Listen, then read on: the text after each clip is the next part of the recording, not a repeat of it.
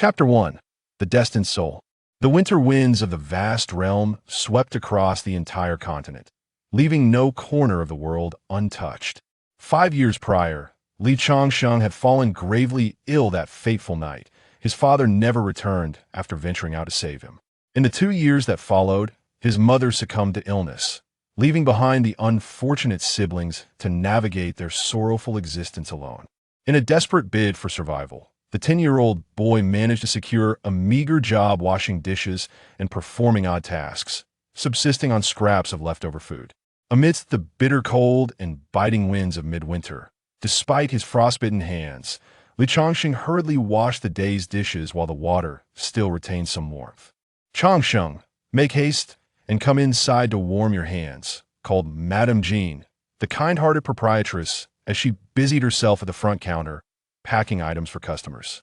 Upon hearing her, Li Changsheng replied, "Aunt, they'll be in shortly." The establishment where he worked was a renowned tavern in Cici Town, owned by Li Jinxiao, a man widely regarded as a benevolent employer. Indeed, he was a distant uncle by family ties. It was he who had paid for Li Changsheng's mother's burial. Today marked the new year, and the town was aglow with festivities, bustling with life. After attending to the last group of patrons, Li Jinxiao made his way to the back courtyard and called out to Li Changsheng. "Changsheng, it is New Year's Day. Do not trouble yourself with the leftover scraps. Your uncle has asked Aunt Jean to prepare some food for you to take home and share a joyous celebration with Yin Yin." As he spoke, Li Jinxiao placed the carefully prepared meal on the table, his heart a tumult of emotions as he gazed at this sensible child before him. Madame Jean cast a knowing glance at him, prompting Li Jinxiao to continue, albeit hesitantly. "You know times are hard. I will give you a small sum as a token of my regret for your circumstances." With that, he handed Li Changsheng a pouch of coins, unable to meet the boy's gaze. Understanding the unspoken message, Li Changsheng realized this was a signal for him to leave. He felt grateful for the support he had received from Li Jinxiao over the years and bore no resentment. With the approach of the year's end, the great Zhou dynasty was embroiled in a campaign of unification and conquest, and the flames of war could ignite at any moment. Their small nation, Nanwang, was already under strict laws, and if it were discovered that Li Jinxiao employed child labor, the consequences would be dire. Receiving the food, Li Changsheng knelt and bowed deeply to Li Jinxiao and his wife, expressing, "Thank you, uncle, for your generosity." Witnessing this, the couple felt a pang of sorrow, yet they too were bound by their own limitations. Madame Jean, noticing the boy's frostbitten hands, enveloped them in her own, saying, "You must understand the difficulties we face."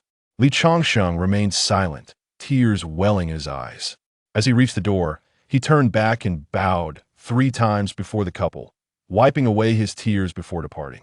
Once he was gone, Madame Jean wiped her own tears and lamented, "Alas, poor child, Aunt can only assist you to this extent." Li Jinxiao, filled with regret, replied, "Dear wife, I too have no choice. I do not wish for him to leave, but if they report us, I cannot risk your future and that of CC." Madame Jean understood her husband's reasoning. The current year had brought hardship, and the officials had imposed new taxes in preparation for war. Life was difficult even for the wealthiest landowners, much less for those engaged in small-scale trade, where the risks far outweighed their capacity to endure. On the stormy night, Li Changsheng's only winter garment was a large cloak left by his father. He clutched the food given by Li Jinxiao tightly, eager to return home and provide his younger sibling, Yin Yin, with a warm meal. Arriving at their neglected and dilapidated abode, he found that Yin Yin had already kindled the charcoal fire. The patched windows, a testament to Li Changsheng's handiwork, though unsightly, served to shield them from the wind and cold. A sweet voice chimed, "Brother, you're back." The excited Yin Yin, bundled in a thick cotton coat, scampered to the door to greet him. Upon noticing her brother's cracked hands, she couldn't help but shed tears, exclaiming, "Brother, your hands." Li Changsheng gently ruffled her hair, reassuring her, "It's the same every year, do not worry about it." With a forced smile, he added, "Let's head inside, it's windy and cold out here. Be careful not to catch a chill." "You only ever think of me, you should take care of yourself too," she replied, warming his heart and making his pain seem trivial. He then took her hand and led her back indoors. "Brother, you sit here and warm your hands by the fire. It'll get you some medicine," Yin Yin declared. "I've told you it's nothing. Hurry and fetch the bowls and chopsticks, or the food will go cold," he urged. With tears in her eyes, Yin Yin retrieved the few chipped porcelain bowls they possessed and set the table. Li Changsheng then brought out the roasted chicken and 10 steamed buns. "Brother, where did this come from?" she asked, wide-eyed. Li Changsheng feigned a smile. "Uncle Li saw how diligent I was and specially gifted us some festive dishes. Plus he gave me a few coins. Tomorrow, he'll buy you new shoes in town." He then broke off a chicken leg and offered it to her, insisting, "Eat quickly while it's hot, it's delicious." Seeing his sister's joy brought a bittersweet feeling to Li Changsheng's heart. Tomorrow was the day of the Xianyuan gathering, when masters from the celestial sects would come to recruit disciples.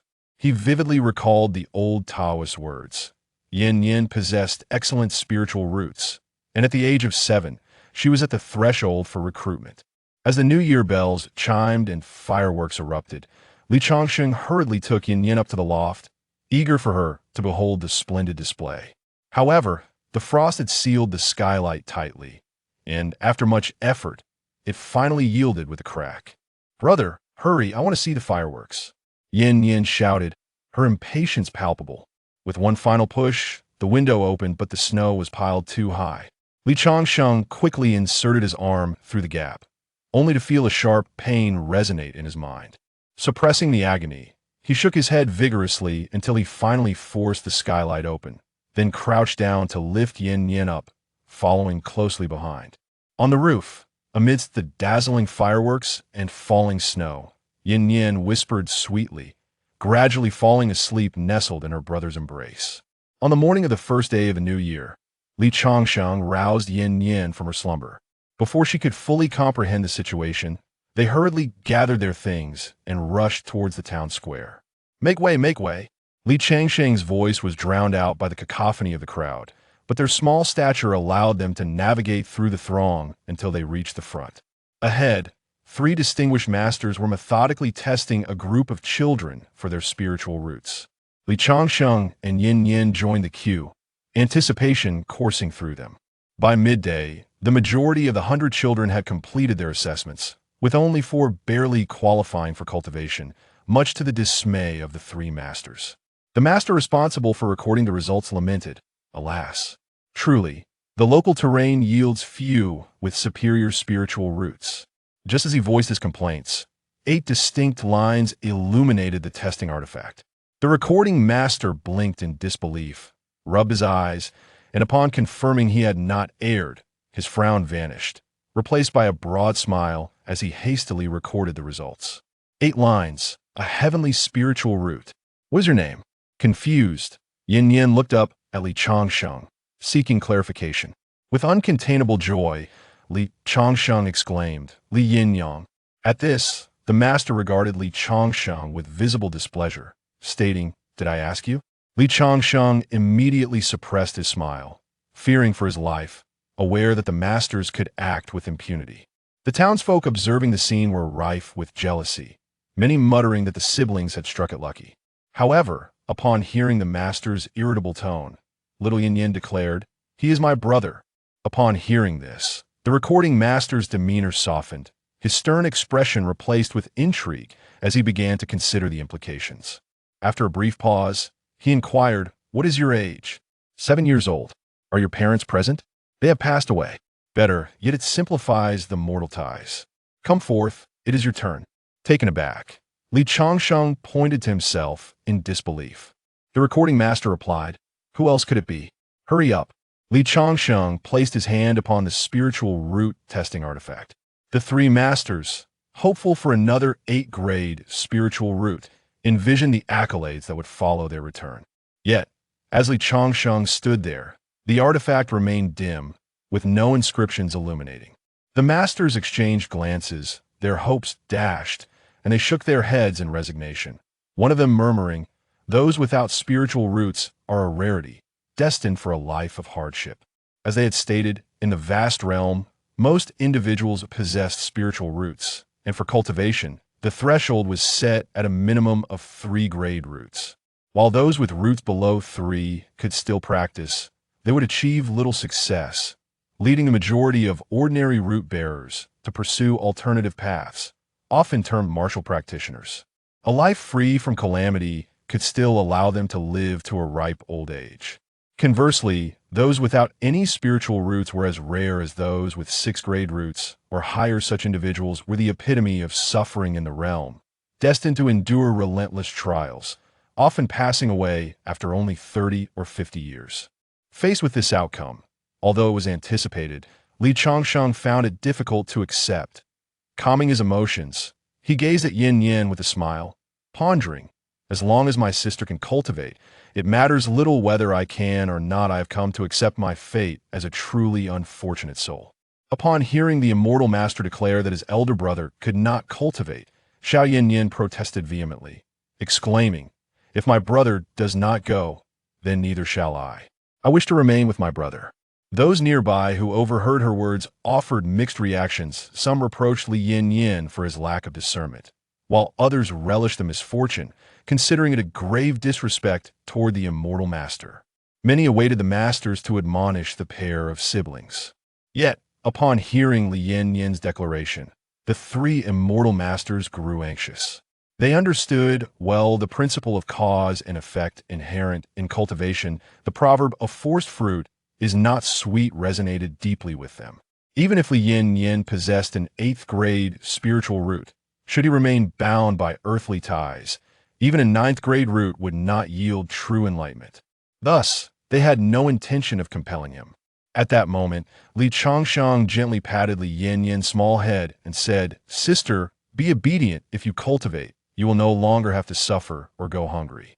However, Li Yin Yin covered her ears and shook her head vigorously, declaring, "Yin Yin will not listen if I go. I will have no brother." Seeing her resolve, Changsheng's eyes flickered with thought, and he promptly approached the immortal masters. With a meaningful glance, he deliberately remarked, "The immortal sect also requires attendance when they recruit. I shall apply, and then I can stay with you." "Yes, little sister, our Dao Tian sect will be recruiting attendants next month. I shall reserve a spot for your brother. How does that sound?" Calming down, Li Yin Yin realized that without entering the immortal sect, her brother could not raise her to adulthood, and she did not wish for Li Changsheng to live solely for her sake. In the end, she reluctantly acquiesced. Before departing, she made a pinky promise with Li Changsheng, who understood that this journey would mean a parting of worlds. Suppressing his sorrow, he managed a pained smile and said, "Go on now, your brother will come to find you next month." As they bid farewell, the female immortal bestowed upon Li Changsheng 50 taels of gold as support for his sister's upbringing. Subsequently, the selected children, amidst the gazes of the onlookers, stepped onto the celestial carpet, ascending toward the heavens. In the lingering echoes, Li Yin Yin's voice resonated. "Brother, you must come to find Yin Yin." Li Changsheng waved at the receding figure of Li Yin Yin, shouting, "I will definitely come." While the families of the chosen children celebrated their offspring's bright future, someone remarked to Li Changsheng, "Be content, you harbinger of misfortune, take this 50 taels of gold and enjoy your remaining days." However, the revelry eventually faded, leaving Li Changsheng alone, gazing at the sky, unable to find solace. At this moment, his heart ached, his eyes suffused with bloodshot tears, for he understood that this separation was indeed eternal. In that instant, he realized he was truly left alone in this world. It was only when the pain in his swollen arm jolted him back to consciousness that he trudged back through the falling snow to the desolate courtyard devoid of warmth. Chapter 2. A Rescue of a Celestial Maiden. Upon returning home, the agony of his fractured bone paled in comparison to the pain of this celestial parting, leaving Li Changsheng momentarily numb. Yet reality was harsh to survive. He must mend his injury. Even though he possessed some medical knowledge, the pain of realigning the broken bone was beyond what one of his age could endure. Ultimately, after a cry of anguish, Li Changsheng succumbed to unconsciousness upon his bed. The bitter cold enveloped him, and soon his breath grew shallow, his body stiffening in the chill. In that moment, he dreamt of his long-lost father. "Changsheng." His father's voice resonated with an innate authority, causing Li Changsheng to tremble as he called out, "Father." Without hesitation, He rushed forward, yearning to embrace this once dependable figure, only to find himself grasping at emptiness. Disbelief etched across his face, laden with myriad emotions. I apologize for my inability to revive my mother, and for sending Yin Yin to the immortal realm. I was powerless. I could not sustain her. Confronting that silhouette, Li Chongqing choked out his sorrowful tale. Recounting events he wished to avoid, his heart shattered into fragments. Father, I am so cold. Am I to die? As he spoke, Li Chongqing's body began to curl up, while his father's figure remained stoic. It was only when Li Chongqing fell silent that the silhouette transformed into a beam of light. Entering his being, a faint warmth gathered in his abdomen and gradually spread throughout his body. His broken bones miraculously healed, and thereafter, Li Chongqing sank into a prolonged slumber. That night, the old Li residence was struck by lightning multiple times, with accusations flying that Li Chongqing's betrayal of Li Yannian had summoned this calamity. He remained in a deep sleep for 10 days, only to awaken suddenly from hunger, realizing it had all been a dream. Eliciting a bitter smile, looking around at the disarray of his room, he could not recall how much time had passed, nor how his arm had healed, only remembering the importance of what he had lost.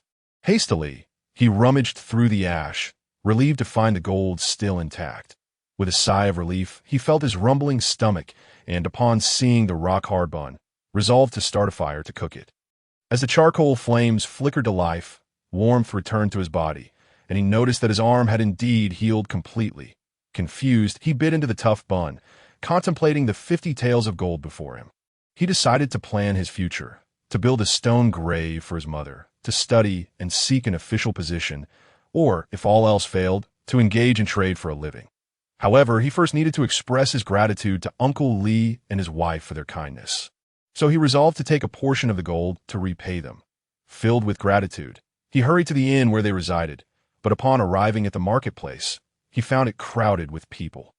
This spectacle piqued his curiosity, and he maneuvered through the throng to the front.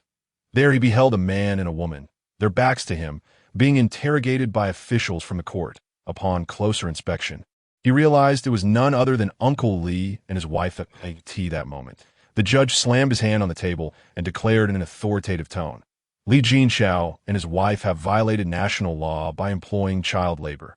Li Chongqing and have abused his broken right arm, leading to his death at home. The sentence is 100 strikes, and their property is to be confiscated. Do you have any defense? Suddenly, a voice broke through the crowd. Who has abused me? The onlookers momentarily paused before responding.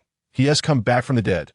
They quickly distanced themselves from Li Chongqing, but he was unconcerned with their opinions. The judge, startled by the commotion, pointed at Li Chongqing and exclaimed, Who are you to disrupt this court?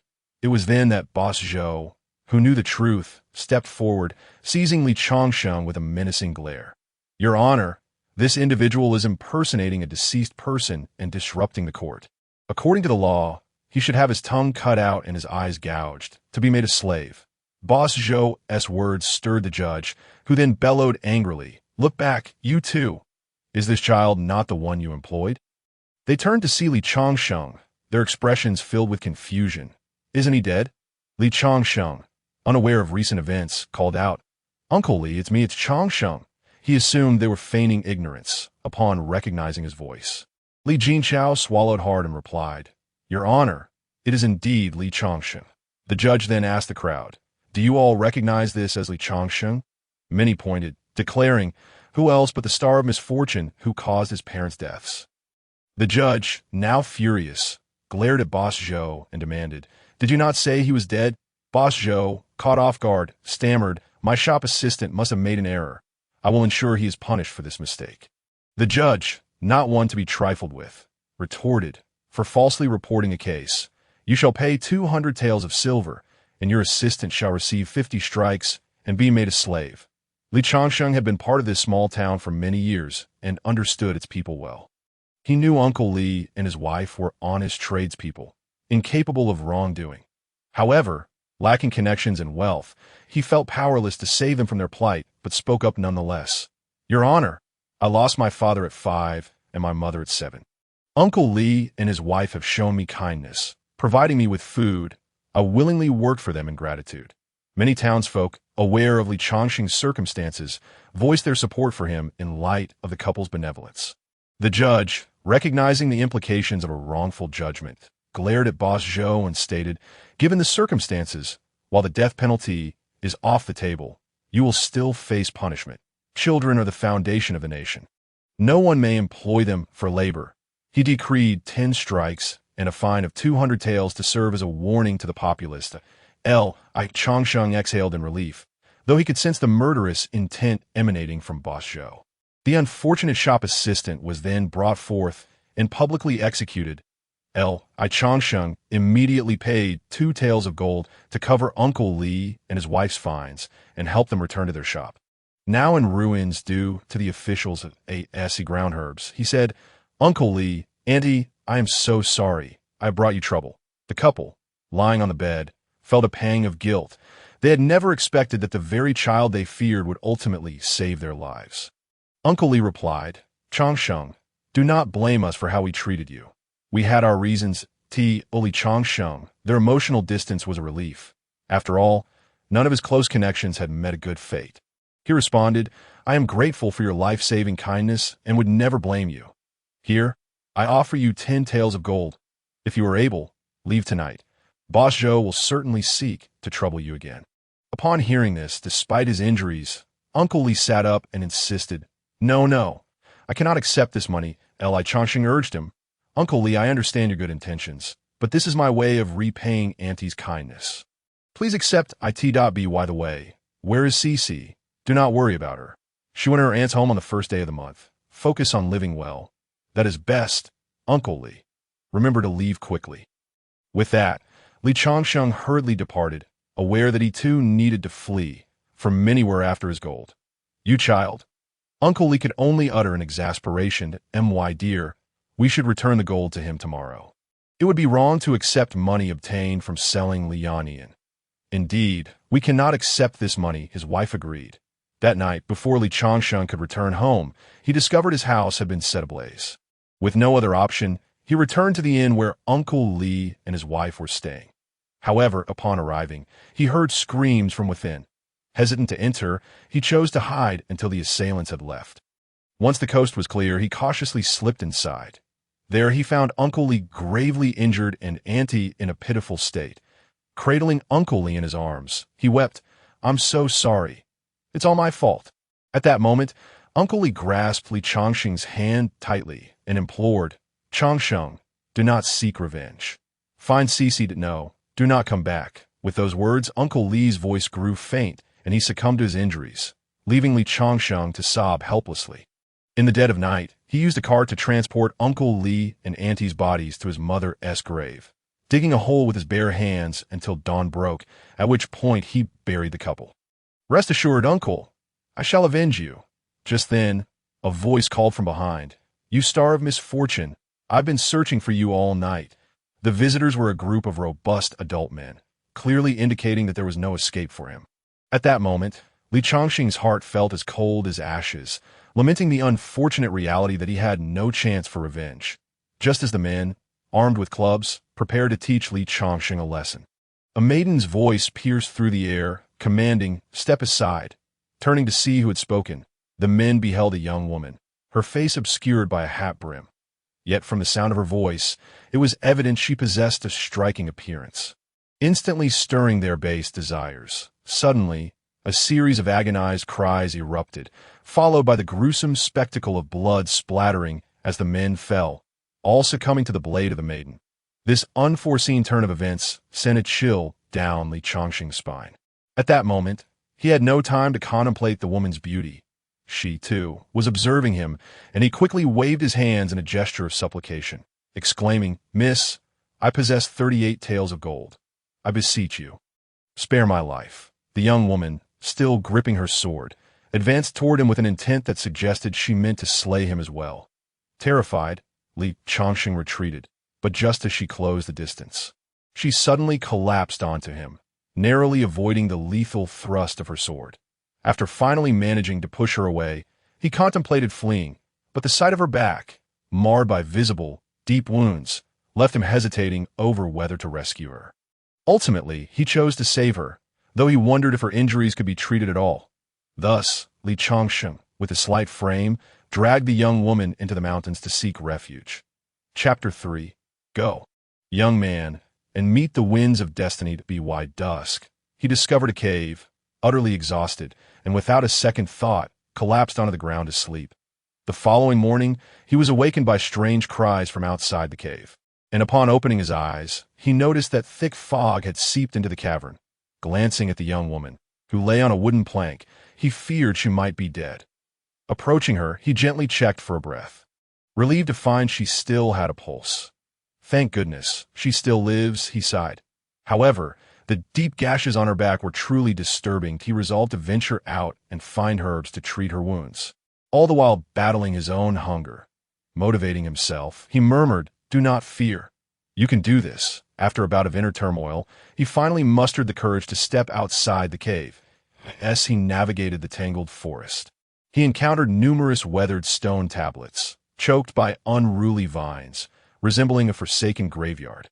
Hours passed, and he filled a small backpack with medicinal herbs and fruits. Perhaps fortune favored him, for he encountered none of the rumored demons or monsters.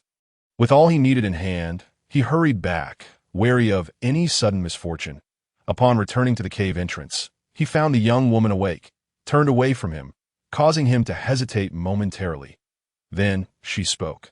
"Am I beautiful?" Startled, Li Changsheng instinctively prepared to flee, but was halted by a sword that flew toward him. Turning back, he forced a smile and said, "Fairy sister, you are awake." The woman replied coolly, "Was it you who saved me last night?" Li Changsheng nodded, and she did not press him for further details, but instead turned away, beginning to perform a spell of which he had never seen the like. At that moment, Li Changsheng, feeling compelled, bent down to gather the scattered items, and from the corner of his eye, he caught a glimpse of her exquisite visage. Large, captivating eyes, long, lustrous hair cascading to her shoulders. A proud figure and a graceful demeanor, truly a beauty of unparalleled charm. He then began to kindle a fire for warmth. The young woman interrupted, saying, "Speak. What do you desire?" Li Changsheng, hearing her words, quickly waved his hands and replied, "You saved my life. I cannot abandon you to a life for a life. We are even now." She scoffed. "Had it not been for my depleted powers last night, you would not see the dawn today." With that, she fixed her gaze upon him, her stare making him shiver. Li Changsheng's mind raced with thoughts of whether she might turn against him. To his surprise, she made no move to harm him, but rather spoke in a surprisingly calm tone. "I did not expect to encounter someone with such a pure heart in a place like this. What a pity, though. You seem to be a person destined for suffering." Then, before his eyes, she removed her outer garments, leaving only her form-fitting attire, and conjured a jade vial from thin air. "Come here," she commanded. Li Changsheng approached her obediently, like a well-trained pup, ready to heed her every command. "Apply this ointment for me," she instructed. As he took the jade vial, his hands trembled, and she chided, "What? Afraid I might kill you? Nonsense. Now hurry and apply it." Only then did he dare to spread the ointment upon her skin, marveling as he witnessed her wounds visibly healing at an astonishing rate, leaving him in utter astonishment. Noticing his hesitation, she remarked, "Little bumpkin, you look as if you have never seen the world before." After a brief silence, he finally asked, "Sister, what miraculous elixir is this that can heal wounds so effortlessly? Just give my shoulders a rub. I will tell you," she replied. Without delay, Li Changsheng began to knead her shoulders gently, his touch eliciting a look of pleasure from her. From this angle, he could clearly see her figure subtly shifting as she spoke. "Am I beautiful?" she asked, prompting him to quickly avert his gaze. She continued, "Do not think I will be grateful for your life-saving deed. Dare to steal another glance, and I shall have your eyes." Her words made him shudder, and he dared not breathe. Then he asked again, "Sister, what is this divine water? It is called 100 Spirits Liquid. I have plenty. Would you like me to gift you a vial?" Li Changsheng hurriedly withdrew his hand from her shoulders, insisting, No, I cannot take what belongs to others." Shaking her head, she donned her clothing once more and inquired, "So, what do you wish for in return for saving me?" "Dear sister, it is not as you think. This is merely repaying a favor. My fate is unfortunate, and I do not wish for you to become entangled in my karma. She furrowed her brow in surprise, asking, what karma could possibly frighten me? Upon closer inspection, she grasped the situation and said, so, you are a person of ill fate.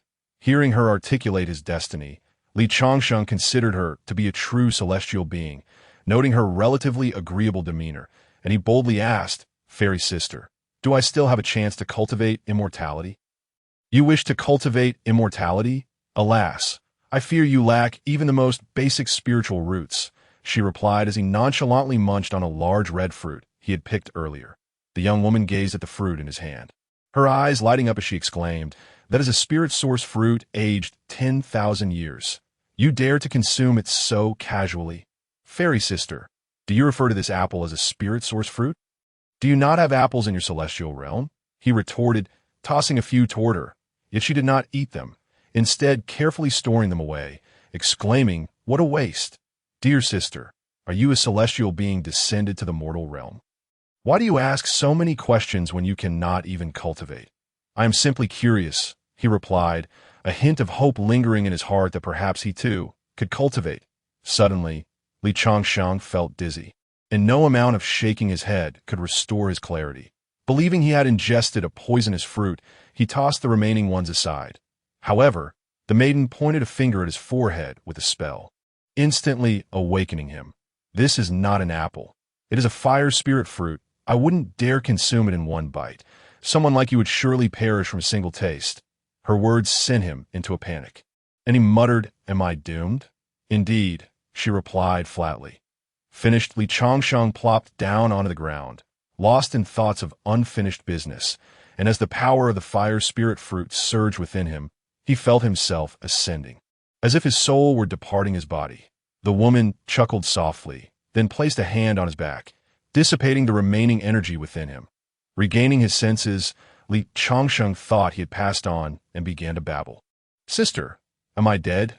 You are not dead yet. You are quite the amusing individual. I see your destiny.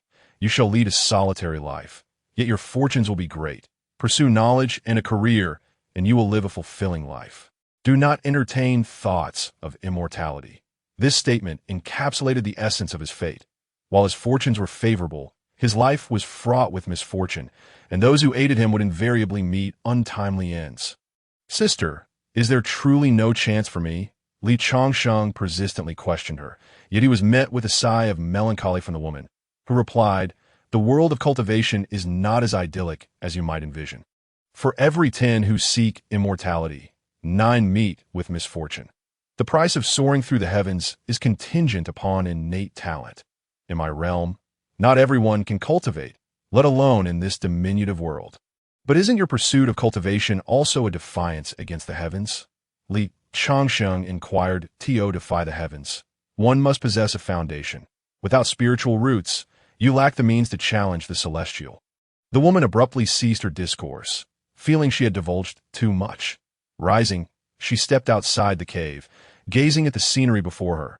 She remarked, I never anticipated this paradise would harbor such a forbidden ground. It seems to be the tomb of a significant figure. I Changsheng could not comprehend her words, yet he observed the woman's poised figure and was beckoned. Come, but he asked, where to? She replied, of course. I shall take you outside. Do you not wish to behold the world beyond and feel the breeze? With that, she grasped Li Changsheng and soared into the sky on her sword. Although he felt a surge of fear during his inaugural flight, he soon developed an affinity for the sensation. When she asked, are you yearning for cultivation? Li Changsheng remained silent, and the woman, amused by his expression, shook her head. Before long, they returned to the grave of Li Changsheng's mother. As they parted, the woman gifted him a jade vial and a jade slip, saying, this vial contains 100 spirit liquid. If you consume a drop each month, it shall spare you from calamities and extend your life by decades. Keep this jade slip as well. Should you ever cultivate, open it to see if fate does not grant you that opportunity. Selling it to an immortal could yield a fortune, enough for a life of leisure. Upon receiving the gifts, Li Changsheng's initial thought was to refuse, but by the time he gathered his wits, she had vanished. He then called out to the sky, Fairy sister, could you tell me your name? The only reply was the lingering echo, I shall not tell you. All encounters ultimately reached their conclusion that moment. Li Changsheng gazed at his mother's grave, questioning whether he should pursue the path of cultivation. Ultimately, he chose not to oppose fate. Suddenly, he recalled Li Sisi was still unaware of his parents' passing, prompting him to rush back to find her. However, despite numerous attempts to locate Li Sisi thereafter, he was unsuccessful. In desperation, he settled in a nearby, small town, acquiring 10 acres of fertile land, a few cattle, and hiring several individuals to assist with the management. He secluded himself for years, dedicating his time to scholarly pursuits, aspiring to become an official and serve the people. Chapter 4. A gentleman's revenge will eventually come. For an ordinary person, 10 years is an extensive span of time, yet for a cultivator, it is merely a fleeting moment. Since that day, Li Changxing ceased to contemplate cultivation. He became the enigmatic landlord of Luoxi town, seldom making appearances, instead devoting himself to martial arts and study in his courtyard. Now, he had matured into a young man, maintaining a stern demeanor that left the servants in his estate with a less than favorable impression of him. 5 years prior, he excelled in both the civil and military examinations, and shortly, he would depart for Tsangzhou to participate in the provincial test. Once completed, he would secure an official position, but before that, there remained a matter to attend to. Resolving to advance their wages, he called out in the courtyard.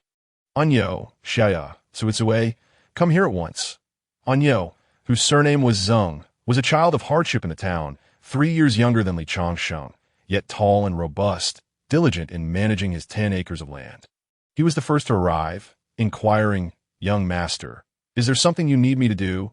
Xiaoya and Tsitse, who had never been fond of Li Changsheng, initially hesitated but eventually approached upon hearing him mention a wage settlement. They exclaimed, "Wishing you success, young master. May you return with a grand title." Li Changxing bore no resentment towards their flattery and proceeded to distribute their pay. Subsequently, he donned a mask and made his way to a shop by the street. Upon entering, he knocked on the door. The owner, upon hearing the sound, responded, "You have arrived. Have you found the person I seek?" Li Changxing asked. The sharp-tongued old man, adorned with a prominent mole, adjusted his spectacles and replied, "The assassin I seek is the most renowned within 100 miles. It depends on whether you can afford the price." His words reflected disbelief in Li Changxing's financial capacity. However, over the past decade, through managing his own shop and land, the 38 taels of gold had multiplied several times over. Li Changsheng produced 10 gold bars from his sleeve, stating, "This is the deposit.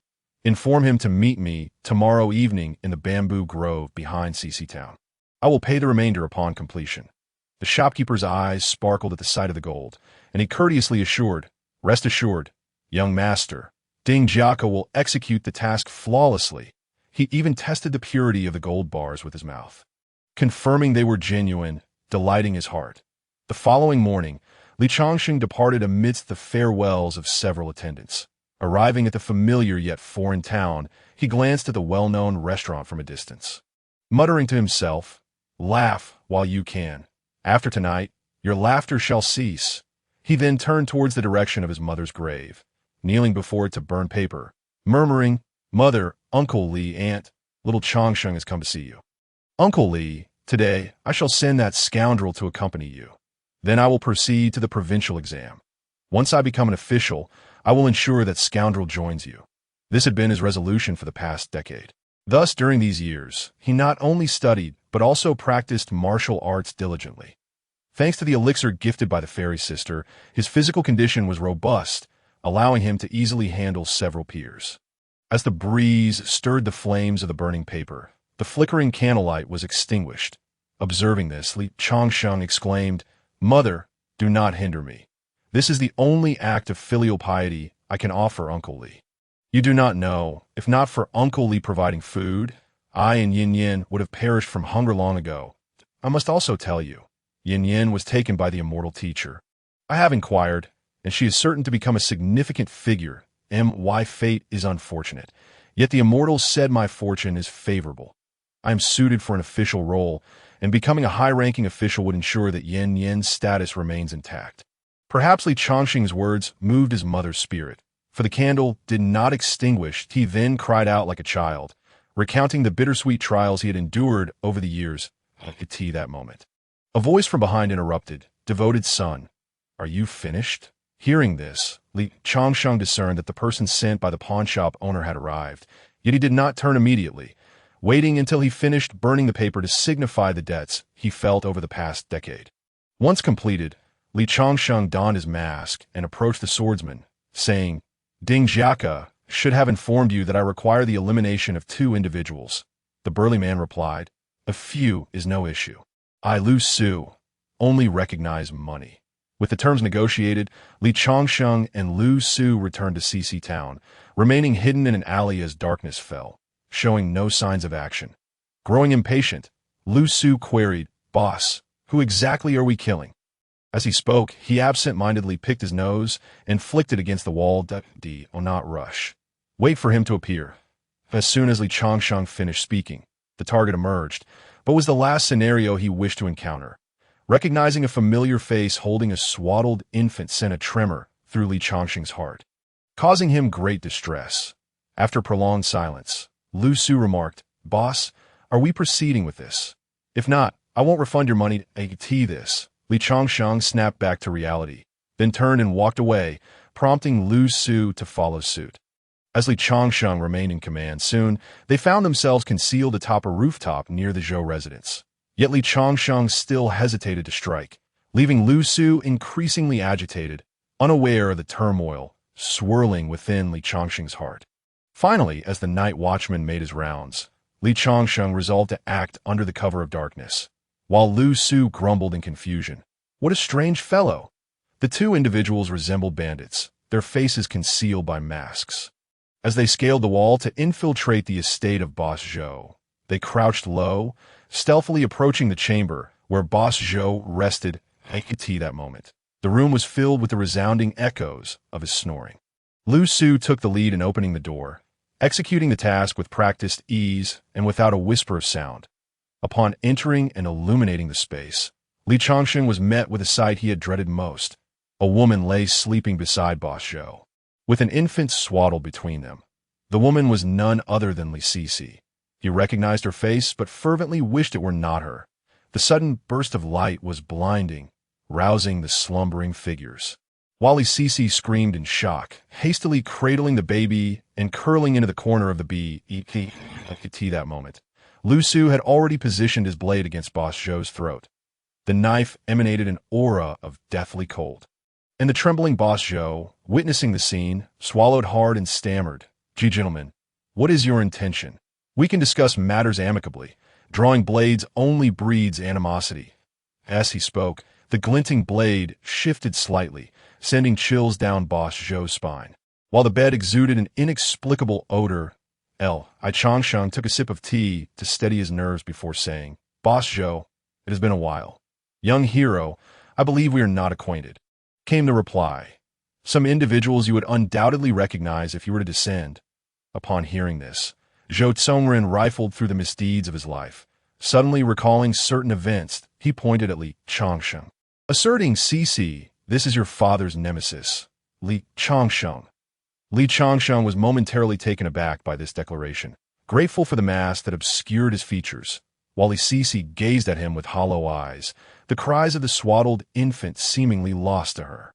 Realizing who stood before him, Boss Zhou pushed aside Lu Su's blade, leaving Lu Su momentarily stunned.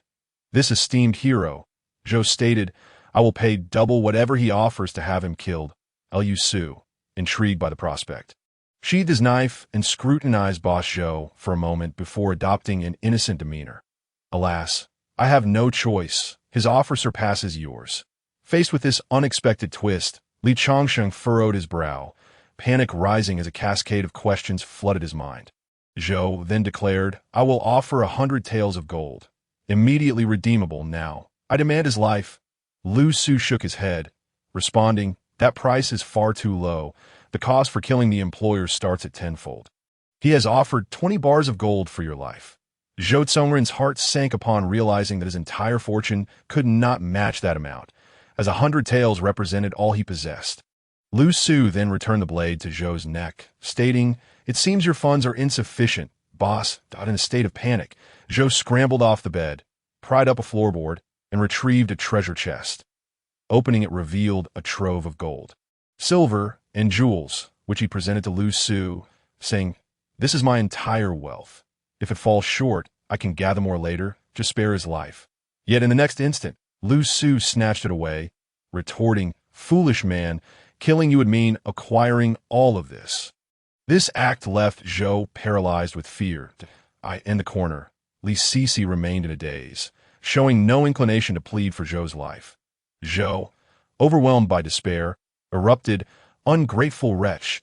Had I not taken you in, you wouldn't know whether you were alive or dead. Just like your feeble parents, worthless scum."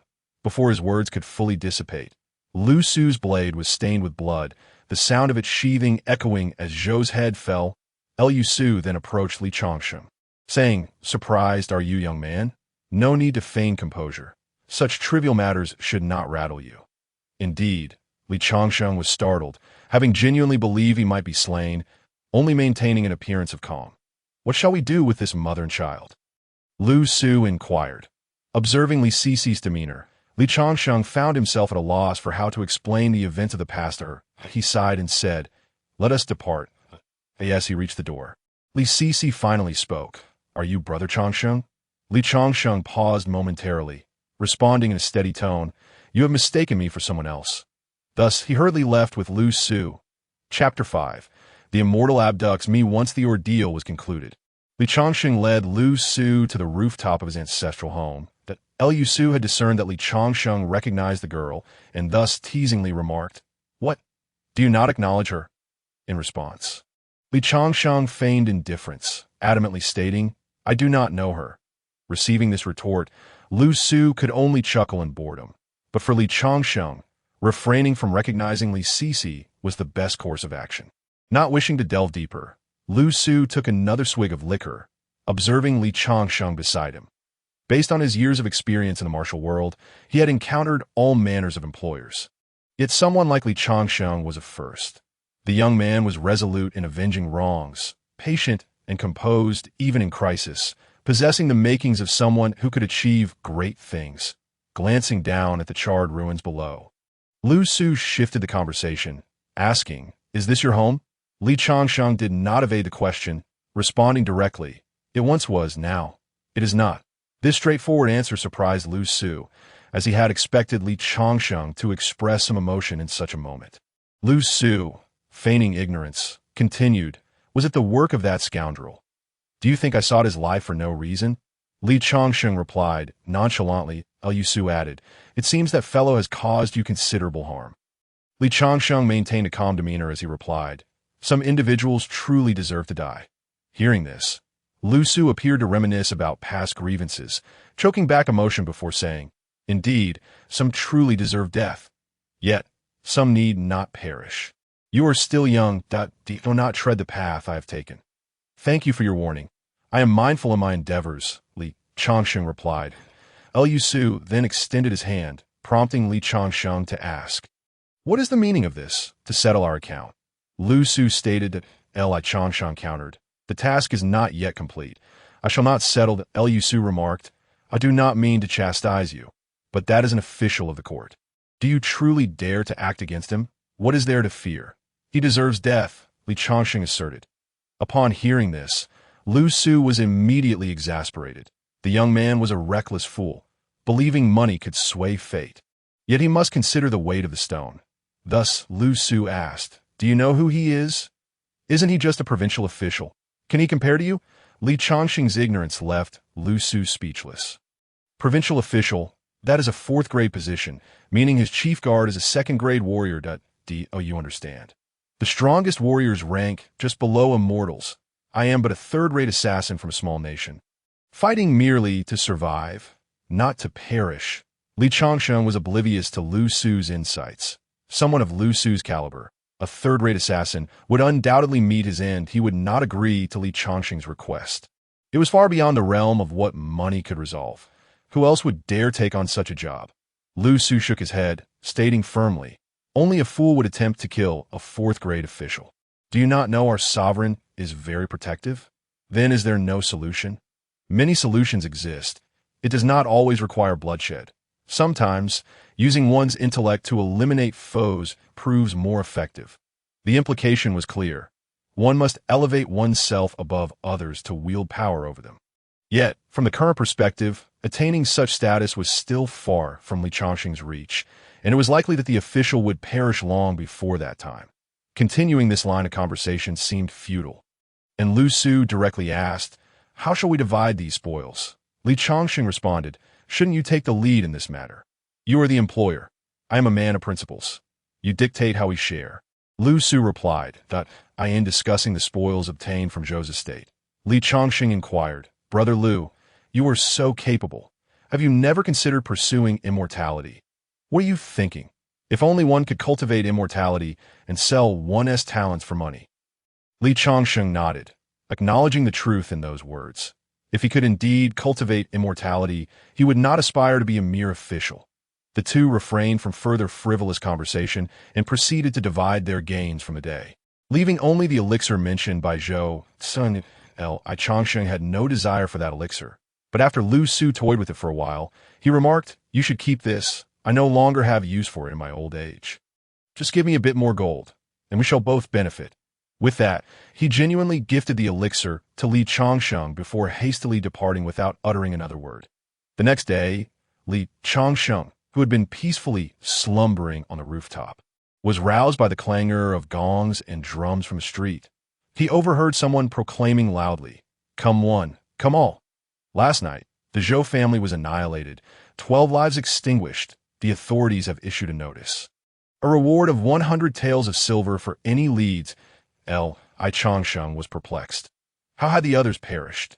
That night, he stealthily returned to the Zhou residence, and, upon finding Li Si and her son safe and sound, left behind some valuables before departing.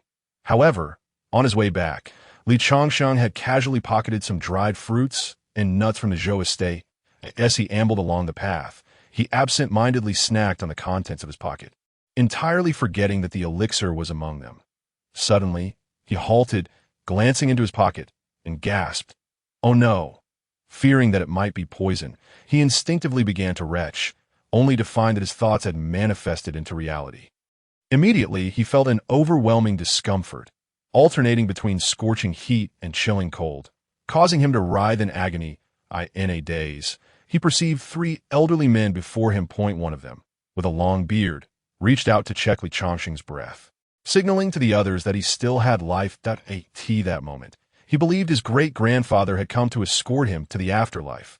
The bearded elder then struck the top of his head with a palm, and an indescribable force coursed through his body, awakening him partially. Yet he still struggled to breathe. He then heard an old man inquire, "Is this lad the disciple chosen by the senior brother?"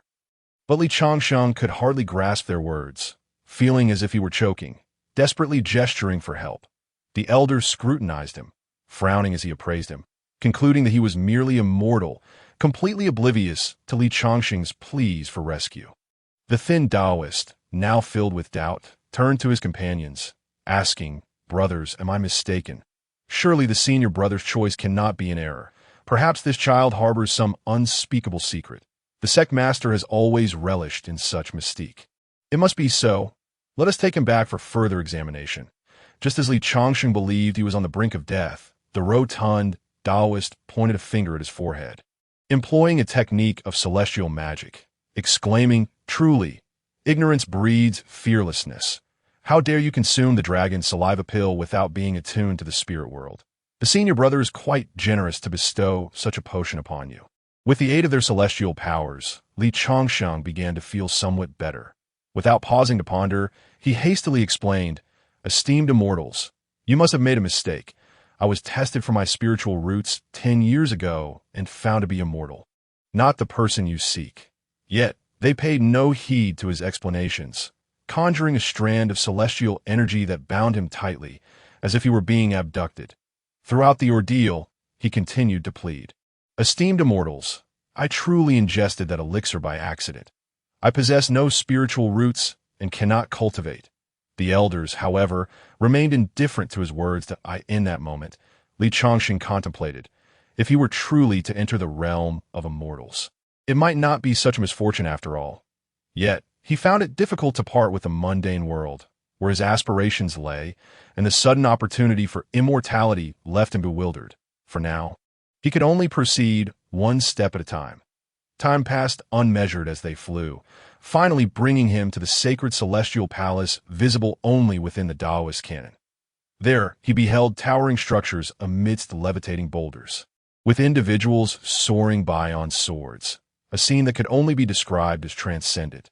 Subsequently, he was escorted to a modest abode, where the elders scrutinized him repeatedly with their spiritual senses, yet were unable to discern anything significant. Ultimately, they concluded that the sect master must be harboring some arcane secret, a notion far too commonplace among the immortals. "Young man, what is your name?" The leading elder inquired. "The Li Changsheng," he replied. "Changsheng, welcome to the Qingyuan sect.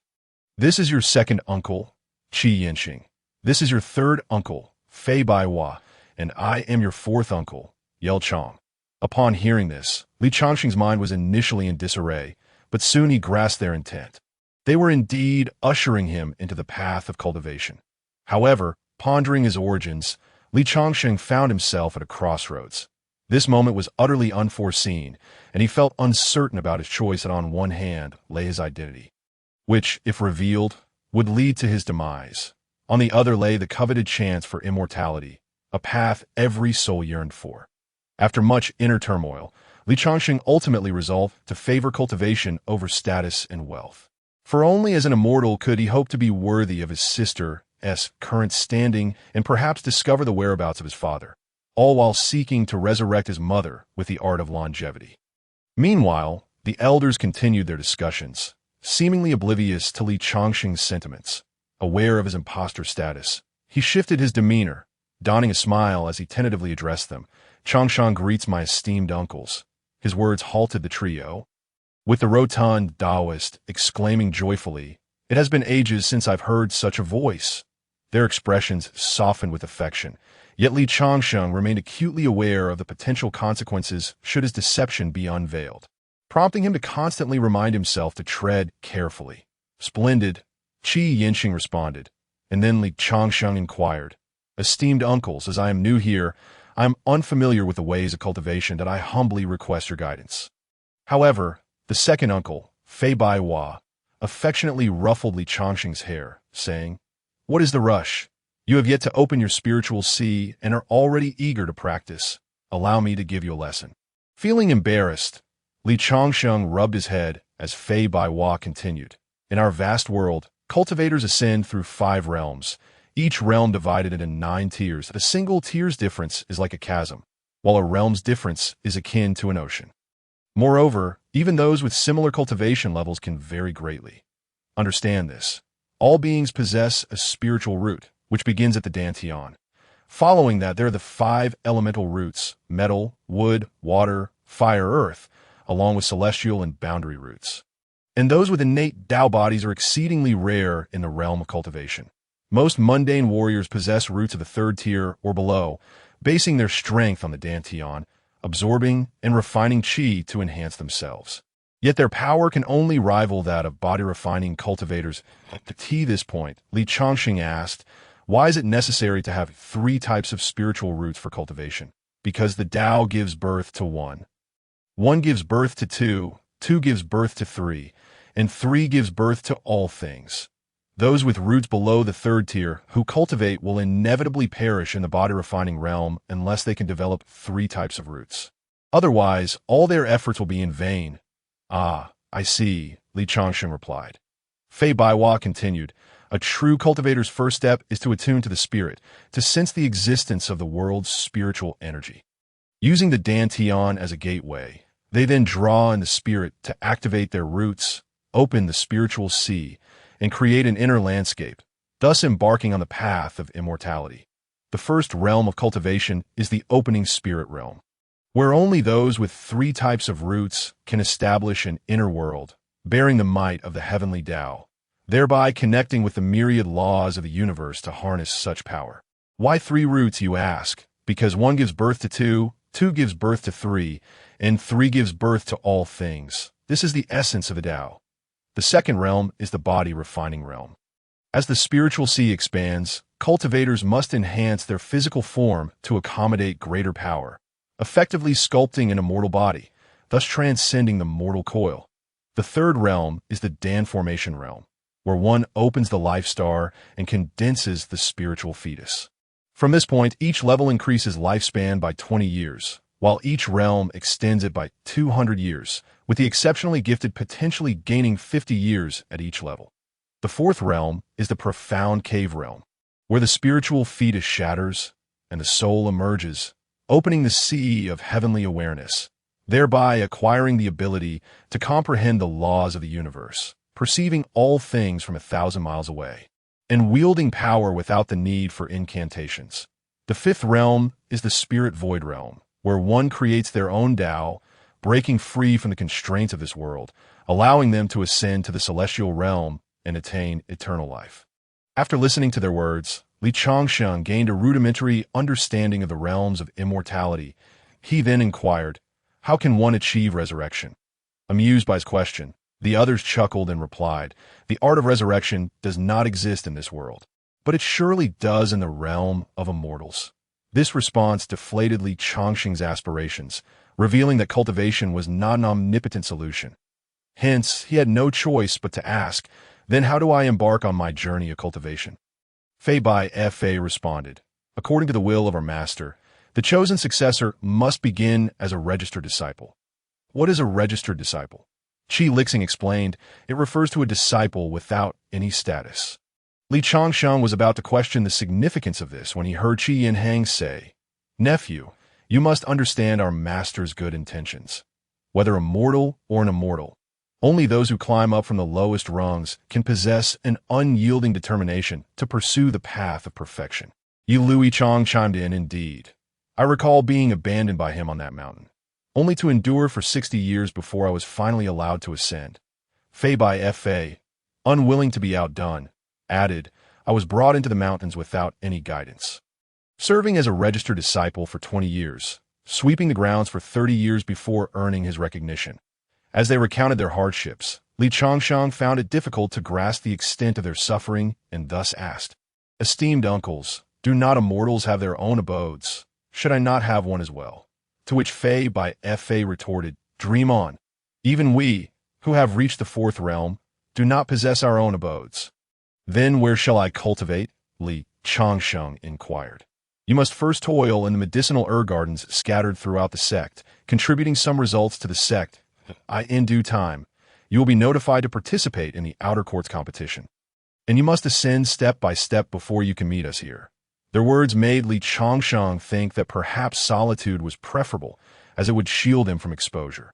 Subsequently, Qi Yinhang summoned a female disciple, older than him by a few years, who bore an arrogant demeanor. He instructed, "Men Gran, take him to the place of Gizi Li and ensure you find him a suitable mountain range." The young lady scrutinized Li Changsheng with disdain and said, "Let us go."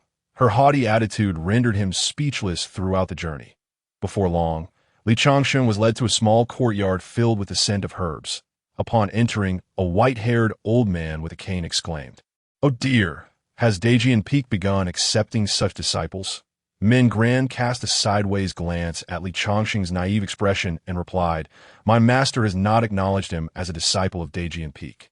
He merely instructed me to bring him here to find a patch of land to cultivate. The old man replied, "Quickly find if there are any vacant herb gardens in need of supervision." Before long, the old man said, "Indeed, there is one, but—" Min Gran, growing impatient, interjected, "But what? Just say, Li Changsheng sensed from the old man's demeanor that it was likely not a favorable place, but for him, remaining in the mountains was already quite satisfactory. He could worry about future matters later. The old man scrutinized Li Changsheng once more and said, "Are you truly going to send him to that place? You should speak up. That place is in the hidden mist mountain range, where many have perished. Can he survive there? Whether he can or not is not for him to decide. If he has the ability, he will return alive. If not, it is no one's fault," replied the old man. Their conversation blatantly disregarded Li Changsheng's presence, making it clear that they held little regard for the so-called registered disciple. Min Gran then addressed Li Changsheng, "Do you wish to go? If not, you may leave immediately."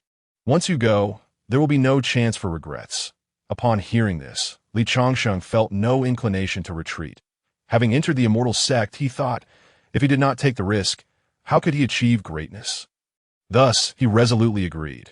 Min Gran scoffed, ignorant of the dangers. A mere mortal like you, it's a mystery what master and the elders see in you. She then led Li Changsheng toward a remote mountain. Along the way, he overheard many whispers, mostly derogatory remarks labeling him as a useless burden. Eventually, they arrived at a formation, and Min Gran instructed him to stand upon it. This is the teleportation array connecting all the herb gardens. If you regret your decision now, it is not too late. I do not wish to be accused of leading you astray. Hell, Li Changsheng understood that she had always looked down on him. Her words implied she would prefer if he left and did not complicate matters. Yet he had never shied away from difficulties. Especially after enduring years of scorn, he was determined to prove that even a mortal without spiritual roots could ascend to immortality. Therefore, he replied, "Thank you for your guidance, senior sister. I will cherish this opportunity." She handed him a key and cautioned, "This is the key to the spirit formation of the herb garden. Do not lose it. The garden you are going to is located in the most perilous vein of the sect. It is a place close to ancient battlefields, where all manner of demons and monsters may lurk. If you lose the key and the protection of the formation is compromised, you may be devoured by those beasts. Moreover, she advised before the outer court assessment in 2 years, you should aim to cultivate to the 5th level of the spirit opening realm and present sufficient spiritual herbs to qualify for the assessment team." Her warnings were not meant to frighten him, but rather to serve as a forewarning that his next endeavors could lead to peril, and even if he survived, he might end up with nothing and be expelled from a sect. Li Changsheng committed her advice to memory and expressed his gratitude for her reminders. "No, I am not your senior sister, and you are not my junior brother. We shall never belong to the same kind." She replied curtly. With that, Min Gran activated the teleportation array, and as the formation glowed to life, Li Changsheng vanished, while she uttered, "Life and death are fated, but you truly may not survive." Meanwhile, atop Daejian Peak, the 3 elders pondered whether their treatment of Li Changsheng was indeed a prudent decision. Chapter 7. Cultivation begins with tilling the land. Speaking of the Qingyuan sect, it is a sect of immortal teachings located in the western region of the Nanwang Kingdom. In terms of strength, it is merely a third-rate sect within the vast world. Compared to the second-rate Dao Tian sect that Li Yan'an joined, it pales in comparison, with the strongest member of the sect being Qi Yan'an, who has only reached the 7th level of the Dongxian realm. However, while they rejoiced over the discovery of a successor by their master, they remained oblivious to the stormy upheaval that Li Changsheng would soon bring to this minor sect. His destiny had already been sealed when he was merely 5 years old, setting him on this path. As for the registered disciples, they represent a threshold for mortals with spiritual roots seeking the way of immortality. After all, not all who possess mortal spiritual roots are genuinely without potential. Many have merely been delayed in their spiritual awakening for various reasons. Of course, the notion of tilling the land is simply a mean for the sect to avoid giving away resources for free. While those seeking the path willingly accept this arrangement, allowing the sect to benefit without cost. It is a mutually beneficial relationship. The teleportation array swiftly transported Li Changsheng to a mist-laden mountain range. Upon arrival, he was enveloped by a sense of terror and the unknown, his heart quaking at the eerie remnants of stone statues, compounded by the ceaseless roars of lurking beasts. Yet, at this juncture, retreat was not an option. He could only mutter prayers for protection. Fortunately, it was midday, with the sun shining brightly, and he reasoned that such a time should pose little threat from demons or monsters. As he navigated the overgrown mountain path, he finally spotted the small courtyard through the dense underbrush. The courtyard was nestled against a towering mountain, with faint red characters visible on the cliff face, while a waterfall cascaded nearby, feeding into a small pond. Observing the pleasant surroundings, Li Changsheng mused that it was not as dreadful as Min Gran had described. However, upon approaching, he was sorely disappointed to find the courtyard overrun with weeds and the dilapidated hut in a state of neglect, clearly abandoned for quite some time. For Li Changsheng, this was still bearable, as he at least had a place to stay. Upon pushing the door open, a foul stench assaulted his nostrils, nearly inducing nausea. The broken doors and windows bore clear stains of blood, shattering any remaining illusions he had. Yet, what could he do? He could not forsake this hard-won opportunity, so he consoled himself, "Since I have come, I shall make my peace with it." These are merely words of self-comfort. To claim one is unafraid would be disingenuous. Opening the window to let in the fresh air, one gazes upon the land.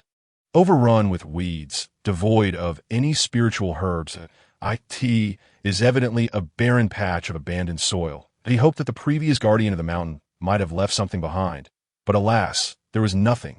Contemplating the mere possibility of having a place to dwell was already a stroke of fortune. After a flurry of activity, Li Chongqing finally tidied up the small courtyard before nightfall. Fortunately, he still had some essential supplies left. Lighting a fire, he began to cook his rice. In an idle moment, Li Chongqing discovered an envelope beneath a brick. Seizing the opportunity, he tore it open, eager to uncover its contents. Upon reading, an unsettling sensation gripped him. It was a warning to the next steward of the garden. Seeking longevity is paramount for survival. The sect disregards us, the named disciples, relegating us to gather medicinal herbs for their benefit. Indifferent to our fates, and even inciting conflict among peers over resources. I am aware this is my choice. Yet I seek enlightenment, not demise. This place is indeed a hell on earth. I shall depart. Should I perish along the way, so be it. The letter contained grievances from Xiaoyu, lamenting the harsh realities of cultivation, alongside his observations during his time on the mountain. For Li Chongqing, a blank slate. This information was invaluable. Reflecting on the words of the two individuals he encountered earlier, he realized that no sect would genuinely concern themselves with the lives of their named disciples. Henceforth, each day must be navigated with utmost caution. He perused the herbal compendium left behind, noting the descriptions of spiritual herbs categorized by rank and type, which would yield certain cultivation resources upon offering to the Qingyuan sect. Recognizing that there was no opportunity to forage for herbs today, he resolved to fill his belly first. The rice was fragrant, inevitably attracting some creatures, such as a man who unexpectedly snatched away half a bowl of his meal, followed by a fox demon that took away discarded bones, and later, a large serpent that coiled itself nearby. This scene nearly drained him of all courage, rendering him utterly without appetite. Yet, he feigned calmness. After all, he had spent many nights in the mountains and was aware that creatures of the night hunted by scent. Thus, he applied charcoal ash all over his body to mask his odor. These beings regarded him as inconsequential, and by sheer luck, he evaded a night of peril, gaining insight into what truly constituted a wild beast. Compared to the wolves, tigers, and leopards he had previously encountered, those were mere adorable creatures. The following morning, having spent a sleepless night, he felt utterly drained. Approaching the waterhole to wash his face, he was met with a monstrous sight emerging from the depths. Its blood-red hue instantly dispelling any inclination to cleanse himself. Observing the damaged fences and the unfinished tasks awaiting him, he understood that for a peaceful night, he must tirelessly set traps and repair those barriers. After half a day's labor, he finally restored the small courtyard. According to the herbal record, spiritual herbs also required soil for cultivation, ideally planted in areas rich in spiritual energy. However, just then, he heard a series of high-pitched chirps, prompting him to investigate. Approaching a thicket, he discovered the source of the sound and raised his stick, ready to strike. Yet, just as he lifted his hand, a small monkey emerged, dragging a broken leg toward him. He breathed a sigh of relief upon seeing the diminutive creature and said, "Little monkey, what has happened to you?" Perhaps he was merely speaking out of boredom, for the beast did not comprehend human speech. The little monkey waddled closer, clinging to his leg, revealing a wound on its hind leg that still bled. Chongsheng promptly scooped it up and said, "Ah, so you are injured." He carried the little monkey back to his abode and tended to its wounds, intending to release it afterward. However, the little creature stubbornly refused to leave, no matter how hard he tried to shoo it away. This young monkey, unperturbed by its surroundings, found solace in his company, and Li Chongsheng decided to take it in. While playing with the little monkey, he declared, "From now on, I shall call you Little Wanderer, for you and I shall roam the world together, drifting from place to place." The little monkey seemed to take a liking to its new name. Promptly leaping onto his shoulder, days passed, and Li Changsheng soon noticed a peculiar change. Ever since Little Wanderer had arrived, no malevolent beast had intruded upon the misty retreat at night. During this time, whenever he attempted to open his spiritual sea, he found it utterly devoid of anything. He had contemplated accessing the jade slip gifted by the fairy sister, but alas, without a shred of cultivation. He could not unlock its secrets. Thus, even if he were to acquire the finest spiritual herbs, he would still lack the qualification to partake in the entrance examination 2 years later. Ultimately, he would be forced down the mountain. A fate he accepted, as his foundational skills were evidently lacking. Yet the most wretched outcome remained his own life. Survival would be implausible. Consequently, it was imperative that he seek to awaken his spiritual consciousness and cultivate his spiritual sea, rather than engage in farming. Chapter 8. The Immortal supports my endeavors thus. Li Changsheng lingered in the small retreat for the entirety of a month, each day consumed by thoughts of how to manifest his spiritual sea. Yet, with each passing day, his disappointment deepened that he found himself muttering, "Is it truly impossible to perceive the existence of the heaven's spiritual energy without spiritual roots? Oh heavens, must you jest with me?" Glancing at the remaining rice in the wooden barrel, he realized it would scarcely last a few days, and a sense of worry began to settle within him. In this moment of despondency, Little Wanderer, as was its custom, presented him with some spiritual fruits. Accepting the offerings, Li Changsheng gently patted the little creature's head, saying, "Ah, you are truly good to me. But what shall I do if I cannot cultivate?" At that moment, Little Wanderer tugged at his sleeve, exhibiting unusual behavior. Sensing something amiss, Li Changsheng inquired, "Little one, why do you persist in pulling at my clothing?" The little creature understood his words but could only respond with its own chattering, leading to a lack of meaningful communication. Relying entirely on conjecture. Seeing that Li Changsheng remained unresponsive, Little Wanderer grew anxious and exited the door, glancing back at him every few steps, prompting Li Changsheng to realize it wished to guide him to something. Thus, he followed Little Wanderer to the sheer cliffside behind the misty retreat. Upon reaching the smooth, mirror-like cliff, he scrutinized it for some time, but could discern nothing of significance. Just as he was about to question Little Wanderer, he observed the little creature walk toward the cliff and vanish from sight, only to re-emerge moments later. Having never encountered such a phenomenon, he wore an astonished expression. Always vigilant, he cautiously reached out to touch the cliff face, only to find his hand disappeared upon contact, yet returned unscathed when he withdrew it. Indeed, there are wondrous things in this world, Li Changsheng remarked in awe. Following Little Wanderer into the cliff, he found himself at the entrance of a passageway. As he stepped inside, a series of resonant sounds echoed, followed by the illumination of numerous lamps. It was then that he observed the walls of the passage adorned with various inscriptions and patterns. Though regrettably, he could not comprehend them. Venturing deeper, he stumbled upon a vast hall, where a large stone coffin floated above. I Changsheng respectfully bowed and said, "Respected elder, I have inadvertently trespassed upon your abode." At that moment, a chilling breeze swept through the hall, causing even Little Wanderer to seek refuge in his embrace. Suddenly, a spectral figure materialized, swirling around Li Changsheng, evoking a sense of dread. I Changsheng closed his eyes and silently recited, "I apologize for disturbing your tranquility. I beseech your forgiveness. Namo Amitba. Those who are pure shall be purified, and those who cleanse themselves shall be devoid of spirits." He recited every incantation he knew to dispel malevolent entities, only to hear the spectral figure scoff. "Little spirit, what nonsense are you babbling?" Startled, Li Changsheng exclaimed, "A ghost," and promptly fled, only to find the path he had taken vanished. In a panic, he continued to recite the incantations, which only seemed to provoke the spectral figure, who unleashed a surge of power that shattered a stone pillar beside him.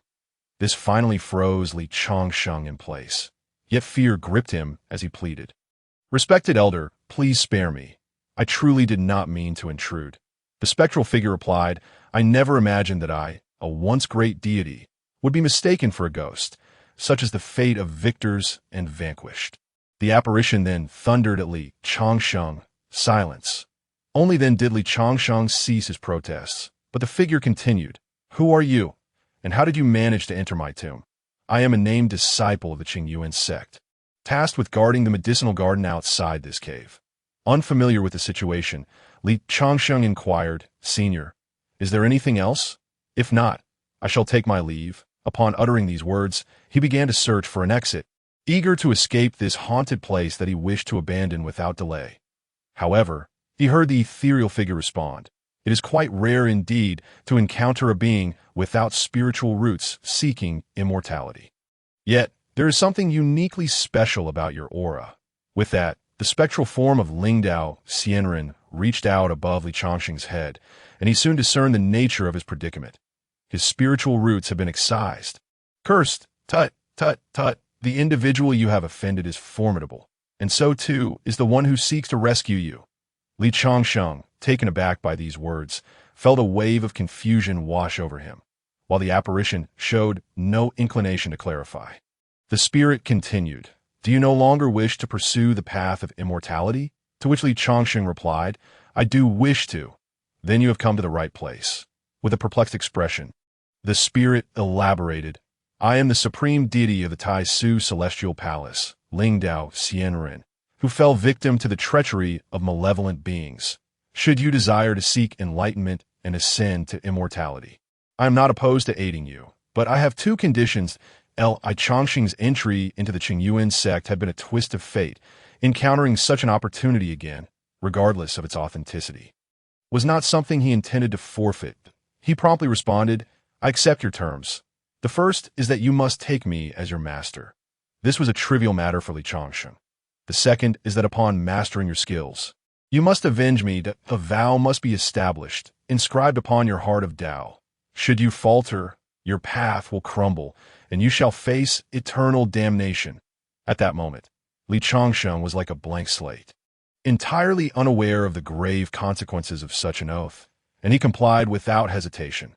Lingdao Xianren, perceiving the purity of his heart, lamented that Li Changsheng had been deprived of what rightfully belonged to him, rendering his plight even more tragic than those without spiritual roots. The spirit continued, Though you lack spiritual roots now, it does not mean you cannot attain immortality. He spoke this with good reason. To him, Li Changsheng's destiny still held promise, and the deficiencies in his fate could be remedied.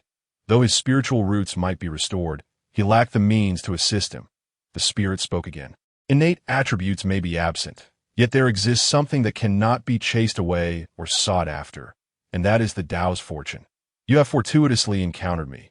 Otherwise, relying solely on the power of the dragon's essence and the nourishment of the 100 spirits liquid to reconstitute your spiritual roots would cost you decades of time, yielding merely an extension of life by a mere 20 years.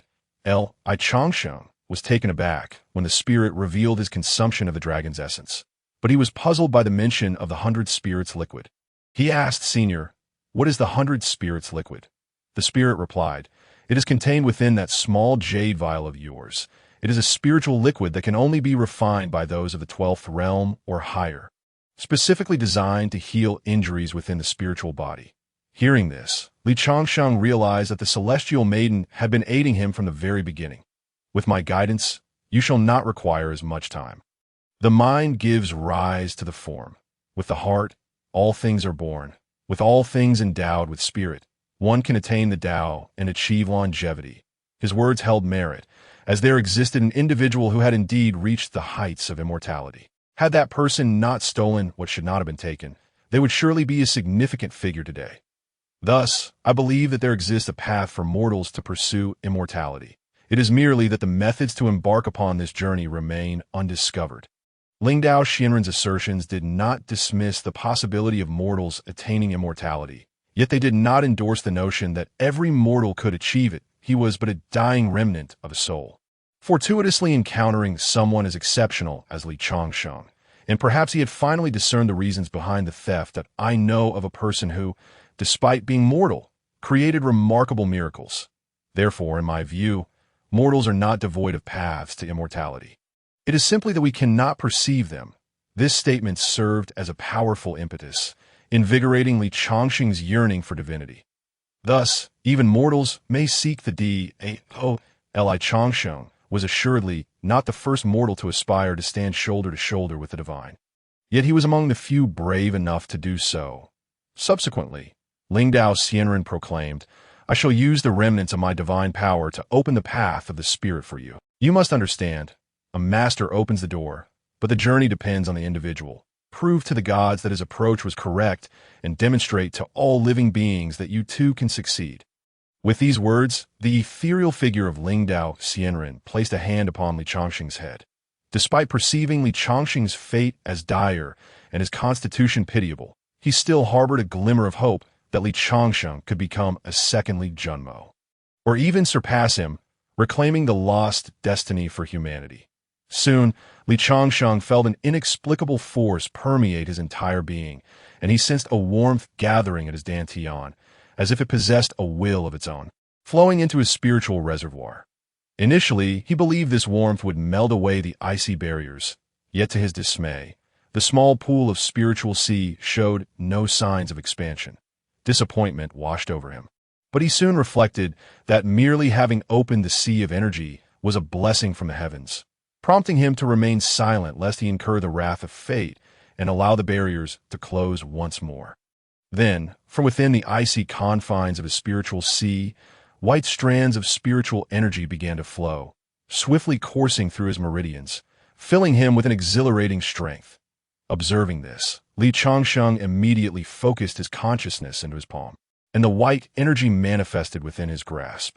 Thus, Li Changxing had truly stepped into the realm of spiritual awakening. The most immediate manifestation of this was his newfound ability to summon objects from afar, albeit at a limited distance, marking a clear distinction from his previous mortal form. Overjoyed, Li Changxing leaped to his feet and shouted toward the distant mountains, "I have become an immortal. I have ascended to the Tao. Mother, behold, I have attained immortality. Yin Yin, brother has entered the Tao. One day, I shall not forget my vow and will surely seek you out." Excited, he immediately commenced a flurry of actions, conjuring bowls and knives from thin air. Little Stray, observing Chang Ming's ascension, jubilantly celebrated alongside him. Yet amidst the joy, he alone understood the bittersweet truth. What does it matter to attain enlightenment if one remains solitary?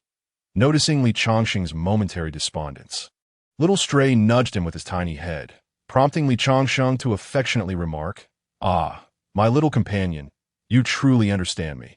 Today marks my successful entry into the path of enlightenment. Thus, I shall reward you with a delectable fruit, one I cherish so dearly that I have yet to taste myself. Surely you have never savored it." With that, he retrieved the last Lingyuan fruit from his small bamboo basket, and only then did he perceive the ethereal fragrance wafting from it. Little Stray, impatient, seized the fruit before Li Changxing could offer it. "You rascal, I hadn't even given it to you yet." That night, he recalled the scroll gifted by the fairy sister. Wiping the sweat from his brow with his sleeve, he unfurled the scroll the moment it opened. The scroll detached from his grasp and hovered in midair, emanating a soft luminescence that a voice resonated. "Greetings, little one." This voice was familiar to Li Changxing. It belonged to the fairy sister who had once saved him. He called out, "Fairy sister, is that you?" Yet, the voice seemed oblivious to him, responding, "The moment you opened this scroll, I knew you had embarked upon the path of immortality. You must be curious as to why I appear here. This is but a fragment of my residual soul. You may wonder where I come from, for I am not of this world. You are even more curious about my identity, yet I shall not divulge it. Do not be overly curious. Such curiosity can be perilous." After her lengthy discourse, Li Changxing felt as though she had said nothing of substance. The fairy sister continued, "The path of immortality is elusive. Life and death hinge upon a fleeting moment. As immortal being, even should you unlock the spiritual sea, the power accessible to you remains minimal, while your needs will only escalate. However, in light of our past encounter, I shall bestow upon you a sword technique concealed within this scroll. In the future, all opportunities will present themselves. Do not dwell on them." Once she concluded, Li Changxing examined the scroll, discovering it contained the heavenly rank subordinate sword technique. 12 arts. Though he had no concept of these techniques, he was confident that anything beginning with heavenly intent must be extraordinary. Within this vast realm, there existed only 4 tiers of martial arts. Earth. Profound, yellow, and spiritual. However, even Earth-tier techniques were rare in this world, let alone those of heavenly rank. The following morning, at the moment of creation, he sensed an unfamiliar essence, fleeting yet palpable. Reflecting on his successful entry into enlightenment, Li Changsheng crossed his legs and meditated, attuning himself to the spiritual energy present at the table, as anticipated. This energy responded to his call, flowing into his spiritual sea like whispers of the wind. He mused, "Is this the spiritual energy of heaven and earth?"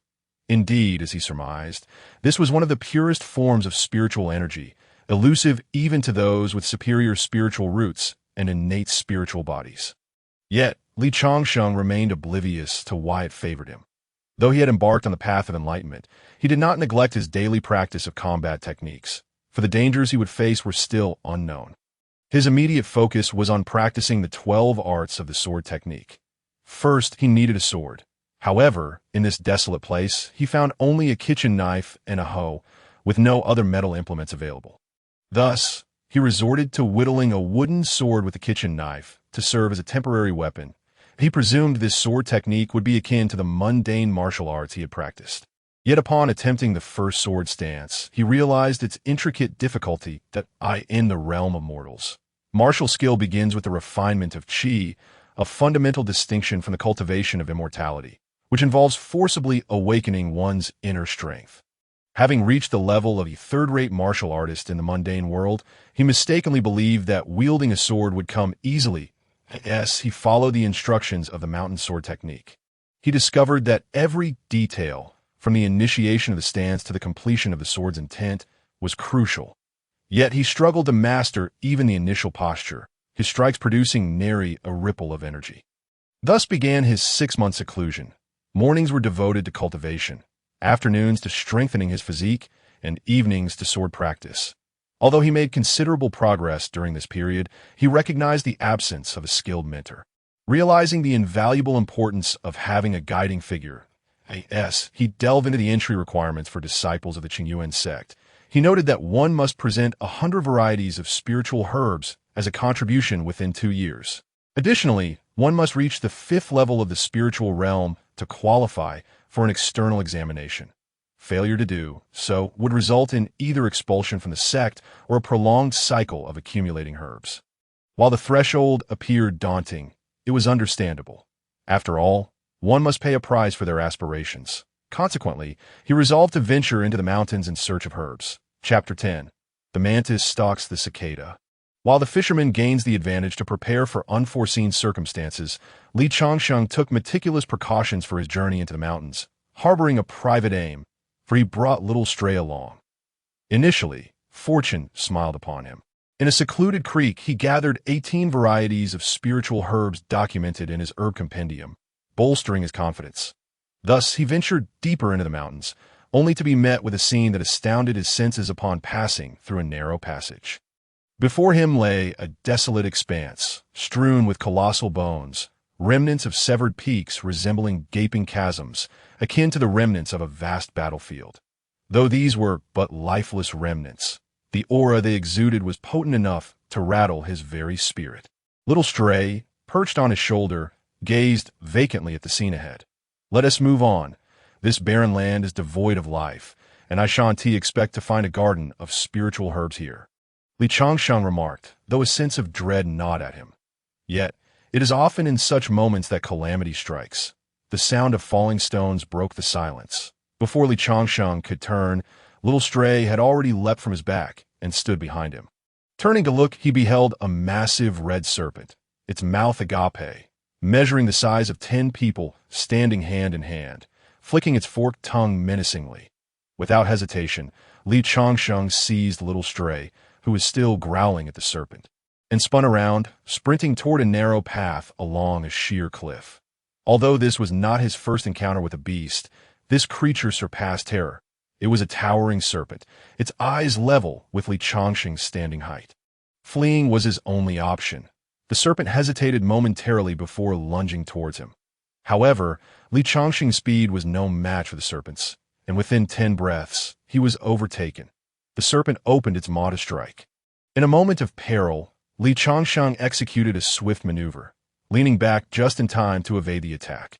Taking advantage of the serpent's size, he quickly changed direction, seizing a massive vine that hung down from the cliff's edge to aid in his escape. With the height of the cliff, he thought the serpent would not pursue him, allowing him to exhale a sigh of relief. Yet, to his shock, the serpent soared into the air, descending from the cliff like a thunderbolt. Witnessing this, Li Changsheng exclaimed, "No way, it can fly too." He immediately dashed toward a nearby grove of towering, jagged stones as he nestled among the rocks. The serpent followed suit. Due to its immense size, it could not enter the grove. Instead, thrashing about outside and emitting spine-chilling roars. Goodness, such a colossal serpent truly exists in this world. It must be on the verge of becoming a dragon. Li Changsheng breathed, relieved yet astounded. However, before he could catch his breath, the sound of numerous creatures crawling nearby alerted him. When he focused his gaze, he was horrified to find countless black spiders, each roughly his size, converging upon him. Little Stray, quick-witted as ever, immediately began to scale and leap with agility. Li Changsheng followed suit, leaping between the stone pillars. Just as they were nearing the edge of the grove, he noticed that the massive serpent was still tracking him from outside, drawn by his scent. "Heaven help me! Is this some sort of cruel joke?" he muttered to himself. Yet this is the harsh reality. A colossal serpent obstructs the path ahead, while a swarm of venomous spiders relentlessly pursues from behind. Just as it seems that doom is imminent, a small wanderer discovers a refuge that is a massive rib bone of some creature, with a substantial gap in its center, perfectly positioned to evade the gaze of the red serpent and the poisonous spiders. The rib emits a peculiar odor, likely the remnants of saliva left by the beast that once gnawed on in this moment of concealment. The two types of monstrous beasts collide, and the giant serpent unleashes a torrent of venom from its maw. Raining down like a deluge upon the stone forest, Changsheng observes as the toxic rain falls upon the spiders, instantly corroding them, even penetrating the stone pillars with its dreadful potency. Fortunately, the skeletal remains provide no refuge for the poisonous rain. Although its stench is indeed foul, the giant serpent, having lost track of Li Changsheng, emits a long, mournful howl towards the stone forest. That moment, a sudden clap of thunder reverberates through the air, striking the giant serpent. This is followed by the call of a bird, and through the fractured gaps of the bones, Li Changsheng glimpses a magnificent two-headed giant bird, its four wings unfurled, standing upon the serpent's body. The serpent is momentarily dazed by the blow, while the two-headed bird lets out a triumphant cry, reveling in its capture. However, in an instant, the serpent regains its composure, ensnaring the bird in its coils and aiming a deadly bite at one of its necks. The venom swiftly reduces one of the bird's necks to mere bone, yet the other head retaliates, pecking ferociously at the serpent's skull, resulting in an explosive burst. This unexpected spectacle deepens Li Changsheng's understanding of the cultivation world, prompting him to remark, "So this is the nature of the beings faced by cultivators." The little wanderer, however, cannot articulate its thoughts, only emitting a series of chirps that suggest it regards the two colossal beasts with disdain. Ultimately, the conflict between the two creatures results in mutual destruction, leaving both lifeless. At last, Li Changsheng breathes a sigh of relief, contemplating his escape. Yet, unexpectedly, three individuals arrive, 2 men and a woman, all approaching through the air. Their cultivation levels surpassing his own, he realizes that he cannot recklessly emerge to seek help and must remain hidden, observing the unfolding events. The woman, with a captivating voice, exclaims, "Senior brother, I never anticipated such a significant windfall on this journey." The man addressed as senior brother appears to revel in flattery, declaring, "2 second-tier, 4th-grade monster cores. Upon our return, I shall claim them as my own kills, proving my strength to those in the inner sect." Another man chimes in, "Your words ring true. Senior brother, I am eager to witness how those people regard you with newfound respect. Enough chatter. This is an ancient relic site, filled with countless unknown entities. We must quickly retrieve the monster cores and depart." Yet the woman interjects, "Senior brother, cannot we venture inside to seek treasures?" The man retorts sharply, "Su Jialu, you would do well to behave yourself."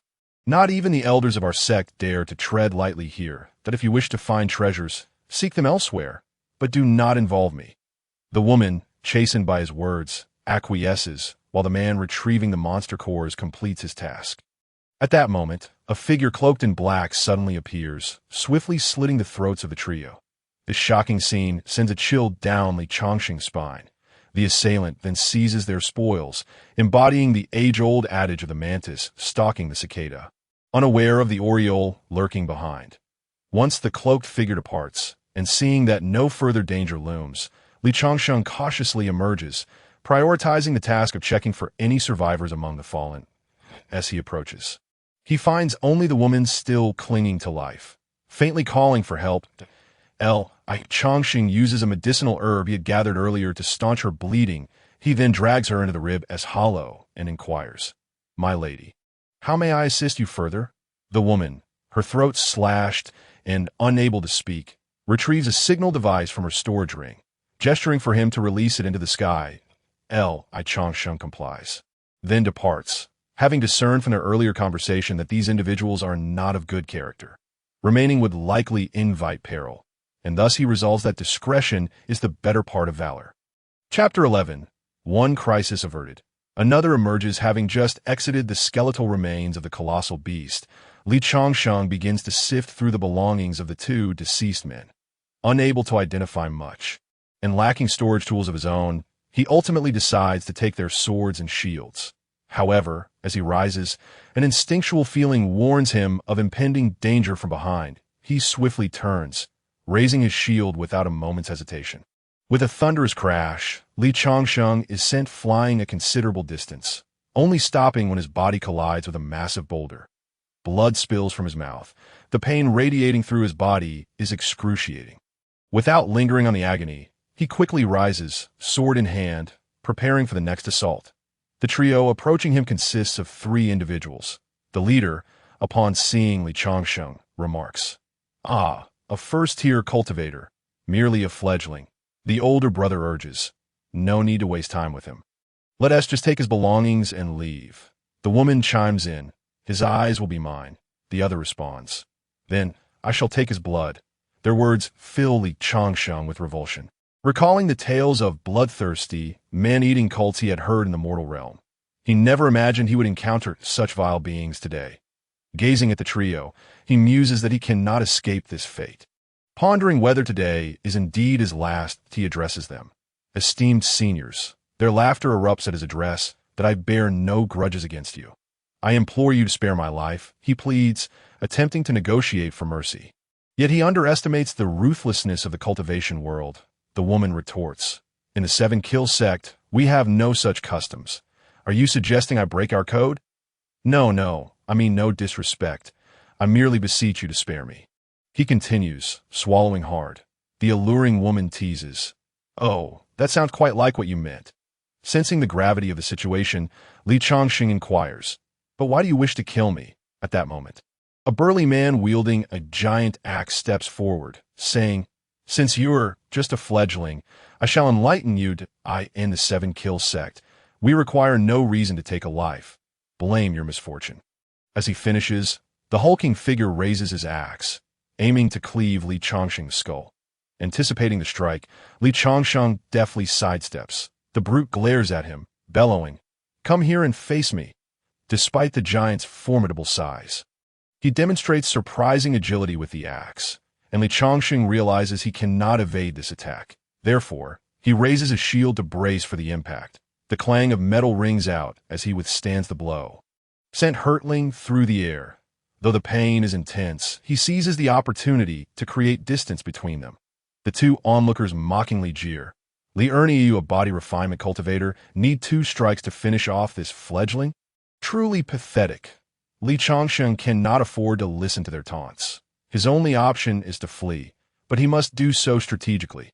His gaze shifts back to the stone forest, formulating a plan, yet he braces himself for another axe strike. Infuriated by his companion's ridicule, Li Ernie lunges forward, and Li Chongqing, bracing himself for impact, fears that his shield may shatter under the force. Ultimately, he can only hope for the best, with a swift horizontal swing of his axe. Li Ernie charges at him, I Changsheng prepares to absorb the blow. But the speed of the attack is overwhelming, and it shatters his already injured left arm. Watching as Li Changsheng's body arcs through the air. Landing within the stone forest, the woman beside the others feigns a sorrowful expression, mimicking his descent and even applauding mockingly, "Li Erniu. He seems not to be dead yet." The man in the black robe spoke thus. Over there, Li Changsheng was fortunate enough to have the belly of a black spider as a cushion, sparing him from severe injury from the blow. Su Erniu, seeing that Li Changsheng was still alive, immediately erupted with fury, leaping high into the air, axe raised to deliver a decisive strike. Sensing his foe had fallen into a trap, Li Changsheng skillfully evaded, taking advantage of Su Erniu's clumsy form to create this opportunity. In midair, Su Erniu could not alter his trajectory, and by the time he realized it was the belly of a black widow spider, it was too late to withdraw. The overwhelming force cleaved through the spider's abdomen, sending a torrent of venomous fluid spraying towards him. He had no time to scream before he was engulfed by the noxious liquid. Seizing this moment, Li Changsheng began to flee into the stone forest, where silence reigned.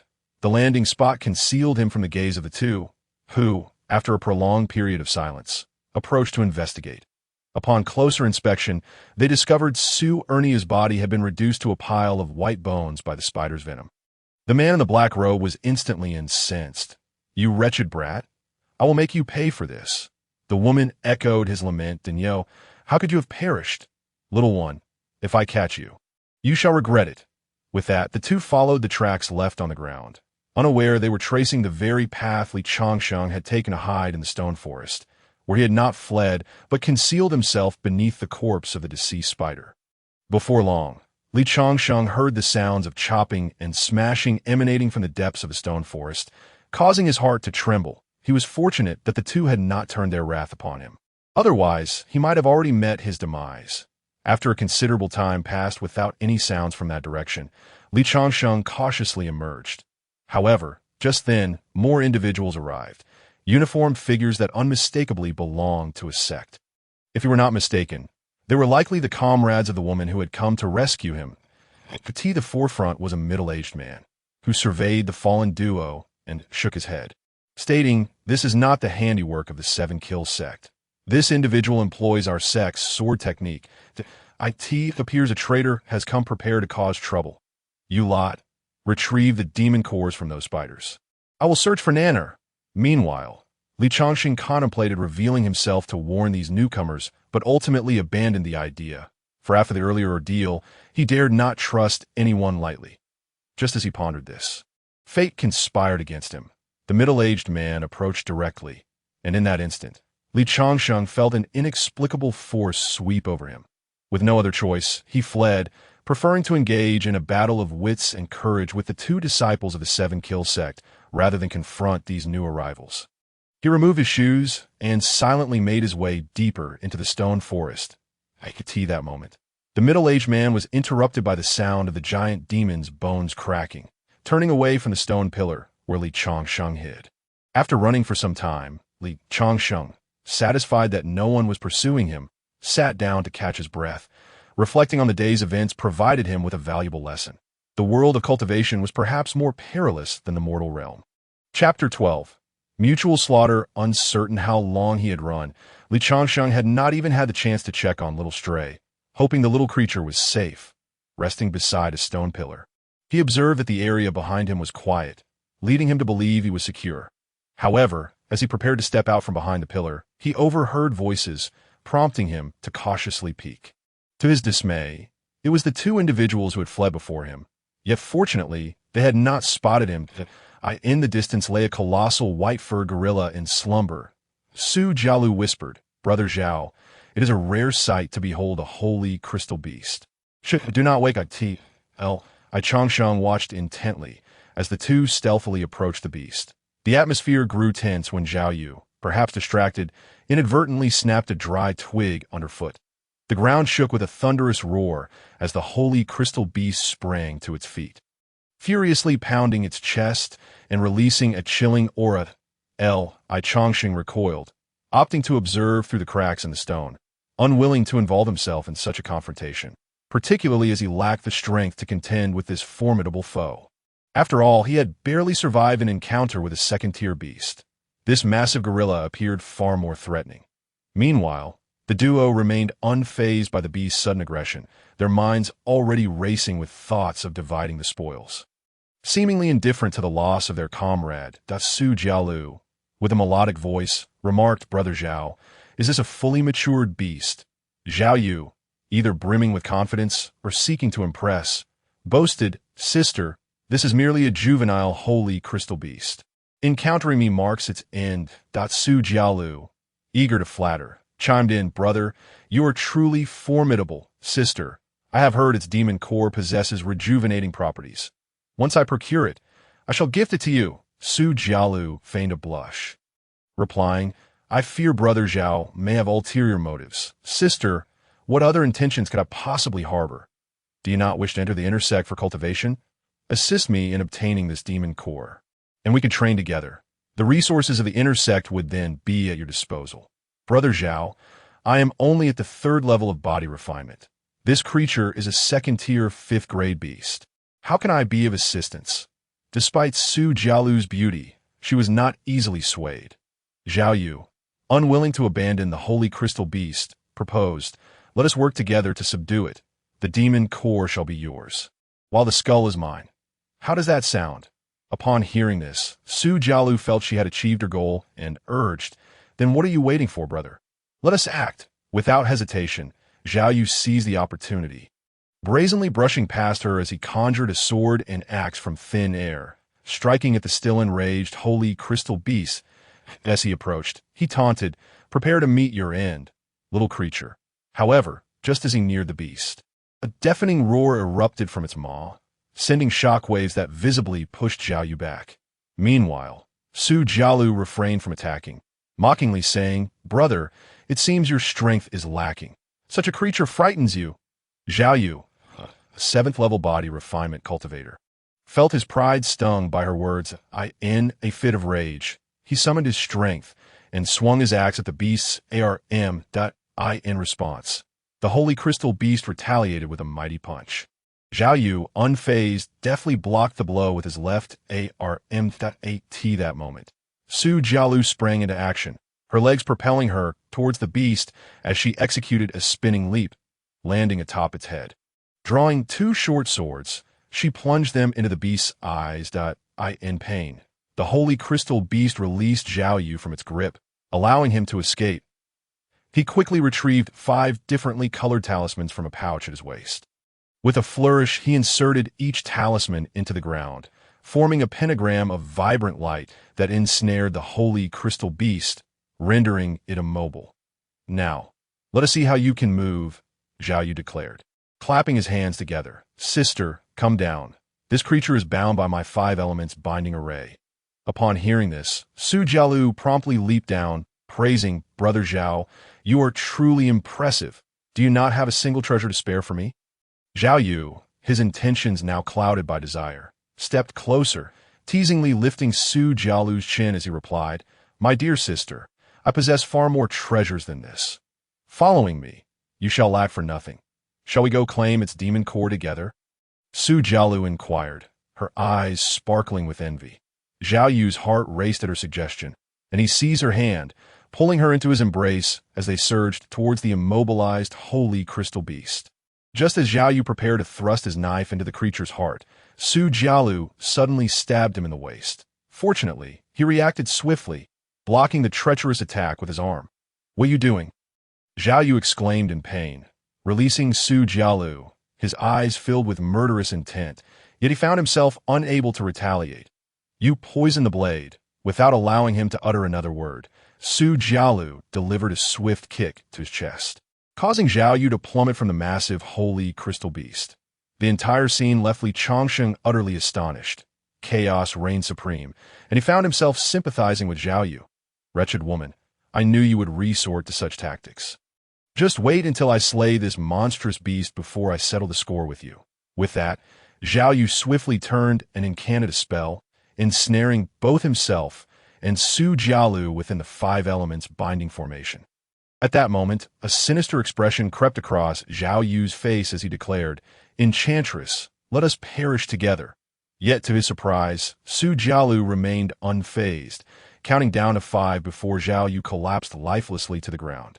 With his fall, the formation disintegrated, and the holy crystal beast succumbed as well. Su Jialu approached Zhao Yu's body and remarked, "You truly believed you could share a fate of dual cultivation with me? Dream on." With that, she unleashed a flurry of dagger-like strikes upon Zhao Yu's chest, leaving the scene horrifically brutal as he met his end.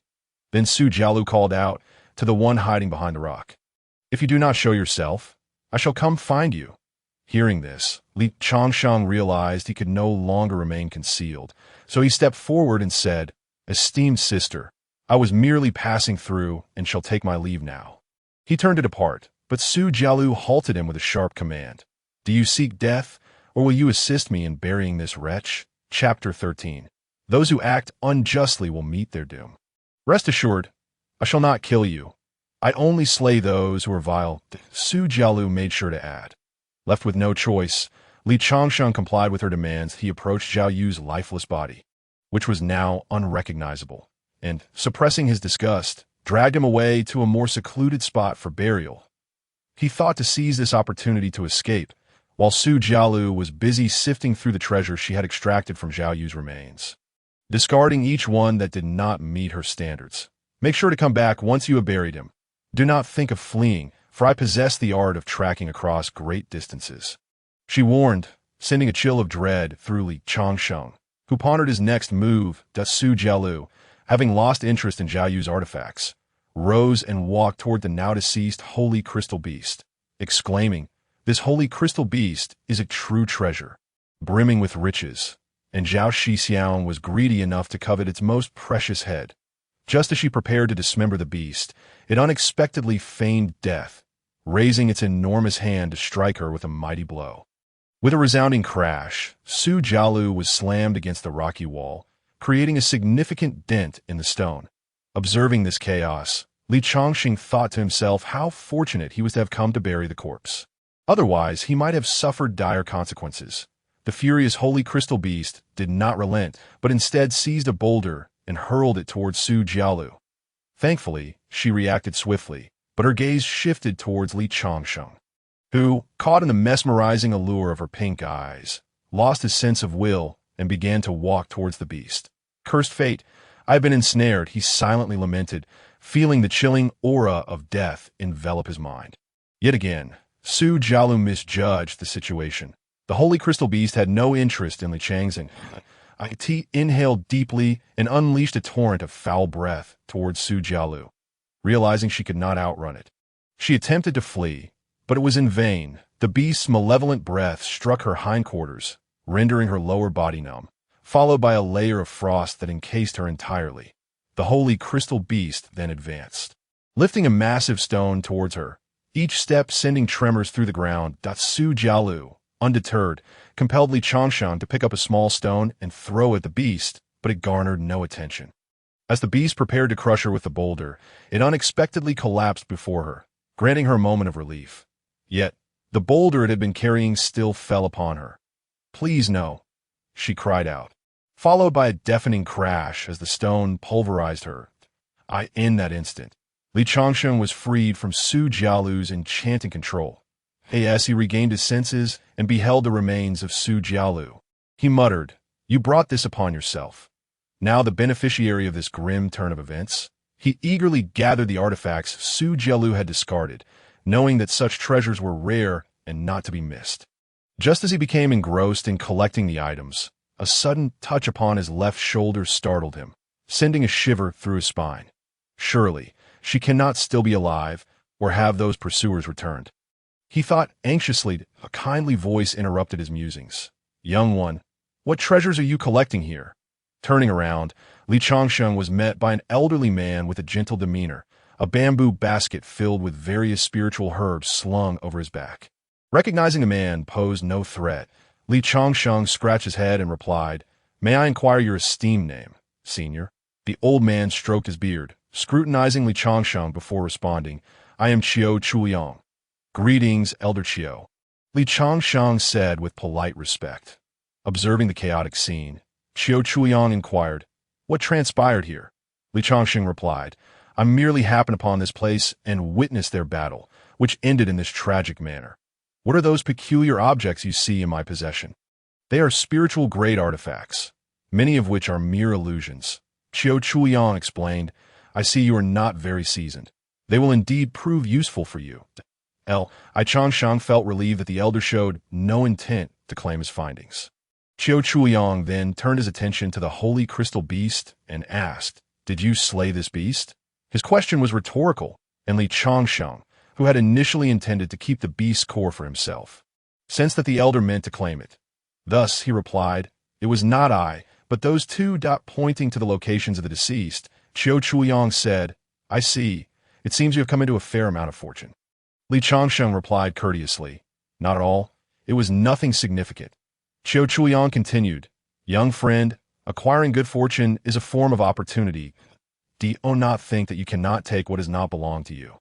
The one who could have claimed it is now dead, and if neither of us takes it, it will merely lie abandoned in this desolate mountain, benefiting another."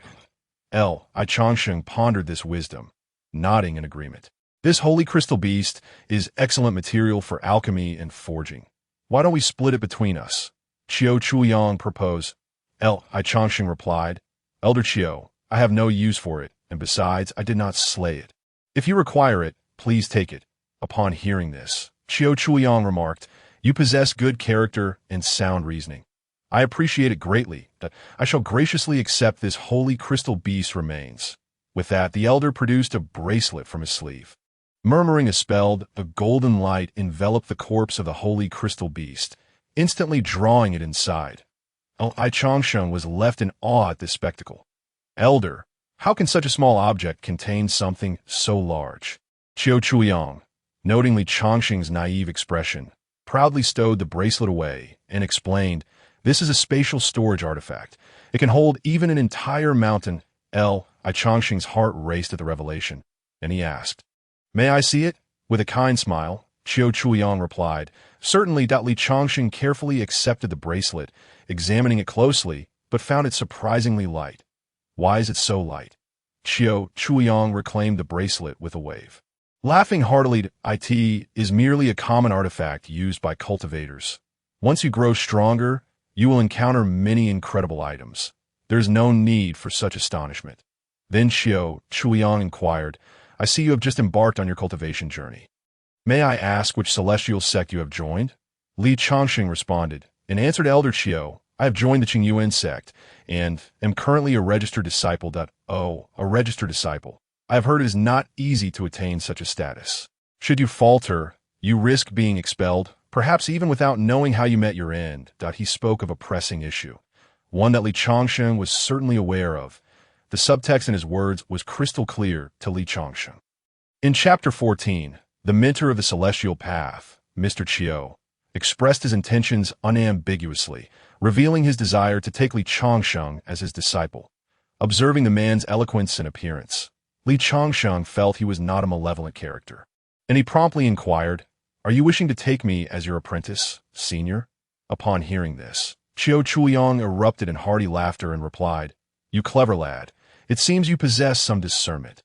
Although my cultivation is modest and cannot compare to the grand figures of the celestial sects, I can certainly offer you some guidance that, if you do not mind, I would be pleased to accept you as my disciple." Just as Li Changsheng had anticipated, he realized that without a mentor to guide him, relying solely on his own understanding and cultivation, he might struggle to even achieve the second layer of the spirit realm in 2 years. Yet he grappled with whether this would betray his promise to Ling Dao Xianren. Noticing Li Changsheng's hesitation, Qiu Chuliang added, "I understand your concerns. I know many prominent figures from your Qingyuan sect, and it is not unreasonable for them to disapprove."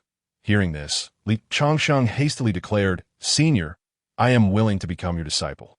Qiu Chuliang, upon hearing his agreement, revealed a kind smile and said, "Very well, we shall forego the formalities of the apprenticeship ceremony.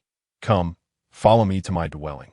Subsequently, gathering his belongings, Qiu Chuliang led Li Changsheng into the mountains.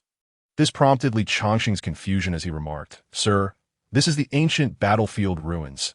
Should we not be heading out?" Qiu Chuliang, walking ahead, replied, Changsheng, do you know that the most perilous places are often the safest? His words held merit in the current context, and Li Changsheng ceased to doubt, instead beginning to inquire about the art of cultivation. Sir, why do you reside in such a perilous location? Qiu Chuliang responded. I naturally prefer solitude.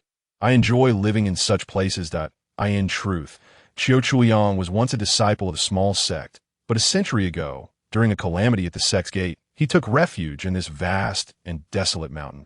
Known to the world as the ancient wilderness ruins. I Changsheng continued to ask, what is this place? I have heard people say it is a forbidden zone. Upon hearing this, Qiu Chuliang explained, legend has it that a great battle occurred here 10,000 years ago, during which many prominent figures from the great sects of the Central Lands perished. However, many treasures were also left behind in these 10 Directions mountains. Your Qingyuan sect's founder established the sect based on a precious pagoda. I stumbled upon this place by chance and discovered it is not as terrifying as cultivators claim. It possesses many fine locales, hence I chose it as my abode, enjoying the freedom to seek enlightenment. His entire narrative instilled in Li Changsheng an unwavering belief that he had encountered a reliable individual, far superior to merely being an anonymous named disciple. After traversing countless mountains and fields over the course of 2 days, day and night, the two finally arrived at a picturesque clearing. There were small bridges and flowing streams, shaded by lush trees, and most remarkably, the spiritual energy here was remarkably dense, surpassing that of the misty hidden mountains. Here we are, Qiu Chuliang announced, leading Li Changsheng to this locale. Changsheng, this is where I reside. Here you may venture out on even days, but not on odd days. Hearing this, Li Changsheng asked, Sir, why must we differentiate the days for going out? Qiu Chuliang replied, to live safely, you must heed my advice. This was not a threat to Li Changsheng, but rather a caution. The realm was extremely chaotic, and while odd days were fraught with peril, odd days were relatively calm, during which various strange occurrences would manifest. Thus, Qiu Chuliang spoke to him in this manner. Realizing there might be deeper meanings hidden within, Li Changsheng refrained from further inquiries and turned his attention to the herbs drying in the courtyard. Just by scent, he discerned that these mixed herbs were imbued with rich spiritual energy, far superior to those he had gathered himself. Qiu Chuliang organized his belongings, noticing Li Changsheng's keen interest in the herbs. He asked, have you studied alchemy? Li Changsheng, thinking of the mundane alchemy he had learned from physician, replied, I learned a bit from a doctor in the past.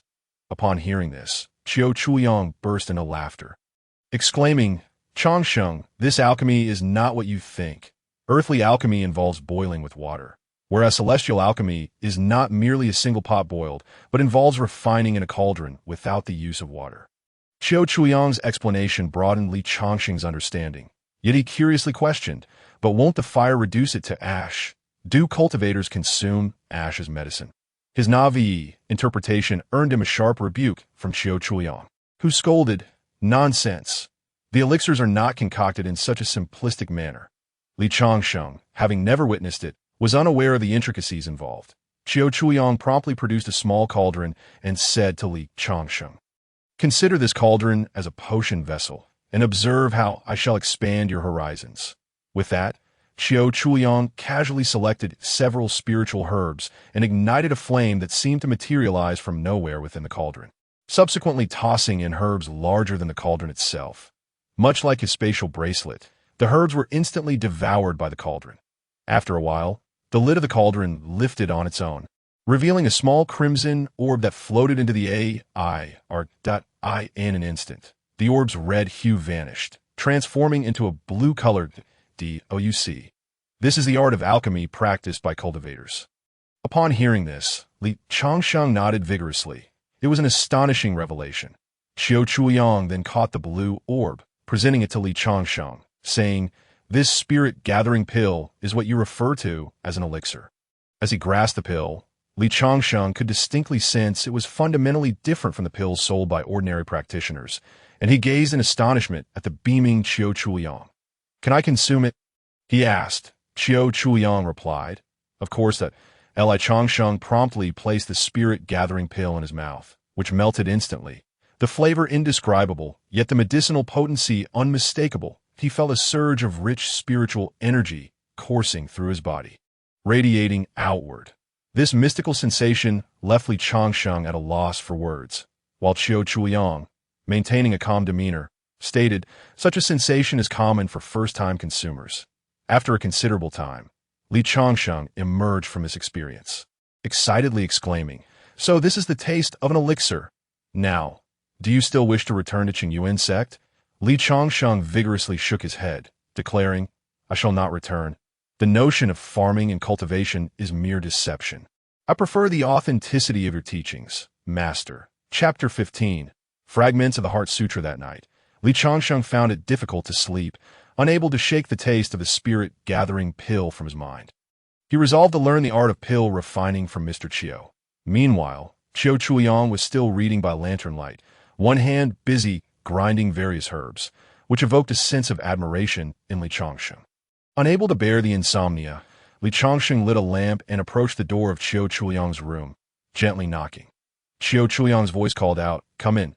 Hearing this, Li Changsheng felt a surge of joy and entered the room, where a strong medicinal aroma greeted him, far more intense than the apothecary he had frequented in CC Town, causing him to instinctively cover his nose. "Sir, do you also study pharmacology?" Qiu Chuliang did not glance at him, but remained focused on his book, replying, "This is alchemy, not mundane pharmacology.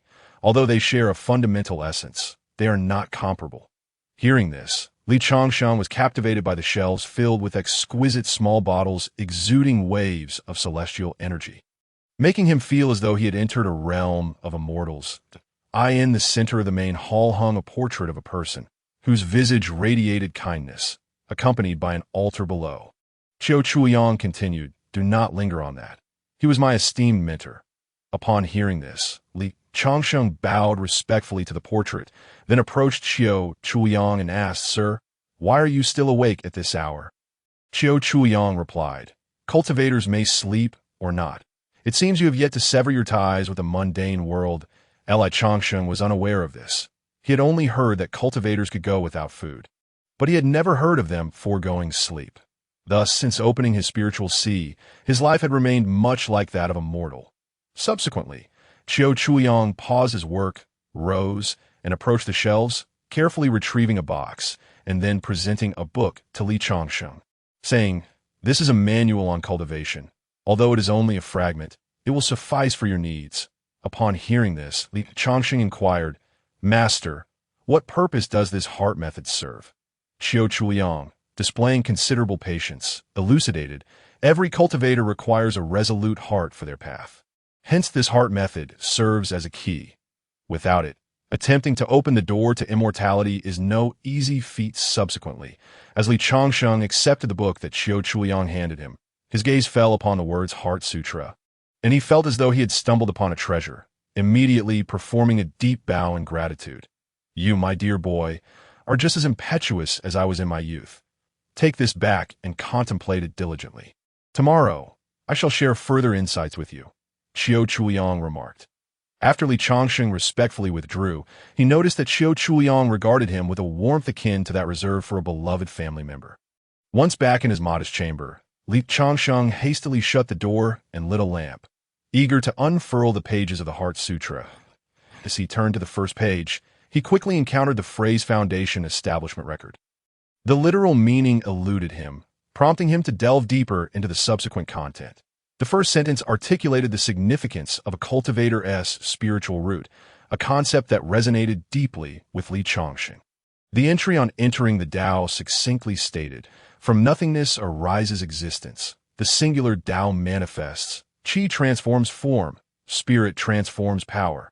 Heaven has its principles. Earth has its responsibilities, grounded in the spiritual sea, guided by the heart." With his extensive literary knowledge, he grasped the hidden meanings within those words with ease. He then commenced his cultivation according to the methods outlined in the entry on entering the Tao. As he closed his eyes and entered a meditative state, the words he had just read echoed in his mind. The phrase "from nothingness arises existence" encapsulated the journey from mortal to immortal, indicating the first celestial law that each cultivator must master. With this understanding, Li Changsheng entered a state of cultivation, and through this method, he once again sensed the omnipresent mysterious force around him. Suddenly, he realized that this was indeed the spiritual power that permeated the universe. This spiritual energy required the ubiquitous qi to be absorbed into the cultivator's being. Yet first, the cultivator must comprehend the method of qi absorption.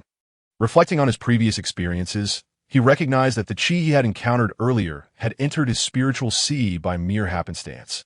Not through his own cultivation efforts, it dawned on him why he had struggled to absorb spiritual energy in recent times. He had yet to grasp the true method of qi absorption. With the guidance of the Heart Sutra, Li Changsheng no longer believed that the spiritual energy of the world was only present at dawn. In that moment, he understood why. During his moments of quiet reflection, he often sensed an invisible force swirling around him. He was unable to draw it into his spiritual as he began to grasp the principles embedded in those few profound sentences. He felt the spiritual energy unconsciously starting to flow into his spiritual sea, and he distinctly sensed his internal strength beginning to amplify.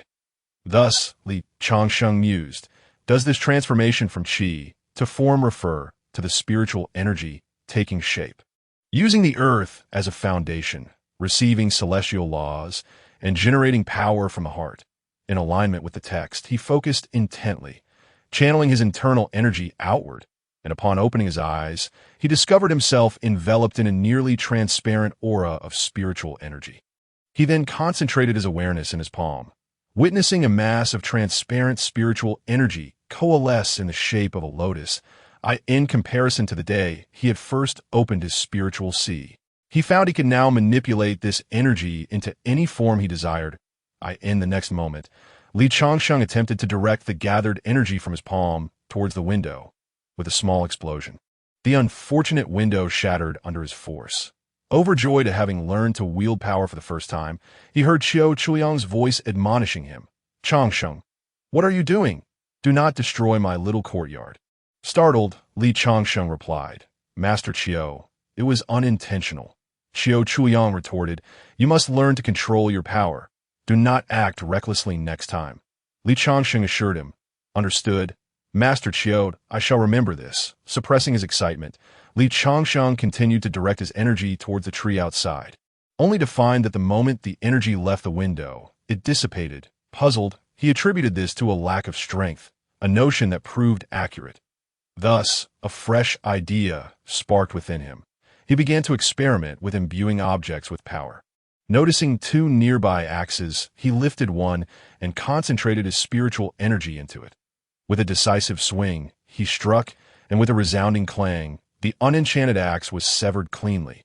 Witnessing this astonishing spectacle, Li Changsheng's mind brimmed with fantasies, though he remained unaware that such a level of power was trivial for a cultivator. After pausing to reflect, he decided not to pursue further reading. Fully aware of his own foundation, he recognized that the path to immortality could not be traversed in a day or two. As such, he carefully concealed the Heart Sutra scroll away. Chapter 16. The challenges of cultivating with mortal roots. The following day, as sunlight streamed into view, Li Changsheng, having not slept a wink, felt no fatigue. Instead, he made his way directly to Qiu Chuyang's quarters, knocking at the door. From within, Qiu Chuyang's voice called, come in. Upon entering, Li Changsheng discovered Qiu Chuyang indulging in a bath. Faced with this situation, Li Changsheng's instinct was to leave to avoid any impropriety. But Qiu Chuyang spoke, I noticed you were awake all night. Have you gleaned any insights from the Heart Sutra? In response, Li Changsheng joyfully replied, thanks to your generous gift, Master, I've already memorized the first chapter. At this, Qiu Chuyang's eyes widened in astonishment, and he said, then show me what you have learned. Immediately, Li Changsheng focused his energy into his spiritual sea and unleashed a palm strike towards the door. With a resounding bang, a nearby stone shattered upon impact. That be why this time. Qiu Chuyang had dressed and emerged, standing before Li Changsheng, who had exceeded his expectations in controlling his newfound power. Qiu Chuyang stroked his beard, his eyes gleaming with pride, declaring, excellent. Observe closely as I teach you what it means to create from nothingness, how one form encompasses myriad forms. and the myriad laws of the Tao. Upon finishing his words, Qiu Chuliang unleashed a surge of his own aura, a pressure so immense that it rendered Li Changxing's eyes wide with astonishment. The imposing figure of Qiu Chuliang before him was unlike any he had previously encountered, evoking within him a sense of admiration. "Master, that is enough," Li Changsheng exclaimed. "Changsheng, take note that even we, with our mortal roots, can achieve greatness." As Qiu Chuliang's aura intensified, a tempest arose around them, enveloping the courtyard in a clearly visible formation. A sight that epitomized the aura of a true powerhouse for someone like Li Changsheng, who had just embarked on his path to immortality. Once Qiu Chuliang retracted his aura, all returned to normalcy. He then stroked his beard and inquired, "How do you find it?" At that moment, Li Changxing's expression was one of pure envy, lost in thoughts of when he might attain strength akin to that of Master Qiu. After a brief hesitation, he finally responded, "Master, you are formidable. When might I become as strong as you?" Qiu Chuliang chuckled heartily. "You, my dear boy, must remember that haste breeds folly. Cultivation encompasses 4 aspects: heart, body, thought, and power, which must advance in harmony to yield results that do not be so eager to learn everything you see. What you learn may not necessarily benefit you." I Changxing replied, "Thank you for your guidance. Mastered, I shall keep your words close to heart. Know that my regard for you lies not in your abilities, but in your lack of greed and the purity of your heart. Today, I shall impart wisdom on how we with mortal roots may cultivate." Qiu Chuliang's words stirred a surge of excitement within Li Changsheng, prompting him to ask, "Master, are you also of mortal roots?" "Of course," Qiu Chuliang replied, stepping outside to sit beneath a tree. I Changsheng, discerning and attentive, poured tea and sat beside him, eager to hear what Qiu Chuliang would share. As they savored the warm tea, the chirping of birds echoed, and falling petals signified that spring was nearing its end. Watching the petals drift into his teacup, Li Changsheng instinctively reached to remove them, only to be halted by Qiu Chuliang. "Changsheng, cultivation is akin to brewing tea. Just as the petals impart a unique flavor to the tea, they also represent an opportunity. However, even ordinary tea possesses bitterness and can be savored. Yet, despite being the same tea, why do some hold greater value than others?" Li Changsheng, lacking insight into this matter, shook his head in uncertainty. Qiu Chuliang's metaphor carried profound meaning. The world is vast, and countless cultivators aspire to ascend, yet none have etched their names into the annals of history. In contrast, ordinary tea requires merely to be picked and dried, while renowned teas demand meticulous processes, shading, roasting, and careful preparation before they can be steeped in hot water to release their essence. Thus, we are the lowest of the low in the cultivation realm. If one merely wishes to languish through life, one will only taste the bitterness of tea. Without refining oneself, one cannot unleash their true potential. Thus, the path of cultivation is fraught with challenges not only for those with mortal spiritual roots, but also for those possessing profound and heavenly spiritual roots. All face difficulties.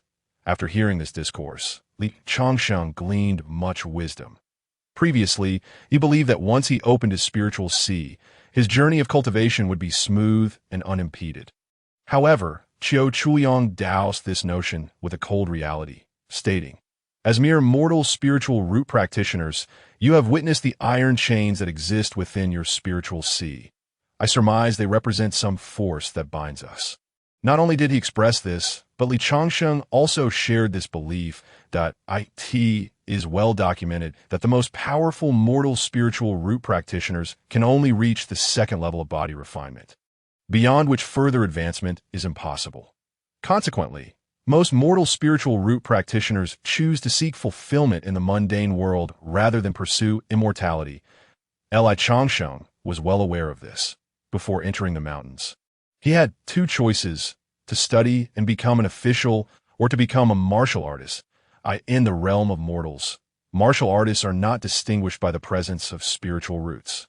They cultivate their bodies directly. Of course, those with mortal spiritual roots would achieve greater heights than ordinary individuals. After allowing Li Changsheng some time to ponder, Qiu Chuliang continued, "Therefore, Do not assume that mastering the control of power guarantees a smooth path to immortality. This statement left Li Changsheng somewhat perplexed. Little did he know that what he had learned to control was merely the ability that practitioners of profound spiritual roots could intuitively grasp after opening their spiritual seas. While he had expended immense effort to attain such control, consider someone like Xiao Chuliang. Though he is but an example, the price he paid for his cultivation would surely astonish Li Changsheng if revealed. Thus Li Changsheng inquired, "Sir, how long must I train to become as strong as you?" Upon hearing this, Xiao Chuliang laughed heartily, replying, "Given your current circumstances, it would take at least 100 years to reach my level." This remark struck a blow to Li Changsheng's resolve, for to become a golden core practitioner in a century seemed a daunting prospect. Calculating his own lifespan, he realized he did not possess 100 years to spare and thought to himself, "What shall I do then? If a century would not suffice to reach the golden core stage, would he perish?" Such was Li Changsheng's inquiry. Xiao Chuliang responded, "Perish. Our fate is far worse than what you call death. If one does not reach the golden core stage, their body begins to disintegrate, losing a piece of flesh and a drop of blood each day, until ultimately they collapse. Yet your soul remains, trapped in a state of suffering that is worse than death, yearning for an end that will not come." Xiao Chuliang laid bare the fate of mortal spiritual root practitioners, which inevitably instilled a sense of retreat in Li Changsheng. However, he soon sensed something amiss and asked, "Sir, how do you know of such an ending?" Upon hearing this, Xiao Chuliang hesitated for a moment before answering, "These are just remnants of the past. If you wish to listen, I can share my tale." The story was lengthy, and Li Changsheng was captivated, perceiving that Xiao Chuliang had once sought the path to immortality alongside others, yet all had perished, leaving only him alive, which prompted a flicker of doubt in Li Changsheng's mind that he queried, "Then how did you survive, sir?" Xiao Chuliang, anticipating this question, promptly replied, "This brings us to a particular wooden box I encountered." Chapter 17. But I have my secrets. Years ago, 2 companions joined me in the pursuit of immortality, both of whom succumbed to bodily disintegration before my eyes. Thus, I desperately sought a solution. Subsequently, Xiao Chuliang arrived at this place, amidst the vast ruins of the ancient battlefield, where he discovered a unique locale adorned with verdant mountains and flowing waters, resembling a paradise, yet devoid of inhabitants. Upon entering the structure as an unexpected guest, he beheld a suspended wooden box, and it was this very box that heralded the continuation of his journey towards immortality. After exhausting every means, Xiao Chuliang managed to open the wooden box, from which he retrieved a fragment of the Heart Sutra, enabling him to truly grasp the essence of the Tao and the cause and effect of life, which ultimately became the treasure that allowed him to break through to the second level of body refinement. However, this was nearly a secret matter. Had it been Li Changsheng, he surely would not have divulged such information to others, especially considering their mere acquaintance as master and disciple. Xiao Chuliang's teachings inevitably raised suspicions in Li Changsheng, who could not fathom why a stranger would extend such kindness towards him. Just as he grappled with this perplexity, Xiao Chuliang's words dispelled his doubts. Every cultivator can perceive their own fate. The reason I share this with you is that I am aware my lifespan is nearing its end, and I do not wish for my efforts in this life to be in vain. And thus encountering you is a stroke of fortune for me. As the saying goes, cause and effect cycle. I hope this connection will continue. Both of us hail from mortal spiritual roots and understand the arduous nature of cultivation. It is more challenging than a mere mortal aspiring to ascend to the heavens that I yearn to advocate for all mortal spiritual root practitioners and to continue the struggle against the heavens. However, I have reached my limits. Meeting you has rekindled my hope. Few can seek the Tao and pursue immortality with mortal spiritual bodies. I do not wish for my efforts to be squandered. So I shall place all my hopes upon you, hoping you can advocate for all mortal spiritual root practitioners.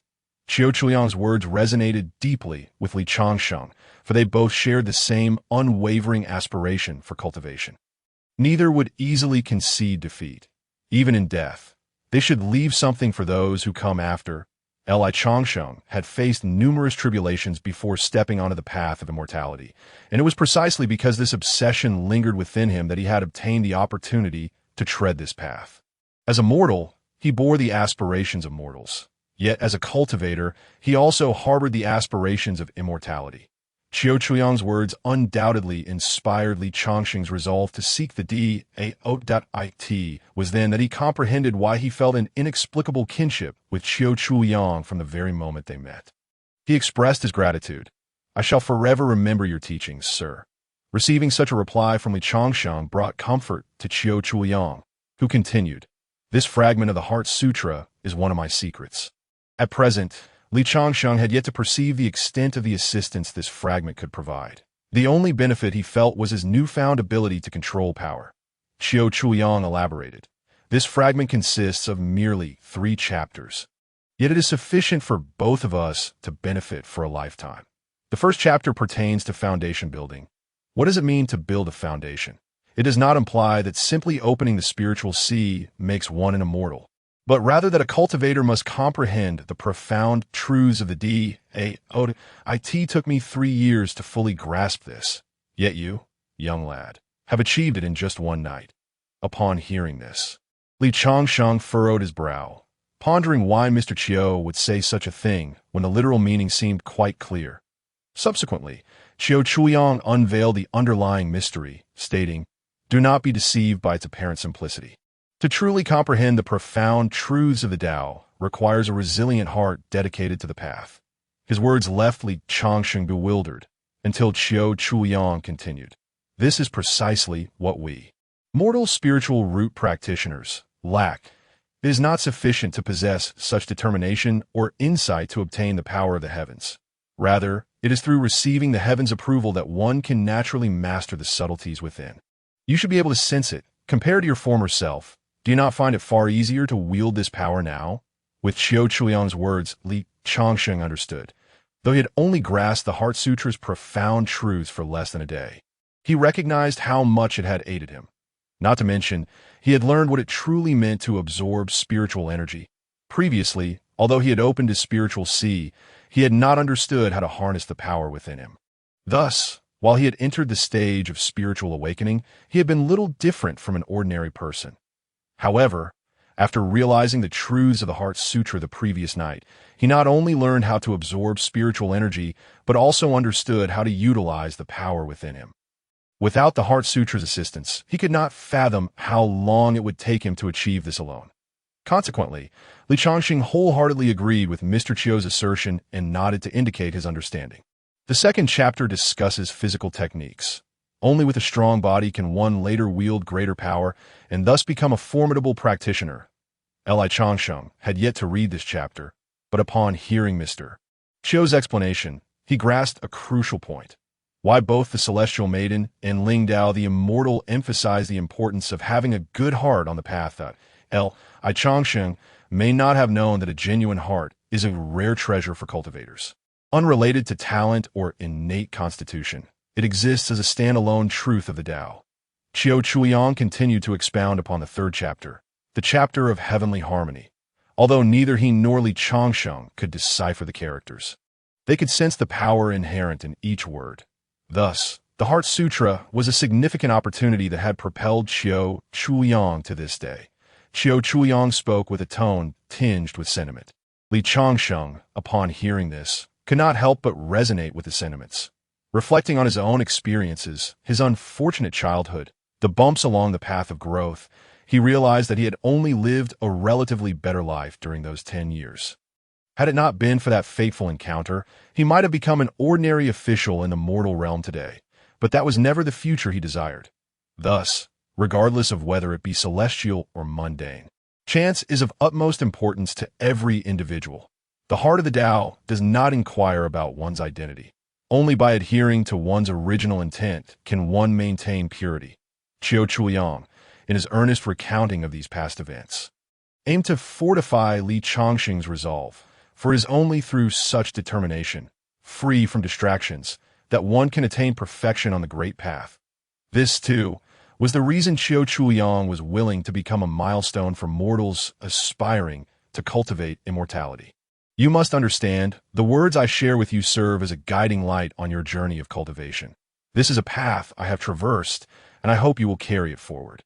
In the first half of his discourse, Qiu Chuliang elaborated on the origins of mundane spiritual roots in cultivation, while in the latter half, he would reveal the true cause. Chapter 18. The body of life continuation, which came first in this world. The chicken or the egg, the immortal or the mortal. Qiu Chuliang surely possessed his own method to address the challenges faced by cultivators of mundane spiritual roots. I Chongqing understood that the fragmented scripture could only aid mundane spiritual root cultivators in better mastering their power. There must be other difficulties they faced. Otherwise, he could not fathom why, despite possessing spiritual roots, the vast majority chose to become mere warriors. As he pondered, Qiu Chuliang placed his teacup down, waved his hand, and produced a piece of sheepskin parchment from seemingly nowhere that he declared, "This is the treasure of body refinement that I have forged." Li Chongshang gazed at the sheepskin parchment. He could not discern anything extraordinary about it. Qiu Chuliang continued, "This is the secret treasure that has allowed me to extend my immortal journey, the art of body refinement. This technique can elevate the physique of mundane spiritual root cultivators to be akin to that of those with profound spiritual roots." Li Chongshang realized that such a treasure was something countless mundane spiritual root cultivators yearned for. Even though Qiu Chuliang was his master, it was unlikely he would so easily bestow it upon him. Confused, he wondered why Qiu Chuliang was treating him with such kindness, so much so that it frightened him. However, Qiu Chuliang's words dispelled this thought once more. "Do you know why I'm showing you this secret technique?" Li Chongshang shook his head, yet Qiu Chuliang could see the confusion in his eyes. He continued, "It is because you are the disciple I have chosen. Your path is still long, and my time is not far off. I cannot bear to take my teachings to the grave, in comparison to your strength. It is your character and determination that make you the successor I have long sought." With this, Li Chongsheng felt no further doubts. He accepted the sheepskin scroll, which bore the 4 large characters 100 refinements body technique, and saw that its contents provided a comprehensive understanding of the physique of mundane spiritual root cultivators. Along with a formula for a medicinal elixir, Qiu Chuliang elucidated the nature of mundane spiritual root physiques. Li Chongshang finally grasped the meaning behind Qiu Chuliang's mention of body collapse. Listen as Qiu Chuliang stated, "Cultivation for mortals is not impossible, but we ultimately face one insurmountable issue, the body itself. The limit of a mundane spiritual root cultivator in withstanding the heavenly path is the second level of body refinement. Beyond this, while the spiritual sea can contain the power of the laws up to the golden core stage, the body cannot progress further." Upon hearing this, Li Chongsheng was taken aback, unable to comprehend why this was the case.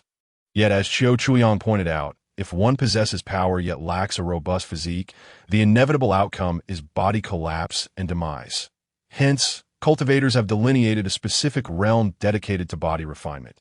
This body refinement realm involves reaching a certain limit in the awakening spirit realm, wherein the spiritual power hidden within the spiritual sea transforms the body from within, refining it into a true.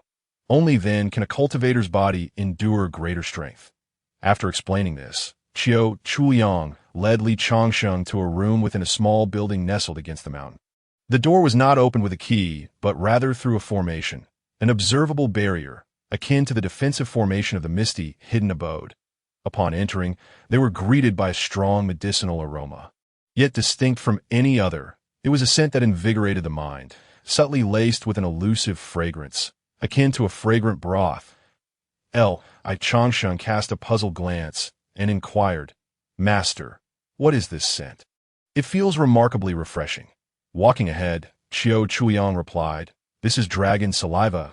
Chongqing surely did not know what dragon saliva was, but he certainly recognized the dragon saliva pill he had previously consumed.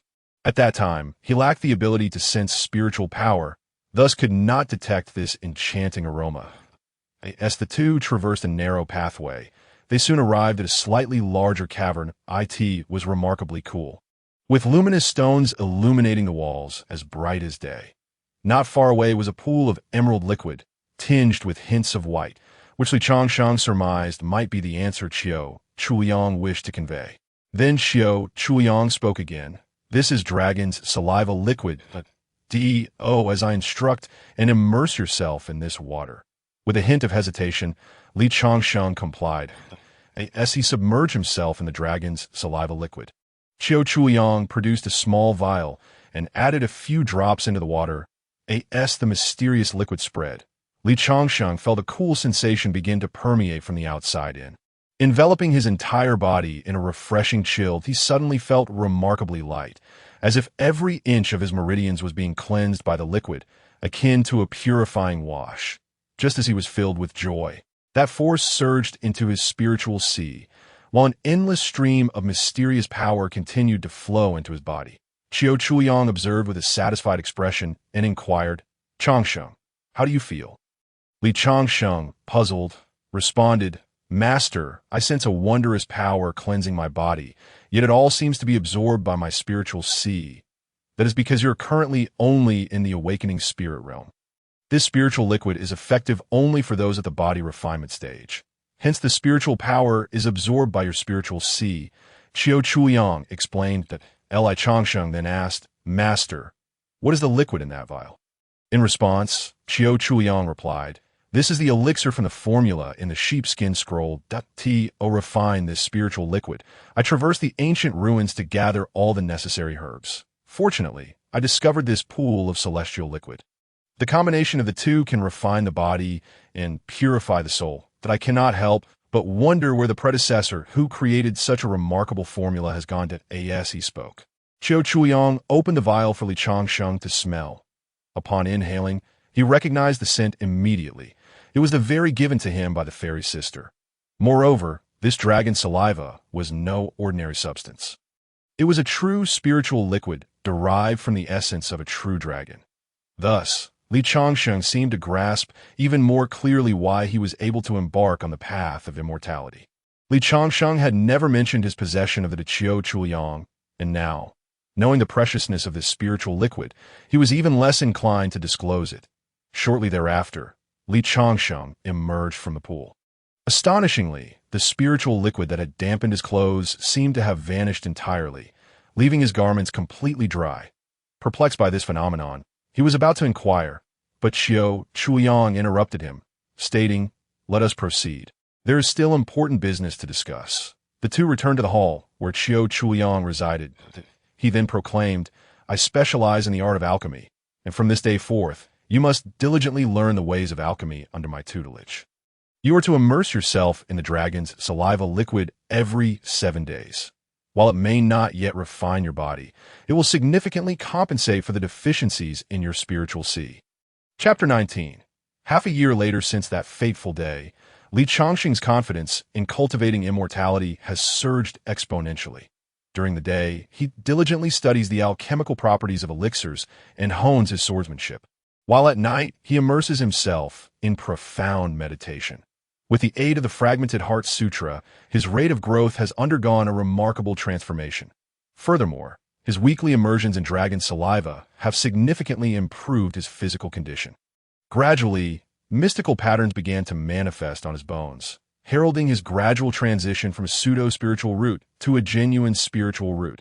After 6 months, Li Changsheng's spiritual sea has expanded by more than double, and his strength has ascended to the second layer of the spirit opening realm. During this time, he has also gained a deeper understanding of the ancient wasteland ruins. He has unearthed numerous treasures within the ruins, discovering many high-grade spiritual herbs, though his current strength limits his ability to acquire them. Today, as per his usual routine, Li Changsheng slung a bamboo basket over his shoulder and ventured into the ruins in search of heavenly treasures. He arrived at a desolate cliffside waterfall, equipped with the treasured sword gifted to him by Mr. Qiu, ready to confront the azure-armored lizard once more. This creature had caused him considerable distress 3 months prior, and today he was fully prepared to claim the verdant, crystal-clear herb that lay beneath the waterfall. Approaching the lizard's lair, Li Changsheng first employed explosive pearls he had salvaged from Zhaoyu. The explosive power of these pearls should not be underestimated. He had once unwittingly detonated one in his hand. Narrowly escaping a premature demise at the tender age of 20, he produced several explosive pearls from his pocket and hurled them towards the azure-armored lizard's cave. Hastily covering his ears that a cacophony of deafening explosions reverberated through the air, showcasing the might of celestial treasures, far surpassing any mundane explosives. The massive boulder at the cave's entrance was blown apart, leaving it significantly damaged. With a roar akin to a dragon's cry, the azure-armored lizard erupted from its lair, its body radiating a blue luminescence as it glared menacingly at Li Changsheng. Although the azure-armored lizard was not an exceptionally formidable beast, its speed and venom were formidable. Despite being merely a first-tier third-grade creature, its strength surpassed that of a peak practitioner in the third layer of the spirit-opening realm upon the lizard's emergence. Li Changsheng, undeterred by whether it could comprehend human speech, called out, "Old friend, we've battled each other over a dozen times. You dare not leave your pit, and I cannot enter. You do not consume that herb. So why not hand it over to me?" As soon as he finished speaking, the azure-armored lizard began to retreat, preparing to launch an attack on Li Changsheng. Anticipating this, Li Changsheng skillfully evaded the lizard's strike. As expected, the moment he retreated, the lizard unleashed its long tongue, striking precisely where Li Changsheng had just stood. The stone that had been ensnared by its tongue was now significantly corroded. Li Changsheng had already lost numerous weapons to this venomous creature, and today he had brought along Mr. Chiu's new sword, determined to put an end to this FOAS. The lizard retracted its tongue. Li Changsheng seized the opportunity to place several explosive pearls upon it, enveloping them with a detoxifying agent to ensure they were swallowed. After a muffled explosion, the azure-armored lizard thrashed about in pain, tears streaming from its eyes, its tongue protruding, unable to retract. If the lizard could speak, it would likely berate Li Changsheng as a scoundrel, cursing his ancestors multiple times. Seeing the lizard in distress brought Li Changsheng a sense of relief, and he declared, "Today, you shall experience pain as well. If you know what is good for you, return swiftly and do not impede my harvest of that spiritual herb." However, before he could savor his victory, the azure-armored lizard charged at him with alarming speed.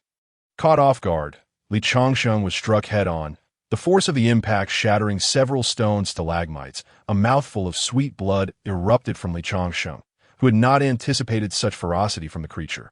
This was their first encounter in close quarters. Before Li Changsheng could react, the lizard launched another assault. Faced with this onslaught, he had no choice but to defend himself with his sword, praying that it would withstand the lizard's powerful jaws. Just then, he hurriedly tossed a vial of poison into the lizard's mouth, releasing a noxious, corrosive odor. The pain forced the azure-armored lizard to release its grip, granting Li Changsheng the opportunity to escape. Seizing the moment, he infused his massive sword with spiritual energy and thrust it forcefully into the lizard's head.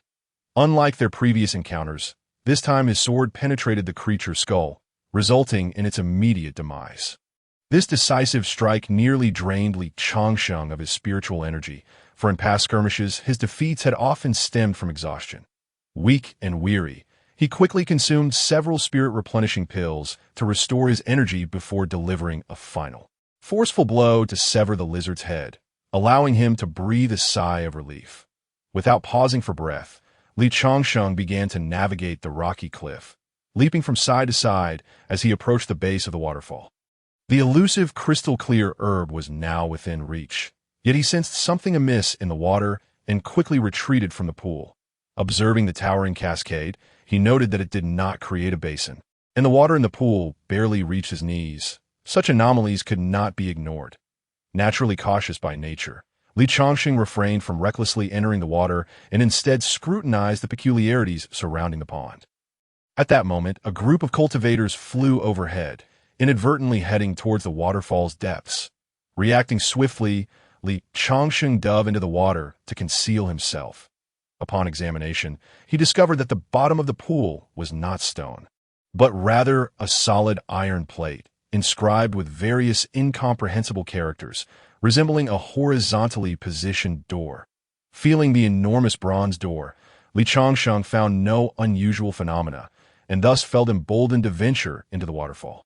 The forceful current felt as if he were bearing the weight of a massive boulder, making it an arduous task to advance even a single step, even with his spiritual energy circulating to shield himself.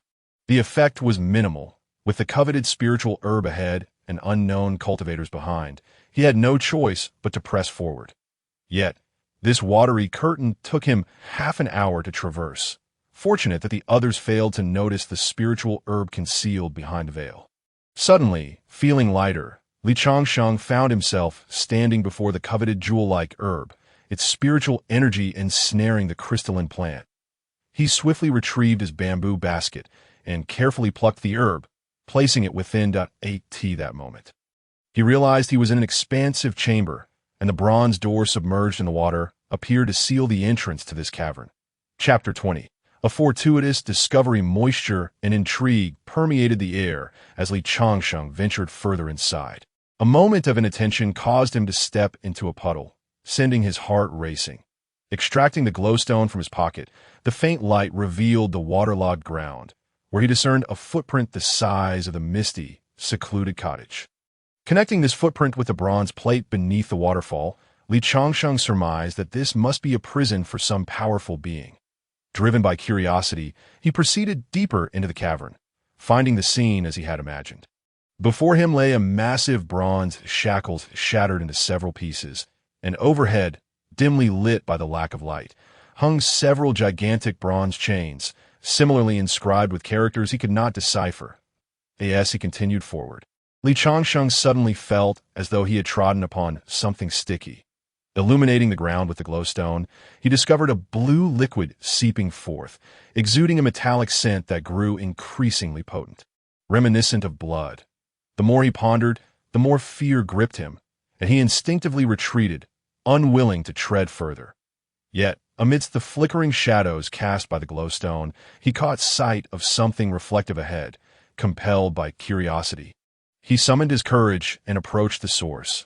Feeling an oppressive weight settle in his chest, a foreboding premonition washed over him. Yet his feet continued to move forward until he was obstructed by something. Raising his gaze, he was met with the sight of a colossal skeleton towering before him, prompting him to wonder, is it dead? Through his own perception, he was certain that no living creature was nearby. Thus, he hurriedly took out several pieces of fluorite and began to manipulate a formation with a semblance of expertise. Before long, with the augmentation of his spiritual energy, a beam of light suddenly illuminated the area. Allowing Li Changsheng to discern the nature of what lay before him, it was a series of massive dragon bones standing erect, remnants of a once mighty creature, with a few scattered dragon scales still clinging to the remains. Though its flesh and internal organs had long since decayed, the dragon's head was also absent, and its four limbs were bound by colossal bronze chains. This mythical beast was something he had only ever heard of in legends. To behold its true form, albeit in death, was a profound shock to his spirit. Out of reverence, Li Changsheng uttered words of devotion towards the great dragon skeleton. That moment, a familiar voice echoed, a squeaky sound that only he could recognize.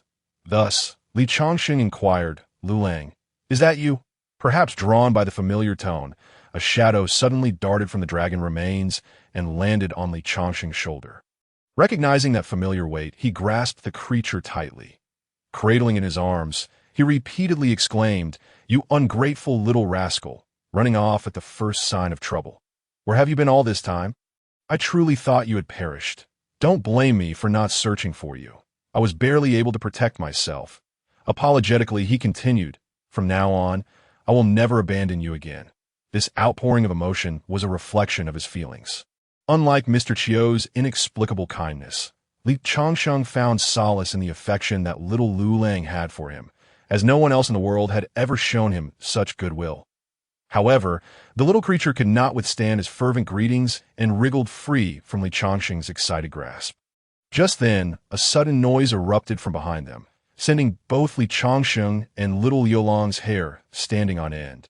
After all, the entity behind them was a dragon, and if it were to awaken suddenly, their fates would be sealed. Moments later, sensing the absence of further movement, both Li Changsheng and little Lulang turned to look back, only to find a scattered remains of a human cultivator, the neat fracture of his ribs indicating he had been cleaved in two by some assailant. Thankfully, it was not a ghostly apparition. Li Changsheng sighed in relief and decided to venture closer for a better look.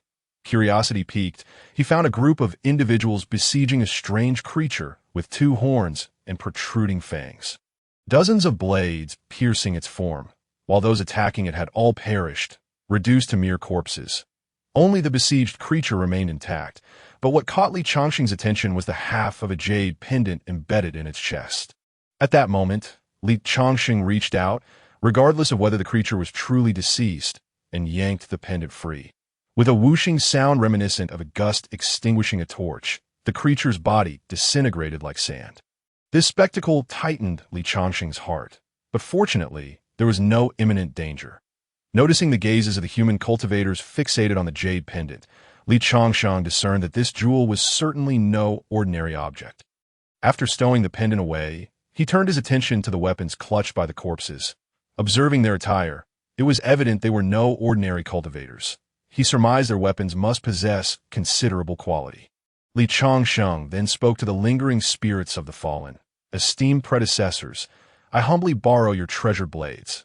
After all, you can no longer wield them, but I vow to utilize these relics for righteous purposes, thereby ensuring your legacies endure in another form. Li Changxing, being a person of integrity, not only appropriated their possessions, but also took care to gather and enter their remains, offering prayers for their souls afterward.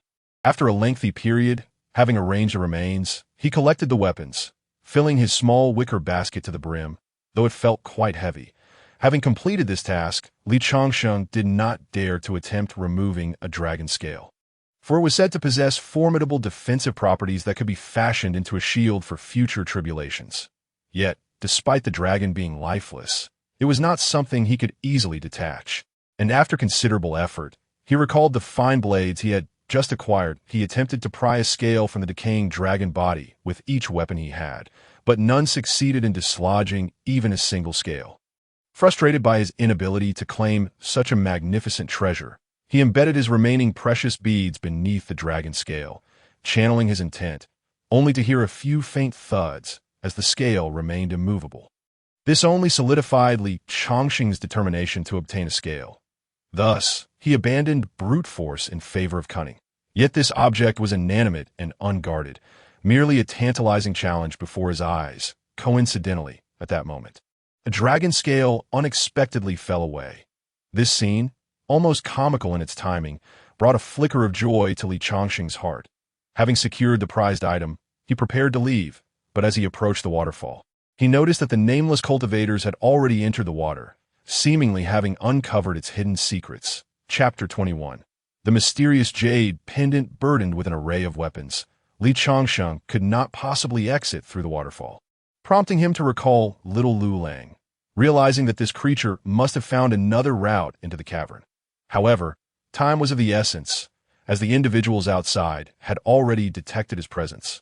Without delay, Li Changxing dashed back with little Lu Lang, the shouts of the others ringing out. Halt! Who goes there? Stop! Brother, pursue swiftly! With that, they surged through the curtain of water. Li Changxing paid no heed to their cries, focusing solely on his escape, grateful that the waterfall momentarily impeded their advance, allowing him to flee. Yet, just as he had made some distance, had it not been for the weight of the heavy weapons he carried, he would have nearly plunged off a cliff. At this moment, he could hear the sounds of those individuals entering the cavern one after another, their pace alarmingly swift. As they approached, an eerie silence fell over them. Then, someone shouted, "Look, it's a dragon!" Realizing that their attention was captivated by the dragon remains, Li Changxing understood that he would not be able to escape easily and sought refuge in a nearby hiding spot. Shortly thereafter, he heard a commotion among those behind him, followed by the clashing of blades. He deduced they had engaged in battle, and the cries of the wounded sent chills down his spine. Despite his curiosity, he refused to turn back to witness the unfolding chaos. His best option was to escape amidst the turmoil. Little Lu Lang seemed to share his understanding, guiding him as they cautiously navigated along the cliffside, occasionally dislodging stones that tumbled into the abyss below. As the debris fell, it seemed to awaken something deep within the earth, accompanied by the sounds of chains rattling and a powerful gust of wind surging upward. Thus, Li Changxing hastened his pace, desiring to leave this place as quickly as possible. It was unclear how long they ascended, but eventually, they reached a spot where light filtered through, the entrance barely wide enough for him to squeeze through. Emerging from the underground, Li Changsheng felt as though he had narrowly escaped death. Although today had presented its share of challenges, he was quite pleased with the spoils of his journey. Moreover, encountering little Lulang held greater significance for him than discovering the elusive by Shui Jinqing grass. By the time evening fell, Li Changsheng returned to his dwelling, heading straight for his room, only to be interrupted by Mr. Chiu's voice calling out to him. "Changsheng, why have you returned so late?" Upon hearing this, Li Changsheng replied, "I encountered a few beastly creatures, which delayed me." "You reckless fool," Mr. Chiu admonished, "I have warned you to avoid the depths of ancient ruins. Should you encounter a formidable demon, it could cost you your life. Henceforth, without my permission, you are not to venture out alone." "Understood, Master," Li Changsheng replied. Li Changsheng finally replied. Subsequently, he opened the door and dragged his heavy bamboo basket inside. Exhausted beyond measure, he collapsed onto the bed, feeling a fatigue unlike any he had ever experienced before. Just as he was drifting off into a hazy sleep, an intense heat surged from his chest, startling him awake. He looked down to find that the pearl-shaped jade pendant had embedded itself halfway into his body. This sight filled Li Changsheng with trepidation. Regardless of the pain, he yanked the jade pendant off and tossed it to the ground. However, this seemingly insignificant pendant emitted a blinding red light, and the startled little stray suddenly became agitated, appearing fearful of the object. Instinctively, Li Changsheng retrieved a box to cover the jade pendant, believing this would conceal its radiance. Yet in the next moment, the wooden box was reduced to ashes.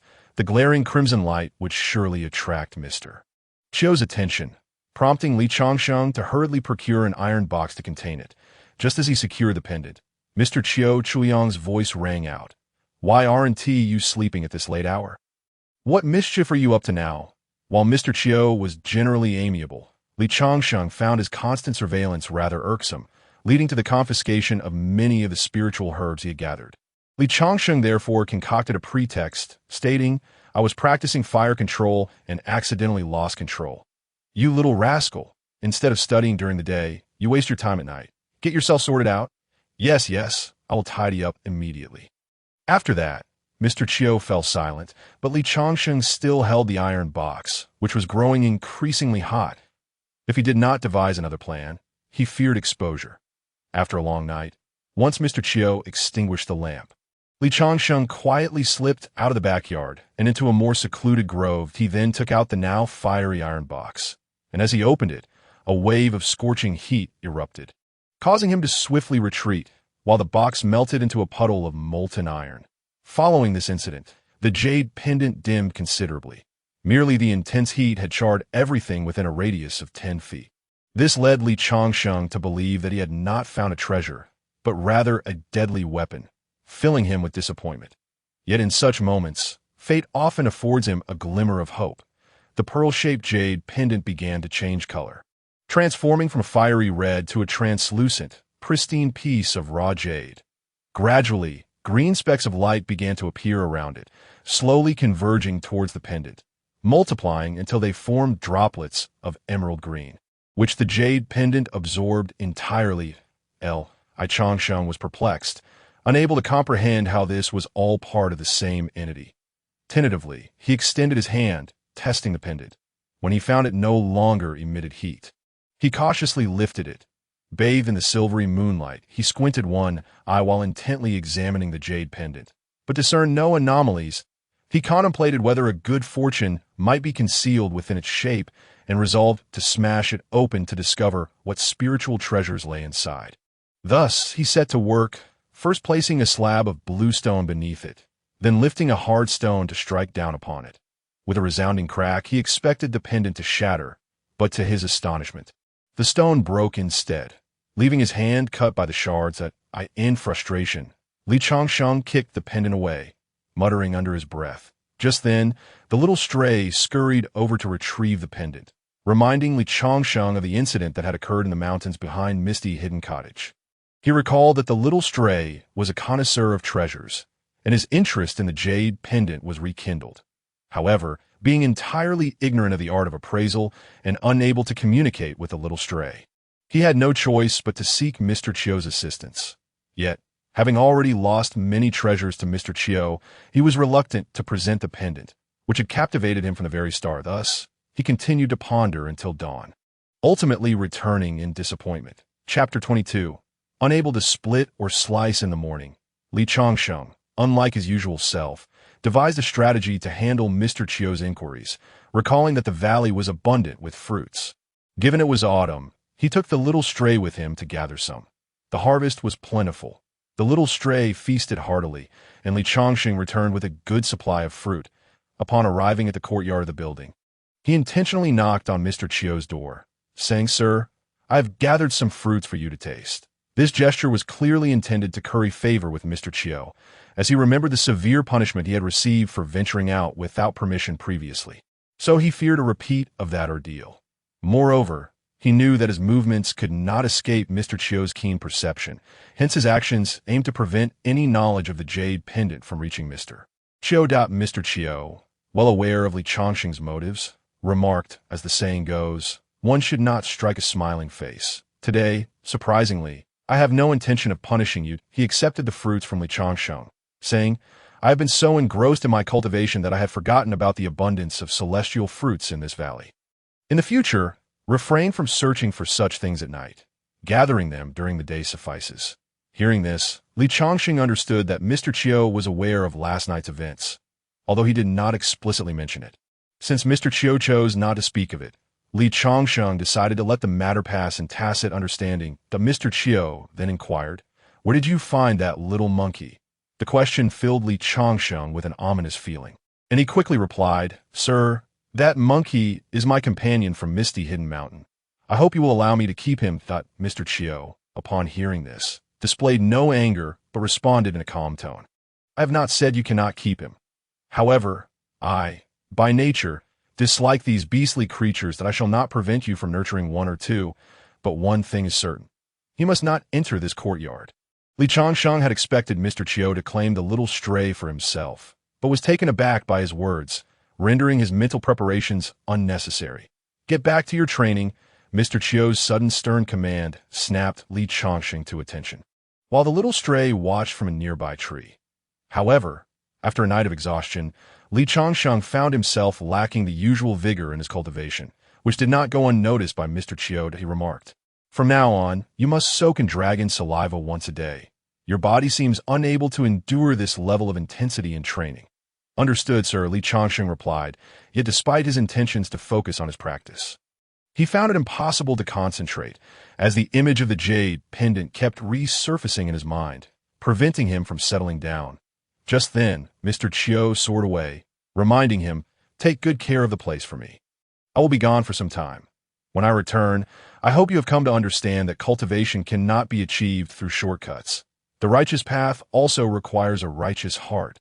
Hearing this, Li Changsheng realized that Mr. Chiu was fully aware of his escapade the previous night, leaving him with a sense of guilt. However, the thought of Mr. Chiu being away for a while filled him with a sense of relief. He called after the departing figure of Mr. Chiu, "I shall heed your teachings, sir." Watching Mr. Chiu disappear, the mountain protection array hummed to life.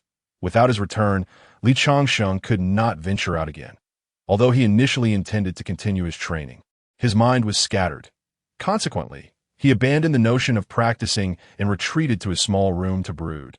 Reflecting on Mr. Chiu's gaze from earlier, he noted a difference in his demeanor, as if he were concerned about something. Yet upon examining his own physical condition, everything seemed perfectly fine, leading him to wonder if the issue lay beyond his perception. On that fateful night, at the same hour, Li Changsheng felt the jade pendant begin to emit heat once again. This time, he had made thorough preparations, placing the mysterious jade pendant in the furnace used for alchemy, reasoning that it could not possibly incinerate his trousers. However, the outcome was less than satisfactory. Much like the cauldron used for refining elixirs, the pendant radiated an intense heat that turned red-hot, though thankfully, it did not melt, and as the clock struck the same hour deep into the night, Li Changsheng awaited the change in color of the orb. And true to expectations, it transformed into a translucent piece resembling raw jade. He then retrieved the orb, only to realize that the cauldron he had used to hold the mysterious pendant had changed color. While his gaze remained fixated upon the pendant itself, as before, The jade pendant began to attract those emerald star-like specks around it. But unlike last night, there were now dozens of them, in no time. They coalesced into a larger droplet of water, capable of enveloping the jade pendant, which was subsequently absorbed into it. Quick of hand and eye, Li Chongqing managed to catch a small droplet just before it was completely absorbed. Pondering what kind of treasure it might be, he carefully stored it in a small porcelain vial for his studies. Subsequently, he took out the swords and daggers he had collected from the waterfall, fully prepared for the day's endeavor, which was to cleave the orb open and discover its secrets. Initially, he wielded a large knife, exerting all his strength to strike down upon it, producing a deafening thud. Not a single fragment of the mysterious jade pendant was dislodged, though the knife suffered a chip. Undeterred, he continued to switch weapons, confident that among the 10 or so blades at his disposal, one would surely suffice. After 5 or 6 attempts, the pendant remained unscathed, which somewhat dampened his spirits. Pausing to reflect calmly, Li Chongqing deduced that his failure to infuse the strikes with spiritual power might be the cause. He then switched weapons once more and unleashed all his spiritual energy in a powerful downward slash. The blow created a deep crater in the floor, but the sword in his hand shattered into iron shrapnel, leaving him utterly depleted of spiritual energy. The jade pendant, however, remained intact, sending Li Chongqing into a state of despair. Observing the destruction of his 10 or so weapons, he felt a pang of regret, as he had intended to trade them for other treasures. Resigned, he examined the mysterious jade pendant once more and noticed something unusual within it. A faint half-circle was discernible, accompanied by a subtle sound akin to a heartbeat. This revelation made his hands tremble, causing him to cast the pendant aside, muttering to himself, "It's alive." As he recalled the location where he had first discovered it, a wave of trepidation washed over him, fearful of the misfortune it might bring. Regaining his composure, Li Chongqing picked up the jade pendant once again, only to place his hopes in the small vagabond creature, believing it might possess the means to unravel the mystery. Each time this creature appeared, he had stumbled upon some fortuitous opportunities. Thus, he handed the jade pendant to the small vagabond, who, upon receiving it, cast a glance at Li Chongqing that seemed to convey a sense of amusement, as though questioning why the foolish mortal had not sought its assistance sooner. With the pendant in its possession, the small vagabond leapt off the table and, after a fleeting glance at Li Chongqing, exited through the door. Understanding the unspoken intent, Li Chongqing followed suit. Chapter 23. The Dragon's Saliva, an Ominous Manifestation. I am not an idealist, yet I firmly believe that some matters cannot simply be resolved through effort and intellect. As he observed the direction in which the small vagabond had departed, Li Chongqing sensed something amiss. Was that not the secret cave where the dragon's saliva was located? Puzzled by the creature's intentions, he could only surmise that it seemed to have an uncanny ability to detect treasures. With Mr. Chiu absent, Li Chongqing boldly allowed the small vagabond to lead him to the cave housing the dragon's saliva. As they traversed the passageway, Li Chongqing felt an inexplicable force awakening, likely emanating from the mysterious jade pendant. As they approached their destination, the pendant radiated a searing red light. Strangely, the small vagabond appeared unperturbed by the heat and light, handling the pendant as if it were inconsequential. Upon nearing the small pool containing the dragon's saliva, the small vagabond abruptly tossed the pendant into the liquid. Suddenly realizing the potential consequences, Li Chongqing dashed forward, shouting no, yet his movements were too late. He watched helplessly as the pendant sank into the pool, and the dragon's saliva began to visibly diminish. In a frantic attempt, he quickened his pace, but it was all in vain. Within mere breaths, the precious substance had vanished. Stunned, Li Chongqing stood there, unable to comprehend the loss of such a valuable item. He even pinched himself to confirm he was not dreaming. Oh no, at a loss. He glared at the empty pool, directing his ire at the small vagabond. "You've caused me big trouble." The small creature, however, seemed indifferent, as if to say it bore no responsibility for the predicament.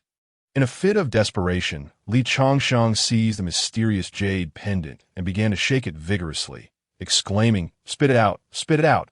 If you don't, I swear I'll cleave you in two." "Precious thing," returned the dragon's saliva, "or I'll certainly be thrown out by Mr. Chiu. Come on, small vagabond. Convince it to return it. I promise you many, many fruits, but the small vagabond paid him no mind. Li Changsheng, feeling utterly helpless, could not fathom how to explain the incident to Mr. Chiu. With no clear escape route, he recalled how well Mr. Chiu had treated him and realized he had nowhere to run. Furthermore, the mountain-esque protective formation was active, preventing his departure. Thus, he simply sat down on the ground, lost in thought, muttering urgently, "What to do? What to do?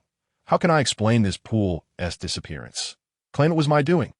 Who would believe such a tale? Perhaps I could say it was stolen, or pretend to have been robbed." After much deliberation, none of these explanations seemed plausible. Ultimately, he resolved to hand the pendant over to Mr. Chiu as atonement, hoping that by relinquishing the situation to him, he might avoid being cast out. Gazing at the now dry pool, Li Changsheng felt a deep sense of loss. Such a remarkable treasure was now gone, leaving him to ponder the fate of his still-developing bone spirit root. With a heavy heart, he prepared to leave when, at that moment, the mysterious jade pendant in his hand began to react. Li Changsheng felt as if he could no longer control the pendant, which forcefully pried itself from his grasp. It then emitted a blinding red light, devoid of heat, as an inexplicable power began to unfurl around him. Once it had reached a certain extent, Li Changsheng found himself enveloped in this force, rendered immobile in that moment of despair. Believing that he was to be consumed by the pendant, he closed his eyes and awaited his demise, thinking that this way he would not have to provide any explanation to Mr. Chiu. Yet, contrary to his expectations, the pendant did not wish for his death. Instead, it spoke, a feminine voice emanating from within, saying, "Thank you for saving me." This sudden voice startled Li Changsheng, who was unaware of the identity or location of the speaker, and he responded, "Who are you? When did I save you?" The voice was soft yet melodious, and it replied, "Bronze inquiring of the profound, myriad celestial beings slaying the dragon. Only my own form, jade and stone alike, shall perish." Li Changsheng could not comprehend a single word of this, bewildered by the references to a bronze door and dragon slaying. Entirely preoccupied with how to explain the disappearance of the dragon-s saliva. "Did you drink my dragon-s saliva?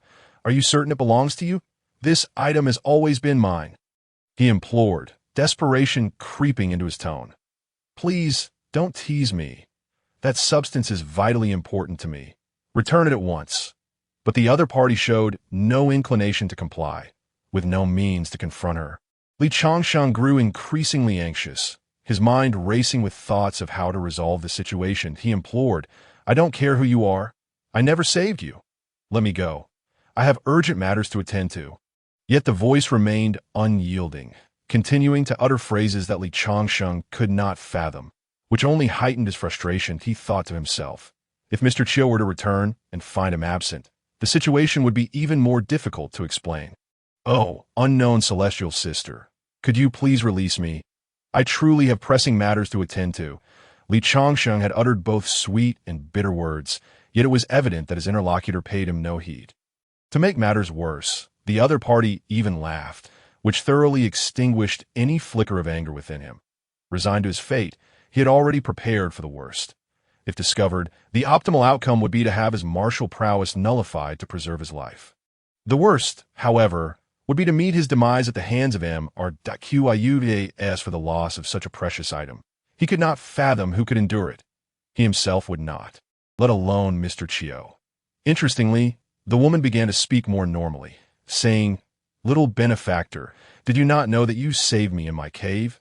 "What cave? What benefactor? Please clarify. I do not understand," Li Changsheng replied with palpable impatience. But the woman continued, "Do you recall the corpse of the giant dragon?" Upon hearing this, Li Changsheng finally connected the dots and exclaimed, "So it was you!" As soon as he uttered those words, he instinctively covered his mouth and widened his eyes, as if suddenly remembering everything in astonishment. He asked, "You are the heartbeat I heard within that jade pendant. Indeed, little benefactor, you have finally recalled. I'm the very heartbeat you heard."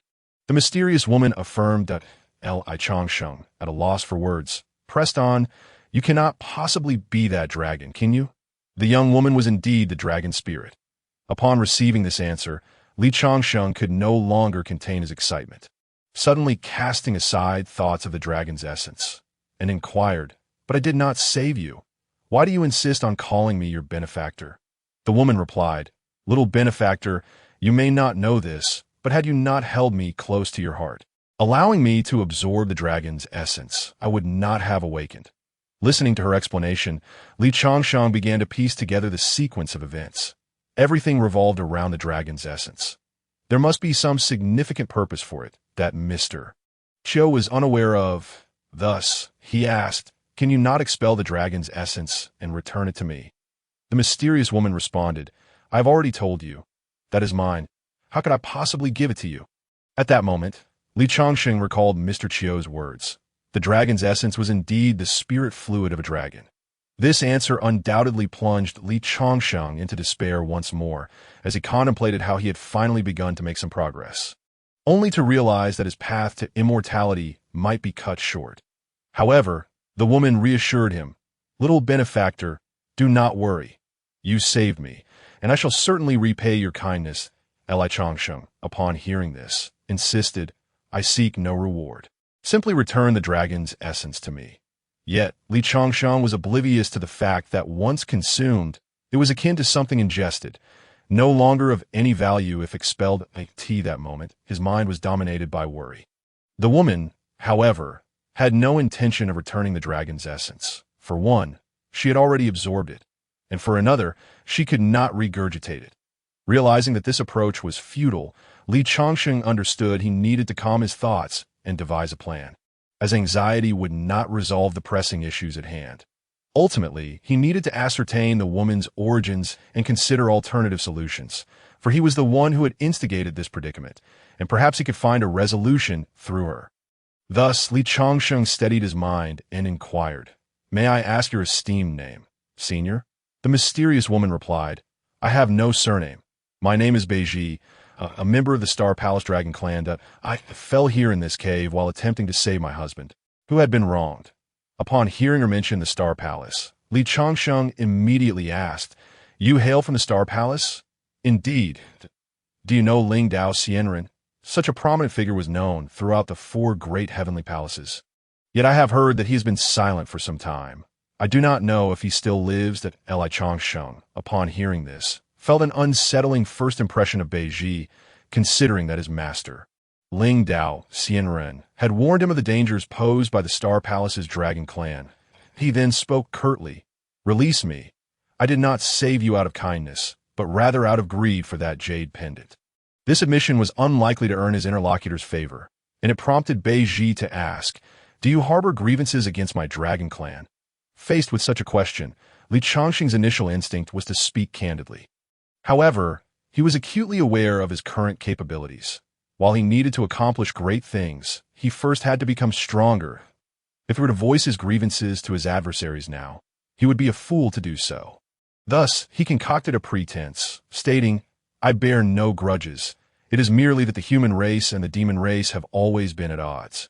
Rescuing you is not my intention.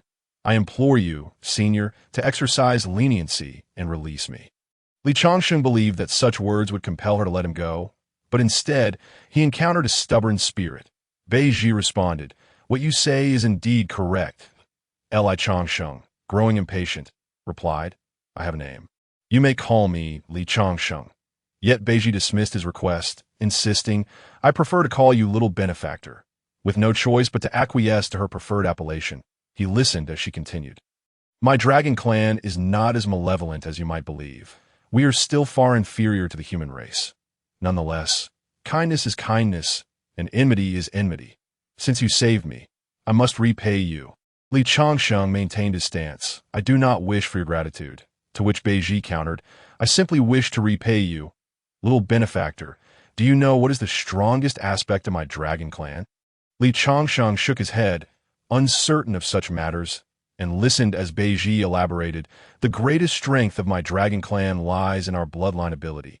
Even in death, we can slowly revive through our lineage." Upon hearing this, Li Changsheng was perplexed.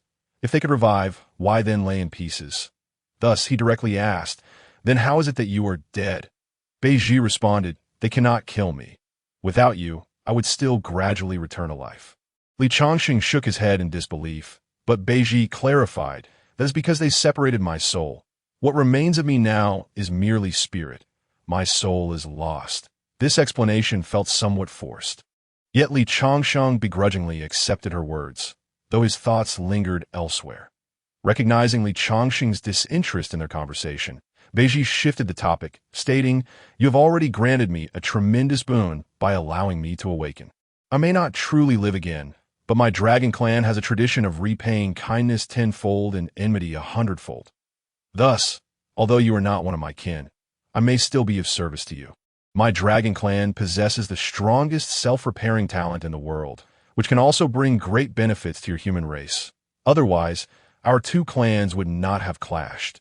Now that I am alive again, I remain merely a spirit that cannot be restored. I can assist you in repairing your spiritual bones, but I ask only that you rescue my trapped child from beyond that waterfall." Her proposal of repayment was one thing, but now she was asking Li Chongsheng to rescue her child, which seemed rather fanciful. Li Chongsheng would certainly not make such a promise. How could he, with his limited abilities, contend with such a formidable entity? He replied promptly, "I say, Senior, setting aside the matter of reviving you, do you truly think I possess the strength to rescue your child? Strength must speak for itself. If he could not even guarantee his own safety, how could he save her child?"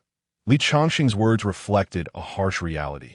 Though he had the intention, it was simply beyond his means, and he saw no reason to entangle himself in such a cause.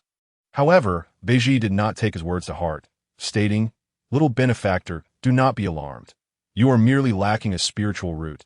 You are not truly without one. To this," he retorted, "is there a difference? Surely those who are truly mundane are stronger than I. I'm already satisfied to have the opportunity to pursue the path of immortality. Then, if I can indeed heal your spiritual bones, what would you do?" Beiji's words piqued Li Chongqing's interest, for nothing mattered more to him than his physical condition. Immediately, he retracted his earlier statements and asked, "What means do you have to assist me?" Beiji replied, "First, you must agree to my request, and I will certainly help you." Regardless of the truth of her words, Li Chongsheng promptly accepted Beiji's condition, thinking that whether or not it could be achieved was another matter. He could hardly refuse anything that might aid him in seeking immortality. Thus, after Li Chongqing's agreement, Beiji kept her word, and suddenly, that mysterious jade pendant appeared within Li Chongqing's body. While he believed this to be the end of the matter, he felt a twinge of disbelief. But Beiji remarked, "Your earthly spirit is already innately damaged and cursed by others. Had you not encountered me, you would have lived no more than another 20 years before perishing." Li Chongsheng had never regarded such warnings as mere hyperbole.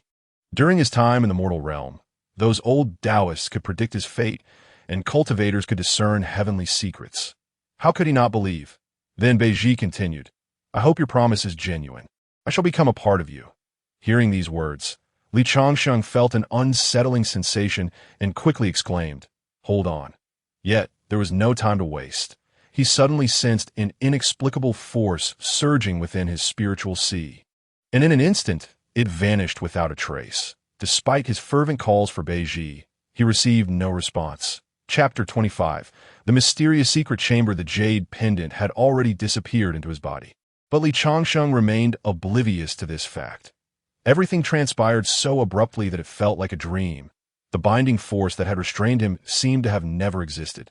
Looking around, he noticed no changes in his surroundings, and his spiritual sea appeared unchanged as well, leading him to feel as though he had been deceived. With a sigh of despair, Li Chongsheng confronted the mess before him, confirming once more that the dragon's saliva was indeed gone, which meant he was not dreaming. Faced with the empty pool, he remained in a daze for quite some time, until an idea struck him. He could concoct a fake dragon saliva to deceive Mr. Chiu. The future could be dealt with later, for he truly had no other means to resolve the matter, and could only take it one step at a time. Emboldened by his audacity, he set out to gather various spiritual herbs from his collection, setting up a large pot to brew a concoction. After a considerable amount of time, he diligently stirred the mixture, and to his satisfaction, the liquid bore no apparent difference from the genuine dragon saliva. After several adjustments, he confirmed that the aroma emitted by the concoction was indistinguishable from that of the dragon saliva.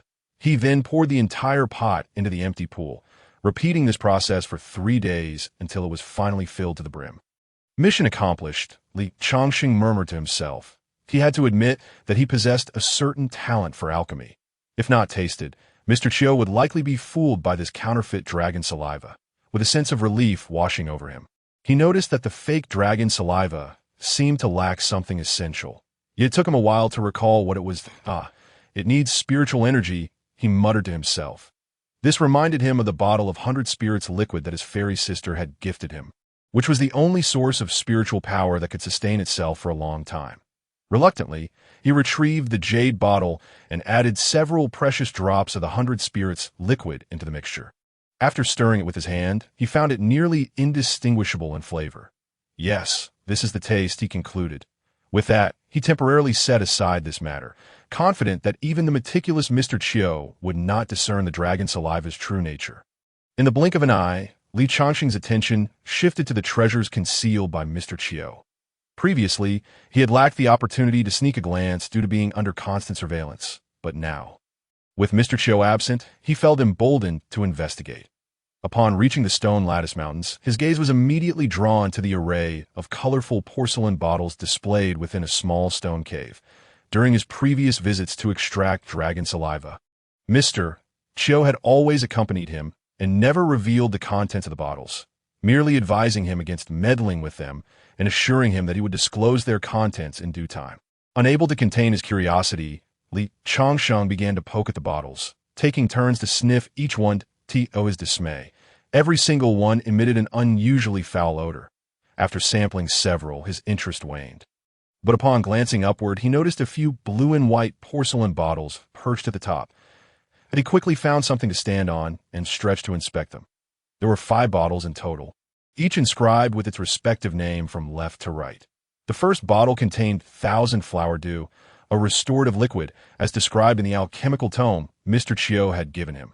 Its preparation was exceedingly intricate and required a plethora of ingredients. The second bottle held goo spirit liquid, used for nurturing goo spirits, unnecessary for the average person and unattainable to the unscrupulous. The third was a soul-destroying pill, a rare and sinister substance. The fourth bore no name, but upon opening it, he was met with a tantalizing aroma reminiscent of feminine essence. However, as he reached for the 5th bottle, he found it ungraspable that a gentle twist revealed that it could be turned. And suddenly, the sound of a stone door creaking open echoed through the chamber. Startled, Li Chongqing turned to see that the secret cave held a hidden chamber. Without a doubt, he would have stepped inside. Yet this time he exercised caution, refraining from entering directly. Fearing the presence of hidden mechanisms, he then recalled the little rogue, summoning him with a few spiritual pills, displaying a mischievous grin that startled the small creature. "Little one, whether you go in or not is up to you," he declared. With a swift motion, Li Chongqing tossed the little rogue into the chamber, fully aware that such an act was rather unkind. Yet confident that the creature would come to no harm, a reluctant cry escaped the rogue, causing Li Chongqing to feel a twinge of anxiety, fearing something might have gone awry. Overcoming his trepidation, he stepped into the secret chamber. Inevitably, misfortune struck. He felt something beneath his feet give way, and he dared not lift his foot, anxiety causing beads of sweat to trickle down his brow. He began to call out for the little rogue to rescue him, but received no reply. Wondering if the creature had encountered trouble, Li Chongqing was suddenly filled with regret. The entrance to the silent chamber offered no hints of sound, and disregarding his apprehensions, he lifted his foot only to be met by 2 swiftly flying arrows aimed at him. He sidestepped just in time to evade the dark arrows, but not without suffering a scratch on his in a moment of panic, he tossed a few luminous stones into the chamber. And just as he raised his head, a ghastly face appeared before him. Terrified, he shouted, "A ghost!"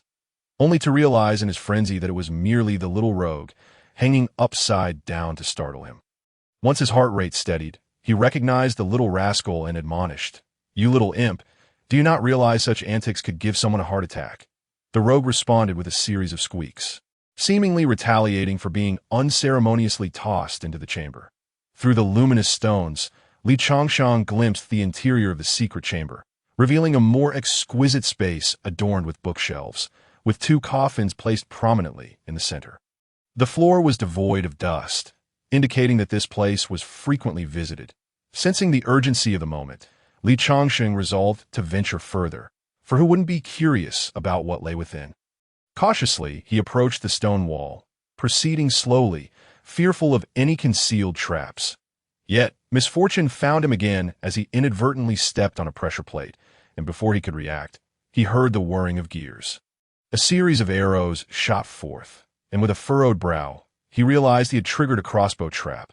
There was no escaping now. He wouldn't stand idly by to be pierced by arrows. Instead, he dropped to the ground, attempting to maintain his balance as the arrows whizzed past him. Once the barrage subsided, Li Changsheng cautiously rose to his feet, still shaken by the near miss, while the little rogue had already busied himself rummaging through the chamber. Seemingly unfazed by Li Changsheng's predicament, taking a deep breath, Li Changsheng prepared to leap over the traps. Hoping to avoid triggering them again, he retreated a few paces and aimed to make a horizontal leap. But just as he reached the midpoint, spinning discs suddenly shot out from the entrance, nearly slicing him in half. Realizing he could not pass, he abandoned the idea of entering the chamber. However, the little rogue remained inside, prompting him to whistle for the creature to return. The little one's speed astonished Li Changsheng. He had never witnessed such agility before, which explained why the rogue managed to escape trouble faster than anyone else. Disheartened, Li Changsheng turned to gather the arrows, only to have his sleeve tugged by the little rogue, who seemed intent on persuading him to take another look. "I can't go in," Li Changsheng replied helplessly. However, the little wanderer had no intention of letting go. Instead, he directly tugged at him. Li Changsheng found himself once again at the entrance of the secret chamber, yet he dared not take another step forward. Feeling that the entrance was fraught with traps that his limited skills could not possibly navigate. Strangely, this time, the little wanderer strolled leisurely through the center, stepping on the sunken stones along the way. Yet curiously, no traps were triggered. This scene left Li Changsheng utterly perplexed. Once the little wanderer entered the secret chamber, he turned back and emitted a series of squeaks, seemingly beckoning Li Changsheng to follow him inside. Chapter 26. The encounter with the uncanny. At that moment, Li Changsheng recalled the dragon scale he had acquired, prompting him to dash back to his small abode. During this time, he took a brief glance into Mr. Chio's training room to see if he had returned, but upon finding he had not, Li Changsheng swiftly retraced his steps back to the cave. Armed with the dragon scale, he felt a surge of confidence, believing that with it in hand, the flying arrows would surely be unable to harm him. Thus, he strode boldly into the secret chamber, only to find that his overconfidence had caused a mechanism to spring forth. Yet no mysterious arrows were unleashed. Upon stepping further into the chamber, he noticed a gear lying on the ground nearby. It was then that Li Changsheng understood what the little wanderer had been meddling with. He had inadvertently disabled the triggering mechanism. This realization filled Li Changsheng with a sense of shame, and he chastised himself, exclaiming, "Li Changsheng, you truly are not human." He felt guilty for having cast the little wanderer aside. Yet his remorse was lost on the creature, who remained affectionate towards him, deepening Li Changsheng's regret. As he pondered his misjudgment, a sudden scream jolted him back to reality. The little wanderer had leapt onto his shoulder, trembling uncontrollably, which instilled fear in Li Changsheng as well. Gripping the sword in one hand and the feather-light dragon scale in the other, the tense atmosphere ignited, with the clanking of chains echoing. A saber-toothed leopard with mismatched eyes and a gleaming black coat materialized before him. Li Changsheng, unable to discern its rank, sensed the imminent danger. The creature's predatory gaze made it clear that trouble was brewing, and with the only escape route behind him, he realized he could not outrun the beast. Swallowing hard, Li Changsheng lowered his weapon in a gesture of submission, praying that the creature would not take offense. "Please don't be angry. I'm merely passing through," he stammered, retreating slowly. That moment, he regretted his decision to enter the secret chamber.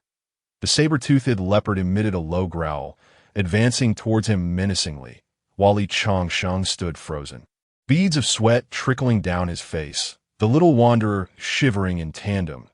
Li Changsheng could only hope that the creature would refrain from attacking, but to his surprise, it merely sniffed at him and nudged against his leg. nearly causing Li Changsheng to lose control of his bladder.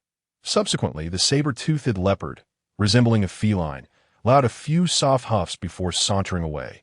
This unexpected turn of events left Li Changsheng bewildered. Yet he felt a wave of relief wash over him as the creature showed no interest in him. Next, his attention was drawn to two upright coffins in the chamber, along with a bookshelf and a large furnace, all coated in a thick layer of dust, indicating that no one had visited this place in ages. The saber-toothed leopard had settled itself before the coffins, prompting Li Changsheng to disregard the few items on the bookshelf and focus on the coffins instead. Ignoring the leopard, he cautiously approached, only to find that the creature shifted aside, much to Li Changsheng's confusion. Setting aside his puzzlement, he stood before the coffin, gazing at the inscriptions on its surface, contemplating whether something terrifying might be sealed within.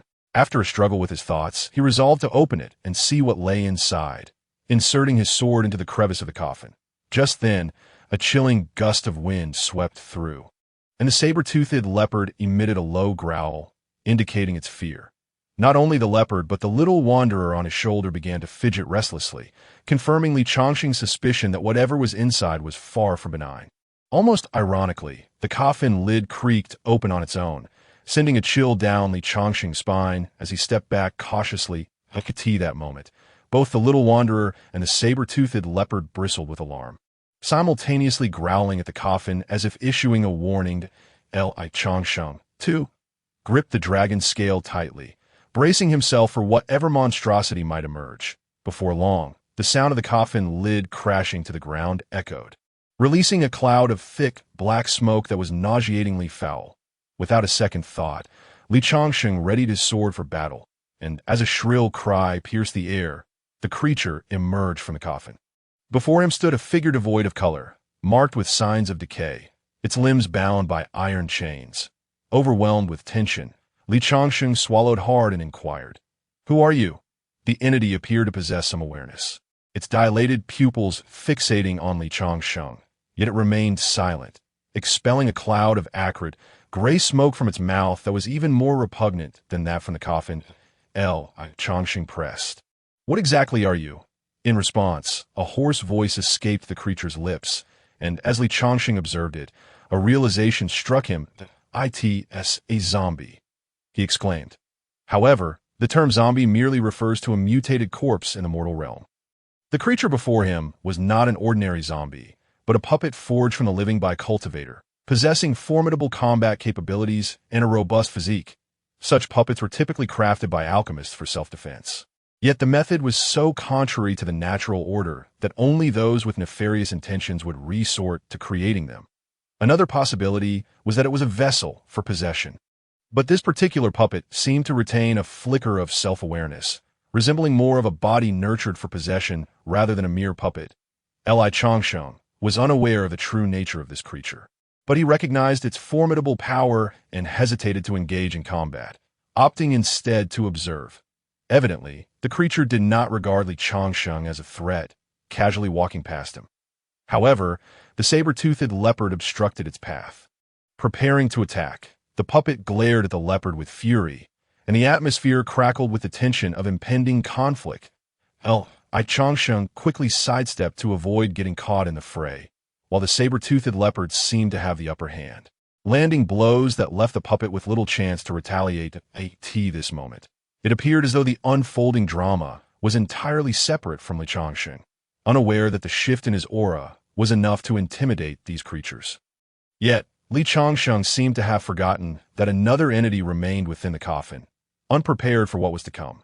Suddenly, another puppet emerged from the coffin, its intentions clear as it lunged directly at Li Changsheng, its gaping maw aimed for his neck.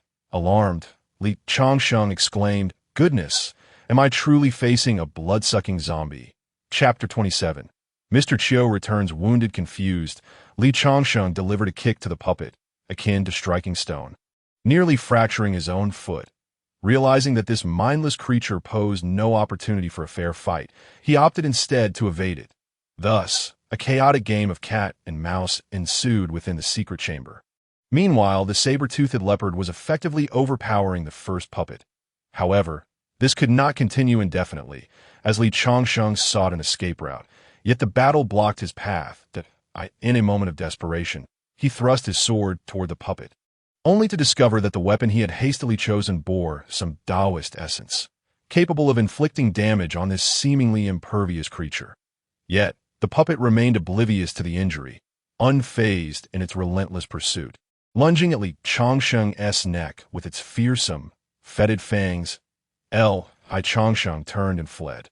Just at that moment, the battle with the saber-toothed leopard had concluded.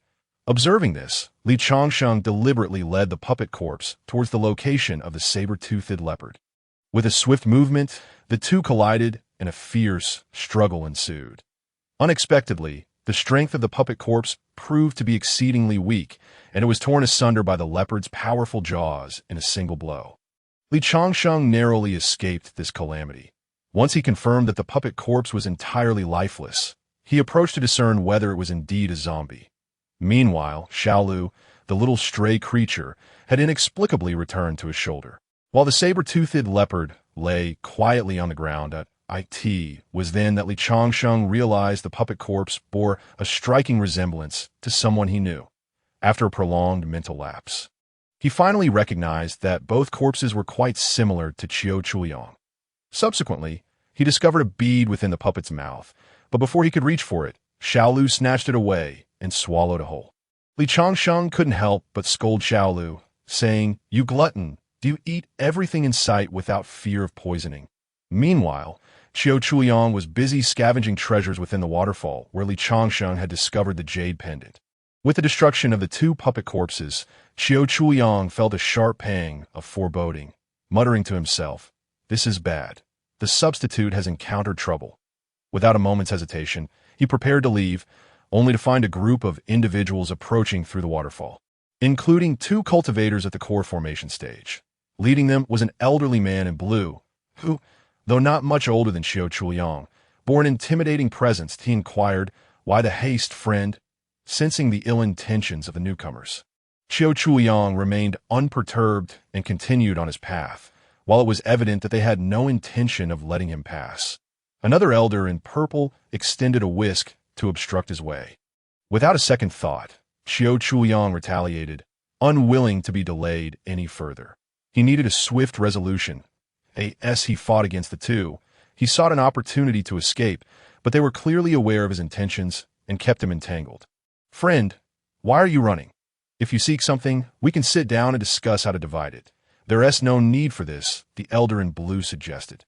Qiu Chuliang, clearly impatient with their prattling, unleashed his ultimate technique, the Blood Luo Bone Transformation Seal, which instantaneously imposed a dark spiritual seal upon the two adversaries. He declared, "It is quite inconvenient for me today. I must take my leave.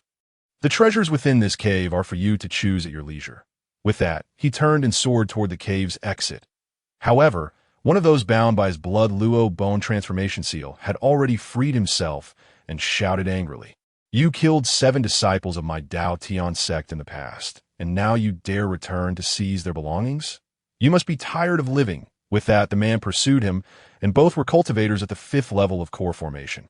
Qiu Chuliang had no fear of engaging in battle. He merely wished to return quickly, so he accelerated his pace.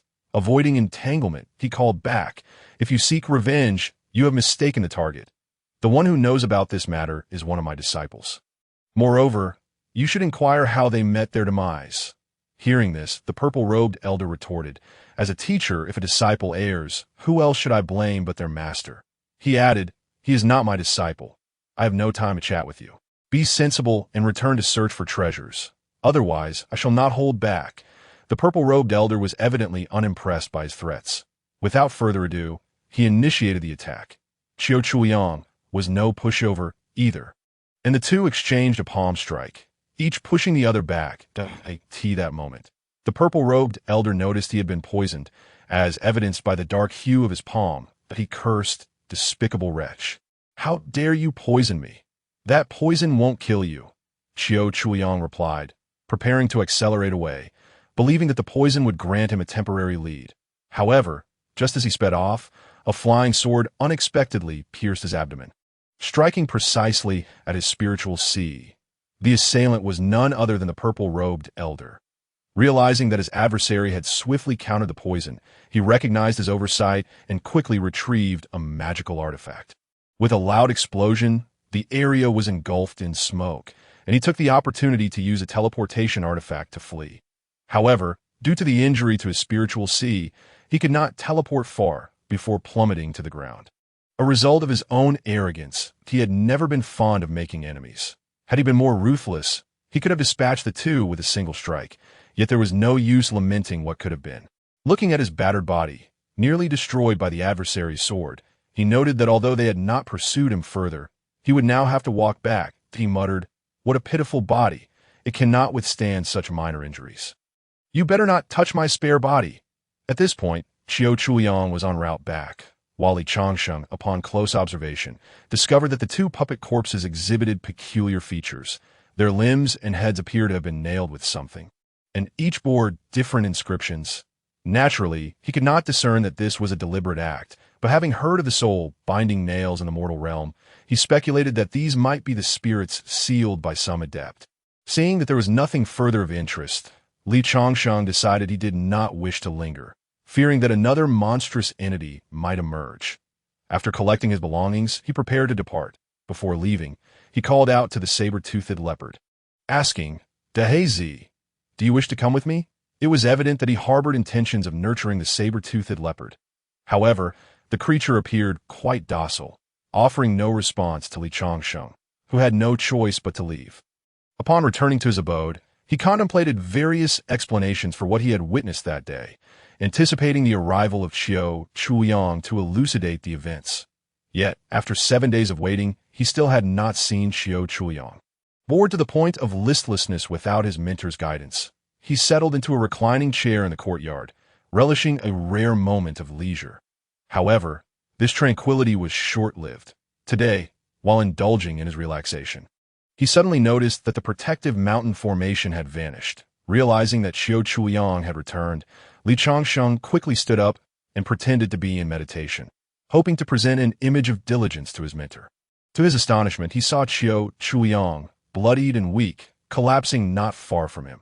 After a momentary pause, Li Changsheng rushed over to assist him, asking, "Sir, what happened to you?" Qiu Chuliang, evidently in a frail state, had relied on the medicinal pills he carried to sustain himself. But his body could no longer endure. Even in this dire moment, he did not forget the most crucial task. He produced a formation staff and instructed Li Changsheng, "Insert this into that altar." Hearing this, Li Changsheng hesitated, still focused on Qiu Chuliang's wounds. But the latter insisted sharply, "Hurry, do not let them find this place." Li Changsheng, unwilling to heed his mentor's command, replied, "Let me help you inside first. Then I'll insert it." "Foolish child, do as I say." Quickly, Qiu Chuliang's urgency spurred Li Changsheng into action. Realizing that the situation was more serious than he had imagined, he hurriedly took the formation staff to Qiu Chuliang's training room. Upon inserting the staff into the altar, the protective mountain formation activated once more. Just then, those who had been tracking Qiu Chuliang arrived at the scene, fortuitously just as the formation had reactivated, concealing the Silver Moon Valley from their sight. Chapter 28. Something is amiss. Having completed everything, Li Changsheng quickly assisted Qiu Chuliang into the training room, with the protective mountain formation now active. It concealed the traces of Silver Moon Valley. From the outside, it appeared to be just a desolate mountain. The pursuers, however, showed no intention of leaving immediately. One disciple reported to the two elders in blue and purple, "Masters, the aura of that person has vanished here." The purple-robed elder, known as Chang Puzi, and the blue-robed elder, named Zenyuanzi, were both instructors from the Daotian sect's outer court. They had assumed that Qiu Chuliang was responsible for the events that had transpired in the waterfall cave, believing him to be the one who had caused the conflict, unaware that the deaths had resulted from infighting among the others. Upon hearing this, the purple-robed elder signaled for the disciples to step back. Then he raised his right hand to cast a spell, unleashing a force fueled by core formation cultivators, akin to a primordial beast, directly striking the desolate mountain. As clouds of dust rose and boulders fell, the outcome was not what he had anticipated. The purple-robed elder frowned in confusion, then crouched down to grasp a handful of soil. Inhaling its scent, he turned to the blue-robed elder and asked, What do you think, Brother Jinyuan? Chang Puzi replied. In my opinion, someone must have taken him away. That fellow surely sent a distress signal along the way. Zheng Yuanzi remarked, to which Chang Puzi nodded in agreement. Zheng Yuanzi continued. I perceive that his technique seems rather peculiar. This fellow's alchemical prowess must be considerable. I shall return and investigate whether there exists such a figure within the Apothecary Alliance. With that, the group departed. Meanwhile, within the valley, Li Changsheng was in a state of utter disarray. Qiu Chuyang lay unconscious, with his wounds already beginning to emit a foul odor. Li Changsheng was at a loss. Unable to comprehend the extent of the mystical arts capable of inflicting such grievous harm. Unaware that Qiu Chuyang's body was already compromised. This was evidently a reality Li Changsheng could scarcely accept. Thus he frantically administered various potions to Qiu Chuyang, hoping to revive him. However, despite exhausting all available spiritual herbs, there was no sign of improvement. Faced with this dire situation, he was compelled to seek alternative methods. Prioritizing the stabilization of Qiu Chuyang's condition to prevent complete decay of his body, for that would render any remedy futile, he procured a bathing tub, filled it with numerous rare herbs, and subsequently placed Qiu Chuyang within. Aiming to preserve the remnants of his spiritual energy and prevent his body from disintegrating at this juncture, Xiao Lulang seemed to sense Li Changsheng's urgency, yet was frustrated by his lack of targeted remedies. With no other recourse, Xiao Lulang took it upon himself to assist Li Changsheng, that he sniffed the various small porcelain vials scattered about Qiu Chuyang's quarters and ultimately selected several, presenting them to Li Changsheng. It was then that Li Changsheng recalled the presence of Xiao Lulang, the adept in identifying treasures. However, upon examining the labels on the vials, he couldn't suppress a gasp of horror. Xiao Lulang had brought forth an array of vividly colored vials, each exuding an unusual medicinal aroma. Point 1 contained Gu Ling liquid, a substance utilized for controlling corpses, favored by malevolent sections. Another was the soul suppression pill, intended to restrain spiritual energy, of little use given Qiu Chuyang's injuries. Next were the resurrection pill, 5 poisons powder, and corpse liquid. As he scrutinized each vial, Li Changsheng shook his head and remarked, Little one, I recognize your good intentions, but these concoctions are not meant for the living. Mr. Qiu is not yet deceased. Administering these might truly seal his fate. Xiao Lulang chattered insistently, gesturing animatedly, yet Li Changsheng misinterpreted his intentions, saying, Are you suggesting that I poison him, thereby claiming this place for myself? I am not such a treacherous soul. Mr. Qiu has bestowed kindness upon me, and I could never act thus. Xiao Lulang vehemently shook his head, baring his teeth in apparent discontent, as if to convey his frustration with Li Changsheng's perceived foolishness. Nevertheless, Li Changsheng remained resolute, convinced that using those substances would undoubtedly lead to Mr. Qiu's demise, and thus he could not heed Xiao Lulang's advice, unable to reconcile such an act with his conscience. Consequently, he ventured into the mysterious cave in search of more suitable remedies. Seizing the opportunity while Li Changsheng was absent, Xiao Lulang poured the various elixirs into Qiu Chuyang's mouth and then swiftly escaped.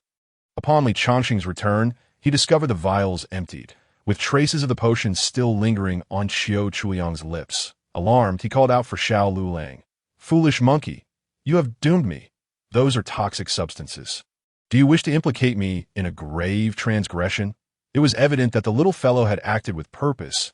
Ignoring Li Changsheng's cries, as for Mr. Qiu, he appeared devoid of any life force. Li Changsheng lamented, Master, it is the disloyalty of your disciple that has brought you harm. I am deeply sorry for failing to heed your guidance and for betraying your expectations. If you possess any spirit in the afterlife, please send a dream to inform me of the one who has wronged you, so that I may avenge you in the future. In his despondency, Li Changsheng was convinced of Qiu Chuyang's death. When suddenly a voice resounded, What are you lamenting for?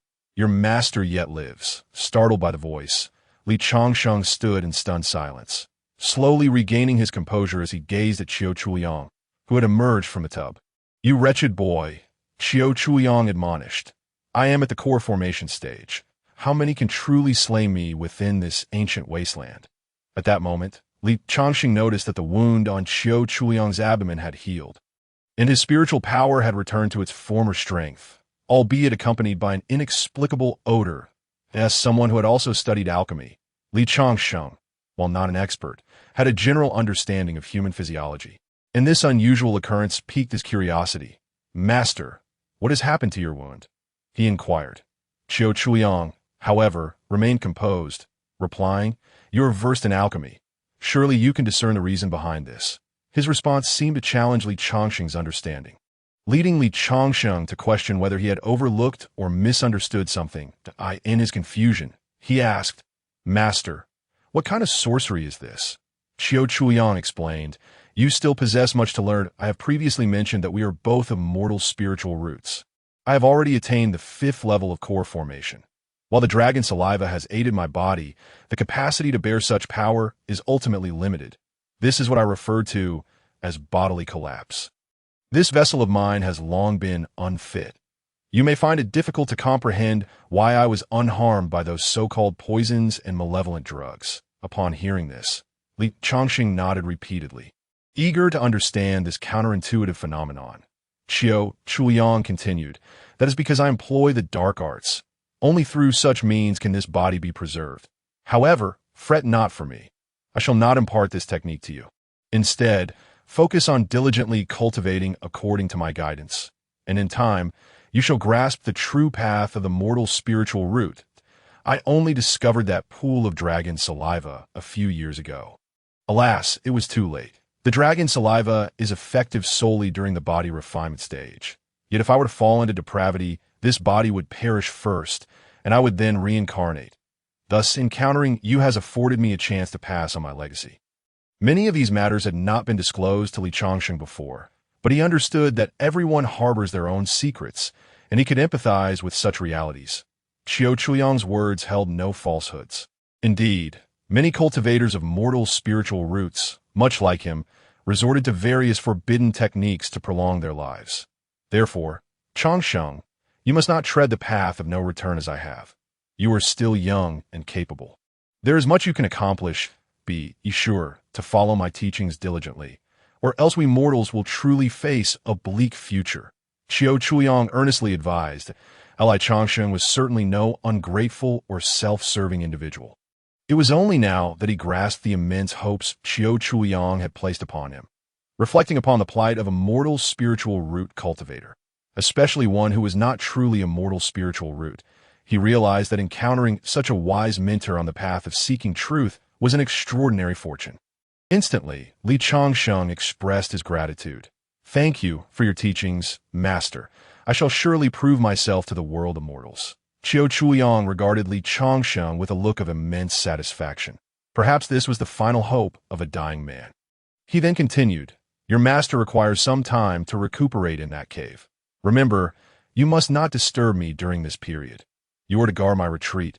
Upon hearing this, Li Changsheng felt a surge of anxiety, for he had already rummaged through Qiu Chuliang's cave and inadvertently instigated several troubles. He hastily replied, "Master, did you not say that the dragon saliva would be of no use to you?" Qiu Chuliang retorted, "I never claimed I would immerse myself in the dragon saliva." "What? Are you concealing something from me?" Li Changsheng, caught off guard by the question, forced a sheepish smile and replied, "No, absolutely not. I assure you, during your absence, I have continued my cultivation." Qiu Chuliang, however, could see through Li Changsheng's deception and promptly remarked, "You rascal, if you were to lie, at least make it believable. Why are you so flustered if there is nothing amiss?" Hearing this, Li Changsheng felt the impending exposure of his actions and confessed, "In an effort to save you, I took the medicines from your cave." Upon hearing this, Qiu Chuliang felt a wave of unease, yet maintained an impassive demeanor as he stated, "So be it. If I have crafted those medicines, they should not go to waste." "What? Can these pills expire?" Li Changsheng inquired, astonished. Qiu Chuliang responded, "Only immortal pills possess eternal viability. The concoctions we create are merely spiritual pills, and if left unattended, they too will eventually expire." Li Changsheng was unaware of this, though he understood that spiritual pills were classified into 5 ranks: art level, profound level, spiritual level, immortal level, and divine level. However, He had never considered the notion of expiration. Helpless, Li Changsheng could only respond, "I see." As Qiu Chuliang rose to head toward his own dwelling, he imparted his final instructions to Li Changsheng. "Remember my words. My disciple, if I do not emerge within 10 days, you are to retrieve and examine the envelope beneath the altar." Chapter 29, Soul Snatching. His statement bore the weight of a dying man's last wishes. Yet Li Changsheng had mentally prepared himself, muttering, "I fear you might emerge only to seek vengeance upon me." Qiu Chuliang inquired, "What are you saying?" "Nothing, nothing at all, that I merely hope you will return soon," Li Changsheng hastily replied. However, what he did not anticipate was that upon entering, Qiu Chuliang would not emerge to confront him, but instead leap into the pool of false dragon saliva. In that moment, he did not realize the liquid was a mere illusion. Even after soaking for an extended period, his body showed no signs of recovery. Frustrated, he exclaimed, "Heaven, are you truly so merciless? Why, after all my efforts, do you deny me a single chance?" As he vented his dissatisfaction towards the heavens, his body began to decay further. The medicines administered by the small vagabond had merely provided temporary relief and were not a lasting solution. Thus, he hastily activated the mechanism concealed within the blue and white porcelain bottle, which opened the secret passage, for he still harbored hope. That hope lay within the zombies of the hidden chamber. The reason he sought to cultivate his physical form with zombies was that these creatures existed outside the three realms and, once possessed, would not deteriorate. Yet, zombies themselves lacked intelligence. A four-soul invasion would lead to backlash. Hence, he had implanted spiritual intent within them to nurture the corpse spirit, preparing for a contingency should his body falter. To this end, he was well prepared, having procured a saber-toothed leopard from the graveyard of relics, and crafted formations to restrain the corpse spirit. As the passageway opened, he propped a stone at the entrance to prevent the mechanism from triggering, dragging his nearly disintegrating body along the cave wall as he ventured inside. Yet, upon witnessing the scene before him, despair engulfed him. This was not the work of Li Changsheng. He could never have entered this place. The chains binding the saber-toothed leopard lay shattered. The coffin had been opened, and his carefully nurtured puppet had been nearly consumed. That moment, words failed to convey the depth of his despondency and disappointment. This was a plan he had painstakingly devised, now rendered futile. The more he pondered, the more his anger festered, and the greater his sense of injustice from the heavens grew, until he ultimately lost his sanity. His eyes increasingly bloodshot. "Beast, you have ruined everything. I will kill you." Qiu Chuliang raged at the saber-toothed leopard. With that, he struck the creature's head with a palm, and it, in its ignorance, offered no resistance as it was slain by his hand. However, after venting his wrath, he was confronted with the inevitable fate of his own demise. His disbelief in the reality of his situation deepened until he ultimately succumbed to madness, his Tao heart shattering. Finally, he directed his malevolent thoughts towards Li Changsheng. Despite his reluctance, the primal instinct for survival compelled him to revert to his original intentions. Yet, the decay of his body rendered him immobile, collapsing to the ground. His eyes dimming with resentment as his soul descended into darkness. 3 days later, disheveled and unkempt, Qiu Chuliang staggered out of the hidden chamber, making his way directly to where Li Changsheng was located. Unaware of the events transpiring within the secret cave, Li Changsheng observed the unusual sight of Qiu Chuliang emerging and remarked, "Sir, you have finally come out." Several others had gathered outside, having watched for many days. He feared discovery and pondered what to do. However, Qiu Chuliang offered no response. It was only then that Li Changsheng perceived the abnormality, as the stench of decaying flesh and the foul odor emanating from Qiu Chuliang became apparent. Instinctively, he distanced himself, brandishing his sword towards Qiu Chuliang, declaring, "You are not Mr. Qiu. Who are you?" This time, Qiu Chuliang spoke. "Who am I? Who indeed am I?" He then advanced toward Li Changsheng, the malevolent aura surrounding him prompting Li Changsheng to conclude that Mr. Qiu had fallen under the protection of a demonic entity. "Demon, depart from the body of my master at once, or do not blame me for my lack of courtesy," he warned. Yet, Qiu Chuliang's pace did not falter. On the contrary, he quickened his steps toward Li Changsheng. In that moment, Qiu Chuliang gazed at Li Changsheng as if he were a sumptuous feast, his already torn mouth uttering, "I want your body." Hearing this, Li Changsheng attempted to rouse Qiu Chuliang. "Sir, it is I. I am Changsheng." The corrupted Qiu Chuliang no longer recognized him as Changsheng. He only desired to seize Li Changsheng's body to survive. Instantly, a chilling malevolent force surged into Li Changsheng's being. Sensing the danger, Li Changsheng swung his sword, effortlessly severing Qiu Chuliang's dismembered limb. Yet, Qiu Chuliang exhibited no remorse for the severed hand, instead revealing a more grotesque visage, intent on devouring him. Consequently, Li Changsheng kicked Qiu Chuliang away and fled.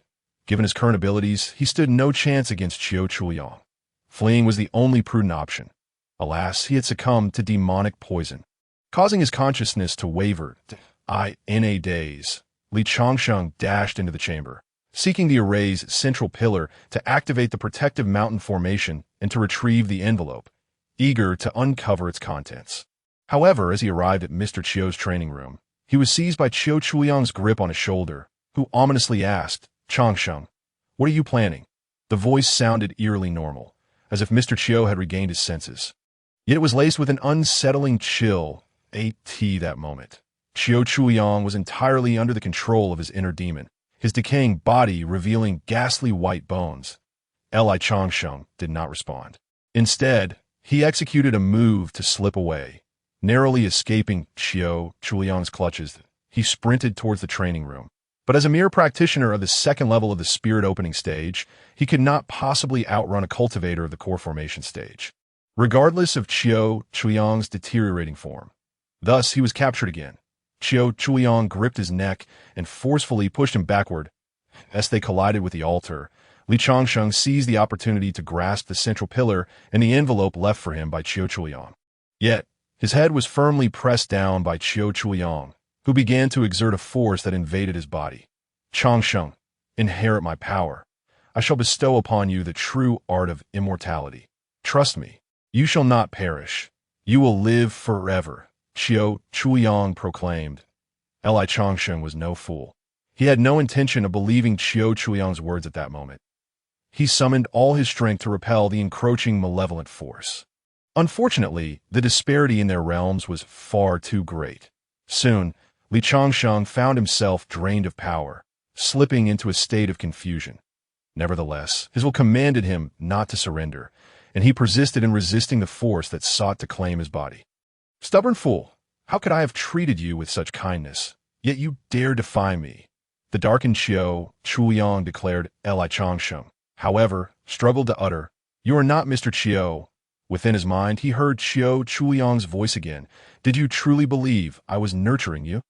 This statement jolted Li Changsheng into a measure of clarity. He had long harbored doubts, but could not fathom why a stranger who had only just met him would act with such familiarity and care. "Sir, you must have desired my body from the very beginning. You recognize that I had consumed the dragon's saliva pill. You intended to cultivate me as your vessel for possession. You are not mistaken.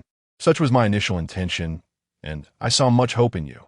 But do you know, my intent was to genuinely cultivate you into a talent. You could have been my disciple in peace. But when the corpse puppet faltered, I had no choice but to act as I did. Yet, I too wish to live. After all I have invested in you, should you not repay me, or do you wish to defy your master?" As Qiu Chuliang spoke, his emotions escalated, spiraling into madness. "Fear not. We can share a body. Once I find a new vessel, I shall return your body to you. Only a fool would believe such words." "Begone, you old wretch." Li Changsheng thrust his sword once more into Qiu Chuliang's body, releasing a pungent smell of scorched flesh, struck by the blade. Qiu Chuliang was evidently wounded, and he immediately relinquished his hold on Li Changsheng. From the outset, he had relied on Li Changsheng's body as his final refuge, but now, an unexpected turn of events had betrayed his intentions. His primary objective remained those two puppets, and with their absence, it was only natural for him to attempt to seize Li Changsheng's life force. Freed from his restraints, Li Changsheng did not escape. Instead, he succumbed to the invasion of dark energy, plunging into a deep unconsciousness until his pupils dilated, rendering him utterly incapable of resistance, stubborn and unyielding. "Were it not for me, You would not have survived this long. Qiu Chuliang seethed with rage as he struck Li Changxing's head, his aura intensifying. And thus began his attempt to seize control of Li Changxing's body. Li Changxing felt a surge of power invading him, followed by a complete loss of consciousness. I could see that moment. However, as Qiu Chuliang's energy invaded Li Changxing's inner landscape, a brilliant light emerged, forcefully expelling Qiu Chuliang's consciousness. In an instant, Li Changxing felt as if he had been rescued by divine intervention, regaining control of his body. Seizing the opportunity, while Qiu Chuliang was momentarily distracted by that mysterious force, Li Changxing fled, inadvertently crossing paths with a group of individuals. They stood frozen in place, taken aback. Just as they prepared to apprehend Li Changxing for an explanation, Qiu Chuliang had already pursued him. Faced with such a malevolent entity in pursuit, the group turned to confront the corrupted Qiu Chuliang. With no time to ponder further, Li Changxing continued his escape until fatigue overwhelmed him, causing him to collapse in a desolate mountain gorge. Chapter 30. Fleeing for one's life. There are no benevolent souls in this world without ulterior motives. If such individuals exist, they undoubtedly seek something in return. Yet what does Mr. Qiu desire? His life or his well-being? As Li Changxing fled, the calamity was unwittingly taken over by those unfortunate souls. They dared not handle such a formidable malevolence. Among them were the Dao Tian sect's purple-clad cultivators, Cheng Puzi and Zhen Yuanzi, who had previously pursued Qiu Chuliang, but this time they were accompanied by a more powerful figure clad in red. This red-robed woman was Minji Wexing, the Grand Elder of the Dao Tian sect's outer court, possessing the strength of the first level of the Dongxian realm, capable of traversing 1,000 miles in a single step and shattering the void. Though her beauty was captivating, she was akin to a cold and alluring rose, known as Medusa within the Dao Tian sect, and she was also the mentor of Li Yannian. Cheng Puzi addressed Minji Wexing, saying, "Senior sister, this is indeed the one who killed Yun Xing and his companions. He employs numerous techniques and is adept at poison attacks. We must exercise caution." Silence. How could two fifth-level Jidan cultivators fail to handle a mere first-level Jidan cultivator? How dare you speak so? Minji Wexing retorted suddenly, leaving Cheng Puzi and Zhen Yuanzi at a loss for words. I could see that moment. Qiu Chuliang's strength continued to swell, subtly hinting an impending breakthrough into the Dongxian realm. Yet, Minji Wexing paid no heed to the corrupted Qiu Chuliang, stating, "Do you truly believe that relying on dark power to forcibly elevate your strength makes you my opponent now that you have reached the Dongxian realm?" With a mere flick of her finger, she unleashed a red spell that bound Qiu Chuliang's body. Addressing Cheng Puzi and Zhen Yuanzi, she commanded, "You two go find the young man. This fellow is mine to deal with. Remember, bring him back alive." Upon hearing this, the duo realized her intentions were evident. She aimed to be the first to seize the treasures within the gorge. Though they felt a sense of discontent, they complied without hesitation, hastily pursuing the direction Li Changxing had taken. Bound and unable to break free, Qiu Chuliang's power continued to surge, and his awareness remained sharp, though he was no longer the Qiu Chuliang of old. He coldly addressed Minji Wexing, "Step aside." Minji Wexing replied, "Oh, you wish for me to yield? Will you let me pass or not?" Qiu Chuliang pressed. Minji Wexing remained silent, her intentions clear. She would not yield. After receiving no response, Qiu Chuliang exerted a tremendous force, shattering Minji Wexing's binding spell. His power had now surged to the pinnacle of the first level of the Dongxian realm, leaving him unafraid of Minji Wexing. "Old man, are you not concerned about being overwhelmed by this power?"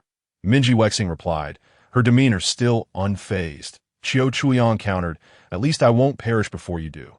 With that, both parties launched their attacks, each displaying formidable strength. The clash of black and red energies marked the beginning of their confrontation. Minji Wexing, a master of fire magic, held a distinct advantage over the corrupted Qiu Chuliang, who, despite his newfound strength, was still reliant on external forces and could not match the sheer prowess of Minji Wexing. After exchanging a series of blows, Qiu Chuliang found himself on the defensive, while Minji Wexing relentlessly pressed the attack. Realizing the dire situation, Qiu Chuliang swiftly retreated, his hands moving rapidly to gather his most potent strike. Minji, recognizing his intentions, also unleashed her magic in response. Chiu Chuyang's dark magic, infused with terrifying power, collided with Minji red lotus spell.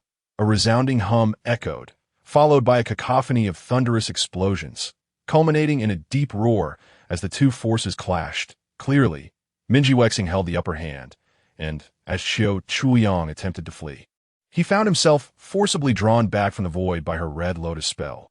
Minji then executed 3 powerful hand seals, conjuring 3 colossal red spiritual seals that enveloped Chiu Chuyang in that moment. His power plummeted sharply, ultimately descending below the Jidan realm and reverting to the 9th level of body refinement. His once crimson eyes returned to normal, but within them lay a calm acceptance of death, devoid of fear, indicating he had regained his former self. Minji approached, delivering a palm strike to Chiu Chuyang's head.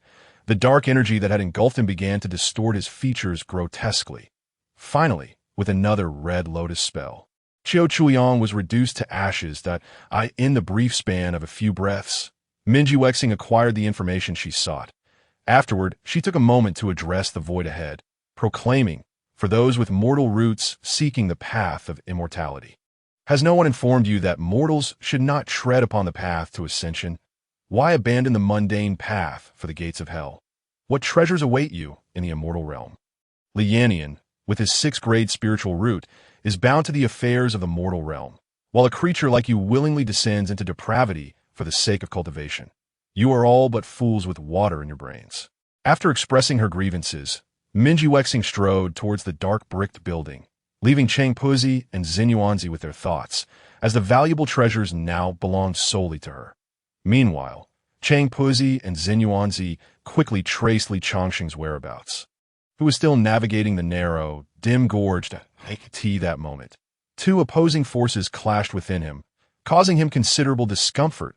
I Changshang surmised that one of these forces belonged to Beiji, for whenever dark energy invaded his bones and meridians, it was this mysterious power that would consume it. This cycle had persisted for quite some time, slowing his pace considerably. However, Xinyuanzi and Chang Puzi, soaring above, had already spotted Li Changsheng. "Changpu, do you think we should let him go or capture him?" Xinyuanzi inquired. Chang Puzi pondered for a moment before responding. "Let's see where he intends to go." Chang Puzi, perplexed, asked, "Why is that?" "I want to observe just how much potential a mortal spiritual root can truly unleash," Xinyuanzi replied. With that, he seized a first-tier, 4th grade, young heavenly demon wolf nearby and tossed it into the gorge. The heavenly demon wolf was a pack-oriented beast, renowned for its protective instincts towards its young. Unaware of the unfolding events, Li Changxing suddenly found himself confronted by a young heavenly demon wolf that fell from above, landing before him. Though he initially considered fleeing, his compassion halted him. Gazing at the pristine little creature, he prepared to approach and check for injuries, only to find the young wolf baring its teeth at him. Yet, upon realizing the wolf was indeed injured, he reassured, "Little one, do not be afraid. I will take you out of here." Reluctantly, the young heavenly demon wolf was scooped up by Li Changsheng, emitting a series of distressed cries, oblivious to the trouble this would bring him. Even at this moment, Li Changxing tore off a piece of his sleeve to bandage the young wolf's wound, all the while comforting the little creature as he walked. Meanwhile, Chang Puzi, observing the scene, turned to Xinyuanzi and remarked, "Aren't you worried he might be devoured?" Zhen Yuanzi remarked, "Brother Changpu, what do you think we will gain if we capture him? The master sister desires him alive. What benefit would that bring to us? It would be better to toy with him, alleviating the grievances we've endured on this journey to this." Chang Puzi responded, "Perhaps we should first inquire if he possesses any treasures. That way, this venture would not be in vain." Zhen Yuanzi retorted, "Are you foolish or dim-witted? This lad has clearly been frightened away by that demonic creature. What treasures could he possibly have? You know well the master sister's peculiar taste. She favors vigorous young men." Upon hearing this, Chang Puzi suddenly realized the implication. Such an esoteric secret was known to but a few within the Tiandao sect. The two of them outwardly expressed respect for Minji, yet inwardly, who would not wish to engage in a tempestuous affair with her? How could they possibly fulfill her desires? Unspoken between them was the intent to capture a mutilated Li Changsheng and present him to her. Thus venting their frustrations at that moment, a pack of adult heavenly demon wolves began to gather above the ravine, all roaring ferociously towards the depths. Li Changsheng, hearing the howls echoing from all directions, immediately sensed something was amiss. However, having little experience with demonic beasts, he was unaware that his good intentions would lead him into peril. As loose stones began to rain down from above, Li Changsheng looked up and discovered a white wolf, the size of a cow, leaping down from the cliff. "Heavens, this is no jest!" he exclaimed. Surveying his surroundings, he realized there was no opportunity for escape, so he clutched the small white wolf and dashed forward, oblivious to the fact that the root of his troubles lay in his own hands. Yet, with only 2 legs to carry him, even as a practitioner of the second realm of the Lingjing stage, he could not run swiftly enough, and soon he was overtaken by the pack of white wolves. With foes in front and behind, trapped in a desperate situation, he had no choice but to set down the small white wolf and confront them. Sword in hand, against the cliff wall, the small white wolf, now limping, approached a malevolent heavenly demon wolf, then turned back to glare at Li Changsheng, its expression fierce, showing no gratitude whatsoever. Shortly thereafter, a dozen or so heavenly demon wolves encircled Li Changsheng, their crimson maws signaling their intent to devour him. In that dire moment, Li Changsheng could only prepare to fight back, but how could he stand a chance against such ferocious beasts? One of them lunged at him first, its speed unimpeded by its size, forcing Li Changsheng to raise his dragon scale in defense. Fear gripped his heart as he watched the wolf's lightning-fast claws reach for him. Suddenly, he felt a tremor in the dragon scale he held, followed by a piercing howl. The wolf that had attacked him was hurled back by the scale's power, crashing against the cliff wall 5 zhang away, its body a mangled mess. The remaining heavenly demon wolves, witnessing this, surged forward, and it was all but certain that Li Changsheng would either be captured or crushed. However, the dragon scale in his hand surged with energy once more, radiating golden light that pierced through the bodies of the wolf pack, leaving shattered corpses and splattered blood in its wake. Li Changsheng barely had time to comprehend the situation. All he knew was that the dragon scale had saved him, yet 7 or 8 heavenly demon wolves still surrounded him. The leader, a shaggy creature with a scar over its left eye, charged at Li Changsheng, letting out an enraged roar that left his ears ringing, nearly causing him to lose grip on the dragon scale. The leader then unleashed a stream of white demonic flames from its maw, and Li Changsheng could only parry with the dragon scale by a stroke of fortune. The flames did not harm him. However, upon observing the corroded rocks nearby, he felt a surge of gratitude for having narrowly escaped disaster. Just as Li Changsheng braced for another attack, unexpectedly, the shaggy leader let out a low growl and retreated, taking the other heavenly demon wolves with it. With a sigh of relief, Li Changsheng felt a wave of calm wash over him. Yet to his astonishment, the dragon scale in his hand seemed to possess a will of its own, suddenly breaking free from his grasp and soaring towards the pack of heavenly demon wolves. In an instant, they were left maimed, their anguished cries echoing through the air, a scene Li Changsheng could hardly fathom. The dragon scale then returned to his hand, and he could not help but exclaim, "What a treasure!" At that moment, aside from the incapacitated adult heavenly demon wolves, only the small white wolf he had rescued remained. Li Changsheng reduced the size of the dragon scale, secured it at his waist, and approached the small white wolf with his sword drawn, regardless of whether it was an ordinary wolf or a demonized one.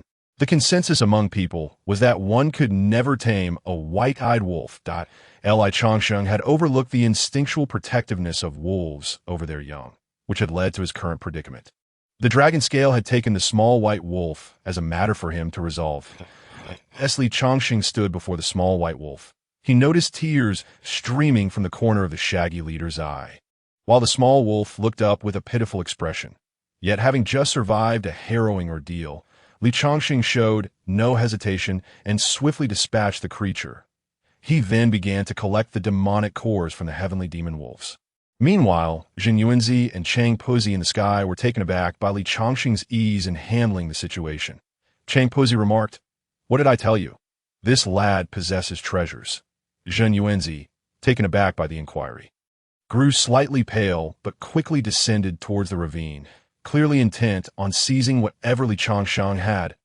"Old fellow, wait for me," Chang Puzi exclaimed as he finally grasped the situation. However, just as they raced towards the ravine, Li Changsheng, still occupied with gathering the demonic cores, suddenly vanished from sight. Chapter 31. Mr. Chiu's letter. When Chang Puzi and Jin Yuanzi reached the ravine, they found nothing but emptiness, leading to a heated argument between them. "I told you this lad had treasures. Now look, he's escaped," Chang Puzi grumbled. Jin Yuanzi's expression darkened at Chang Puzi's words. They had both witnessed Li Changsheng reveal that treasure from the air, initially believing it would be an easy acquisition, only to have this outcome instead. In a fit of anger, Zhen Yunzi struck the cliff wall, declaring, "Pursue him. He can't have gone far." With that, they took off in pursuit, fully aware that any magical artifact relied on spiritual energy. And as a practitioner in the Lingjing realm, Li Changsheng could not sustain it for long. Yet the inexplicably transported Li Changsheng found himself in a chaotic darkness, and when he next appeared, he was utterly disoriented. Clutching the demonic cores, upon seeing a familiar high mountain in the distance, an inexplicable sense of nostalgia washed over him, reminiscent of home, igniting a longing to return. Below, the boundless fields of green seemed to welcome him back to a place where one ought to reside, a feeling he had not experienced in half a year. It was not until he felt an intense warmth at his waist that he refocused his attention. He had not expected the dragon scale to expand and contract at will, and he realized that his arrival here must be due to this remarkable artifact. A treasure capable of traversing time and space, he mused. Thank goodness Mr. Chiu deemed you unworthy. Otherwise, it would have been a grievous loss. Cautiously, he still questioned his safety, and after a while, he confirmed that he was indeed at the edge of the ancient ruins. Allowing him to relax, thus, Li Changsheng settled beneath a grand old tree, intending to recuperate his strength before proceeding, much like a recluse meditating under a tree, though he was far too young for such wisdom. After sitting for a considerable time, his restless heart refused to calm. Deep down, he understood that Mr. Chiu was in dire straits, yet he felt an inexplicable reluctance to let go. It is indeed perplexing how that seemingly kind and benevolent individual, who guided others on their celestial path, could turn out to be a practitioner of the demonic arts. The actions of Chiu Chuyang have profoundly influenced Li Changsheng's understanding of the distinction between righteousness and malevolence. Both are merely manifestations of thought, rather than inherent qualities attributed to a person, event, or force. That he then retrieved the letter that Mr. Chiu had left for him, staring blankly at the envelope, suddenly reluctant to open it. At that moment, a gentle breeze stirred the dried leaves upon the ground, and Li Changsheng could simply release his grip, allowing the letter to be carried away by the wind, for as the saying goes, what is unseen does not trouble the heart. Yet his hesitation revealed his unwillingness to do so.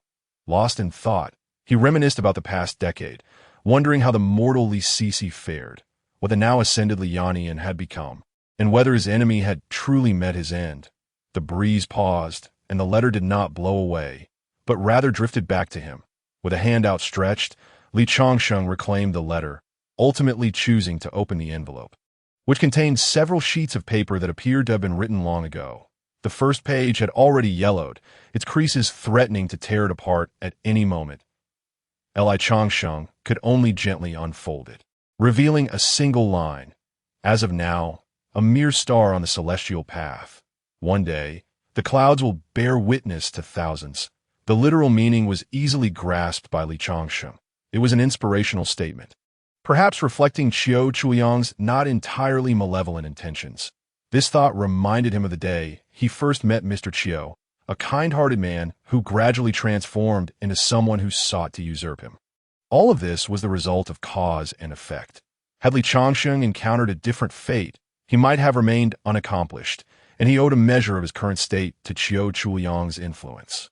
Reflecting on this journey, Li Changsheng faced the direction of his thoughts. Feeling a profound sense of having narrowly escaped death, he mused, had the corpse puppet in the secret chamber not been destroyed, he might never have known how he would have perished at Chiu Chuyang's hands. The realm of cultivation was far more perilous than he had ever imagined, far more treacherous than the mortal world.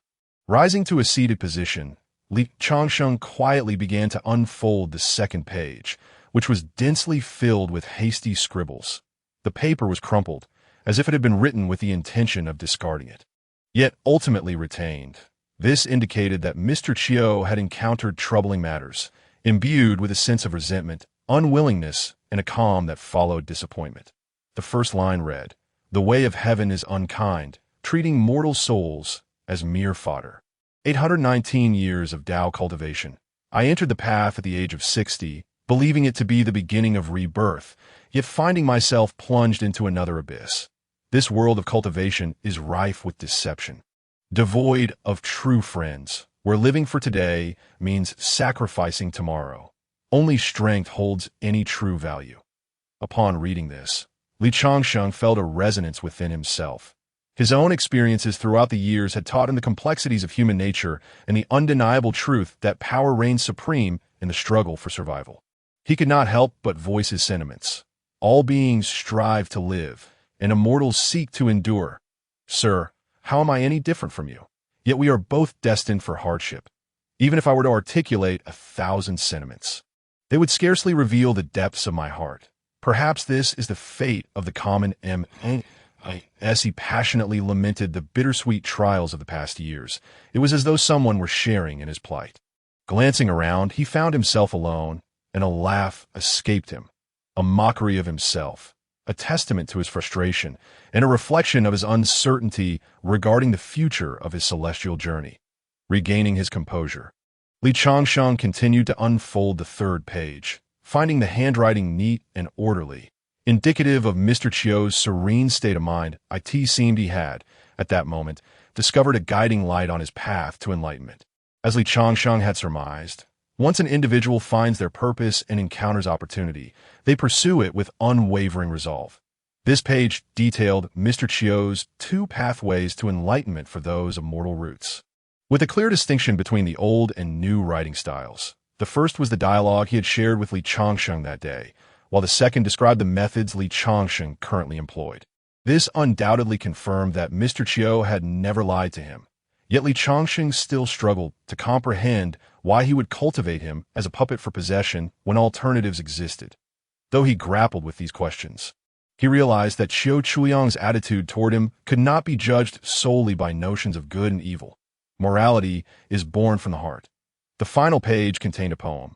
Those who do not ascend to immortality are trampled by heaven.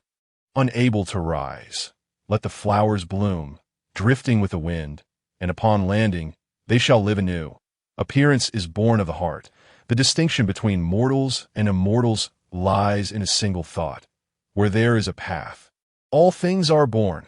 In these 4 lines, the entirety of the mortal and immortal experience was encapsulated, as well as the essence of Chiu Chuyang's life. After reading this lengthy letter, spanning tens of thousands of words, Li Changsheng traversed the journey from ignorance to understanding, from hope to despair, from complaint to serene introspection, ultimately returning to the Tao. Though the letter contained no secrets of the immortal sect for Li Changsheng, it served as a mirror for self-discovery. Yet the sensation of being deceived irrevocably altered him, leading him to question various aspects of the cultivation world. It was akin to a fish perceiving a leaf above water, existing in reality, while a person gazing at that same leaf beneath the surface saw only an illusion. Yet both are equally real. This illusion stemmed from Mr. Chiu's initial kindness, followed by an abrupt betrayal, revealing to Li Changsheng the true nature of good and evil, birthed from the heart. In a single phrase, all saints pass through shadows. Conscience is my teacher. He could only evaluate Mr. Chiu based on this. Perhaps from the very beginning, Chiu Chuyang had intended to mold Li Changsheng as a tool for his own possession. His deliberate kindness and unintentional cruelty had never swayed Li Changsheng's convictions. Ultimately, Chiu Chuyang lost himself in the duality of good and evil. This aligned with Li Changsheng's fate, for those who treat him well are destined to perish. Releasing his grip, Li Changsheng allowed the sheets of paper to take flight.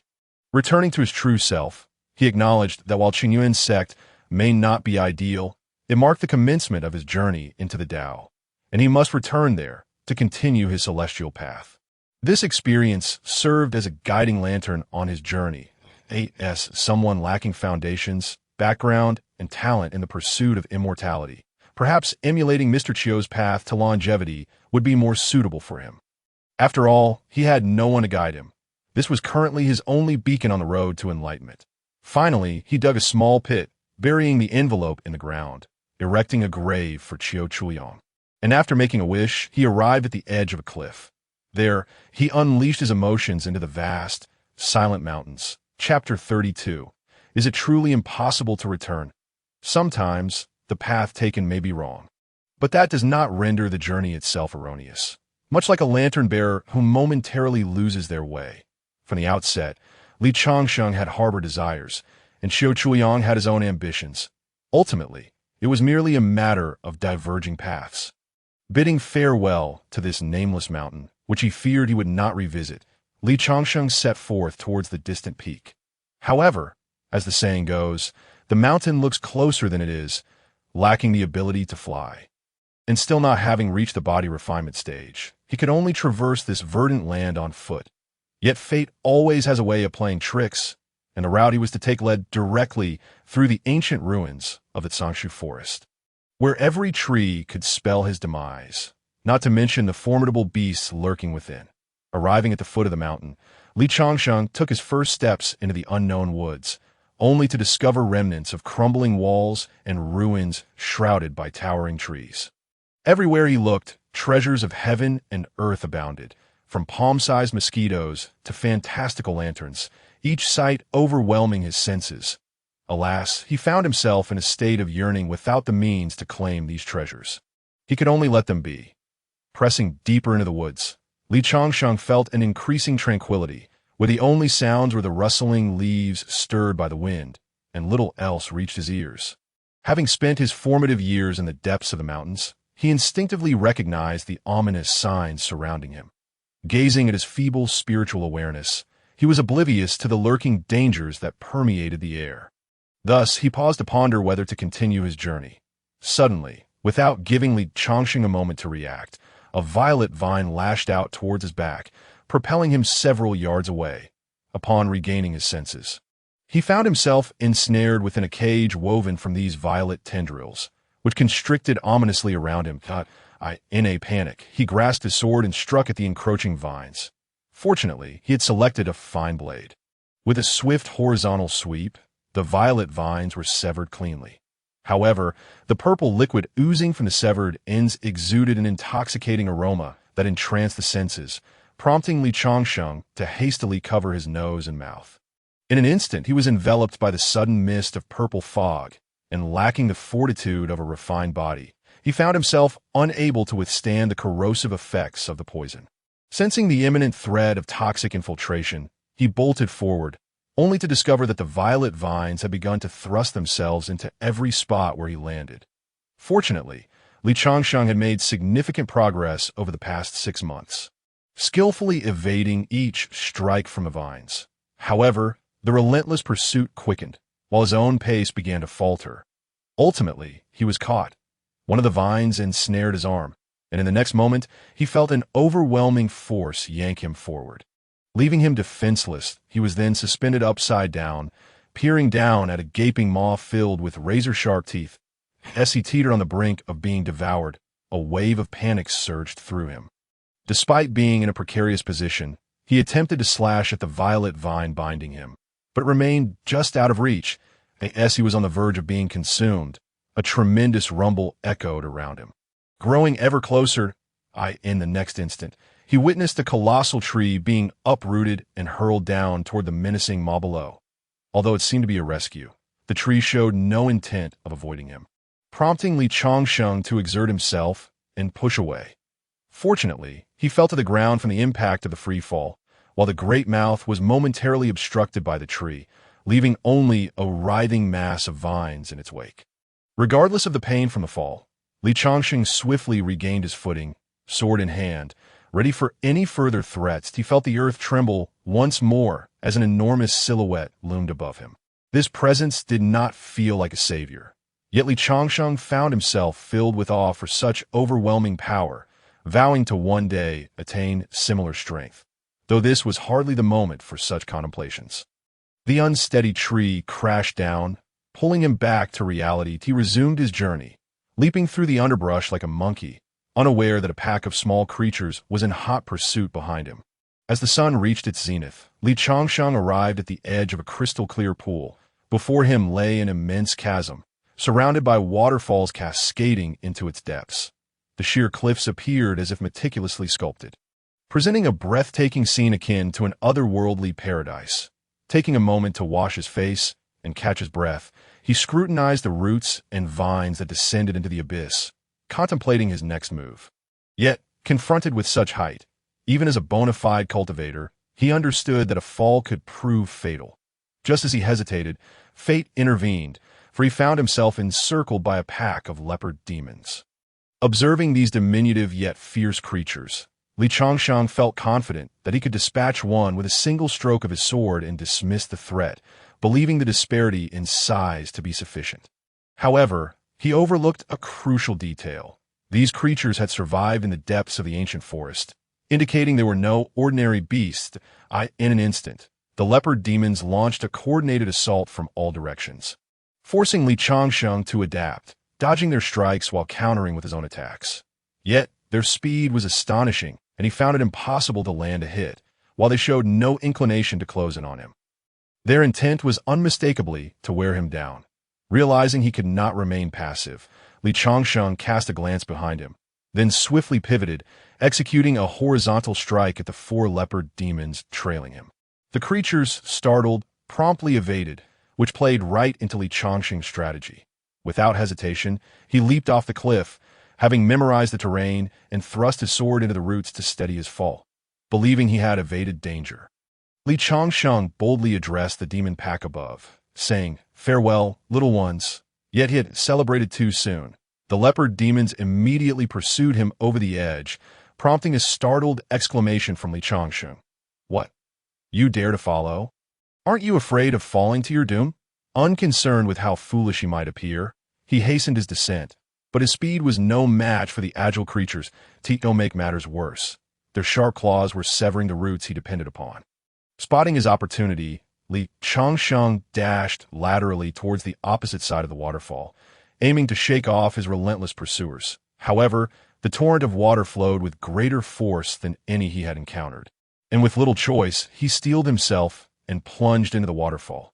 Yet, the sheer force of the cascade proved overwhelming for his modest cultivation level.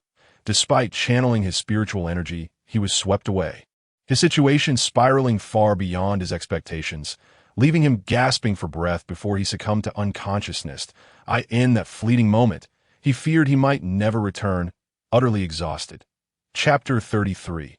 Luo Yujing. At the moment Li Changsheng lost consciousness, he was swept into a dark cavern, drifting for what felt like an eternity before finally coming to rest in a shadowy pool, where the waves gently washed him ashore. The rhythmic dripping of water struck his eyes, and after some time, he suddenly expelled a mouthful of water, awakening with discomfort. Surrounding him was an oppressive darkness, rendering him unable to discern his location. But feeling too weak to panic, he checked his small pouch and was relieved to find his belongings intact. He then settled into a meditative posture to recover his spiritual energy. After half an hour, he felt the energy in his spiritual sea begin to restore, enabling him to perceive his surroundings more clearly.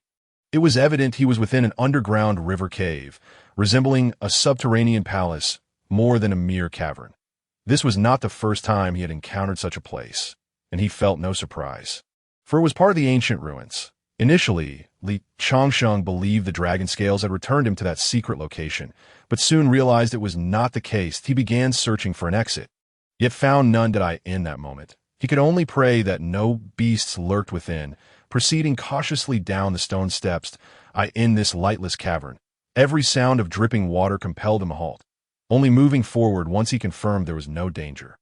After an unknown duration, he heard a familiar squeaking sound. It was the little stray he had been separated from in Silver Moon Valley. He had thought he would never see the creature again. Yet here they were, reunited in such an obscure place. This inevitably sparked curiosity within Li Changsheng. What was this little stray that always managed to find him? Regardless of its origins, he felt grateful for its presence and softly called out, "Little one, where are you?" Perhaps hearing his voice, the little stray soon appeared before him, and upon their reunion, master and pet embraced as if years had passed. It was no wonder Li Changsheng felt such relief. Throughout this long journey, only this little companion had remained by his side. Suddenly, the little stray darted from his embrace, chattering away. Though Li Changsheng could not comprehend its words, he understood its gestures. The little stray then tugged him toward a more secluded tunnel. As they approached the entrance of the tunnel, Li Changsheng failed to notice a ripple in the air, faint sparks of electricity flickering at the opening. Soon, they emerged into another cavern, in stark contrast to the dampness outside. This space was remarkably dry, with faint glimmers of light dancing along the walls. As they traversed deeper, Li Changsheng finally spotted a source of light at the end of a tunnel. Eagerly, he rushed toward it, only to find it was a beam of light streaming down from above, and within the radiance, a figure sat, causing his heart to race with apprehension. Initially, he attempted to call out, but after several fruitless attempts, he sensed something was amiss and cautiously approached the figure. Upon his approach, he discerned beneath the luminous beam a desiccated corpse, the remains of a person who had long since departed from his world. Observing the cadaver more closely, he noticed it grasped a tome, cloaked in dust. Just as Li Changsheng was about to reach out to inspect it, a voice resonated within the hollow chamber. "Young man, do you wish to meet your demise? Who speaks?" Li Changsheng exclaimed, hastily retreating from the remains and nervously brandishing his enlarged dragon scales.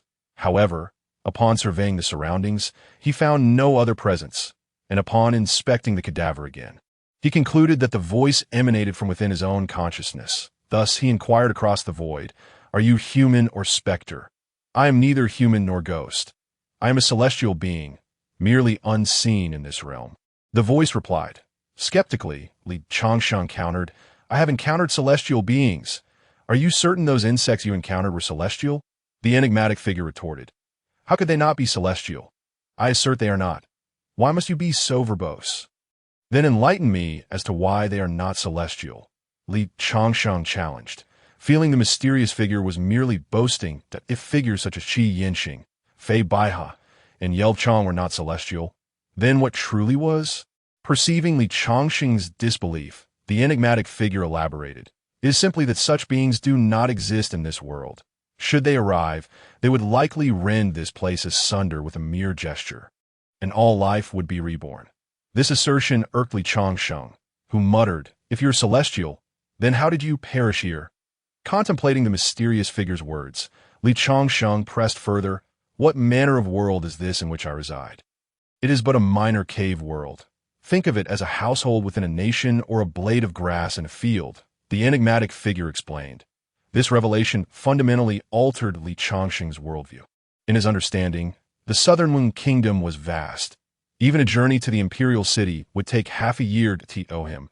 Such a sizable realm was, in the eyes of this being, no larger than a grain of sand. He promptly asked, "What evidence do you possess?" Upon uttering this, the mysterious figure conjured a myriad of images within Li Changsheng's consciousness.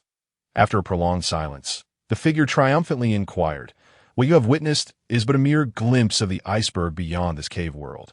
Though Li Changsheng remained skeptical, he recalled the adage, "There are heavens beyond heavens, and people beyond people."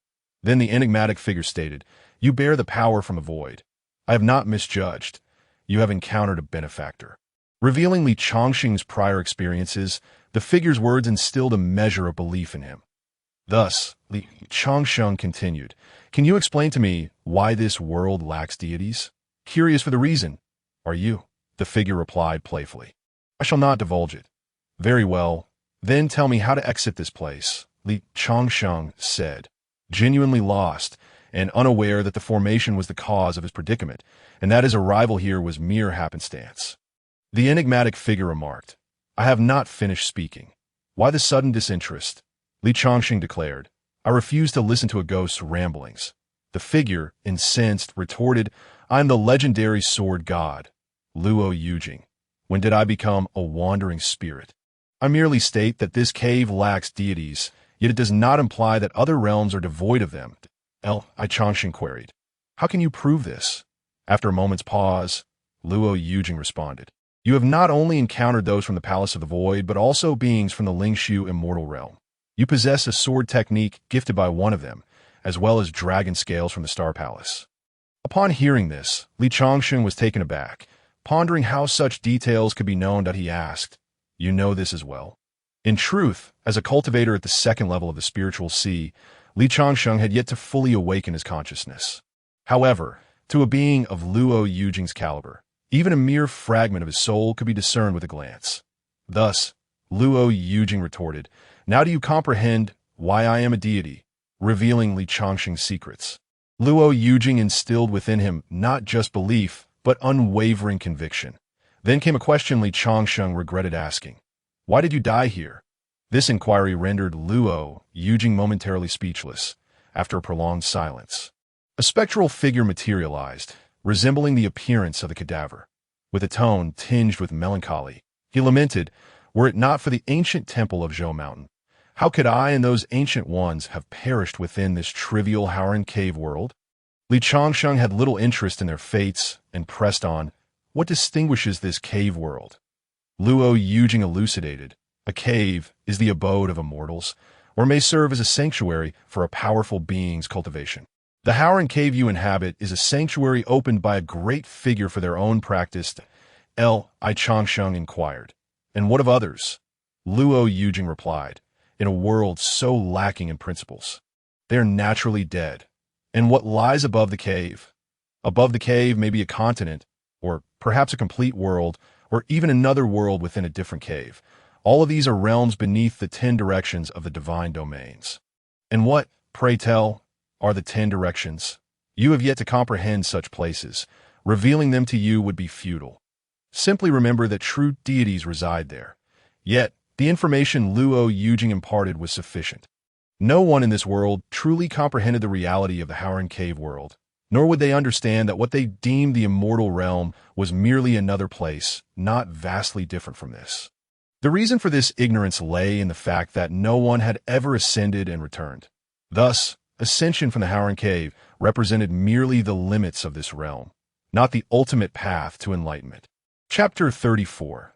Guiding your path. Luo Yujing's essence drifted around Li Changsheng like a ghost, sometimes beside him, sometimes facing him, at other times seated before him, or even inhaling Li Changsheng's essence.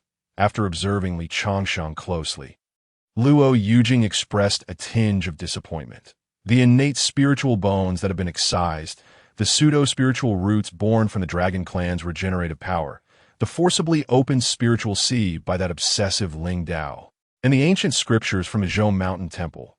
How could you, with such a fate, possess such fortune? I suspect you may not even be of this Howren realm. Hearing this evaluation, Li Changsheng felt a pang of frustration. Yet he was puzzled by Luo Yujing's assertion of his origins. After a moment's silence, both remained quiet, while the little wanderer had kept his distance from the scene, merely awaiting Li Changsheng. After a while, Luo Yujing seemed to grasp something, exclaiming, I understand now. Li Changsheng, intrigued, asked, What have you discovered? Possibly a secret. Luo Yujing chose not to divulge what he had realized, but instead shifted the topic, addressing Li Changsheng. Even a miserly character like Ling Dao would willingly expend his last ounce of strength to open your spiritual sea. Naturally, I, from a prominent lineage, would not be stingy either. Young man, take up that book. The sudden change in tone left Li Changsheng bewildered. Hesitatingly, he complied, reaching for the tome in Luo Yujing's possession, brushing off the dust from its cover to reveal the words Record of Seeking Immortality. Just as he prepared to open it, Luo Yujing interjected, If you wish to perish, feel free to open it now. Li Changsheng halted, casting a questioning glance at him. Did you not instruct me to take it? Luo Yujing replied unhurriedly, In the future, refrain from eagerly examining treasures. Do you not fear that something malevolent might leap forth to consume you? Li Changsheng remained puzzled, having never encountered the peculiarities of the cultivation world. He was unaware of restrictions and barriers associated with such celestial arts. Observing Li Changsheng's navet, Luo Yujing felt a mix of exasperation and obligation to provide him with the tome, for he did not desire it to be left buried in the earth. This book contains the sum of my life's knowledge and experiences, but the time for you to learn this is not now. Luo Yujing stated that I Changsheng, confused, asked, "Then what should I do?" Luo Yujing responded, "You must understand yourself, how to survive, and how to grow stronger." His words rang true. At this juncture, Li Changsheng could barely be considered a cultivator. Even with the refining properties of dragon saliva and the aid of his heart technique, his strength remained woefully inadequate, likely unable to best even a third-tier martial artist from the mundane world. Taking a breath, Luo Yujing asserted, "Though you have opened your spiritual sea, can you see the chains within it?" Li Changsheng listened intently, nodding in haste, while Luo Yujing continued, "You're not the first to seek enlightenment and immortality as a mere mortal. However, why is it that in both your world and mine, there exists no record of a mortal attaining immortality?" Li Changsheng was no fool. He surmised that it must be the chains in the spirit sea causing this predicament. And he inquired, "Are you suggesting it is due to those chains?" Not foolish, he understood the source of the problem. Luo Yujing articulated further. Previously, Mr. Chiu had attributed this issue to the methods of cultivation. Yet now that Mr. Chiu was deceased and the dragon saliva was no more, he had not truly elucidated the step-by-step approach to Li Changsheng. Encountering such a person again, Li Changsheng would not let this opportunity slip away. He asked, "What should I do then?" Luo Yujing replied, "A cultivator, regardless of the strength of their spiritual root, must understand their physical condition in order to bolster weaknesses and enhance strengths. If you are unaware of your own bodily state, blindly seeking enlightenment will ultimately lead to futility. Although I do not know how you broke through to the second layer of the spirit realm, I am certain your method is imperfect." As Luo Yujing stated, even with Mr. Chiu's assistance, Li Changsheng's growth had been agonizingly slow. Now that Mr. Chiu was gone before he had fully grasped the path, without a useful method to aid him, Li Changsheng's journey to immortality remained uncertain. "Do you believe I am still a mere mortal?" Luo Yujing continued, "I never claimed you were immortal.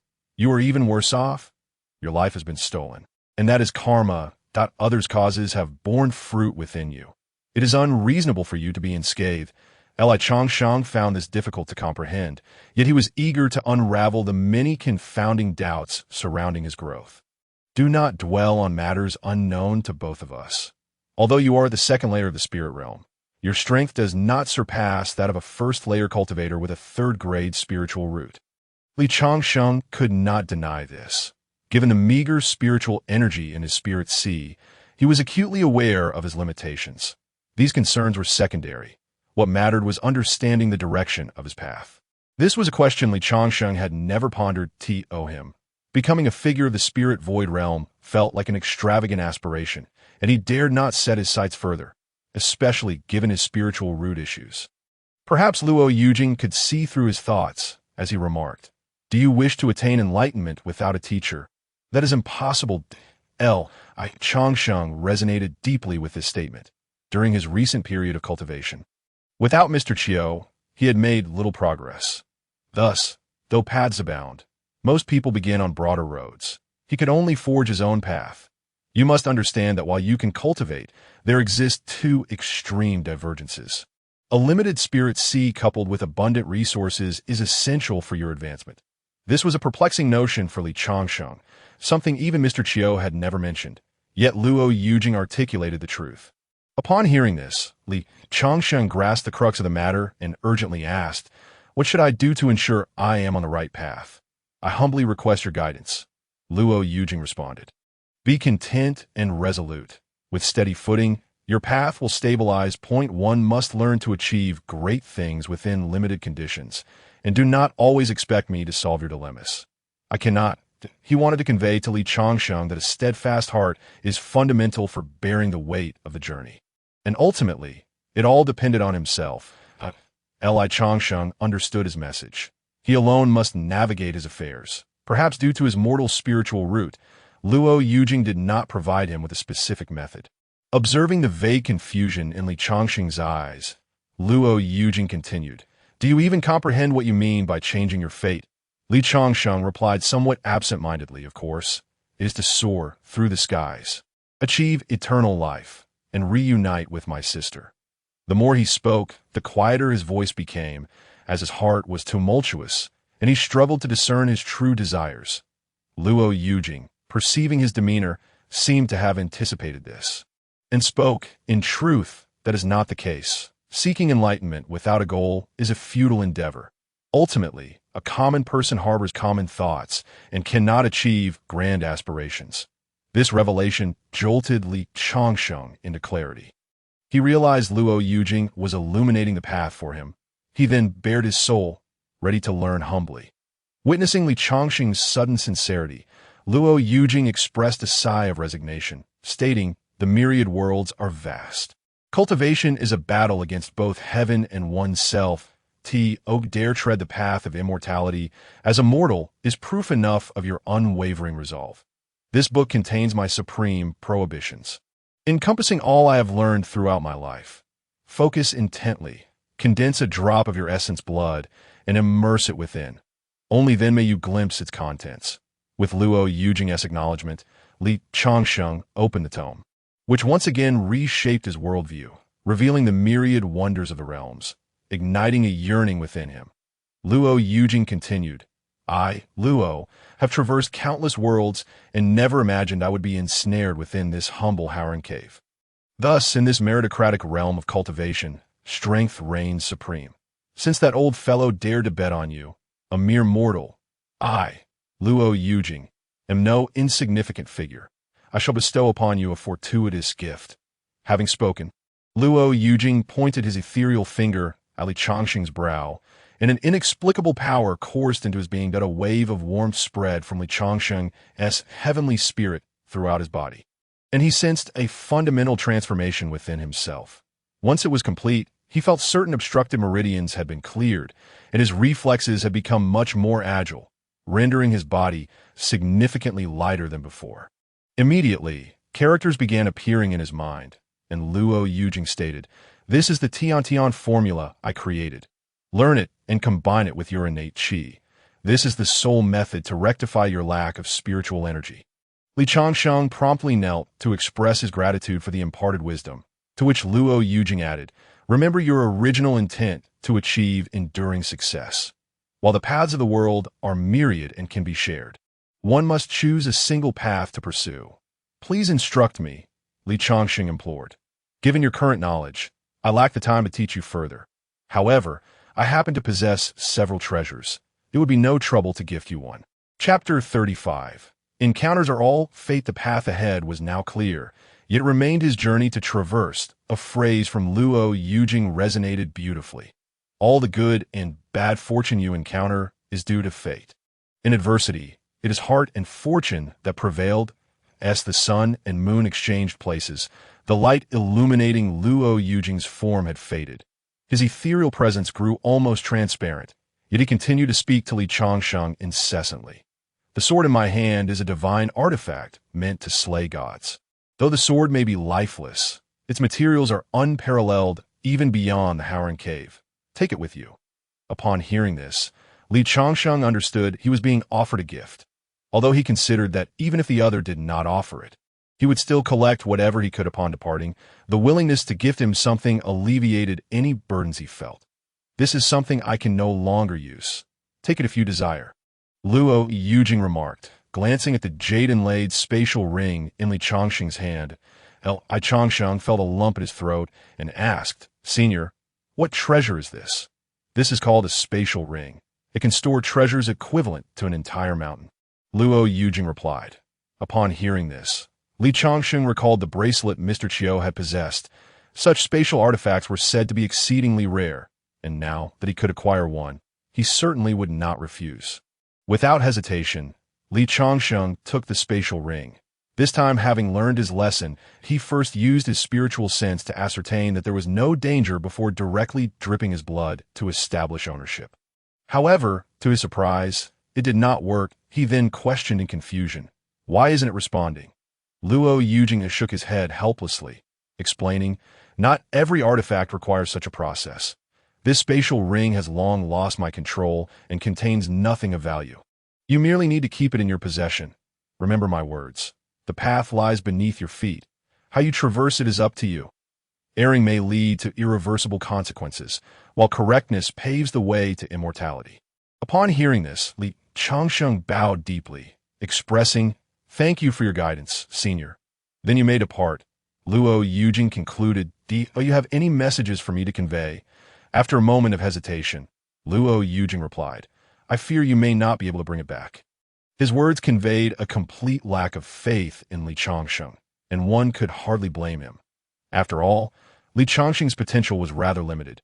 Without an extraordinary stroke of fortune, it seemed almost impossible for him to emerge from the Howren cave. Luo Yujing fell silent, and as a chilling breeze swept through the area, his remains were carried away by the wind, leaving nothing behind, not even a final word, aware of the gratitude he owed. Li Changsheng knelt in reverence before rising and making his way towards a distant glimmer of light.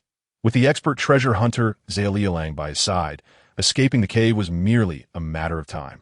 As per usual, Zhao Lialang led the way while Li Changsheng followed closely behind, the pair, a man and a monkey, venturing towards the source of the starlight.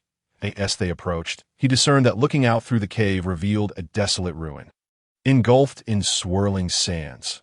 Witnessing this scene, Li Changsheng pondered if he had somehow returned to the ancient wasteland.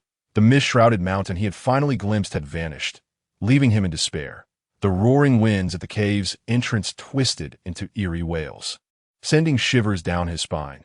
Below him lay an unfathomable abyss, leaving Li Changsheng no choice but to descend the sheer cliff. Scattered debris constantly reminded him to tread carefully, but fortunately, his agility remained intact.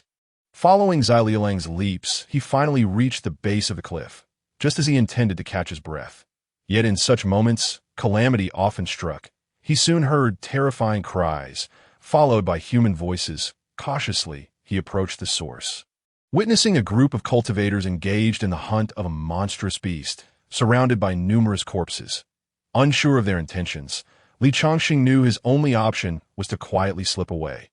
However, just as he attempted to leave the rain-eroded ravine, he heard a desperate cry for help. He halted, curiosity piqued.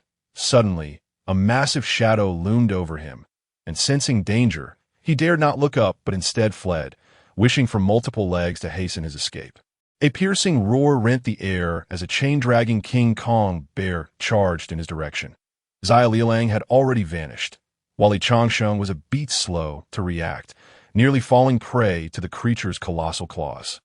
After running for a short distance, the beast still pursued him. Unexpectedly, a shadow lunged at him, and they both tumbled into a ravine just out of sight of the King Kong bear. Before he could inquire about his savior's identity, the masked figure hushed him and clamped a hand over his mouth. The bear, now nearby, drooled with rancid saliva, and Li Changsheng felt a surge of dread. Yet, suddenly, the creature collapsed, its breath weak and labored, indicating its imminent demise. That moment, the masked individual released Li Changsheng and, ignoring him, leaped out to deliver a final blow to the bear. Subsequently, he consumed the beast's core and vanished. Once the masked figure had departed, Li Changsheng regained his senses and uttered a heartfelt, "Thank you for saving my life." The stranger, however, showed no intention of stopping or engaging in conversation, simply continuing on his way. Truly an oddity, thought Li Changsheng. Did he prefer to remain nameless? Or was he mute? As he pondered, the figure paused, turned, and cast a glance back at Li Changsheng, startling him. "You talk too much," was the only response before the figure resumed his departure. Li Changsheng called out, "What about the beast? Do you not want it?" The figure waved dismissively, then disappeared into the swirling sands. Li Changsheng, however, had no intention of letting the beast go, although he had never studied alchemy. He had diligently memorized the herbal compendium. Coupled with the recent events where others had fought fiercely over the monster, he was convinced it was a valuable prize. Without hesitation, he stowed the King Kong bear in his spatial ring. Having concluded the matter, Li Changsheng did not return to rescue the unfortunate souls on the brink of death. As he retraced his steps, the path became a blur in his memory, and he recalled that Zhao Lialang had just fled. Grumbling, he muttered, "You little creature, don't come back. You run away at the first sign of trouble." Yet, contrary to his wishes, Zhao Lialang emitted a series of chirps and hurried back to him. Just as he bent down to embrace Zhao Lialang, another enormous shadow enveloped him. "Not again," he exclaimed. This time, however, Zhao Lialang did not flee. Instead, he perched on Li Chongqing's shoulder, gazing back. Sensing something amiss, Li Chongqing turned to look to his astonishment. Several flying ships soared through the air. Can ships really fly? He marveled. The young girl aboard one of the vessels spotted him and exclaimed to her companion, "Master, look, there's a person down there." The elder, whom she addressed as master, soon appeared before Li Chongqing. Before he could process the situation, the elder waved his sleeve, and an inexplicable force whisked Li Chongqing upwards. "What is your name, and from which sect do you hail?" the elder inquired upon meeting him. Li Chongqing, not daring to conceal his identity, replied, "I am Li Chongqing, a registered disciple of the Qingyuan sect." The elder seemed unimpressed by the name, yet the young girl, intrigued, asked, "Hello, big brother, what brings you to this ancient battlefield?"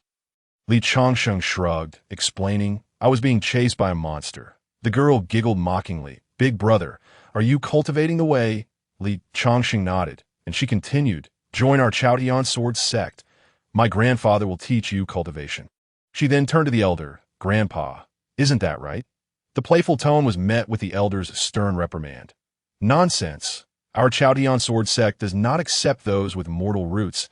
And no sooner had he spoken than Li Chongqing found himself returned to the ground. When he looked up again, the flying ship had already receded into the distance, and he was now within the bounds of the mist-hidden mountains. Chapter 36. The weak are oppressed. The vessel that had carried him was the Chaotian sword sect's sword ship, a luxury unattainable for a minor sect like Qingyuan. Nonetheless, it left a profound impression on him. Struggling to regain his composure, Li Chongqing was unaware that this unexpected encounter would prove to be a significant opportunity for his future. Now alone atop a mountain peak, he proclaimed, "I shall undoubtedly prove to everyone that I, Li Chongqing, am capable. I will not disappoint your expectations." His voice echoed throughout the valley, drawing the attention of a figure cloaked in black who responded, "Why should mortals not cultivate immortality? Why must they endure the cycle of birth, aging, illness, and death? Why is the heavenly path unjust?" Having vented his frustrations, Li Chongqing was about to descend when the lingering voice reached him again. Initially, he thought it a figment of his imagination, but having not conversed with anyone in ages, he felt utterly baffled.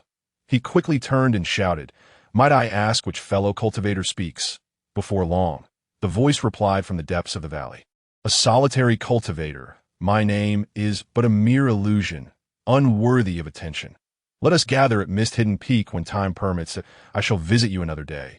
These simple words opened their hearts to one another, igniting a resolute ambition within Li Chongqing. Such trivial exchanges held great significance for him. As he neared mist-hidden mountain, he transformed into a nimble monkey, darting through the dense forest to hasten his return. After some time, Li Chongqing finally arrived back at the mist-hidden cottage. From a distance, he noticed several individuals standing there. Approaching them, he inquired, "Esteemed seniors, what brings you to my humble abode?" The individuals remained silent, but an impolite voice from the courtyard retorted, "Who among us is your fellow disciple? Who refers to you as senior?" Others chimed in, "Exactly, a mere registered disciple dares to associate with us. What business do you have running off on wild adventures instead of tending to your chores?" The remarks were harsh and devoid of civility. Yet, facing these individuals, Li Chongqing refrained from retorting. Though he sought longevity through cultivation, he was acutely aware of the complexities of human relationships, uncertain of their status. He preferred to avoid unnecessary strife.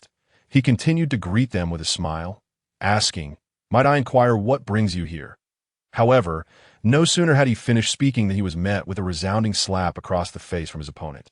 As if that were not enough, one of them even spat in Li Chongqing's face. Suddenly, a man with a sideswept fringe leaped forward, grasping Li Chongqing by the throat and declaring, "If you dare to speak again, you shan't have the opportunity to stand and converse." Subsequently, he hurled Li Chongqing to the ground. In that brief encounter, Li Chongqing realized the vast disparity in their capabilities. He was utterly outmatched, thus he could only rise awkwardly, suppressing his anger and remaining silent as he listened to their derisive remarks about him. Observing Li Chongqing's predicament, the man with the fringe seemed to find a sense of validation and refrained from further physical aggression. Instead, speaking in a haughty tone, "I am Lin Zhao, sent here to ascertain whether you are still alive. Since you are, you ought to tend to your farming. Where have you been wandering off to?" Li Changsheng could only stifle his fury and replied, in response to Master Lin, I went out to gather medicinal herbs. The man, sporting a smug expression, retorted, and what are the herbs you collected? I lost them while fleeing for my life. Li Changsheng admitted. Huh. The others erupted into uproarious laughter at his confession. One of them remarked, I reckon you're just here to bide your time and wait for death. As a registered disciple who had been in the mountains for half a year, he had not sown a single seed in this barren land of the 18 peaks. Do you think the sect has sent you here to serve as a mere doorkeeper? Though he felt anger surging within him, Li Changsheng knew this was not the time to retaliate. He resolved to endure their taunts and remember their disdain. Lin Zhao, seeing Li Changsheng's foolish demeanor, continued, remember, the regulations for entering the outer courtyard have changed. Registered disciples must submit 300 varieties of spiritual herbs to qualify for the outer courtyard assessment. He glared at Li Changsheng and added, what do you mean by what? I set the standard for the entrance examination. If you disagree, you may as well roll back down the mountain and stop wasting your days here. With that, Lin Zhao made a strike Li Changsheng, but was interrupted by the sound of a door slamming shut. At that moment, a woman stepped forth from within the courtyard, the very one who had accompanied Li Changsheng previously. Meng ran. With a swift motion, she wielded her sword and severed Lin Zhao's right arm, eliciting a blood-curdling scream that echoed through the valley. The disciples who had followed him fell silent, fearful of becoming the next target. Meng Ran regarded the sly-looking Lin Zhao and asked, do you truly believe yourself to be superior? Just because you are a mere outer sect disciple? Despite the pain, Lin Zhao's arrogance remained unscathed as he retorted, who are you? How dare you harm me? My uncle will surely take your life. He then urged his companions, what are you waiting for? Attack her. Unfamiliar with Meng Ran's identity and emboldened by Lin Zhao's instigation, they brandished their weapons at her. Yet, with a mere flick of her wrist, Meng Ran sent them flying, their anguished cries piercing the air. She challenged, you wish for that old man Lin Haiyuan to deal with me. Go back and tell him to see if he dares. Lin Zhao, already notorious for his foul reputation, refused to concede and snarled, you better recognize who you've offended. At this, Meng Ran fixed her wide eyes on the cowardly Lin Zhao and asked, do you wish to lose your left hand as well? Upon hearing this, Lin Zhao felt a chill run down his spine, and with his followers in tow, he hastily departed, leaving behind a threat. You better wait for me. Boy. After they fled, Meng Ran extended her hand to Li Changsheng, helping him to his feet, and inquired, why did you not fight back? I was unable to, he replied. In my opinion, it was merely cowardice. Meng Ran's words struck a chord within him. Yet Li Changsheng remained unperturbed. In a calm tone, he replied, this is the realm of cultivation, where strength reigns supreme and reason holds little weight. Why would I engage with those I cannot defeat? However, deep down, Li Changsheng yearned to resist. He simply believed such actions to be futile at this moment. Much like a decade prior, he could always reclaim what he lost in due time, that he was indifferent to the fleeting gains or losses. Meng Ran, observing his demeanor, scoffed lightly and asked, why do you wish to continue living? Li Changsheng responded, why should I not? You are unaware that prior to your arrival, people died here every month. That was their fate. Not mine though you believe yourself to be exceptional. I merely wish to survive and accomplish my tasks. When she gazed into his eyes again, she saw a clarity she had never encountered before, indicative of a clarity of purpose that surpassed her own. If you wish to live, let us meet at the back mountain. I can assure you he will not trouble you again. Meng Ran paused for a moment before uttering those words. Li Changsheng, however, replied, no need. I shall handle this matter myself. Next time, he will not return. Meng Ran was taken aback by his boldness. He had no talent, strength, or connections. How could he presume such confidence? While determination of heart may allow others to ascend, it would not suffice for him. Thus, she shook her head and remarked, I truly do not understand the source of your confidence. Li Changsheng had never been one to speak recklessly, neither in his youth nor in adulthood. Dusting himself off, he returned to his earnest demeanor and said, thank you for your intervention. I shall repay you when the opportunity arises. Meng Ran was bemused by his words, finding it somewhat humorous. Yet Li Changsheng was dead serious. He never wished to owe anyone anything. Not overthink it.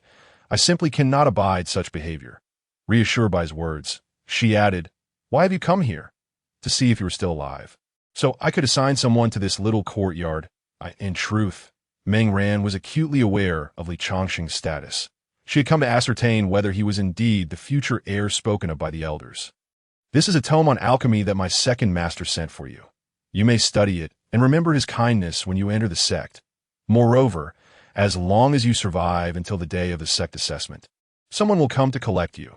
You need not worry about gathering sufficient spiritual herbs.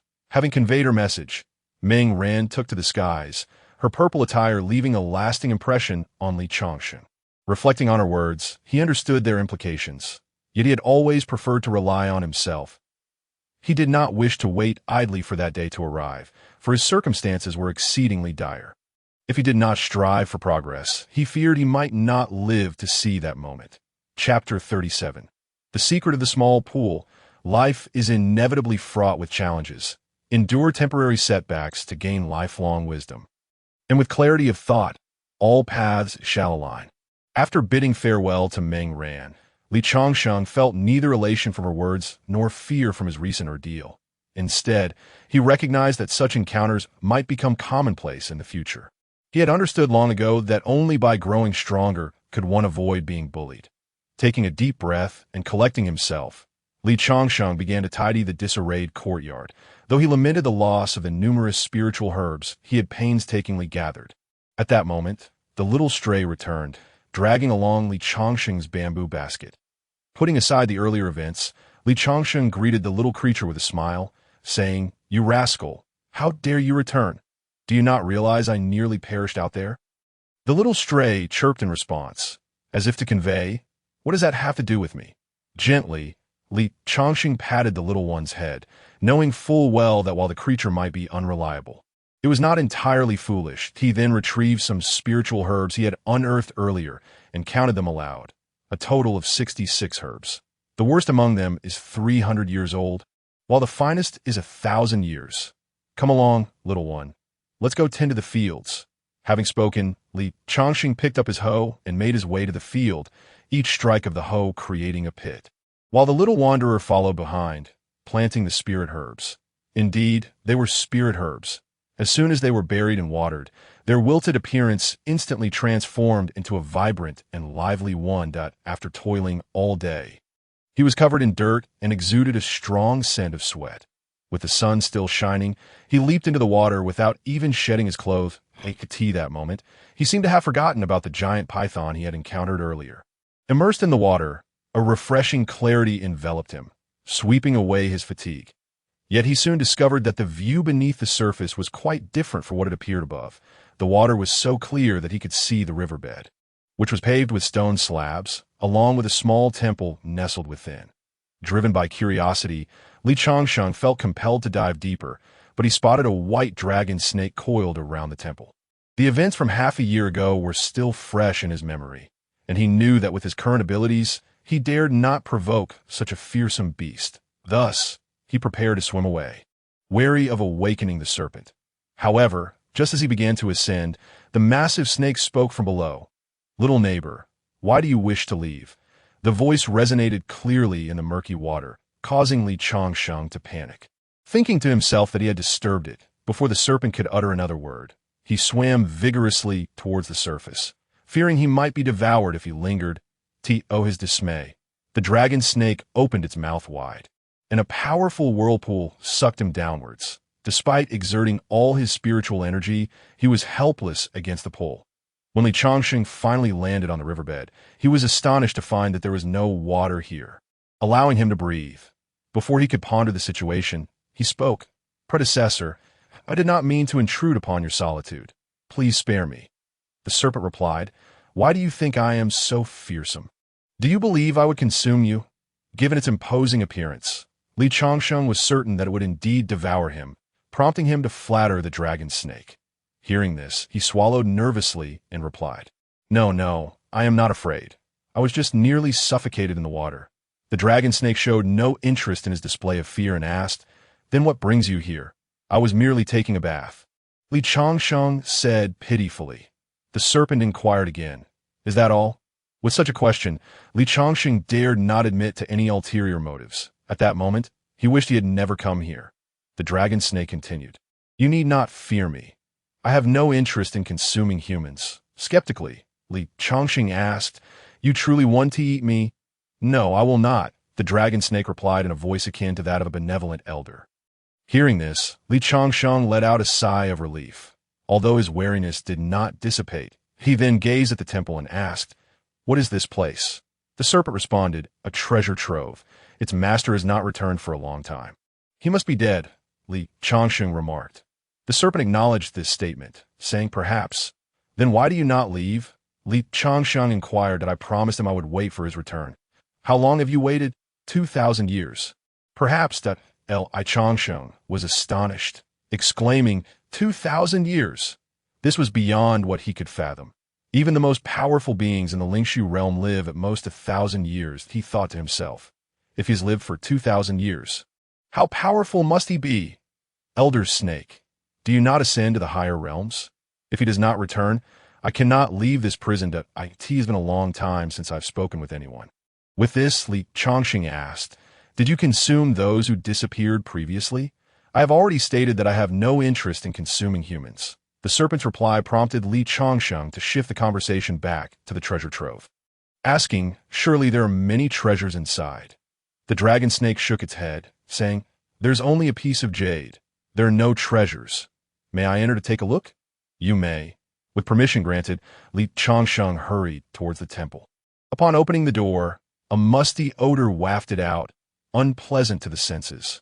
Once the smell dissipated, he stepped inside to see what lay within. Upon entering the hall, he was greeted by an empty interior, save for a glowing piece of jade suspended in mid-air.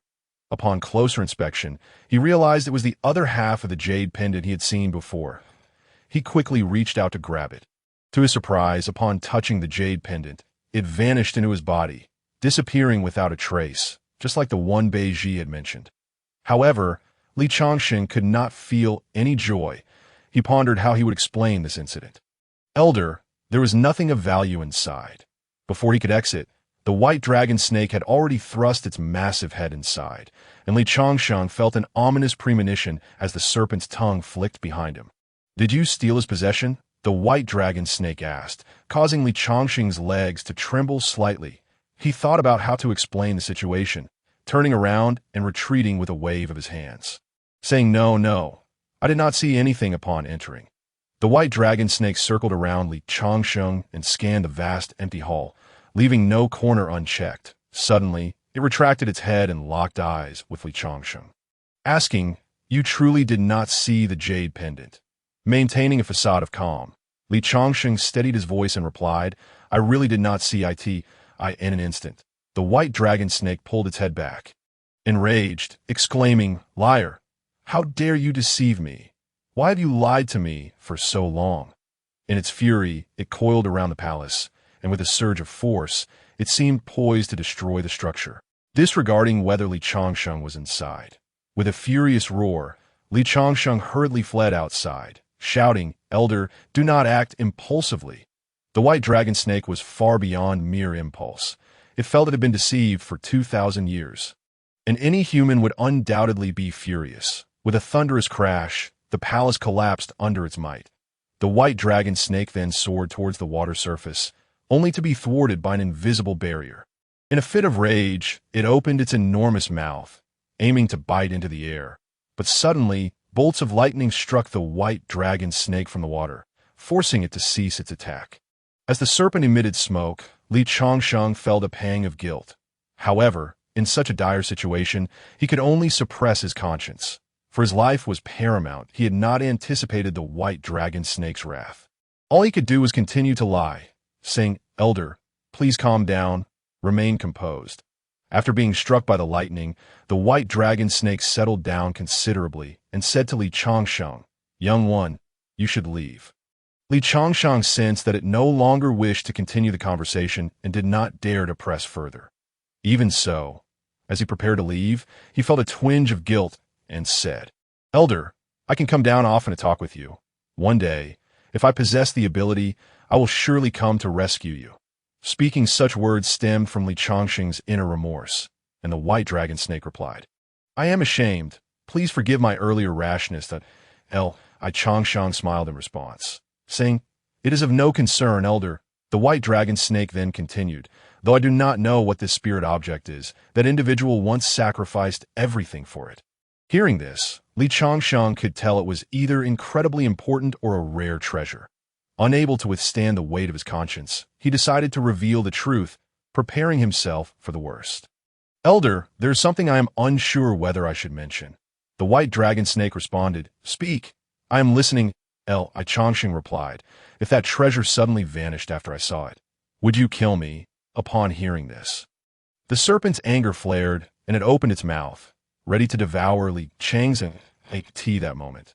The dragon scales at Li Chongqing's waist emitted a golden light. Shielding him, he felt an unprecedented surge of power emanating from the scales. A force of immense grandeur. The white dragon snake, witnessing this, immediately lowered its head in a display of respect, a reaction Li Chongqing had not anticipated. The dragon scales had become his trump card for revealing the truth. A gamble of his life based on his suspicions. Thus Li Chongqing said, Elder, let me explain. That thing entered my body the moment I stepped inside, and I have no way to retrieve it. You need not retrieve it. Since it sought you out, you are now its master. Why? There is no reason to. Li Chongqing remained unaware that the serpent was pledging allegiance to the dragon scales rather than to him. Soon, a beam of white light shot from Li Chongqing's spiritual sea, imprinting itself on the dragon snake's head. Confused, Li Chongqing inquired, What is this? The serpent replied, It is a spirit seal. From now on, you are my master. The incident occurred unexpectedly, leaving Li Chongqing bewildered as to how he had suddenly become the master of another. He exclaimed, Senior, how could I possibly be your master? That simply cannot be. What I say is law, came the reply. Subsequently, the barrier that had obstructed him vanished, from the moment he emerged from the water to the instant he leapt into the air. He was met with a series of thunderbolts that had long been awaiting him. The scales of the white Jiao snake began to transform, and upon the 9th lightning strike, it had morphed into a dragon's form, subsequently vanishing from sight. Emerging from the water, Li Chongqing remained oblivious to the unfolding events, only hearing a voice say, Young one, before anything else, I must seek out that individual. Chapter 38. The dream of opening the fate star, as the seed is sown now. The fruit will surely be born later. Confounded, Li Chongqing gazed at the tumultuous skies above, which swiftly returned to tranquility, though such commotion would undoubtedly attract the attention of influential figures from all quarters. High above, powerful cultivators from nearby sects gathered in the sky, not deigning to glance at someone of Li Chongqing's stature, instead engaging in conversation from a distance. From below, Li Chongqing heard a young man, riding a unicorn, boldly declare to the assembly, It is time to clarify the ownership of Mist-Hidden Mountain, my friends, as there is much to be gained. Then came the voice of Qi Yinxing, stating, The founding ancestors of our sects have already divided the territories. Mist-Hidden Mountain is a barbaric land none of you desired. To seek to reclaim it now would be ill-advised. The young man, a rising star of Daotian's sect, continued with great vigor. Then let us settle this with a battle. Whoever emerges victorious shall claim the land. Then let the battle commence. I fear you not. Li Chongqing thought to himself, recognizing that treasures must have surfaced, drawing the greedy and unashamed to contend, as the impending clash loomed. A figure clad in a green robe appeared from thin air, effortlessly repelling the assembled crowd with a gentle wave of his hand. Each step he took left behind blue, octagonal imprints upon the ground. The newcomer did not utter a word, but the provocateur, the young cultivator, left with a parting remark. Time is on my side. Today, I shall extend courtesy to Mr. Dragon. Prepare yourselves, Qiyuan's sect, for our Daotian sect will soon pay you a visit. Qi Yinxing, unperturbed, retorted, I shall await your arrival at any moment. The others, witnessing this exchange, offered respectful gestures to the figure in green before departing in their own directions. Thus, the crowd dispersed without further ado. Though the green-robed figure cast a fleeting glance at Li Chongqing, a gaze that nearly left him spellbound. Overwhelmed by the intensity of stare, he averted his eyes from the sky, and after a while, Tranquility returned to the surroundings. Yes, the last rays of the setting sun faded. The clouds thickened, obscuring the moonlight. The events of the day weighed heavily upon Li Changsheng, having witnessed the transformation of a Jiao into a dragon and the tensions among powerful beings. He felt the complexities of the cultivation world rivaling those of the mortal realm. When he finally reached his bed, fatigue overtook him, and he fell swiftly into slumber, while the little stray affectionately came to cover him with a blanket. Little did he know that his body radiated a soft jade light, and the vial of 100 spirits liquid within his ring inexplicably flew out, astonishingly tipping itself over to pour its contents into his navel. In his dream, Li Changsheng found himself within his spiritual sea, observing the chains of heavenly principles, each emanating an ancient and eerie aura. Suddenly, the fissures within his spiritual sea illuminated, and as he focused, he recognized the source to be the 100 spirits liquid gifted by the fairy sister. Was I not asleep? Who has fed me this? He pondered, attempting to rise, but finding himself immobilized, as if pressed down by an unseen weight. Struggling in vain. With a sudden hum, he was startled, realizing the sound emanated from the chains of heavenly principles. He then beheld inscriptions glowing upon the chains. Though he could not decipher them, he sensed they were far from ordinary. When he reached out to touch them, a jolt of energy pierced through his very soul. That moment, a red glowing orb materialized above his spiritual sea, and as he reached for it, it darted away as if it possessed its own consciousness. Thus, Li Changsheng was led on a chaotic chase within his own spiritual sea, until the orb finally settled in a particular spot, revealing a bottomless abyss beneath him. As he gazed into the depths, the orb suddenly darted behind him and collided with him, causing an unprepared Li Changsheng to plummet off the cliff. Though it was merely a vision, the experience felt all too real that he expected to meet his demise. Yet instead found himself amidst a constellation of stars, the bewildering transformation leading him to wonder if a cultivator possessed not just a spiritual sea, but also a sea of stars. Unbeknownst to him, these stars represented another facet of a cultivator's inner realm, where the laws were lacking and the path of cultivation incomplete, thus preventing the formation of a complete inner domain. Hence, cultivators could at most develop their spiritual sea, and only those in the Lingshu realm could unlock their fate stars, thereby ascending to divinity. Subsequently, the orb soared into the stars, becoming the most radiant among them, its luminescence enveloping Li Changsheng's entire inner realm. In that moment, he beheld the entirety of his inner domain. Hundreds of majestic mountains scattered atop the frozen spiritual sea, with the chains of heavenly principles interspersed throughout. Yet, in an instant, all of it was engulfed in darkness. Li Changsheng was at a loss, which reminded him of the book given to him by Luo Yujing, for therein lay the answers he sought. Eagerly, he retraced his steps, and as he ran, he suddenly jolted awake, unaware that his forehead was drenched in cold sweat. He failed to notice that the meridians of his body had significantly improved. He then retrieved the ethereal tome that Luo Yujing had entrusted to him. Flipping to the table of contents, and upon a cursory glance, he located the section detailing the inner realm. Inner realm stars. The text described that a cultivator's complete inner realm consists of heaven, earth, and sea, where heaven represents the stars, earth denotes the snow-capped mountains, and sea signifies the spiritual sea. Within the stars lies one's fate star, the essence of a cultivator's existence. Only when the fate star is activated can one achieve longevity and great accomplishments. The snow-capped mountains symbolize the cultivator's body, and to refine the body is to cultivate the mountains, transcending the mortal coil. The cultivation of the Tao body refers to this process. Naturally, the spiritual sea is the expanse beneath the icy surface. Thus, it became clear to him that this was the complete inner realm of a cultivator. Li Changsheng's heart surged with emotion upon this realization, recognizing that he had truly embarked upon the path of immortality. In that moment, he comprehended that cultivation was akin to education. Without diligent effort, one would fall behind. To traverse myriad experiences was akin to perusing countless tomes, lest one remain as ignorant as a frog at the bottom of a well.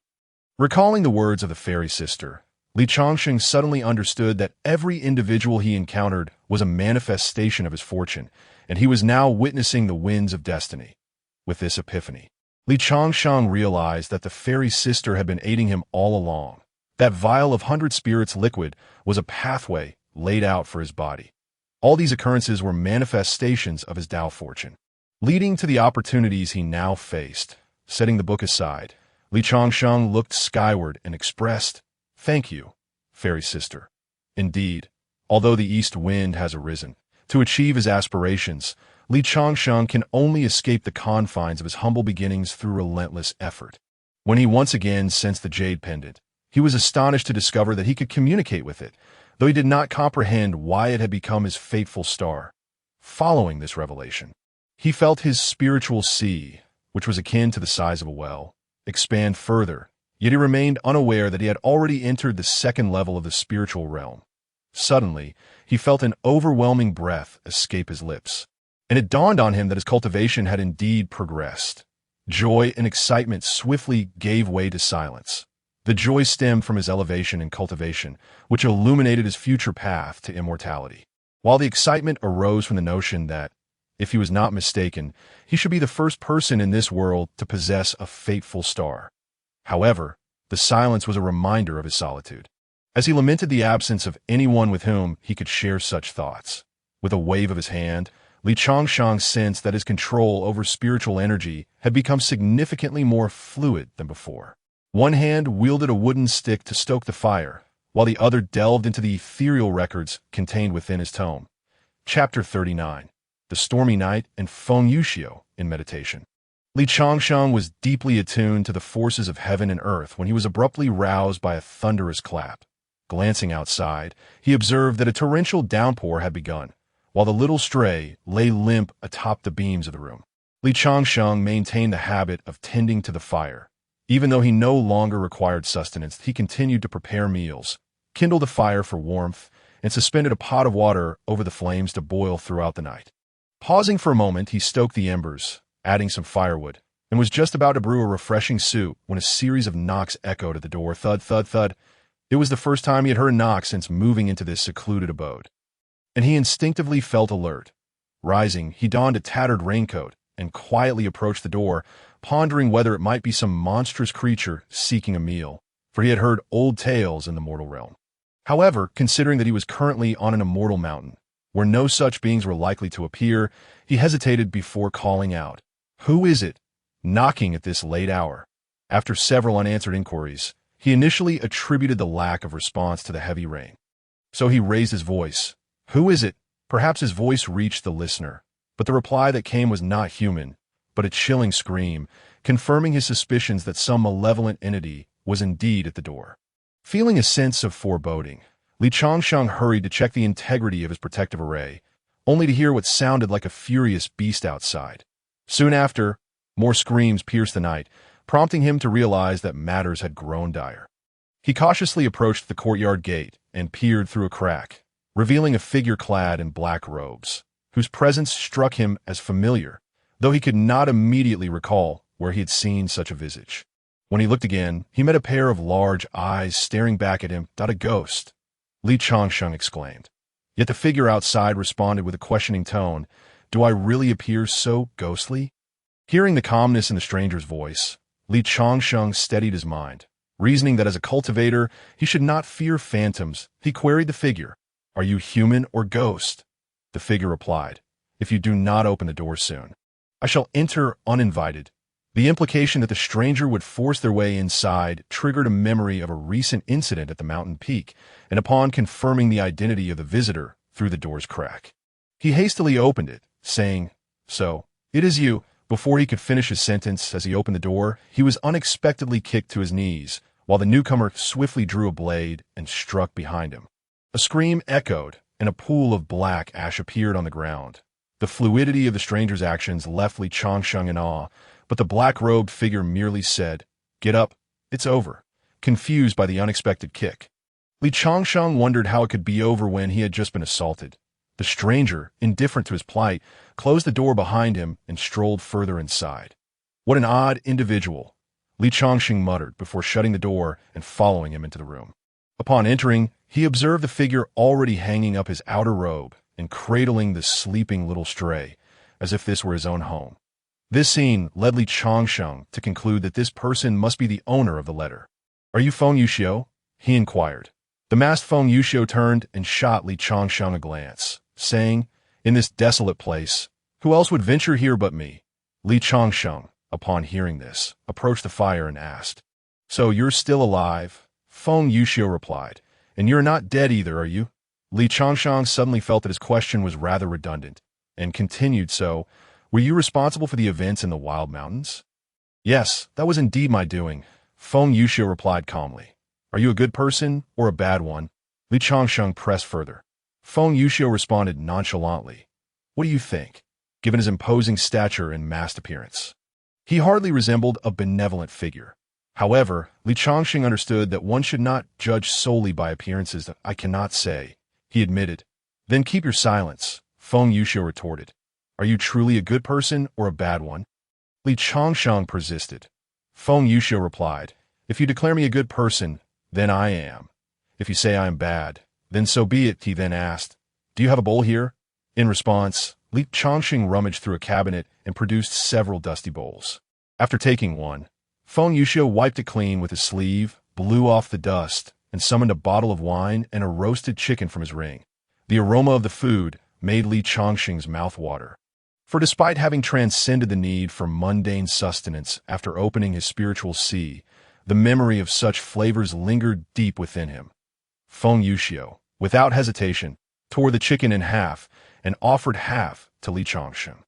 Asking, "Can you drink wine?" With a mouthful of meat, Li Changsheng replied, "I've never had it before." The disdain in Feng Yuxiu's tone suggested he considered Li Changsheng foolish as he appraised him from head to toe, then drank a large bowl himself. After wiping his mouth, Feng Yuxiu inquired, "How long have you been here?"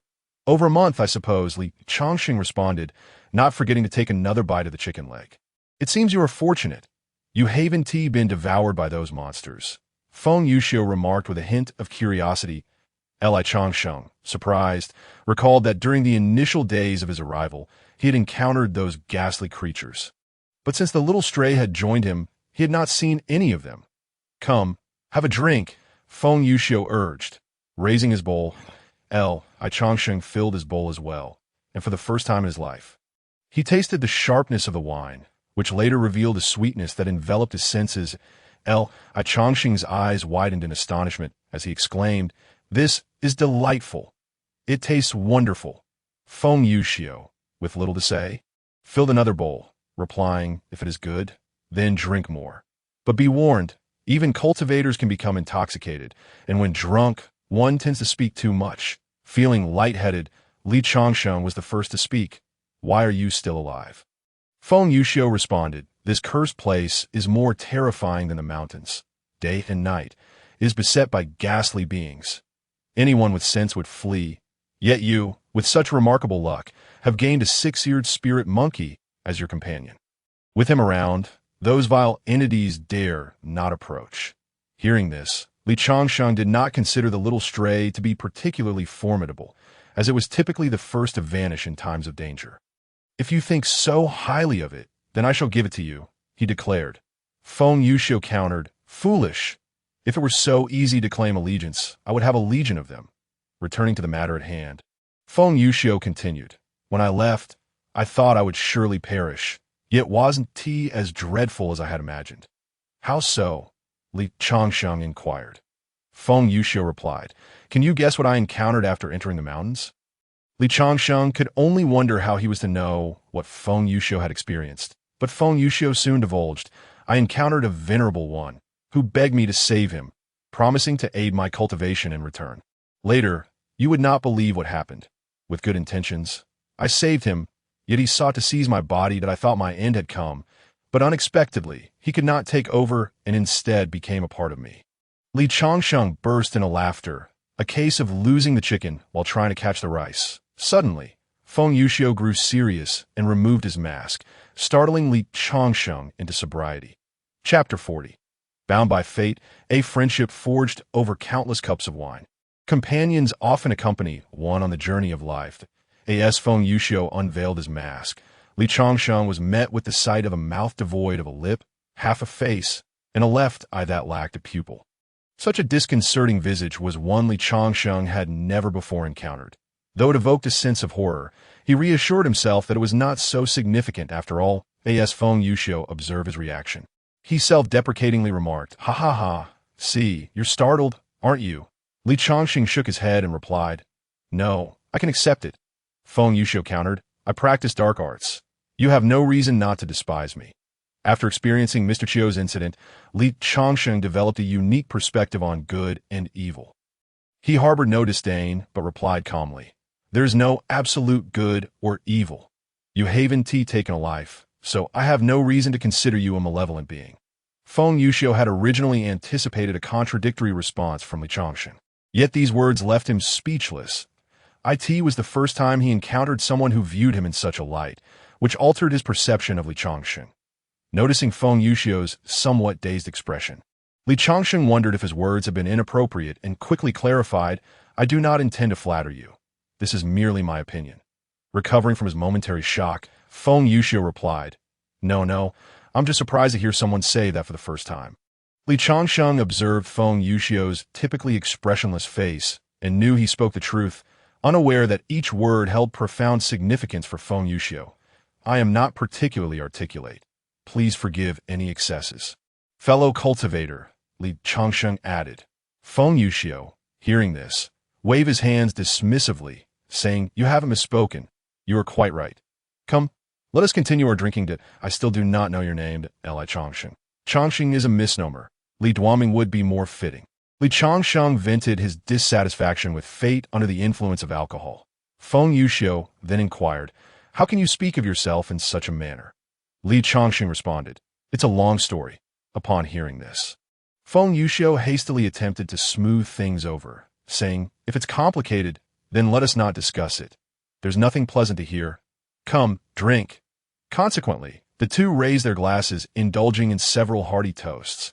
Even divine beings might feel lightheaded after such libations, let alone mere cultivators like them. Feng Yuxiu, his inebriation palpable, declared, "Let me share my story with you." Li Changsheng listened intently, anticipation gleaming in his eyes. My aptitude is mediocre, possessing only a third-grade spiritual root. In the mortal realm, I could at least manage to thrive. However, humans fall ill and perish, and I fear death. Thus, upon being told at the age of 10 that I was fated to be devoid of a path to immortality, I began my quest for traces of immortals. After much effort, I entered the Qingyuan sect, only to discover they regarded those with spiritual roots below the 4th grade as lesser beings. In the first round, I painstakingly gathered 100 types of spiritual herbs, only to have them snatched away by a boy with a sideswept fringe. The scar on my face is a testament to that encounter. In the second round, after collecting immortal herbs, I lost my eye in the entrance competition. In the third round, Feng Yuxiu recounted the various injustices he faced, and Li Changsheng listened with sympathy, unaware that their fates were quite similar, akin to brothers in adversity. What stirred Li Changsheng's sympathy for Feng Yuxiu was that, after saving that venerable figure, he, like himself, mistakenly believed he had found a wise mentor, only to become a host for a soul-snatching attempt. Ultimately, the attempt failed but inadvertently propelled Feng Yuxiu toward his own aspirations of immortality. In the 5th round, Feng Yuxiu abandoned his desire to seek the path of immortality at the Sword Sect and resolutely chose to venture into the mountains. Embracing a do-or-die mentality, he inherited a portion of the Nameless Venerable's power, significantly enhancing his cultivation. He had now reached the 3rd stage of the Golden Core realm, yet the path he practiced was deemed demonic by the righteous sections. The two ceased their drinking and transitioned into a profound conversation as confidants. "And you, share your story," Feng Yuxiu prompted Li Changsheng. Having never drunk before, Li Changsheng felt the effects of intoxication and replied loudly. "At 7, I lost my family. At 10, I was all alone. At 20, I sought revenge. I was abducted here by an immortal." Your plight is even more tragic, brought here to till the land," Feng Yuxiu playfully chided Li Changsheng. In just a few words, they conveyed the hardships of their lives, laden with unspoken sorrows. "Brother, I toast to you. With that, Feng Yuxiu drained his cup and smashed it down, prompting Li Changsheng to follow suit.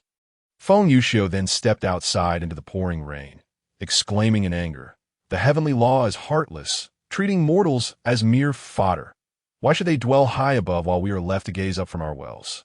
His words encapsulated the struggles of lowly cultivators. Oppression, exploitation, and servitude. The clap of thunder resonated, nearly striking Feng Yuxiu. Yet instead of fear, he grew more exhilarated, cursing those who claimed to uphold the heavenly law for the safety of all beings. Li Changsheng admired his boldness, his fearlessness evoking a yearning within him for a similar audacity. Eventually, the two succumbed to their intoxication and fell asleep. The following day, Li Changsheng, as per usual, absorbed the primordial energy at the moment of heaven's dawn. They exchanged glances, and Feng Yuxiu remarked on Li Changsheng's practice. "The energy at dawn is the purest. You understand cultivation. You know this too?" Li Changsheng inquired, to which Feng Yuxiu replied optimistically, "Of course I do. Have you visited the cave? Having lived here for so long, how could I be unaware of such matters?" Li Changsheng initially thought this was a secret, only to find it was not. "I am rather dull. I could not grasp what that old man taught me, that he merely gifted me a foundational technique, but it was stolen by some rogues." This piqued Li Changsheng's interest, prompting him to ask, "What method are you currently practicing?" Feng Yuxiu showed no hesitation in revealing. He referred to it as nether arts. Li Changsheng was entirely unfamiliar with it, and Feng Yuxiu also lacked understanding, but he sensed an unusual energy within Feng Yuxiu, which felt somewhat sinister. He speculated it wouldn't be some sort of dark sorcery, would it? Indeed, it is what they call dark sorcery, specializing in siphoning others' strength to enhance oneself. Feng Yuxiu spoke of it with a nonchalant demeanor, showing no concern for Li Changsheng's potential disdain. Li Changsheng, however, held no such thoughts, as his understanding of good and evil was still rooted in the mortal realm, untouched by the complexities of the cultivation world. Ultimately, Feng Yuxiu, still unconvinced, assured him, "But rest assured, I have never harmed a good person, nor would I take your life." In response, Li Changsheng feigned understanding, nodding in agreement. Subsequently, Li Changsheng asked, "Feng, may I inquire about something?" "Please go ahead." Feng Yuxiu invited. Li Changsheng's inquiry stemmed from unfinished business in the mortal realm. As he sought a way to return it, he asked, "Could you take me down the mountain?" "Down the mountain? For what purpose?" Feng Yuxiu questioned, puzzled. "There are still matters left unresolved. I wish to complete them before returning." Li Changsheng replied indirectly. Feng Yuxiu seemed to comprehend Li Changsheng's intentions and readily responded, "All right, when shall we depart?" "I need you to stay a bit longer before I can go." Upon hearing this, Feng Yuxiu replied, "I, Feng, am accustomed to freedom. Anywhere is a place for cultivation, that I cannot abide the constraints of this little courtyard." With that, Feng Yuxiu hoisted his long sword over his shoulder and prepared to leave, adding, "By the way, if you wish to descend the mountain, remember to find me at Gigu. There's a signpost there. Right at the foot of the mountain where you stood, I will accompany you, and no need to accompany me. Simply take me down, and I will find a way to return," Li Changsheng responded. Yet Feng Yuxiu insisted. "Little friend Changsheng, having an extra person is always beneficial. Do not underestimate the martial artists of the mortal realm. Those below the golden core stage may not necessarily be weaker than them. Then wait for me a while. All right, just remember to call for me." Chapter 41. A while after a night of heavy drinking, Li Changsheng suffered a hangover for 3 days, having never drunk before. His head remained hazy for several days, leaving him with little choice but to focus on cultivation. The next day, Li Changsheng rose early, moved his stool from the courtyard, and began to examine various items he had gathered, believing they would mold if left unexposed to sunlight, unaware that time stood still within the spatial artifact. After arranging the items, he started to scrutinize their differences and study their uses. After some time, he began to concentrate on the cultivation methods of the Heart Sutra and the Heavenly Transformation Technique, each offering its own benefits. The Heart method will instruct Li Changsheng on how to wield his own spiritual power, while the Tianyin technique will similarly teach him to harness the primordial energy of the heavens. After some contemplation, Li Changsheng ultimately felt that he must progress in both aspects simultaneously, for the myriad types of spiritual energy in this world possess varying strengths. influenced both by the grade of one's spiritual root and the cultivation techniques employed. According to the Tianyin technique, spiritual energy is categorized into 8 types: red, orange, blue, green, purple, green, yellow, and white. That Li Changsheng possesses white spiritual power, which is regarded by practitioners of the Haoran world as the least desirable attribute, typically accessible only to those with third-grade or lower spiritual roots. However, there exist 4 ancient types of spiritual energy: the primordial heavenly energy, the celestial essence of the primordial, the ghostly demonic energy, and the chaotic ancient energy, forms of power that are extraordinarily potent, yet only a mere fraction of cultivators might perceive their existence. The principle of rarity equating to value is one that Li Changsheng understands well. Thus, he cannot carelessly reveal his primordial heavenly energy, as it will serve as one of his trump cards. Although he has yet to utilize it, the descriptions within the Tianyin technique suggest its formidable strength. With the aid of these 2 techniques, Li Changsheng, in just a few days, managed to grasp some fundamental concepts. Yet his mastery over the 2 types of spiritual energy he possesses experienced a remarkable transformation. Eager to test the sword he had forged, Li Changsheng promptly attempted to ascertain whether the divine slashing technique was indeed as formidable as Luo Yujing had claimed. He swung his sword toward a small stone hill in the courtyard. The sensation was as effortless as slicing through tofu. Having never encountered such a sharp instrument before, Li Changsheng exclaimed with excitement, "What a splendid item! Senior Luo has not deceived me." He then recalled the swordsmanship techniques imparted to him by the fairy sister. Having already mastered the first sword style, the mountain striked at a T this moment. With a newfound ability to control his own power, Li Changsheng was eager to put to the test. Thus, he ventured into the woods, calling upon the little stray to accompany him, as if to showcase his burgeoning skills. Targeting 2 large trees, Li Changsheng first infused his sword with his primary type of spiritual energy, then raised it to strike. He felt a surge of power akin to a fierce tiger leaping from the mountain as he swung the sword. A resonant hum echoed as the sword cleaved through the tree, splitting it cleanly in half.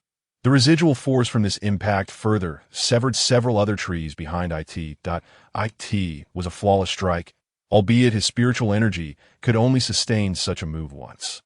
After consuming a few spirit-gathering pills, he employed the control method from the Tianyin technique, raised his sword, and discovered a force imbued with the essence of antiquity enveloping his body, significantly amplifying his strength beyond tenfold compared to before. With all his might, he delivered another slash, and a stream of red-blue sword energy erupted from the blade, obliterating the tree into splinters. The ground, strewn with bluish stones, bore a deep sword mark, reaching knee-deep. Although the mark was shallow, it sufficiently demonstrated the potency of the primordial heavenly energy. Remarkably, Li Changsheng's body did not become depleted of spiritual energy from this maneuver. He was puzzled by this phenomenon.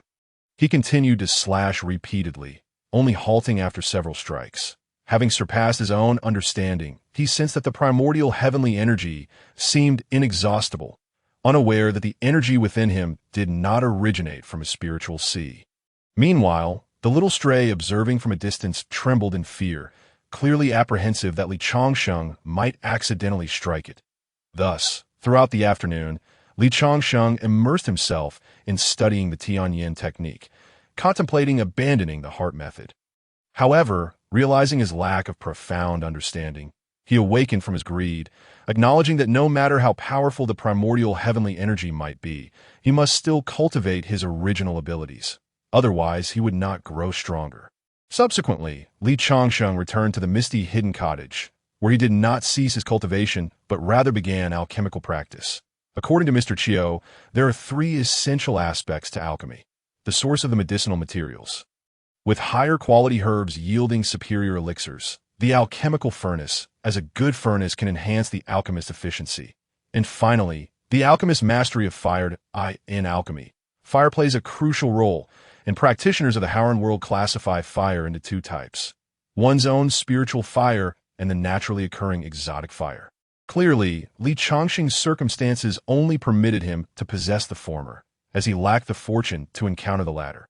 Even with the former, he had yet to master it, for transforming spiritual energy into fire requires a foundation in fire-related techniques, which Qiu Chuiyang had only taught him to cultivate his body, neglecting to impart these skills. Consequently, Li Changsheng could only utilize charcoal as a medium, supplemented by spiritual power in his alchemical endeavors, resulting in failure 9 times out of 10, with the potions produced barely sufficient for his needs. Although alchemists in the Howren world hold a prestigious status, his level of proficiency would hardly garner respect from other cultivators, as he remained an inexperienced alchemist. Thus, Li Changsheng decided to temporarily set aside alchemy, reflecting humorously that while Sister Mingran had given him chopsticks, she had not provided any food. What he did not realize was that practitioners endowed with the aptitude for alchemy possess the innate ability to transform their spiritual energy into fire spirit. And they invariably exhibited formidable willpower, capable of slaying foes invisibly through mere thought. As time passed, over a month had gone by, and Li Changsheng's cultivation across various domains progressed relatively smoothly. However, without the aid of dragon saliva liquid, his injured spiritual bones showed no signs of recovery. His desire for rapid advancement stemmed from the impending assessments in the outer court, although Sister Mingran had reassured him not to worry. Li Changsheng's pride compelled him to fulfill the requirements of the sect. The additional 100 spirit herbs had already filled a significant portion of the spiritual herb record, presenting a headache for Li Changsheng. Yet, whenever he recalled the forest, he felt a glimmer of hope that it was unclear how much time had elapsed since Li Changsheng's previous remarks, and Feng Yuxiu had not inquired further.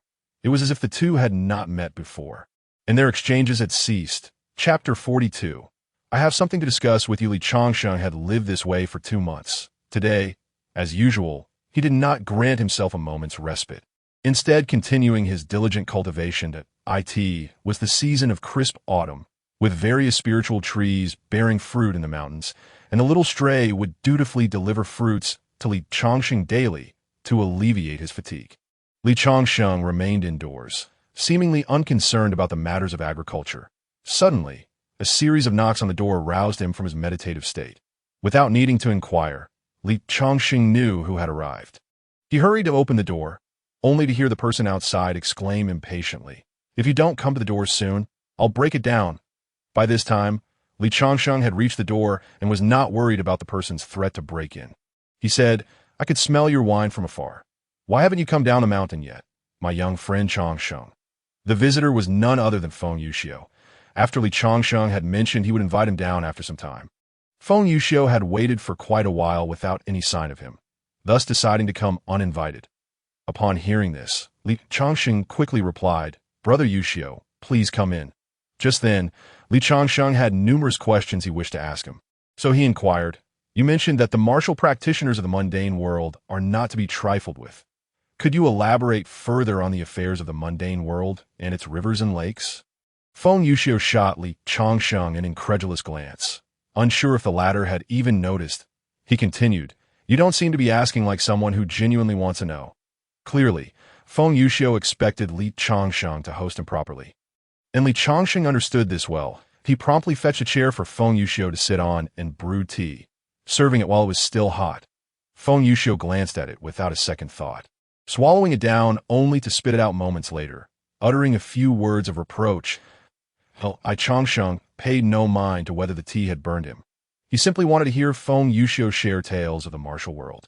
Feng Yuxiu began to expound. The so-called rivers and lakes refer to the mundane people, but in reality, it is quite chaotic, with numerous loose cultivators mingling among them, not to mention those martial practitioners who are far from harmless.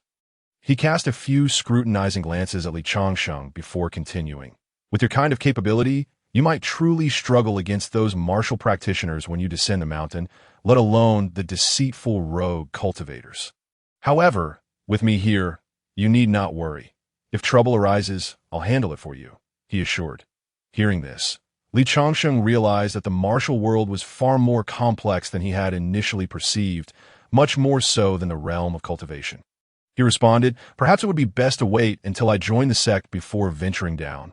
Upon hearing this, Feng Yuxiu grew displeased, stating, "I'm not saying you should be afraid, with me around. Descending the mountain is a trivial matter. What are you worried about? That may be true for you, but it does not apply to me that I prefer to be prepared for any unforeseen circumstances. With a thud, Feng Yuxiu slammed the wine bottle he had brought onto the table and declared, "If you're scared, why bother considering so much before descending? Entering the outer court can wait. It's not like a few years will be the end of the world." "Brother Yuxiu, please don't lose your temper." I Chongqing spoke to him in a gentle tone, and Feng Yuxiu, being a considerate person, responded, "As you wish. After all, Feng shall always be at your beck and call. Just don't forget to summon me to join you." After expressing his annoyance, Feng Yuxiu finally noticed the strange assortment of odors wafting through the room. Even with a mask on, he could only cover his nose in response. Surveying the chaotic interior, Feng Yuxiu inquired, "What kind of poison are you concocting here?" Upon hearing this, Li Chongqing realized just how disordered the room truly was. Observing the furnace in the center of the hall, half of which was charred by smoke, he couldn't help but respond in disbelief. "Chongqing, please don't tell me you're using charcoal to refine medicine here." Indeed, Li Chongqing was using charcoal to concoct elixirs, a desperate measure inherited from Mr. Chiu's hasty teachings on alchemy. Faced with such a question, Li Chongqing felt quite embarrassed, as this was rather humiliating. Fortunately, Feng Yuxiu then remarked, "The passage to the ancient Sangshu forest is about to open. Would you like to sneak in and seize an opportunity?" Naturally, Li Chongqing would not let such a fortunate chance slip by, readily agreeing, "Absolutely."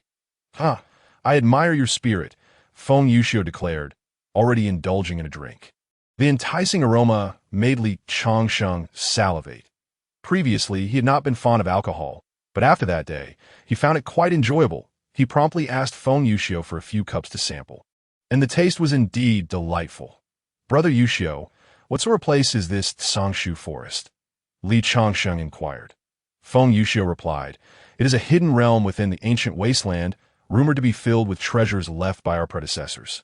If fortune favors us, we might even stumble upon a few Earth-tier magical artifacts." He continued, "Legends say that ancient spirit beasts reside within that ruin, that if we could tame one as a mount. Just imagine the prestige. I can hardly fathom it." As he spoke, Feng Yuxiu felt a delightful thrill, as if he had already acquired a treasure. His straightforward, bold demeanor showed that he acted purely on impulse. Hearing Feng Yuxiu's words, Li Chongqing became very intrigued and asked, "When does it commence? How shall we proceed?" Feng Yuxiu elaborated, "It seems we are fortunate, encountering a passage that opens only once every 500 years. As he spoke, Feng Yuxiu was already brimming with impatience that IT opens next month. "But you must be cautious. We can only sneak in. The entrance is heavily guarded by powerful sect members, and it would be impossible for us to enter through legitimate means." "Do you have a plan?" Li Chongqing asked, his brow furrowed in confusion, as this was his first encounter with such a scenario, and he needed clarity before deciding whether to go. Observing Feng Yuxiu's demeanor, it was evident he had devised a scheme. He stated, "Of course, these sword-fighting sects and their sycophantic noble heirs will gather at the entrance beforehand that I've already investigated. The entrance will open at the Great Wasteland Ridge, which lies at the border between the human realm and the ruin, a chaotic area where no one oversees. Many will linger there beforehand, and at that time, I shall fabricate a false identity for us to slip in unnoticed. You will seek treasures while I handle the distractions. After acquiring the treasures, we can split them and depart discreetly, raising little suspicion that we can sell any surplus for resources. Wouldn't that be splendid?" Hearing this, Li Chongqing felt relieved, as he initially believed anyone could enter, but it seemed only those at the body refinement stage were permitted, which was beneficial since no significant figures would be present. However, another question arose in his mind, prompting him to ask, "Why is that?"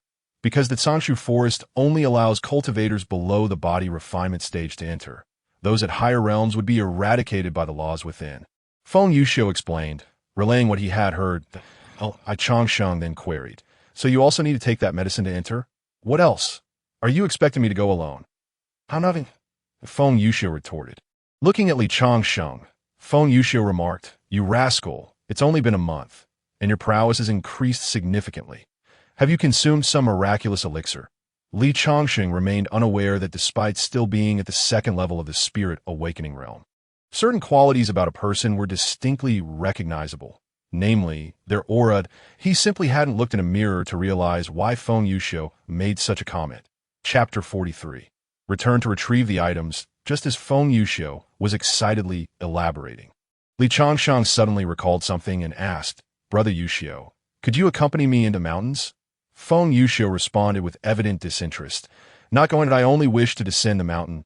Changsheng countered. You truly don't want to go? Not at all. Had Feng Yuxiu not mentioned the prospect of selling items, Li Changsheng would have forgotten entirely about the treasures he had concealed in Silver Moon Valley. Noticing Feng Yuxiu's apparent disinterest in going into the mountains, Li Changsheng exclaimed, I can take you to retrieve a treasure. Are you really not coming? Upon hearing that it was about retrieving a treasure rather than searching for one, Feng Yuxiu quickly changed his tune, asking, What treasure? As he spoke, he circled around Li Changsheng with scrutinizing eyes, unable to discern any signs of wealth in his appearance. Feng Yuxiu's mind was filled with doubts. Thus, he sat back down, asserting, not going. His tone clearly conveyed disbelief, and he shook his head. If he chose not to go, Li Changsheng certainly wouldn't return alone. However, considering that the treasures were likely still there, Li Changsheng rolled his eyes and devised a plan. Declaring, I assure you there are treasures you desire, Li Changsheng was not merely speaking out of turn. The elixirs hidden by Mr. Chiu were undoubtedly what Feng Yuxiu sought. However, Feng Yuxiu retorted, Why should I trust you? Then, Li Changsheng produced a small porcelain vial, having pilfered it during his time in Silver Moon Valley, harboring a touch of selfishness. When he opened it and caught a whiff, the unfamiliar scent was overwhelming. However, Feng Yuxiu snatched it away, exclaiming, What is this? Its night-flowing fragrance. He quickly inquired of Li Changsheng. This is quite difficult to concoct. Where did you obtain it? Li Changsheng shot him a glance, replying, Did you not say you weren't going? There aren't many of these. If I'm not going, then consider this vial a gift to welcome you. Feng Yuxiu immediately insisted, Tell me, and I will go myself. This prompted Li Changsheng to give him a sidelong glance. No longer teasing Feng Yuxiu, and stated, Shall we depart now? What are we waiting for? Let's go. Seizing the day instead of waiting for a favorable moment, Li Changsheng whistled, and before long, Little Stray appeared at his side. Patting Little Stray's head, Li Changsheng asked, Little fellow, do you still remember the location of Silver Moon Valley? Little Stray nodded, and Li Changsheng proclaimed, Let us set off, Brother Yuxiu. With that, they were off, and Li Changsheng insisted on bringing along his little bamboo basket, as if it could hold everything. This amused Feng Yuxiu, who shook his head in disbelief, commenting, What can you possibly carry in such a thing? I'm used to it, Li Changsheng replied, turning his back to Feng Yuxiu. Thus, Li Changsheng led the way, his frail frame entirely obscured by Feng Yuxiu's robust physique, while Little Stray perched atop Feng Yuxiu's hat, pointing the way. Li Changsheng's reason for inviting Feng Yuxiu along was simple. He wanted a bodyguard for protection, though he had no intention of treating Feng Yuxiu poorly. However, he seemed to have overcomplicated his perception of Feng Yuxiu, not realizing that he valued the sudden camaraderie between them and was merely teasing Li Changsheng earlier. After nearly 3 days of travel, Li Changsheng finally recognized familiar scenery, at which point he no longer required Little Stray's guidance. Throughout the journey, Feng Yuxiu repeatedly asked if they had arrived, receiving the same response of not yet, which tested his patience. It was then that he recalled he could fly. Why walk? He exclaimed, Changsheng, my friend, you should have mentioned earlier. This could have been accomplished in half a day if you hadn't insisted I walk with you. Li Changsheng, without a hint of embarrassment, replied, How could I find my way from the sky? This was indeed reasonable. Neither he nor Little Stray had ever flown, so how could they ascertain their location from above? However, as they approached the vicinity of Silver Moon Valley, Li Changsheng began to worry about one matter. When he fled that day, he hadn't had the chance to take the array's focal point, and he was uncertain whether the formation would activate again. Upon reaching the 2 deliberately carved openings, Li Changsheng hurriedly exclaimed, This is the place. Yet when Feng Yuxiu and the others arrived, they were greeted by a desolate mountain scene. Prompting Feng Yuxiu to remark, You claim this is where you hid your treasure. Li Changsheng surveyed the scene, thinking to himself that sometimes what one fears comes to pass, and with a dejected expression, he replied, This is indeed the place. Hearing Li Changsheng's words, Feng Yuxiu waved his hand in front of Li Changsheng's eyes and asked, "Are you not being foolish?" Li Changsheng was certainly not foolish. He swiftly pushed aside Feng Yuxiu's hand and declared, "Indeed, this is the place," but the formation activated on its own. Feng Yuxiu, undeterred by the veracity of his claim, believed he possessed the means to unlock it. He then instructed Li Changsheng, "Step aside." Upon hearing this, Li Changsheng cast a sidelong glance at Feng Yuxiu and inquired, "Are you capable?" While others might falter, Feng Yuxiu had considerable expertise in this domain. Bolstered by the fact that the nameless revered one was a master of formations, with unwavering confidence, Feng Yuxiu replied, "Watch closely." He closed his eyes in concentration, and in an instant, dark energy emanated from his palm, morphing into a myriad of diverse symbols. Eventually, these symbols coalesced into a formidable black blade. As Feng Yuxiu opened his eyes, Li Changsheng felt as though a demonic deity had descended upon them. For Feng Yuxiu's gaze radiated a terrifying aura, akin to tears cascading down, forming a comet's tail behind him. Then came a series of incomprehensible gestures, and with a powerful slash, the sheer might of it left Li Changsheng in awe. However, the outcome was somewhat disappointing. It could even be described as ostentatious, as Feng Yuxiu's blade merely carved a small opening, barely large enough for a single person squeeze through. This incongruity nearly caused Li Changsheng to faint. But nonetheless, Feng Yuxiu had indeed breached the formation that moment. Li Changsheng disregarded Feng Yuxiu and dove headfirst into the opening, oblivious to the fact that if Mr. Chiu had survived and that woman had taken residence here, he was, in essence, courting death. Feng Yuxiu surveyed his handiwork and merely remarked, "It seems I must hasten my practice of the nightmare blade technique." With that, he followed Li Changsheng into the opening. The first thing Li Changsheng beheld was a haunting vision. The once magnificent building had vanished as if it had been uprooted and taken away, and the valley lay in charred disarray. The fruit trees that had occupied his thoughts were now reduced to mere blackened husks.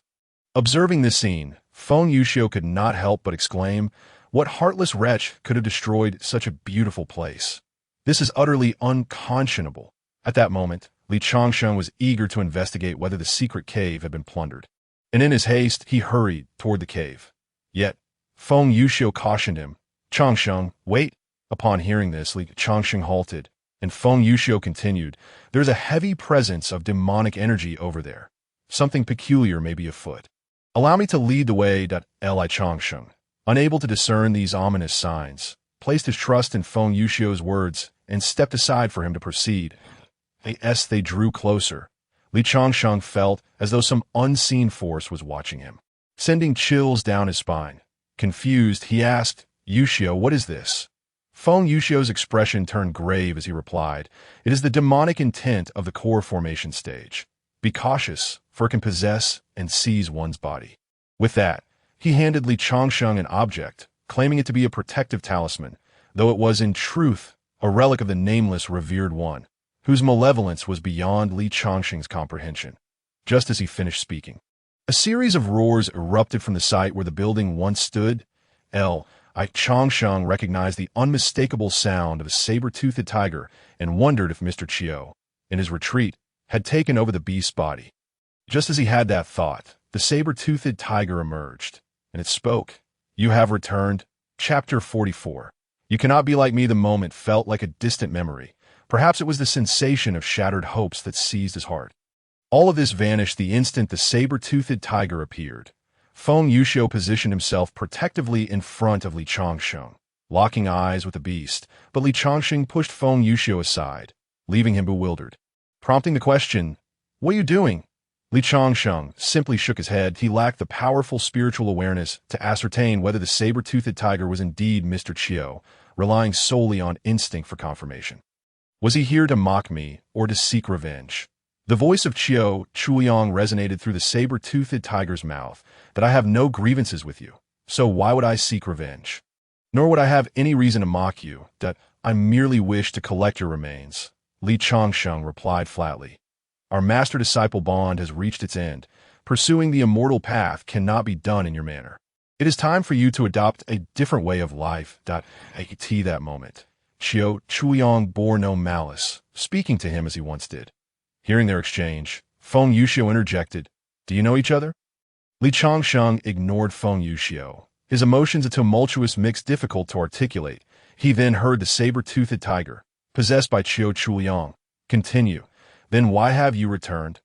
Li Changsheng could no longer endure the reality before him. Despite his tender age of 20, tears welled in his eyes. Though he did not weep, he reflected on how a once vibrant individual had been transformed into such a grotesque figure, and considering that Qiu Chuliang was a person of monumental significance in his life, he could not remain indifferent, pathetic, a grown man reduced to tears. And yet this is my affair, not yours. Gazing at the saber-toothed tiger's current state, it was evident that it was a consequence of the events that had transpired that day. Qiu Chuliang, having lost his original body due to injury, had been forced to seek a new vessel, while the two backup corpses he had prepared had been devoured by the saber-toothed tiger. In his utter despair, he had turned his gaze toward Li Changsheng, who had managed to escape by sheer luck, ultimately encountering the members of Daotian's sect. They had not truly killed Qiu Chuliang. Rather, the red-clad woman had dealt him a cruel blow, shattering his body before departing, and it was in that moment of destruction that Qiu Chuliang had made his escape to evade the potential obliteration of his soul. He had forcibly seized the saber-toothed tiger's body, only to find that the two were incompatible. The saber-toothed tiger, upon being possessed, had begun to consume its own flesh, leading to its current horrid appearance, a consequence of backlash. Upon hearing Qiu Chuliang's words, Li Changsheng seemed to be on the verge of voicing something, or perhaps he was lost in thought, and the atmosphere grew heavy with silence. Feng Yuxiu remained vigilant, ready to act should the saber-toothed tiger pose a threat to Li Changsheng. After a prolonged silence, Li Changsheng sighed deeply and finally spoke. If I were to be possessed by you, would I not end up like this? He posed this question because the saber-toothed tiger's visage had become utterly unrecognizable, eliciting feelings of revulsion. The reply came cold and detached. I do not know. This response was reminiscent of Qiu Chuliang's original demeanor, leading Li Changsheng to ask another question. From the very beginning, did you not intend to cultivate me as a vessel for possession? Was my training not aimed at strengthening my body in preparation for your seizing of it? The saber-toothed tiger's mouth uttered the words Li Changsheng dreaded to hear. I have never possessed anyone. Your current state makes it difficult to believe you are a good person, Li Changsheng remarked. And Feng Yuxiu nodded in agreement. Seeing it from his perspective, Qiu Chuliang appeared far more malevolent. Qiu Chuliang's voice rang out once more. I have never been one to lie, nor do I need to deceive you. My assistance was never intended for possession, but rather to prevent you from becoming me, or someone like him. In light of the circumstances, Li Changsheng struggled to reconcile this statement with the reality of what had transpired. The two seemed irreconcilably contradictory. Li Changsheng retorted, I thank you, sir, for your continued guidance. With that, the saber-toothed tiger coiled itself, black ichor oozing from its belly in a grotesque display. Qiu Chuliang then stated, You are not the first disciple I have sought. They all failed, but you, only you, are suited for my methods. Consider this. Who would willingly carry such methods into the abyss? Qiu Chuliang's reasoning was sound. In essence, they shared a common goal, and there was no clear right or wrong between them. This was the principle of the immortal realm, where only the enduring held sway. Yet, Li Changsheng countered, But you ultimately sought to possess me. You fear death. Do you not also fear it? Qiu Chuliang replied. All beings fear death, and we are no exception at this juncture. Li Changsheng had another question. There is one matter I do not comprehend. If I am not mistaken, you were the original master of Inu Valley. Correct? With a self-deprecating sigh, Qiu Chuliang confessed. What if I was? What if I was not? This place no longer exists. Once more, silence enveloped them. It was Feng Yuxiu who broke this stalemate, having gleaned the essence of their dialogue as an outsider. He remarked, Dear friends, why remain entangled in the pursuit of immortality? Why dwell on past grievances? Embrace the natural course of life. Death leads to rebirth, and living should embody a semblance of humanity. Persisting in this limbo of existence serves no purpose. Changsheng, you too. Why become mired in such matters? Those who harbor murderous intent toward you are not worthy of your concern. However, the response from both Li Changsheng and Qiu Chuliang was simultaneous. You do not understand. Feng Yuxiu undoubtedly lacks understanding. In comparison to every individual encountered by Li Changsheng, it is only Qiu Chuyang who has shown him genuine kindness and cruelty alike. Furthermore, he is the individual who has accompanied Li Changsheng the longest since his initiation into the path. Li Changsheng is not devoid of feelings. He simply finds it unbearable to witness someone he once admired in such a state, and thus his emotions are a tumultuous blend, prompting him to utter a plethora of words that ultimately change nothing about the reality at hand. As the atmosphere turned frigid, Qiu Chuyang unexpectedly declared, "Follow me. I have something to bestow upon you." With that, he strode ahead, while Li Changsheng remained behind. Lost in his thoughts, it was not until he was nudged by Feng Yuxiu that he snapped back to reality, prompting Feng Yuxiu to exclaim, "What are you dawdling for? Hurry up!" Consequently, Li Changsheng followed suit, with Feng Yuxiu trailing behind. They crossed a transparent barrier and arrived at a place that was entirely new to Li Changsheng. Qiu Chuyang, a man of inherent suspicion, was not the true master of this realm. He was merely a transient figure. Ultimately, he transformed from a guest into a host, having concealed several secret chambers within the Silver Moon Valley. Li Changsheng had previously discovered but a single one of these. Upon entering the cavern, Qiu Chuyang was the first to speak. "You may take whatever you find here. Those foolish swine believed the structure above was the true treasure and removed it. But the real valuables are all contained within it." Li Changsheng beheld the plethora of elixirs and precious artifacts. He felt no stirrings of interest. Instead, it was Feng Yuxiu who stood in awe. Unable to contain his excitement as he moved closer to examine the treasures, Li Changsheng could not comprehend this inexplicable affection, why it differed from that which Feng Yuxiu had shown him. In essence, the three of them were of the same ilk. After a prolonged silence, Li Changsheng finally posed a question. "Why do you treat me with such kindness? I simply do not wish for you to become a person like me." Chapter 45. The obstructing bronze door. The mere statement of "I do not wish for you to be like me" struck at the very core of Li Changsheng, rendering even Feng Yuxiu momentarily speechless.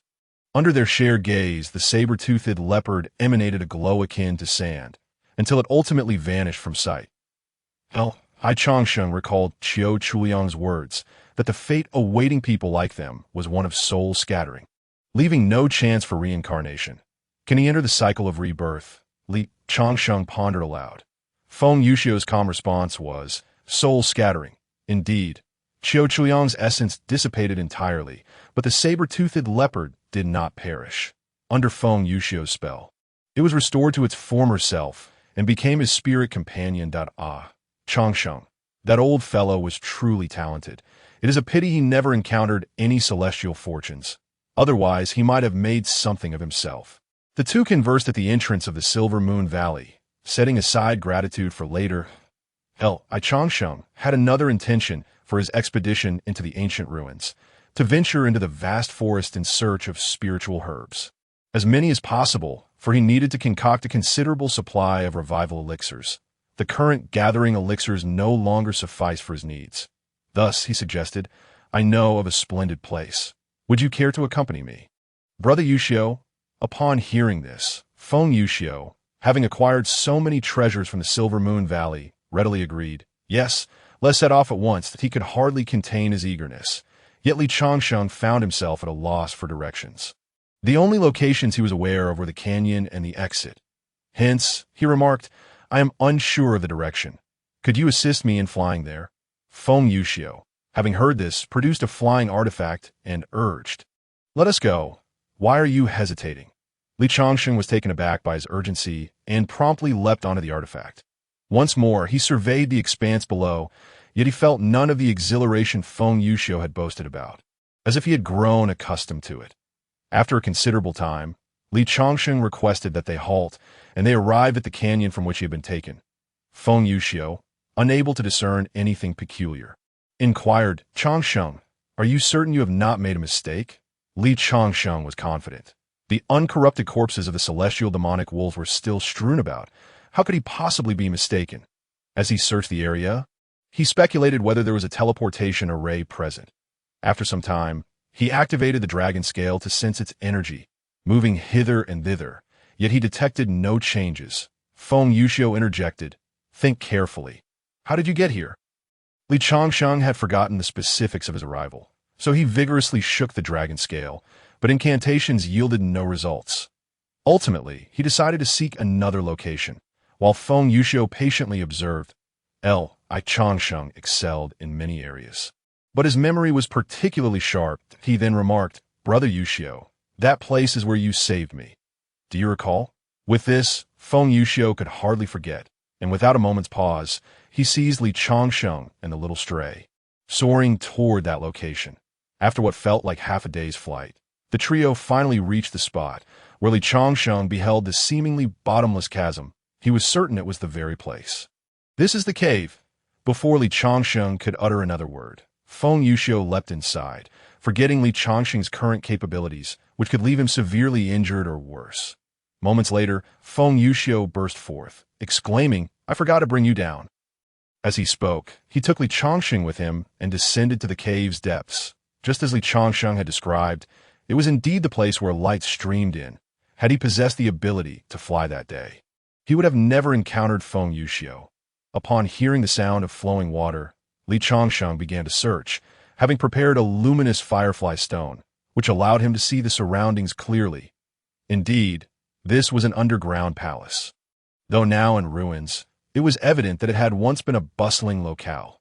The stone walls were inscribed with ancient bronze characters, prompting Li Changsheng to ask, "Can you comprehend these inscriptions?" Feng Yuxiu glanced at them and replied, "I can recognize them. They're the script of an ancient clan, chronicling this place's history." Since he could read them, both Li Changsheng and Feng Yuxiu were eager to glean information, as it could potentially lead to an opportunity. After examining the inscriptions for a while, Feng Yuxiu said, "Chronicles, nothing of great interest. Let us hurry and find the entrance." Li Changsheng, trusting Feng Yuxiu's honesty, continued to descend along the stone steps. Eventually, he reached the shore where he had regained consciousness. Just beyond lay the waterfall that had swept him in, and the sword he had lost was still there. However, Feng Yuxiu had already rushed ahead to claim the treasure. Just as he reached for the sword, a sudden surge of sword intent erupted, but fortunately, he evaded the attack just in time. Li Changsheng approached the scene, witnessing the unfolding events, and dared not reach for the sword.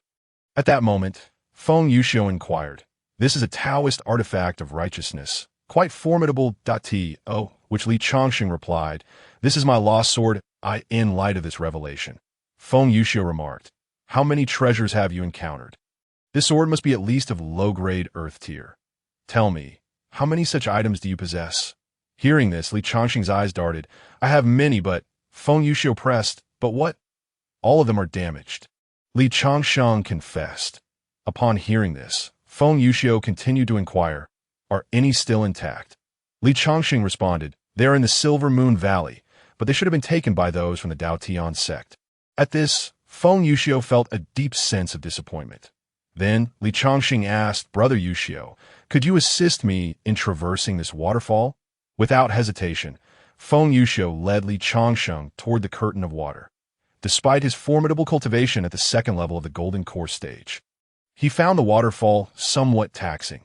Yet there was no cave beyond the waterfall. It appeared as though it materialized from thin air, leaving both Li Changsheng and Feng Yuxiu perplexed.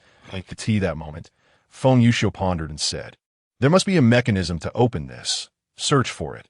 His words sparked an epiphany in Li Changsheng, prompting him to turn to the little stray and say, "Little one, you are the expert in this matter. Quickly, find a way." Upon hearing this, the little stray chirped excitedly and leapt atop the massive bronze door, surveying the area before darting away. This sudden flight raised Li Changsheng's alertness. He was well aware that this creature had a tendency to flee first when danger approached. Thus, he cautioned, "Brother Yuxiu, be cautious. Something may be amiss." However, Feng Yuxiu had already sensed that there was nothing out of the ordinary, and, upon hearing Li Changsheng's warning, he too became vigilant and asked, "Brother, what is the matter?" At this moment, Li Changsheng recalled that along the path, every character and every image etched upon the stone wall ultimately pointed towards a grand gate. He distinctly remembered that it was only when two individuals placed something upon the door that it finally opened. Chapter 46. Entering the secret realm ahead of time. Some opportunities may lie right before your eyes, yet a mere barrier, easily surmountable, stands in your way. As Li Changxing's memories surged back, he did not overlook any detail from the journey thus far. After a prolonged moment of reflection, he realized that he had encountered that object somewhere before, in an exhilarating moment of recollection. Li Changsheng exclaimed, "It is the seat cushion of Senior Luo." Feng Yuxiu, perplexed by this revelation, could only follow Li Changsheng as he retraced his steps, becoming a laborer in the process. The two large bronze seat cushions were beyond Li Changxing's current strength to move. Feng Yuxiu had initially thought he could control the heavy bronze objects with sheer will, yet he was taken aback by their weight. After some time, they returned to the bronze door, where the small wanderer joyfully darted about. Once Feng Yuxiu placed the two bronze cushions into the recesses, the inscriptions on the door emitted a blinding light. Subsequently, the characters flew forth, reassembling themselves into a vertical alignment that fit perfectly into the crack of the door. A dull thud echoed as the door creaked open, and the waterfall curtain within vanished, replaced by a louder sound of rushing water reaching the ears of Li Changsheng and the others. The water curtain had obstructed Li Changxing's view, prompting Feng Yuxiu to loudly inquire about the situation. Li Changxing replied, "It is behind the water." Upon hearing this, Feng Yuxiu, filled with excitement, made a sweeping gesture with his hands, then brought his palms together, squatting into a stance before forcefully thrusting forward. With a thunderous crash, the heavy waterfall curtain was parted, creating a pathway. Li Changsheng immediately gave him a thumbs up, expressing admiration for his prowess. Without further ado, Feng Yuxiu pulled Li Changsheng through the opening that, in their haste, they momentarily forgot about the small wanderer, who, however, instinctively grasped Li Changxing's leg and followed suit. Suspended in midair, the scene before them caused Feng Yuxiu to halt in his tracks. Surrounded by majestic mountains, with birds soaring and beasts calling, a vast paradise unfolded before them. Li Changsheng, having previously witnessed this scenery during his escape, felt little more than curiosity and asked, "Brother Yuxiu, what are you doing?" Feng Yuxiu, in a state of astonishment, replied, "It is the Cangshu ancient forest." Realizing what Feng Yuxiu meant, Li Changsheng, somewhat slow on the uptake, asked, "Are you referring to the secret realm that will open in a month?" Feng Yuxiu nodded, and upon confirmation, Li Changsheng felt that this place seemed to be an exceedingly rare treasure trove, though he did not share the same sense of urgency.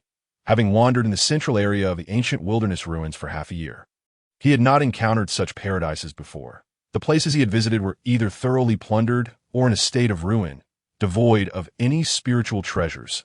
Without delving into the past of the ancient wilderness ruins, Li Changsheng recognized that there must be numerous compelling reasons for designating this location as a secret realm. This reminded him of a matter from Yunjizhen, where the fairy sister had also mentioned ruins and tombs. What, then, could the Cangshu ancient forest be? Coming back to his senses from his astonishment, Feng Yuxiu immediately led Li Changsheng and the others to the top of the waterfall, beginning to recount the secrets he knew.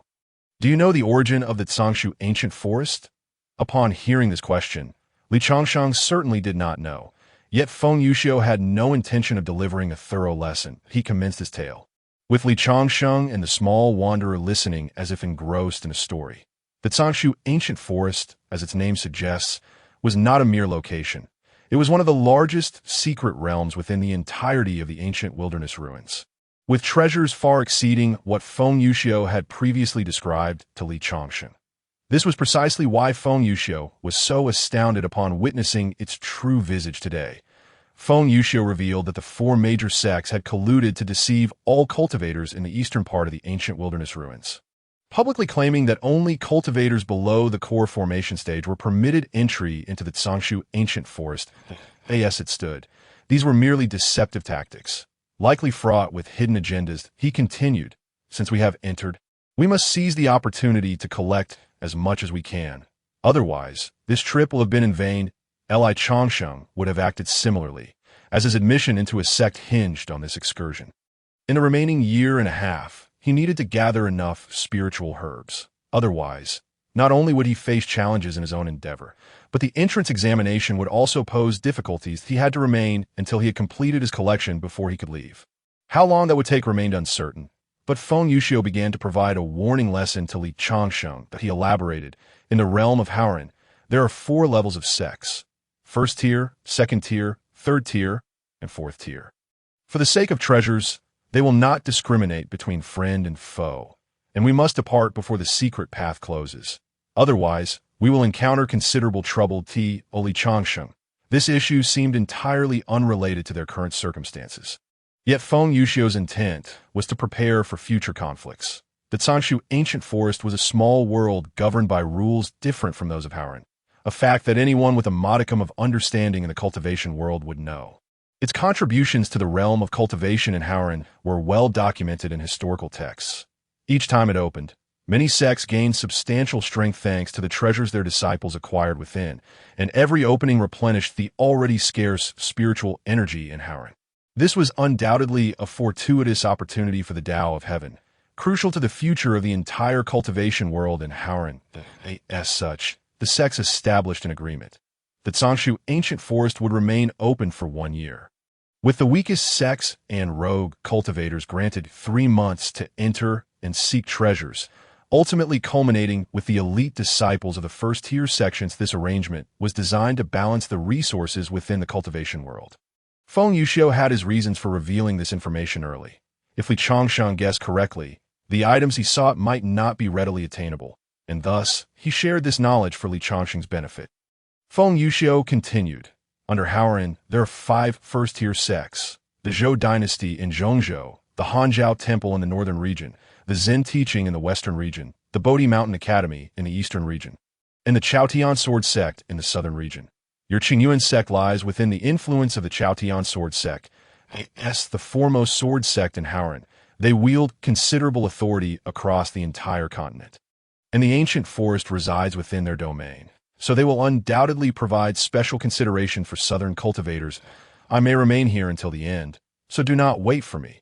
Just grab the treasures and leave promptly. Li Changsheng had no intention of departing after merely a month. He wished to stay until the entrance examination was completed. However, this could lead to conflicts with the disciples of other sects, and engaging in a skirmish was not out of the question. Both were aware of the entrance to the secret path, and Feng Yuxiu understood that Li Changsheng would not leave first. Thus, he began to instruct Li Changsheng about the characteristics and techniques of these sects to prepare him for potential encounters. Among them were sects notorious for bullying the weak, such as the Dao Tian sect, the indiscriminate Beastmaster sect, and the savage southern barbarian tribes. Li Changsheng did not need to understand the treachery of human nature. He merely needed to remember the appearances of those individuals to devise strategies for any conflicts that might arise. Yet Li Changsheng found it curious and asked, "What do you mean by telling me all this?" Feng Yuxiu replied, "Of course, it is about seeking treasures individually. You and I have different needs. Staying together would only waste time." While this statement held truth, Feng Yuxiu seemed eager to pursue his own objectives, leaving Li Changsheng with little choice but to comply. Li Changsheng still wished to have Feng Yuxiu as a reliable ally in their endeavors. But Feng Yuxiu was evidently anxious to find his treasures and left with a parting remark. "Let us meet here once a month. If you encounter difficulties, just escape. We can always return another time. Also, with your current strength, you should stick to searching for treasures in the periphery, unless absolutely necessary. Do not venture into the depths of the forest." As soon as his words fell, Feng Yuxiu vanished without a trace, leaving Li Changsheng and the small wanderer standing there in a daze. Yet, as Li Changsheng recalled the troublesome leopard demons, he promptly set off for another location. Shortly after departing from the waterfall, he arrived at an open expanse. With the lessons learned from previous encounters, he dared not venture recklessly into the jungle again. This clearing, however, was anything but ordinary. He noticed 8 stone tablets positioned unevenly in each direction, resembling an array. Nevertheless, Li Changsheng had no alternative and decided to make plans here instead. At such a time, he could not afford to idle away observing the verdant flora. Instead, he focused on the stone tablets. Each tablet bore a significant inscription, yet they emanated no trace of spiritual energy, clearly indicating a defunct formation. Thus, he felt a sense of relief as he stepped forward. Chapter 47. The Aspirations of the Immortal Path in this ancient site. Encountering various phenomena was to be expected, Li Changshang paid little mind to his surroundings, for it was best to remain distant from the peculiar woods. Having arrived late, twilight had already begun to fall. The aurora-colored sky, particularly striking, it dawned upon him that he had not gazed at the heavens for quite some time. The spiritual energy of the Zhangzhou ancient forest was overwhelmingly potent, incomparable to the outside world. Alone, he found himself reminiscing, to the point of appearing entranced by the sky.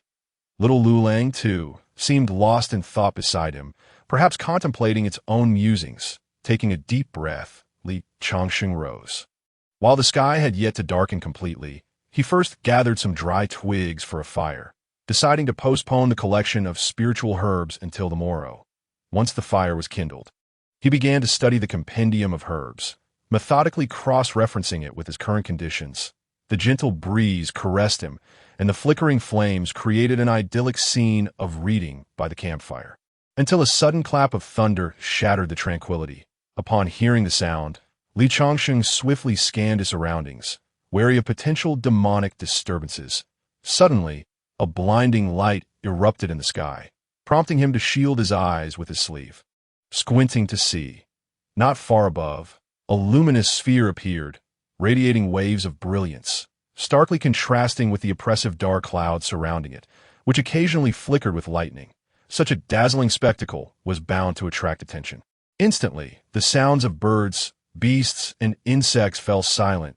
Li Changsheng, unaware that this was a sign of a demon's ascension, initially assumed it to be merely an atmospheric phenomenon within the ruins. However, upon closer inspection, he discerned a figure within the luminous sphere, capturing his undivided attention, while little Lulang gazed in a reverent manner. Then, the figure sprouted a pair of wings from its back, resembling the warrior deity he revered, exuding an aura of formidable might. With a piercing hum, a deafening low roar resonated, and in an instant, a beam of silver light connected the heavens and the earth, illuminating the night. The dark clouds surged violently, and bolts of lightning pierced through. Suddenly, an overwhelming sense of oppression bore down upon Li Changsheng's heart, as he felt a more powerful force enveloping the area.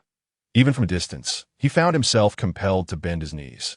Unable to stand upright, with a thunderous crash, a violet lightning bolt struck towards the light pillar, its sheer force palpable, reminiscent of a cataclysmic power.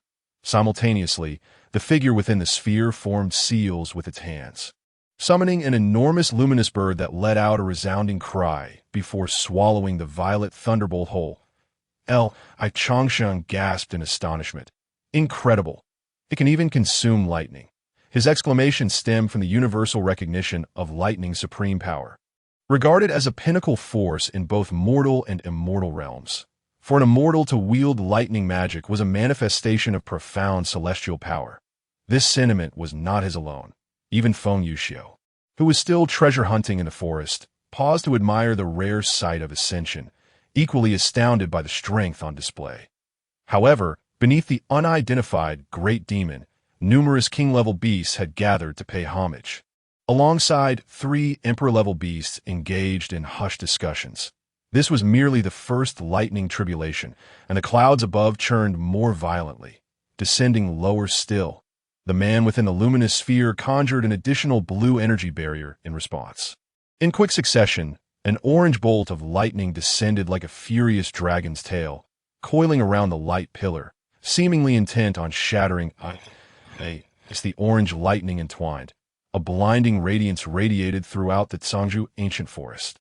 And Li Changsheng felt an overwhelming force surge through him that he hurriedly examined his body, finding no immediate signs of power, save for an unsettling agitation in his spiritual sea, seemingly stirred by this newfound energy. For someone as oblivious as Li Changsheng, witnessing a powerful being's ascension was a fortuitous opportunity. Gazing into the distance, he observed that the orange lightning had already begun to fracture the light pillar. In the next moment, the massive bird reappeared, this time not to consume, but to unleash a torrent of lightning directly upon the pillar with a powerful flap of its wings that moment. The orange lightning released its grip on the pillar and surged toward the storm unleashed by the great bird. After a brief yet tumultuous clash of forces, a tremendous explosion echoed, sending shockwaves radiating outward. Had Li Changsheng not clung tightly to the stone tablet, he surely would have been thrown off his feet, while little Lulang grasped his leg just in time to avoid being swept away. What on earth is happening? Li Changsheng mused. But he was alone in his surroundings, save for the specter of the unknown. After what felt like an eternity, the force that had surged from the heavens to the earth finally dissipated, returning to tranquility. Yet the ominous clouds still loomed overhead, darker than before, pressing down menacingly, with sporadic lightning strikes illuminating the ground. Fearing the impending calamity, Li Changsheng hastily retrieved a dragon scale, preparing for any lightning that might strike, determined to witness this extraordinary battle unfold. Unlike before, for distinct colors of lightning now danced within the clouds, their power far surpassing the earlier violet bolts. The man within the luminous sphere furrowed his brow, exclaiming, "Cursed heavens, are you intent on my demise?" Meanwhile, the three emperor-level beasts below, tiger, bear, and serpent, spoke simultaneously, four-colored heavenly tribulation. Just how powerful is Yin Feng to provoke such a formidable trial? The Tiger Emperor lamented, in my view. This tribulation may prove insurmountable. Even the strongest of humanity would not endure 6 heavenly tribulations during ascension. Prepare to rescue him, the Kangmang remarked. Indeed, our kin rarely witness an ascendant. This is a moment of glory for our kind. Be ready to assist, the Bear Emperor added. In contrast, Feng Yuxiu held a pessimistic view, stating, "This is futile. Is it not said that one need only face 5 tribulations at most? This will surely lead to the Demon Emperor's demise."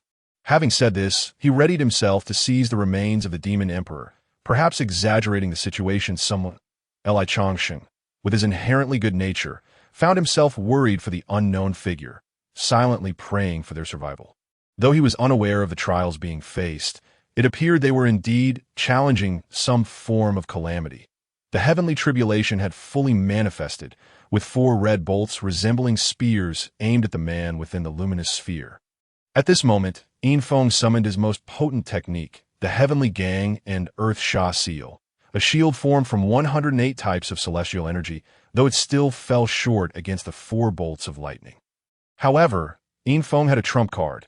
His black spear, as he brandished it, he transformed into a veritable harbinger of death, preparing to confront the impending lightning. In an instant, the 2 forces clashed, and the very heavens dimmed. Yet, when all could see, Yin Feng was seen struggling against the red bolts, and the manifestation of his law form began to show signs of fracture. This was an indication of failing to withstand the tribulation. Below, the 3 emperor-level beasts had already readied themselves to fend off the lightning and protect Yin Feng's life. That moment, the dragon scale in Li Changsheng's hand resonated with a powerful hum. And before he could react, it shot into the sky. All eyes, both beast and demon, turned skyward as a beam of golden light shot forth, and a massive golden shield materialized in Yin Feng's grasp. This unexpected turn of events left Yin Feng momentarily bewildered, yet he recognized the dragon scale as belonging to the offspring of the vermilion bird. The scale awakened the dormant, true spirit power within him. With the awakening of his bloodline, Yin Feng regained his law form, now resembling a god of war, suspended in the sky. Empowered by the dragon scale and the resurgence of his bloodline, Yin Feng withstood the 3rd lightning tribulation with overwhelming strength. The 3 emperors below felt a surge of astonishment, relieved that Yin Feng had managed to endure this 3rd trial. It was not a moment for relaxation, for the thunderclouds had not yet dissipated, and one could hardly rule out the possibility of a 4th thunder tribulation. Ultimately, however, the outcome revealed that Yin Feng had overthought the situation. The thunderclouds gradually dispersed, and Hao Jia's gaze returned once more to the forest. Suddenly, a vortex appeared in the sky, from which a profound opening emerged. Li Changsheng stood in a daze, for his dragon scales remained in the possession of that individual. Should they be taken away, he would have little to rely on in the future. Upon observing that Yin Feng's form had already begun to dissipate, it became evident that this was a sign of detachment from the Haoran laws. Confirming his success in transcending the tribulation and preparing to ascend to the higher realms. Soon, Yin Feng's body was no longer under his control, and he began to float slowly toward the opening. The demon clan below gazed upon him with reverence, yet his eyes did not rest on his kin, but rather turned toward the direction of Li Changsheng, and a single phrase of gratitude echoed in Li Changsheng's consciousness. At that moment, the realization struck him. This was the legendary ascension, igniting within him a yearning for power and a desire for transcendence that he muttered to himself, "Is this the end?" Recalling the words of the immortal Ling Dao and Luo Yujing, who spoke of a need to ascend to escape this world, he found himself longing to witness what lay beyond the heavens. Reflecting on his circumstances, Li Changsheng could not help but ask, "Do I have a chance?" After a prolonged moment of astonishment, he finally grasped that his treasure was on the verge of vanishing. In a moment of mental clarity, he concentrated and sent forth his thoughts, pleading, "Return my treasure." Yet, he could only wonder if the other party could even hear him. The truth was they most certainly could not, and Li Changsheng could only watch helplessly as the figure disappeared from sight. He had not anticipated that in his quest for spectacle, he would lose his precious possession, leaving him with a sense of profound regret for having come here to search for treasure. Just as he resigned himself to the eternal loss of the dragon scales, a sudden beam of golden light appeared in the already vanished horizon, and in the next moment, the dragon scales returned to his hand. As he grasped the scales, a voice echoed, "You have this opportunity." The ghostly figure materialized before Li Changsheng, resembling the individual from earlier. Changsheng inquired, "Who are you?" "You may call me Infeng," came the reply. "Have you ascended, senior?" Li Changsheng hurriedly asked the question that weighed on his mind. The response was delivered with nonchalance. "If fated, we shall meet in the realms beyond." With that, the ethereal figure transformed into dispersing golden light, coalescing into a black pearl that fell into Li Changsheng's hand. Meanwhile, the demon tribe, having witnessed the return of the treasure, began to rush toward Li Changsheng. Chapter 48. A misunderstanding. A common man bears no guilt, yet possesses a treasure that incurs blame. Confused, Li Changsheng accepted the black pearl and returned to the fire to continue reading. This scene reminiscent of the moment when Yin Yin was taken by the celestial gate. A moment he too had encountered, and no longer filled with despair. His heart transformed into a source of resolve, propelling him forward. As Feng Yuxiu hurried toward Li Changsheng, drawn by the treasure left behind by the ascender. None could refuse such a gift, not even those beasts devoid of spiritual awareness. Yet, Feng Yuxiu could not outpace the three demon emperors who required but a thought to arrive at this place. What they found, however, was a young human engrossed in his reading, leaving them all perplexed. According to past conventions, Li Changsheng should have perished by now, yet the recent emergence of Infeng had altered the circumstances for the demon tribes of Zhangzhou ancient forest. They had ceased their practice of killing to attain enlightenment, and now sought harmony with the human race. That a voice resounded in Li Changsheng's ears. "Human race?" Upon hearing this, Li Changsheng quickly stood back, grasping the sword of God's severance, pondering how the other party had approached him without his notice. Even the most perceptive of wanderers had failed to sense their presence, indicating their formidable strength. Beads of sweat began to form on his brow. If he were to flee now, he might meet his demise. Li Changsheng dared not utter a word, nor could he even breathe audibly, wishing fervently that he had never set foot in this place. As the Tiger Emperor, Xiao Shan, approached, each step he took constricted Li Changsheng's breath further, and he braced himself for the inevitability of death. Yet, in the midst of his held breath, a long knife imbued with black energy suddenly descended, interrupting the Tiger Emperor Xiao Shan's advance, followed by a swirling black mist that revealed Feng Yuxiu emerging from within. "I say, esteemed demon emperors, is it not a disgrace to strike against a human cultivator at the spirit awakening stage?" As he spoke, the black mist coalesced into Feng Yuxiu. Nevertheless, his actions undeniably exacerbated the situation, and in the next moment, he swiftly embraced Li Changsheng and transformed into a black whirlwind, preparing to flee. However, the three demon emperors were formidable opponents, equivalent to powerful human cultivators of the spirit void realm. Even if Feng Yuxiu could unleash strength akin to that of the cave profound realm, it would be futile against them. With a mere flick of their thoughts, they halted Feng Yuxiu mid-air. Yet they bore no ill intent. The Tiger Emperor Xiao Shan spoke. It's not yet the designated time for the humans to enter. How did you manage to get in? Realizing escape was impossible, Feng Yuxiu carried Li Changsheng back to the ground and, feigning submission, replied, "We entered by chance. If we have disturbed you, we beg your pardon." Esteemed demon emperors, the Python Emperor Xiang Lu inquired, "Did you come across that treasure?" Upon hearing this, Li Changsheng understood their purpose. Earlier, when Yin Feng ascended, it was the dragon scales that had bravely absorbed the third thunder tribulation for him. These demon emperors had surely come for the scales. However, there was no way Li Changsheng could part with them. He could only shake his head in ignorance, while Feng Yuxiu, less intimidated, shrugged and expressed he had found nothing. Yet the demon emperors could not be easily convinced. The bear emperor Jin Fu unleashed a powerful gravity domain, instantly forcing Li Changsheng to kneel, with Feng Yuxiu following suit. He could not help but whisper to Li Changsheng, "Changsheng, what have you done to provoke these three monsters?" At that moment, Li Changsheng was unable to speak. He felt as though his very organs were on the verge of bursting. He could only convey his thoughts to Feng Yuxiu through his gaze. "I had no idea." Meanwhile, Feng Yuxiu regretted coming here to seek treasure, having not anticipated Li Changsheng's presence. Now he sought to use this opportunity to escape with him, beginning to gather his ultimate technique. Xiang Lu pressed further. "We can discuss the treasure later. First, how did you enter?" His inquiry aimed to discern whether there were alternative paths in the Song Zhu ancient forest aside from ascension. That it was peculiar that every time the secret realm opened, powerful human cultivators guarded it, leaving those who exited with only the choice of death or becoming materials for human alchemy. However, Jin Fu's overwhelming gravity domain left them no opportunity to respond, until Xiao Shan's furious voice shattered Jin Fu's domain. "What are you doing, Xiao Shan?" Jin Fu questioned, seemingly oblivious to how Yin Feng had reprimanded them after his ascension. "Have you forgotten what Yin Feng said?" Xiao Shan retorted. Xiang Lu interjected, "He has departed. Do his words still hold weight?"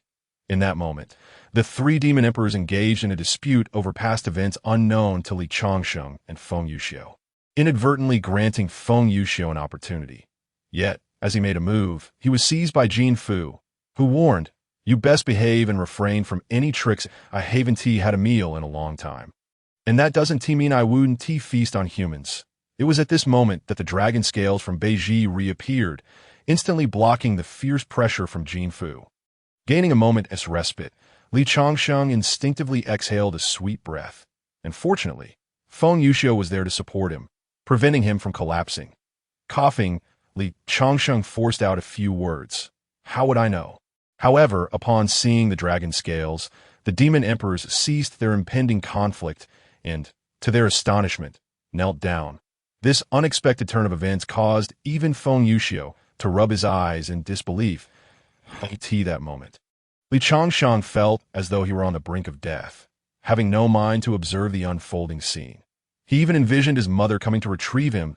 It was then that Feng Yuxiu realized how this individual could withstand the mental power of a demon emperor and promptly struck Li Changsheng, using his dark arts to stabilize his soul. Thus, Li Changsheng, akin to a drowning person being revived, spat out the sweetness lodged in his throat, finally able to breathe freely. The first words he uttered upon regaining composure were, "What do we do now?" To which Feng Yuxiu cast him a meaningful glance, prompting Li Changsheng to follow his gaze, nearly startling him into distraction.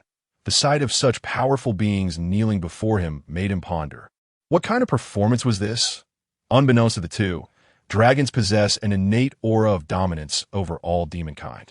Even though Li Changsheng merely held a single dragon scale, it harbored immense draconic power, exerting an overwhelming suppressive force upon beings of their bloodline. Given the circumstances, Li Changsheng could not treat them as fools to secure his own survival. He had to proclaim that he possessed the object they sought, stating, "This is the treasure you desire." Upon hearing this, the several demon emperors exchanged glances, astonished to find that the coveted treasure was, in fact, a dragon scale. Although this outcome was far from satisfactory, the Tiger Emperor, Long Shao, spoke up, saying, "Indeed, we must have misjudged. We were mistaken." The other two beast emperors echoed in agreement. Yes, it was our old eyes deceiving us. This exchange struck Li Changsheng as peculiar. Furrowing his brow, he inquired of Feng Yuxiu regarding the situation. Feng Yuxiu replied, "Brother, this is indeed a genuine dragon scale. They hold reverence for the scale itself, not for you." Such a response seemed overly strained to Li Changsheng, who softly remarked, "The dragon is dead. How can it still threaten them? I believe it would be wise for us to seek an opportunity to escape." At that moment, Feng Yuxiu swiftly smacked the back of Li Changsheng's head, whispering, "Ignorance is truly terrifying. Do you not understand that with this dragon scale, you can traverse the Zhangzhou ancient forest with impunity? What do you have to fear from demons?" Li Changsheng was certainly unaware. Had he known, he would not have returned to this place, and the current predicament would have been avoided. As the demon emperors observed Li Changsheng's prolonged silence, they too grew uneasy.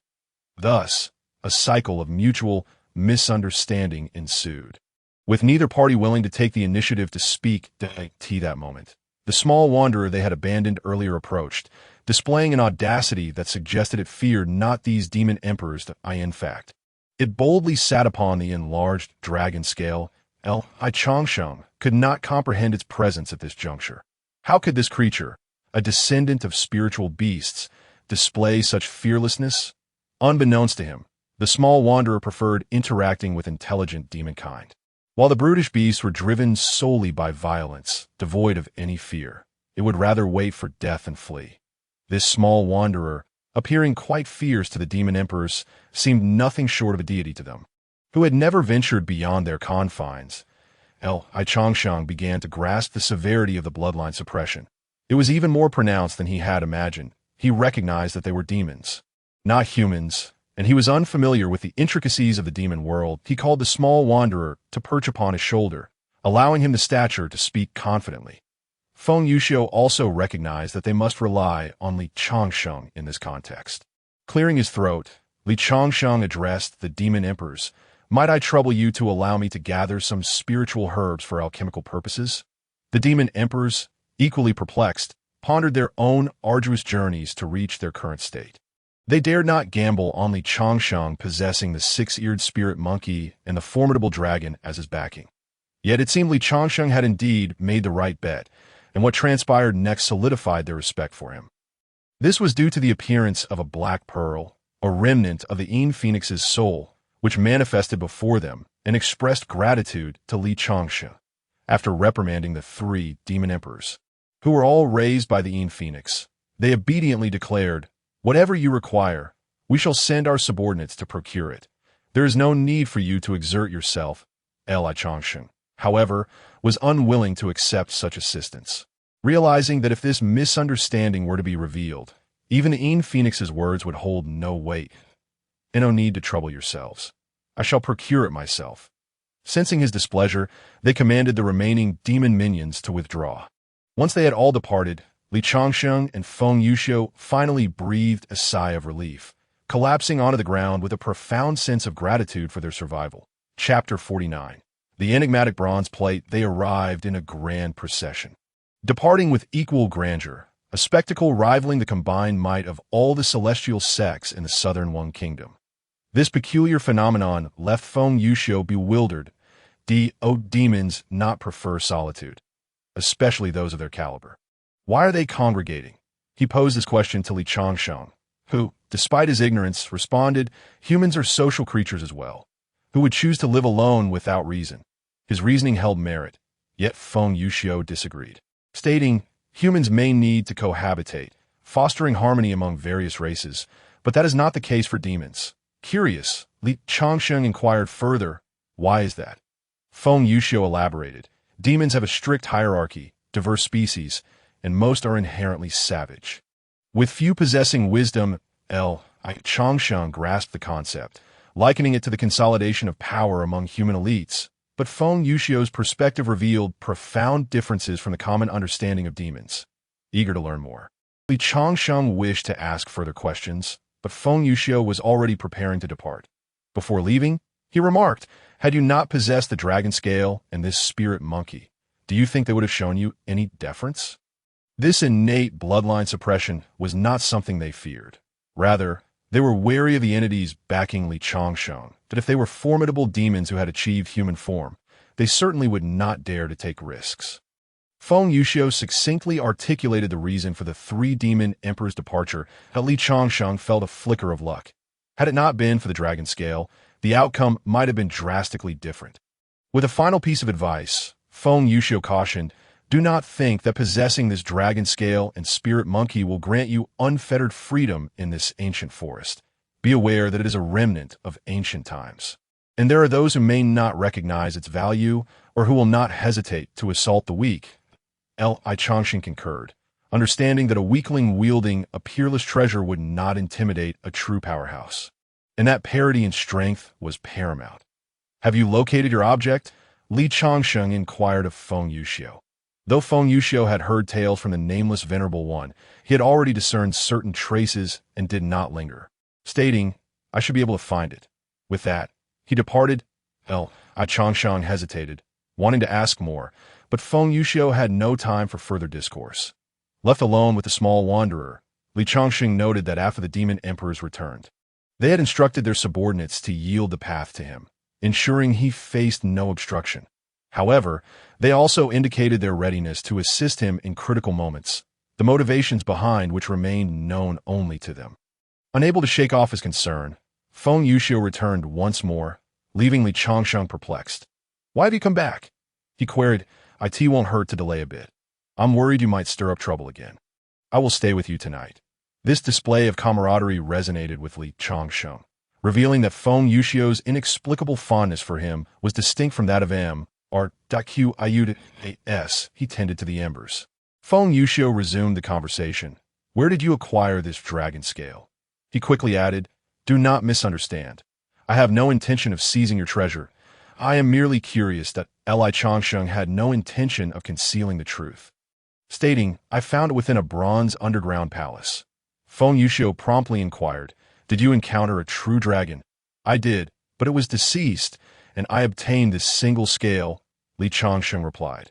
Feng Yuxiu's excitement surged as he declared, once we exit, you must take me to procure more. This is the strongest armor in existence. We shall discuss it upon our exit. Li Changsheng responded, not out of reluctance to include Feng Yuxiu, but because Beiji had informed him that there was still a living dragon within in the mortal realm. Dragons are revered as deities. In the realm of cultivation, though his knowledge was limited, he had heard from Qiu Chuyang of the greed cultivators harbor for the power of dragons.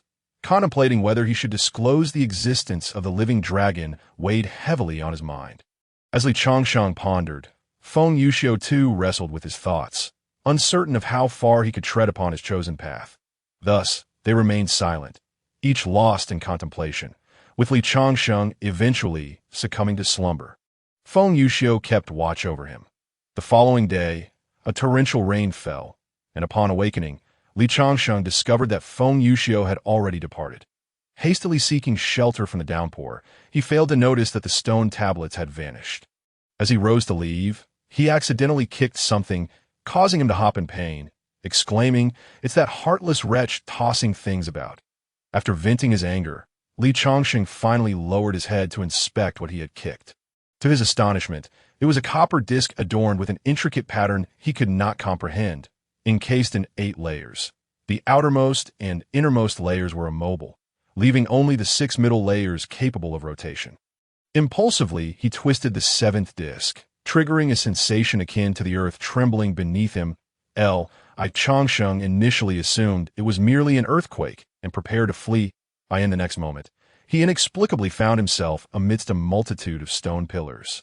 It was then he realized he had inadvertently activated something he ought not to have touched, the very copper disc in his grasp. This time, the little stray did not flee, signifying a lack of imminent danger.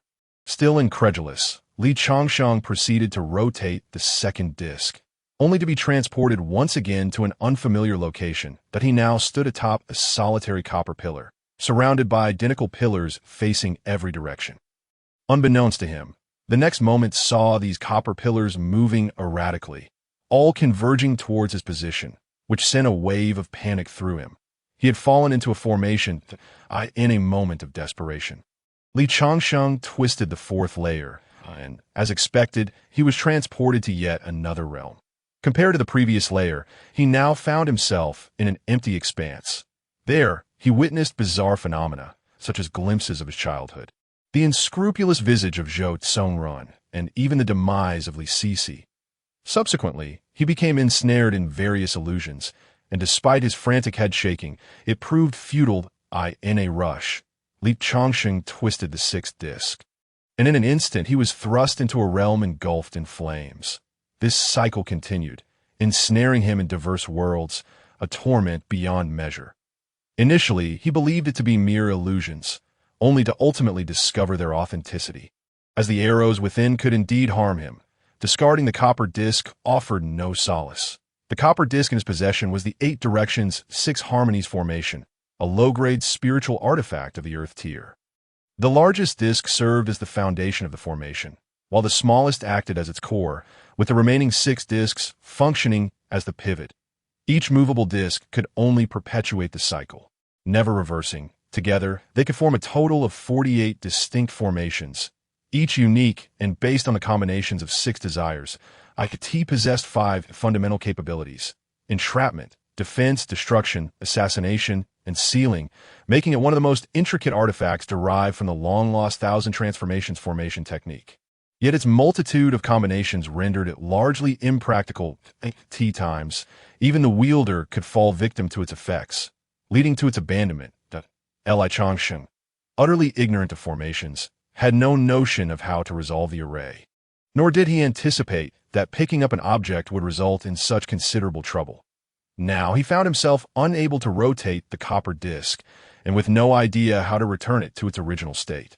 He became trapped in a bizarre world where neither heaven nor earth responded to his pleas. Just as he felt utterly helpless, he was suddenly transported back to reality, the copper disc in his hand aligning itself automatically.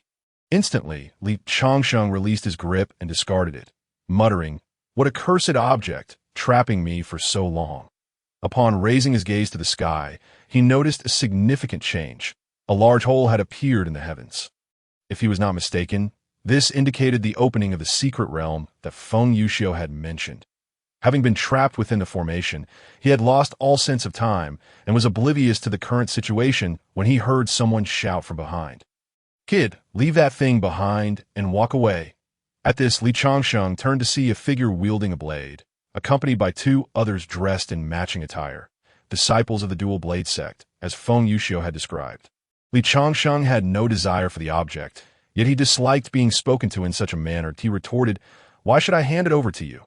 The response came in the form of a blade being swung towards him.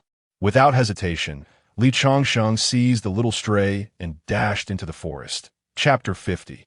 The burden of possession. The opening of this secret realm coincided with a rendezvous time set with Feng Yuxiu. Li Changsheng had gained nothing and now faced a group of robbers.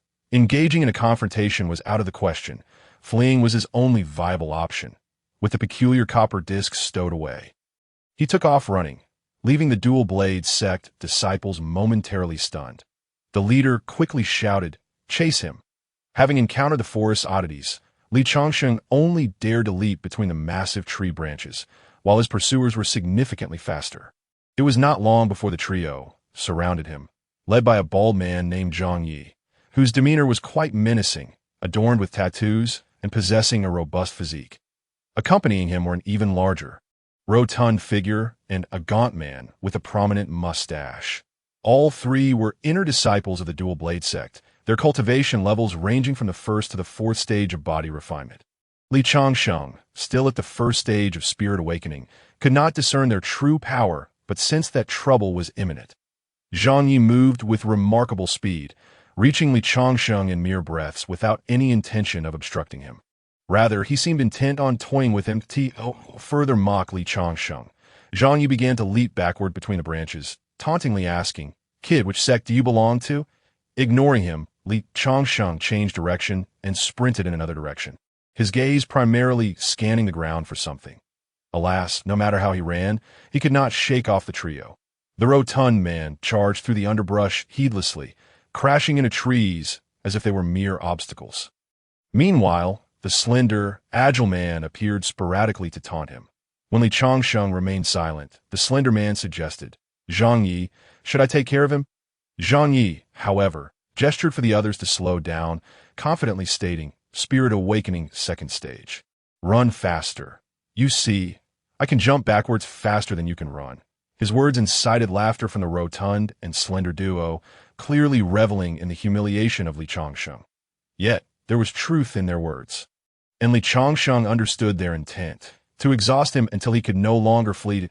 In that moment, he realized that they were at their most relaxed, and seizing the opportunity, he suddenly halted, bending a branch just long enough to serve as a springboard.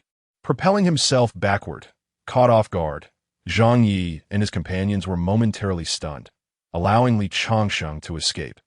Just as he thought he had succeeded in evading them, he overlooked that Zhang Yi had been watching his every move in reverse. With a sudden burst of speed, Zhang Yi caught up to him, grasping Li Changsheng's calf and flinging him away. The force of the throw sent Li Changsheng tumbling, crashing through several branches before finally coming to a halt. As he steadied himself, he fought to suppress the sweetness rising in his throat, only to be met with another swift kick to his chest, the impact making it feel as though his ribs had shattered, causing him to plummet from the tree. The only reason he had looked back was that he had spotted something that could help him escape their grasp. Enduring the excruciating pain, Li Changsheng revealed a devilish smile. Unbeknownst to Zhang Yi, who was oblivious to the impending danger, he landed, followed closely by the rotund man, whose arrival caused the concealed threat to retreat.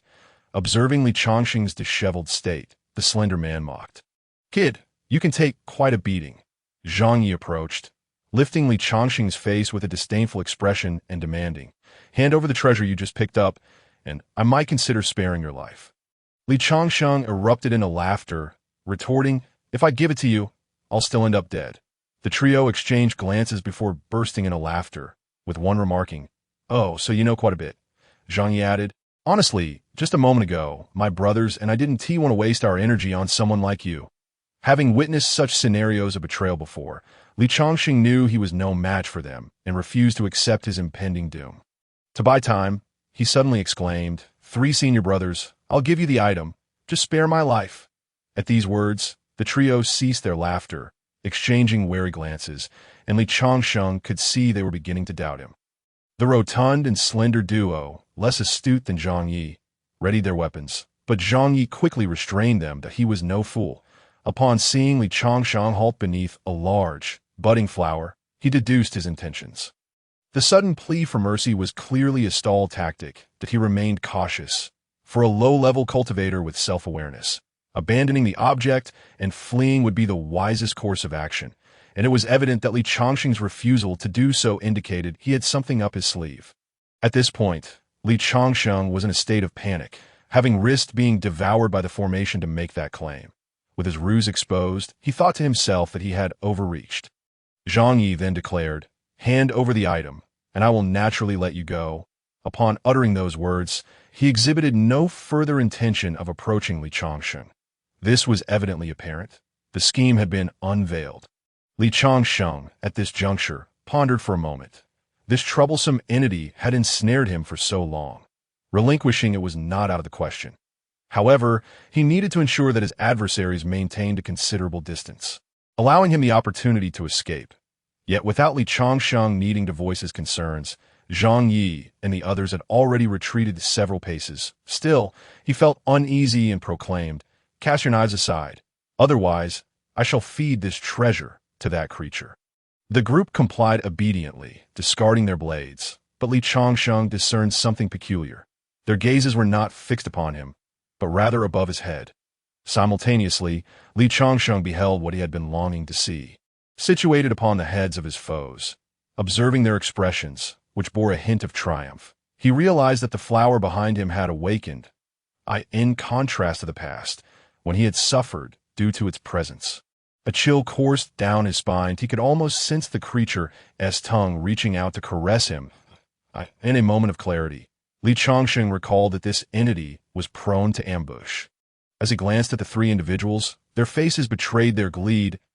In a split second, as the man-eating flower launched its attack, Li Changsheng dove to the ground, and the flower missed him entirely. The 3, believing they could reap the benefits, were caught off guard by the flower's remarkable speed. While Li Changsheng evaded, they were not so fortunate, as two other gaping flowers converged upon them.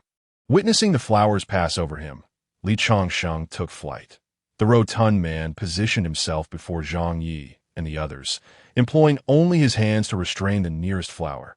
The thin monkey reacted swiftly, but failed to notice that his evasive maneuver had instead propelled him directly into the jaws of the lurking flower.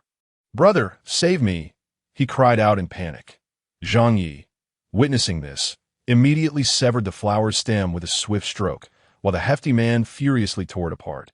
Freeing his hands, the stout man rushed to grasp the thin man's hand. Zhang Yi, seizing his knife, aimed to strike the flower's stem once more.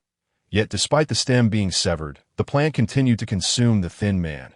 "Brother, hurry and assist," the rotund man gasped, desperation etched across his face. Upon hearing this, Zhang Yi hastened to grasp the thin man's hand, but their combined strength could not overcome the flower's grip.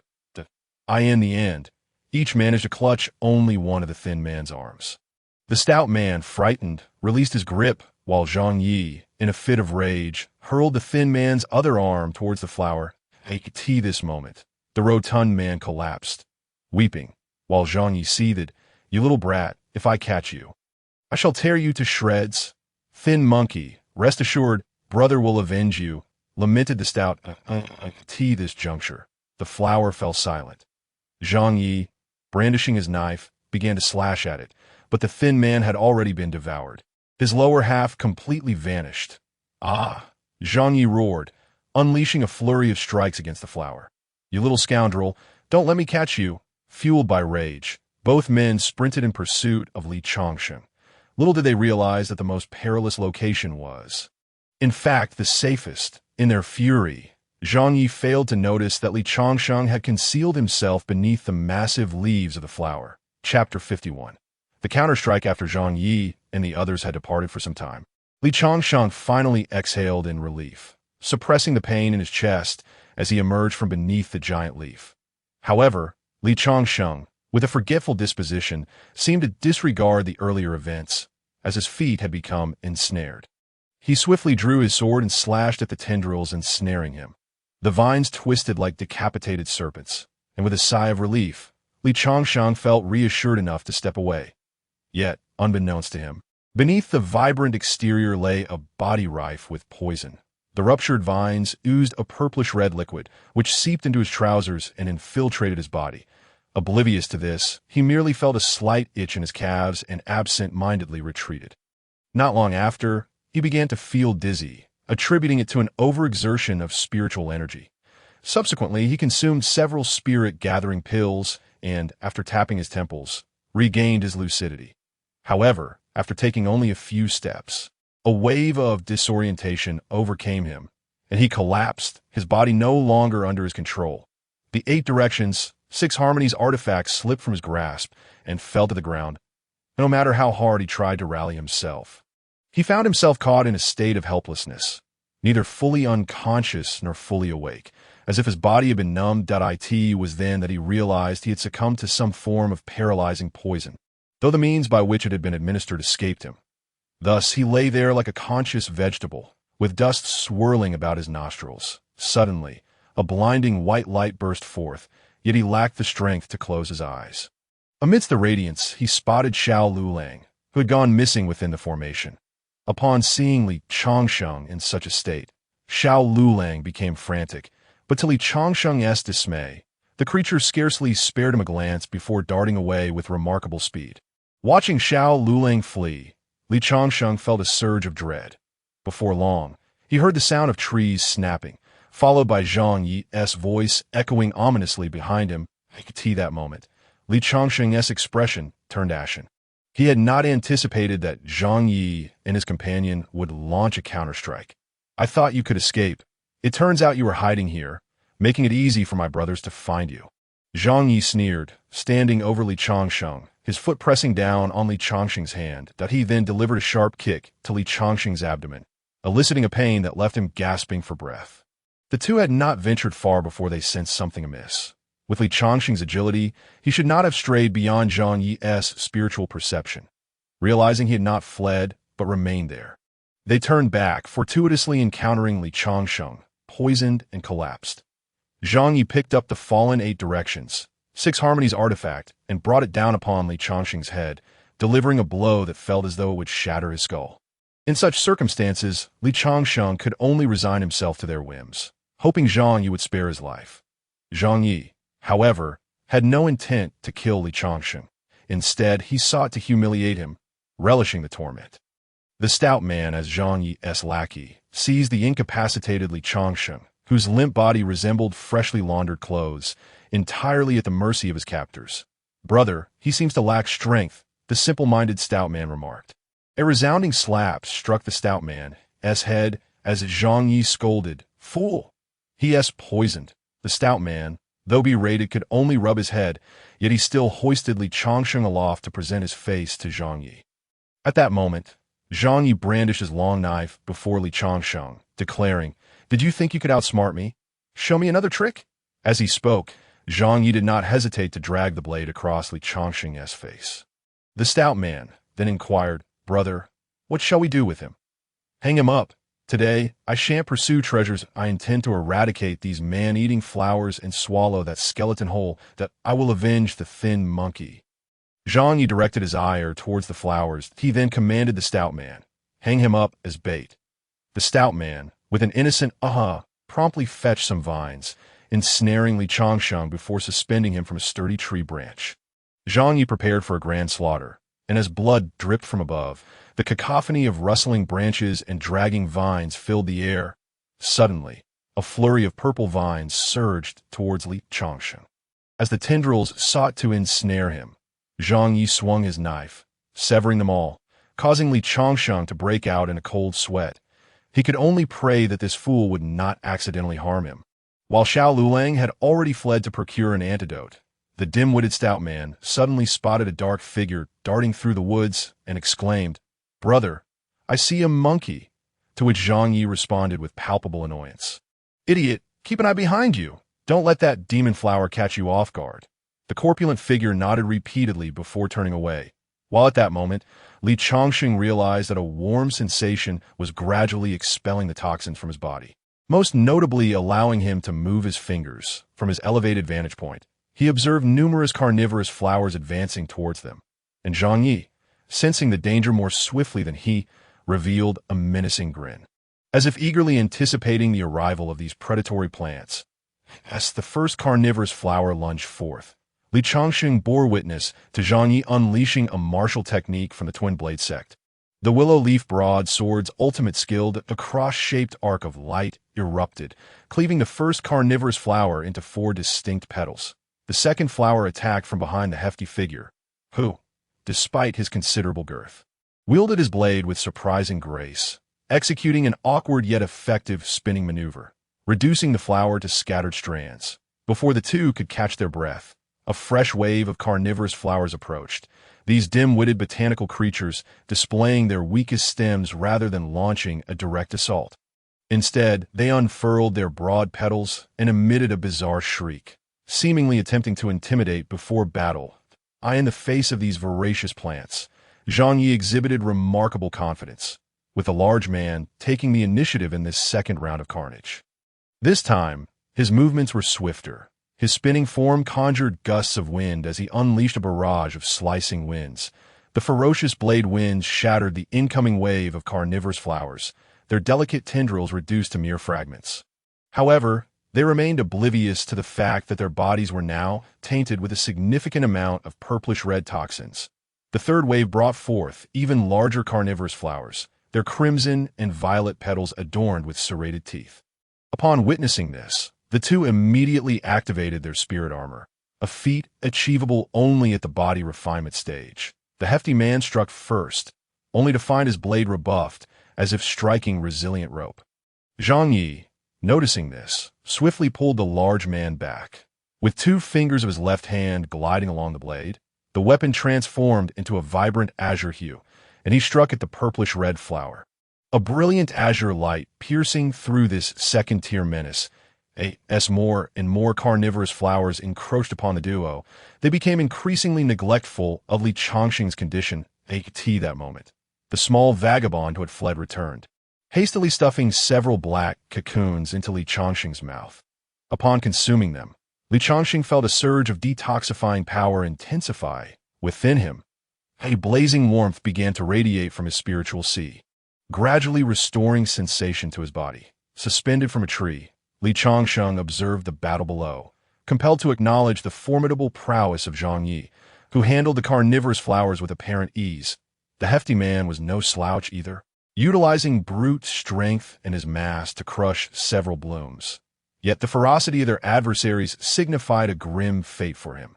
At that moment, Li Changxing felt utterly helpless, unable to call out to the heavens or the earth. He longed for an abundance of carnivorous flowers to appear, hoping to leverage the power within him to disperse the toxins quickly and escape amidst the chaos.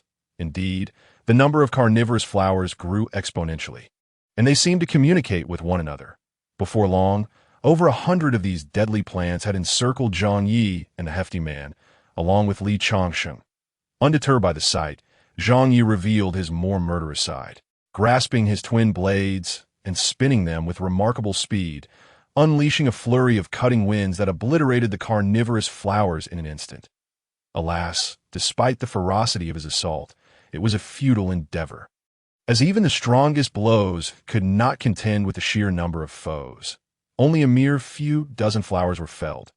Recognizing the dire situation, Zhang Yi produced a protective artifact, enveloping all three within its defenses.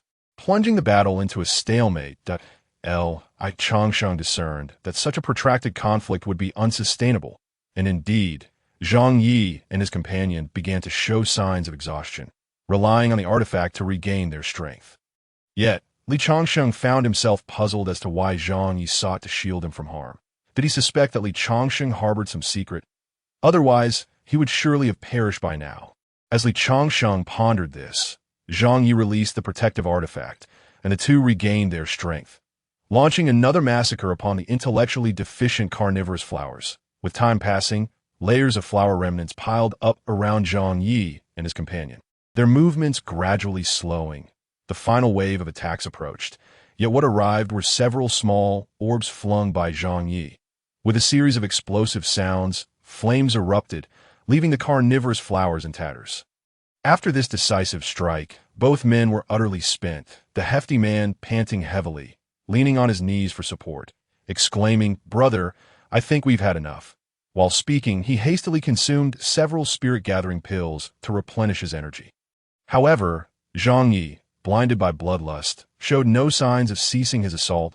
Li Changxing's eyes, this man seemed to possess a strong sense of loyalty, clearly demonstrating that his heart was not entirely wicked. Once the last carnivorous flower fell to their combined efforts, the two exchanged applause, and then Zhang Yi turned his gaze to Li Changxing, grinning malevolently as he queried, "Kid, do you know why I didn't kill you the moment we met?" Li Changxing, still struggling with residual toxins, could not muster a response. The hefty man, still embodying his naive demeanor, interjected, "Brother, he seems close to death." This observation stemmed from his perception of the chilling aura emanating from Li Changxing's body. "He's fine. The toxin from the carnivorous flower isn't lethal. He just needs to recuperate until he awakens," Zhang Yi replied dismissively. After a considerable amount of time had elapsed, Li Changxing felt the toxins within him diminish significantly. Yet he remained silent, adopting a passive stance as he began to plot his escape route. "Hefty man, lower him down," Zhang Yi commanded. Obediently, the hefty man hoisted Li Changxing down, as if lifting a small chick. Zhang Yi approached, shaking his head before addressing Li Changxing. "Kid, we were among the first to enter. You can't possibly be faster than us." He lightly slapped Li Changxing's face twice, then continued, "Stop pretending. I know your poison is nearly gone." With a sudden shift, Zhang Yi demanded, "Quickly, tell me if you know of any secret passages." Li Changxing felt a pang of panic at this question, astonished by Zhang Yi's perceptiveness. However, upon witnessing Zhang Yi shake his head, he realized that the other man had likely succumbed to the poison as well, that if he could endure a bit longer, an opportunity for escape would surely present itself. Thus, Li Changxing maintained his facade, prompting Zhang Yi to remark, "Still stubborn, are we? Hefty man, give him a few punches to test his resolve." The hefty man, gripping Li Changsheng by the collar, could palpably sense the tension in his hands. Likely a consequence of his own imposing physique, which concealed the extent of the poison's effects, as he held Li Changsheng aloft. The noticeable instability in his stance further convinced Li Changsheng that Zhang Yi was indeed afflicted, and that an outbreak was merely a matter of time. Even so, Li Changsheng endured a heavy blow from the hefty man, causing him to see stars and spew a bitter liquid. To an observer, it appeared as though he had been poisoned to the brink of death. This moment, Zhang Yi began shaking his head more frequently, and the hefty man's grip softened considerably. Li Changsheng seized this chance, thinking that perhaps the beating had not been in vain. Yet he overestimated the situation, as Zhang Yi produced several heart-calming pills, and both men consumed them, effectively severing Li Changsheng's last avenue of escape. He had once concocted these pills himself. They could neutralize toxins of the first and second tiers, and the poison from the carnivorous flowers was hardly lethal. As such, Li Changsheng found himself in a dire predicament.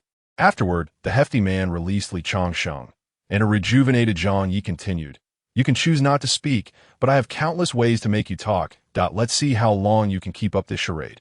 Observing Li Changsheng's feeble demeanor, the hefty man suggested, "Brother, he truly seems to be gravely poisoned. Perhaps we should feed him a couple of heart-calming pills to detoxify," driven by his desire to uncover the secrets of the Tsangshu ancient forest. Zhang Yi reluctantly administered 2 heart-calming pills to Li Changsheng. Then they settled in to wait for him to regain consciousness. With the aid of the pills, a wave of heat radiated from Li Changsheng, and before long, the toxins coursing through his body were entirely purged. However, the absence of the toxins merely amplified the pain from the beating he had received, almost overwhelming him. Next, Zhang Yi approached with his blade, first piercing Li Changsheng's hand, the blood that flowed confirming the removal of the toxin. Yet Li Changsheng remained at a loss, facing a dilemma. To speak was to invite death, and to remain silent would yield the same fate.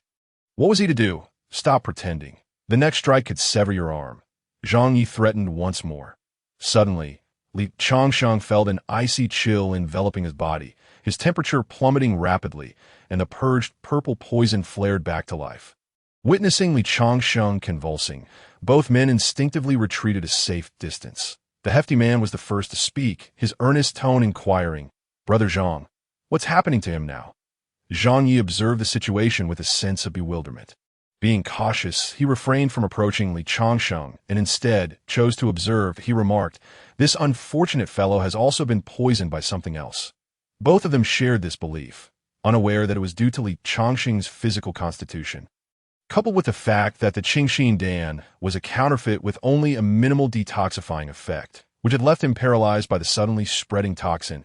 The poison began to take effect on Li Changsheng. The less experienced Depang felt a sharp pain in his chest and immediately clutched his heart, collapsing to the ground. Seeing this, Zhang Yi hurried over to check, his heart racing at the sight of Depang's eyes rolling back in his head. He hastily retrieved the Qingxin Dan, intending to administer it to Depang, but he himself began to feel a throbbing in his head and his vision blurred. Realizing something was amiss, Zhang Yi swiftly attempted to dispel the poison. But it was too late. He staggered, barely able to maintain his composure as he contemplated ending Li Changsheng's life. Before he could raise his weapon, his body became numb and immobile. Meanwhile, within Li Changsheng, the forces of yin and yang were in turmoil. Fortunately, amidst the chaos, he managed to consume the pupae procured by Xiao Lulang, feeling the strange wriggling creatures sprouting within him. The imbalance of yin and yang in his body began to ease with their emergence. Before long, Li Changsheng regained his ability to move, but the 2 strikes he received from Depang had inflicted significant injuries. Fortunately, he had brought along some emergency healing pills, and after consuming 2, the miraculous restorative power swiftly healed his internal injuries. Turning to the 2 incapacitated individuals, Li Changsheng first bound them securely before forcing them to ingest the Sanling Dan he had obtained from Mr. Qiu. Finally, allowing himself to relax, he then picked up the fallen Qingxin Dan from Zhang Yi and crushed it in his hand. Indeed, there was something peculiar about it. Bringing it to his nose, he discerned its true nature. It was a fake, he mused. Had it not been for these two fools purchasing counterfeit medicine, I might have lost my life today. I must also thank Zhang Yi for his cleverness. Had it merely been 8 directions in 6 harmonies formation, I would likely have perished. That it was also due to Zhang Yi's excessive consumption of the Qingxin Dan that he had ultimately succumbed to its effects. The penetrating power of the purple poison from the man-eating flower was overwhelmingly potent, and despite both being body-refining practitioners with protective spiritual armor, they were still invaded by the toxin. However, body-refining practitioners can detoxify themselves when not exposed to lethal toxins. And soon after, both Zhang Yi and Depeng regained consciousness. Yet, due to the effects of the Samling Dan, their strength had not been restored. In denial of the reality, Zhang Yi shouted angrily at Li Changsheng. If you have the guts, let me go and we'll have a fair fight. Even without the enhancement of spiritual power, I can still beat you to a pulp. Depeng echoed. Exactly, your actions are utterly immoral. Release us. Their roles had reversed, and they insisted that Li Changsheng must be foolish to let them go. Li Changsheng retorted. Do you think I'm an idiot? Zhang Yi spat angrily, declaring, Damn the peddler who sold me fake medicine. When I return, I will ensure your dismemberment. Li Changsheng paid no heed to their words. He faced a choice, to flee or to eliminate the two to avoid future troubles. However, having never taken a life before, he found himself torn. Yet Zhang Yi's furious gaze seemed to convey a message of mutual destruction. Recalling Feng Yuxiu's words, Li Changsheng recognized that sometimes one is left with only one choice, and thus he drew his sword. As he approached, the previously defiant Zhang Yi ceased his provocations and instead pleaded, Little brother, let's talk this over. I am an inner disciple of the Twin Sabers sect. At this point, such words were futile. And Li Changsheng coolly replied, Save your breath for the king of hell. His tone lacked the nervousness of a novice. It was marked by a palpable coldness. Zhang Yi was now thoroughly panicked. Having not anticipated this turn of events, he continued to plead, I can return your belongings. Let me go, and I swear I will not harm you. His demeanor reminded Li Changsheng of the vile expressions he had encountered before, particularly from Zhou Tsongren. Yet, Lu Su's example had warned Li Changsheng against such naivety. Li Changsheng stated firmly, Killing you will not prevent the belongings from being mine. Upon hearing this, both Depeng and Zhang Yi were struck with fear. Realizing that beneath Li Changsheng's seemingly frail exterior lay a heart of steel. Ignoring Zhang Yi's desperate pleas, Li Changsheng swung his sword, and in that moment, he briefly shut his eyes. It was his first act of taking a life. And beneath the calm surface, his heart raced uneasily. With Zhang Yi's head rolling away, he lay dead. Li Changsheng then turned his sword toward Depeng, who, witnessing Zhang Yi's demise, was paralyzed with fear. He too pleaded for mercy. But Li Changsheng remained unmoved. However, instead of decapitating him, he struck directly at Depeng's spiritual sea, followed by 2 swift strikes that severed his hands. Despite Depeng's continued pleas for mercy, his cries only served to frustrate Li Changsheng. In order to survive, he had no choice but to take such measures. Chapter 53. The mysterious pool. In that moment, Li Changsheng gazed at the blood staining his hands. His sword slipped from his trembling fingers and fell to the ground. This was his first experience with taking a life, and only Depeng remained. Groaning in pain, it took him a while to regain his composure, yet the tension etched on his face did not dissipate. Amidst the turmoil, he retrieved his sword and addressed Depeng. You forced my hand. After swallowing hard, Li Changsheng fled, but after only a few steps, he hesitated and turned back, wanting to deliver one final blow to Depeng. Ultimately, he found himself unable to do it. Grabbing the bronze plate from the ground, he bolted away, resembling a guilty person in a state of panic. As he ran, he chastised himself for taking advantage of another's misfortune, completely forgetting the actions Zhang Yi and Depeng had taken against him. After running for a considerable time, his pace gradually slowed until he heard voices carried by the wind. Don't run. Return my life. The haunting words echoed in his ears, and in fear he shouted, You forced me. I didn't want to kill you. It was all your doing. It was not until he collided with a tree that he began to regain his senses. Realizing that the voices he had heard were mere remnants of the lingering poison in his system, exacerbated by his injuries, leading to hallucinations, as night fell, and the sounds of beasts echoed around him. Xiao Lulang finally caught up. I Changshang lacked the energy to blame him for fleeing in times of trouble. Thus, in silence, Xiao Lulang led the way, and together they arrived at a secluded little stone pool, where Li Changshang finally paused to assess his internal injuries, knowing that if left untreated, they could prove fatal. Bending down, Li Changshang drank deeply from the water, then settled on a nearby stone slab to meditate and heal. However, no sooner had he entered a meditative state than he heard several voices nearby. Without hesitation, he leapt into the pool, while Xiao Lulang darted into the dense foliage of an ancient tree to hide. In his moment of panic, Li Changshang suddenly realized how such a clear pool could conceal anyone, and he quickly submerged himself in a blind spot from the intruders. Listening intently, he gathered that they had not detected his presence until 3 figures emerged in the water.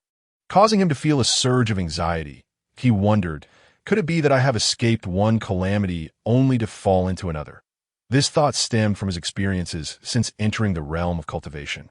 He had yet to encounter any truly good-hearted individuals, especially among strangers. The reflections in the water revealed 2 men and 1 woman.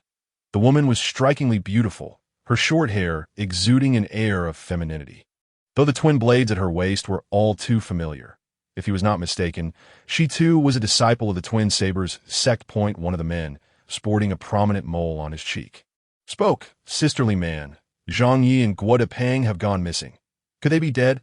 Li Man replied, Junior brother Ruanqin, in this ancient forest, life and death are fated.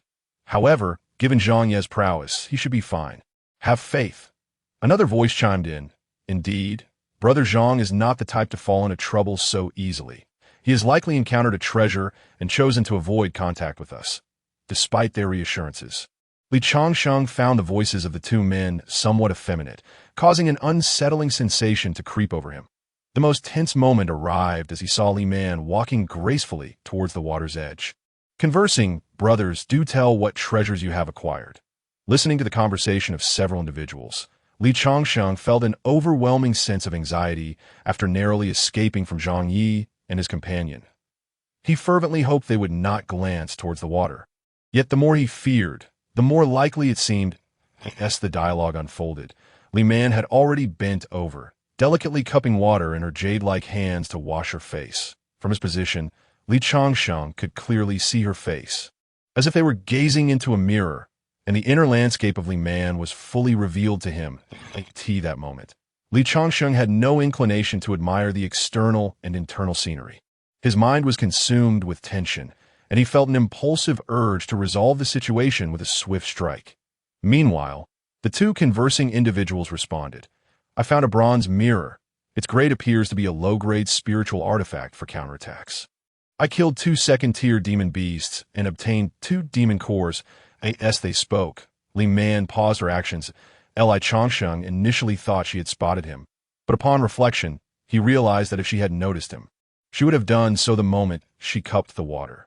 This perplexed him, and as Li Man scrutinized the water surface, she extended a graceful hand to stir it. Is that all? She inquired. The 2 men fell silent, though they were curious about what treasures Li Man had acquired. Subsequently, she declared, instead of seizing, I prefer to search that in a month.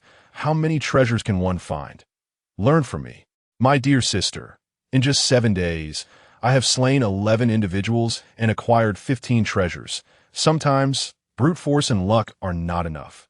One must learn to use their intellect. Upon hearing this, the 2 men immediately nodded and showered her with flattery. Meanwhile, Li Changshang, concealed in the water, was taken aback by the revelation that such a delicate and enchanting woman could possess such base and treacherous methods. The 2 men then approached Li Man, simultaneously requesting, Sister, show us your treasures. Li Man promptly rose, waving her hand to reveal the treasure she had obtained, which captivated the 2 men even further as she recounted how she had acquired them. At that moment, Li Changshang was unaware that his leg wound had begun to bleed again.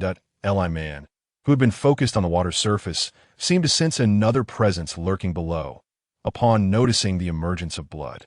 Her demeanor shifted dramatically, and she signaled for the 2 men to be silent. Yet, despite her scrutiny, she could find nothing unusual in the water. After a prolonged silence, the two men, Yao Qin and another, inquired, "Sister, what is wrong?" Li Man replied, "There is something strange in this water." Only then did the two men glance over, realizing blood was surfacing, and they too adopted a cautious demeanor, aware that the others could not see him. Li Changsheng knew that should they foolishly venture into the water, his position would be compromised. In a swift motion, he thrust his sword into the water, striking a fish, which floated lifelessly to the surface. Yao Qin observed, "A dead fish?" Li Man shook her head, clearly unconvinced by the charade. Just as she prepared to strike the water with her blade, a splashing sound erupted, and an invisi-armored beast emerged. Li Changsheng caught sight of the small creature, resembling a pangolin. As it surfaced rapidly, revealing its form, he had not detected its presence underwater. At that moment, it clutched a fish in its mouth, glanced back at Li Man and the others, and then dashed away. Man's gaze shifted, her expression radiating excitement as she exclaimed, "It's an invisi-armored beast. Its scales can be fashioned into invisibility artifacts. You two, encircle it while I cut off its escape route." With that, they all hurried after the invisi-armored beast, allowing Li Changsheng a moment of respite. However, he did not emerge immediately. Comparing the cunning of Zhang Yi to that of this woman, Li Changsheng discerned that she was far more astute. The peculiarity in her expression had confirmed his suspicions. It was prudent for him to remain concealed for the time being. That moment, he shifted his attention to the water surface, only to discover that the pond was covered in lotus leaves. Blinking a few times to ensure he was not mistaken, Li Changsheng felt puzzled. He recalled that from above, he had only seen a few fish in the water. When had those lotus leaves appeared? Just as he contemplated surfacing for a better look, he heard the others returning. They were carrying a small beast with a duck-like bill, which they placed into the water before him. Initially, Li Changsheng feared he had been exposed, but he quickly realized they were merely testing the peculiarities of the invisi-armored beast. Indeed, once it entered the water, he could no longer see it, except for the chain tethering it. The creature was now swimming toward him. Yet, fearing exposure, Li Changsheng did not dare to intervene, forced to watch helplessly as it was taken away by the others. Chapter 54. Mercury Lotus. The departure of the group allowed Li Changsheng to narrowly evade disaster. Though he felt a twinge of regret for not saving the small creature, as the sun reached its zenith, he finally emerged from the water. Upon his exit, the little stray leapt down from a tree, bringing an assortment of colorful fruits for him to eat. Noticing that his leg wound had ceased bleeding and he felt no trace of poison within him, Li Changsheng surmised that the pond was the source of his recovery. He then attempted to use his spatial artifact to capture the water, but after emitting a series of lights from the artifact, he realized it was ineffective. Confounded, he observed the absence of the lotus leaves on the water's surface and muttered, "Could this water be evading spatial artifacts?" Diving back into the water, he saw the lotus leaves again, yet when he reached out to touch them, he found they were intangible.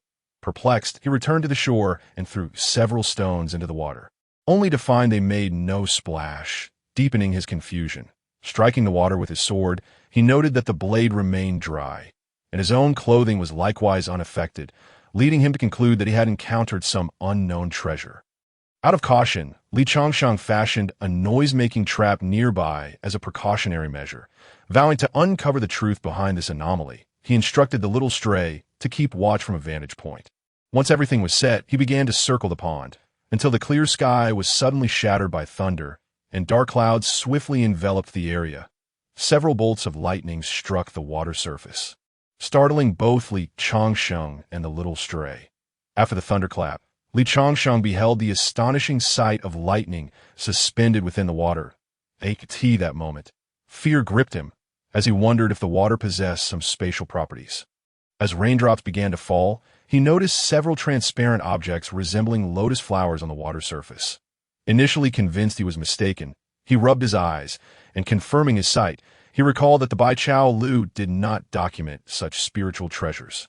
It was then that he remembered the book given to him by Luo Yujing. Searching through the Piao Miao Qiuxian Lu, he found only one spiritual treasure that matched the description: the Mercury Lotus. Reflecting on its properties, Li Changsheng murmured, "Formless phantoms, revealed by rain. Motionless, they cast no shadow. The world serves as their fruit, the two poles as their shadow. What a marvelous treasure indeed, in reference to the Mercury lotus. This celestial treasure is a rare gem that can only be encountered through fortuitous circumstances, where the confluence of time and place must align with the principles of Taiji to gather the essence of heaven and earth. Were Li Changsheng capable of flight at this moment, he would undoubtedly discern that this small stone pond lies at the convergence of 5 spiritual veins, embodying the elemental energies of metal, wood, water, fire, and earth. Furthermore, no streams flow into the pond. It is surrounded by impermeable stones and elevated terrain, ensuring that no water seeps in. Above, 3 types of spiritual trees grow densely, allowing rainwater to purify itself, resulting in the water within being rootless and exceedingly sacred, a veritable elixir of purity, where the alignment of celestial timing and the polarities converge. Thus, it is this very confluence that gives rise to the elusive Mercury lotus. Moreover, the Mercury lotus possesses 3 invaluable medicinal properties that elude cultivators. The first is its ability to render the user invisible. It not only conceals one's form, but also masks one's aura, allowing even formidable practitioners at the core formation stage to shroud their presence. The second is its responsiveness to spiritual energies. Although cultivators in the realm of righteousness can wield various attributes of spiritual power, conflicts and techniques may arise. The Mercury lotus harmonizes these conflicting forces, making it particularly favored by those who practice unorthodox methods. The third pertains to its significance in alchemy. Many exquisite elixirs require the harmonious properties found within the lotus for their creation. Additionally, the water nurturing this lotus is a holy liquid, enriched with the purest essence of heaven and earth, possessing restorative abilities akin to that of dragon saliva. For Li Changsheng, this is undoubtedly a fortuitous boon. The discovery of such a rare, all-attribute spiritual treasure stirs within him both relief and a burgeoning affection for the lotus. However, the challenge of harvesting it presents a conundrum, visible yet intangible. Upon consulting the ethereal tome of celestial pursuits, he finds no record detailing the method of extraction, thus presenting Li Changsheng with a formidable dilemma. At that moment, a sound emanates from his trap, accompanied by the crashing of trees, followed by tremors beneath his feet. Before long, the cacophony outstrips the sound of the torrential rain and draws ever closer. Realizing the imminent danger, Li Changsheng casts a glance at the shimmering pond and decides that he would rather face the wrath of lightning than confront the unknown adversaries. He promptly leaps into the water, expecting to be charred by the electric force, only to discover that the energy originates from a pearl submerged within. Upon entering the water, he is confronted by a powerful cultivator besieging several enormous beasts that pass through the area. Just as he believes he has narrowly escaped one calamity, the fallen electric pearl suddenly pursues him, and before Li Changsheng can react, it enters his body. The pearl vanishes within him, akin to a previously lost jade pendant, eluding all perception as if it had never occurred. Thus, he redirects his focus to the Mercury lotus, reaching out to touch it, yet only managing to graze the underside of its leaves, unable to locate its roots. Returning to the shore, he is baffled by the lotus's peculiar growth pattern, which defies the laws of nature. Yet, in the realm of cultivation, one must employ the methods pertinent to that domain. He ponders over the writings of Luo Yujing, muttering to himself, if it draws from heaven and earth, then it must lack conventional roots. Reflecting on the essence of heaven and earth, he concludes that the water in the stone pond serves as the lotus's root. Furthermore, he contemplates the 2 polarities as shadows, akin to the leaves he observes, one side yin, the other yang, thus allowing it to be visible beneath the water while remaining concealed above. However, Luo Yujing had noted that the Mercury lotus bears a fruit for each leaf. And now that the rain has ceased, Li Changsheng cannot ascertain how many flowers have bloomed. He has attempted to irrigate it with the water from the pond, yet to no avail. He lacks the ability to summon rain, and waiting for another downpour could lead to unforeseen complications that in this critical moment. The little stray, having feasted and refreshed itself, climbs the tree and vigorously shakes Li Changsheng, then comprehends its intent. The spirit locust tree retains a considerable amount of rainwater, and this action creates an effect akin to rainfall, allowing Li Changsheng to count the number of mature mercury lotuses, now that Li Changsheng has memorized their locations. The next challenge is harvesting them. He believes that if he can transport the water, he can carry away the mercury lotus as well. However, this presents another dilemma. He possesses no magical tools to remove the pond's contents, not even with the ring of Luo Yujing. Meanwhile, as Li Changsheng contemplates solutions in solitude, not far from him, Li Man and her companions are in pursuit of a fleeing hidden armor beast. They follow the trail to the edge and central area of the Zangshu ancient forest, ultimately halting at a glacial canyon. Wan Xin and his companion expect to be reprimanded by Li Man for their failure. Yet to their surprise, she laughs upon seeing the glaciers and casts aside the matter of the hidden armor beast. They find themselves in the Ice Basin Canyon, a rugged ravine where ancient ice exists. Entombing numerous primordial beasts, their mentors had always warned them against entering, as many had perished in search of unknown treasures. Moments ago, the hidden armor beast fled in this direction, prompting their pursuit, and Li Man inadvertently stumbles upon her goal. Seeing Li Man's unusual demeanor, Wan Xin and his companion fear they may be in trouble. Observing a beast resembling a turtle frozen within the ice, they remark, "Senior sister, I believe the beast encased in ice is far superior to the hidden armor beast." Zhao Xing concurs, "Senior sister Li Man, I agree with Wan Xin's observation. This appears to be the outer edge of the ancient forest center. We cannot possibly venture in to capture the hidden armor beast." Yet Li Man interrupts, "Silence." Wan Xin and his companion fall silent, intimidated.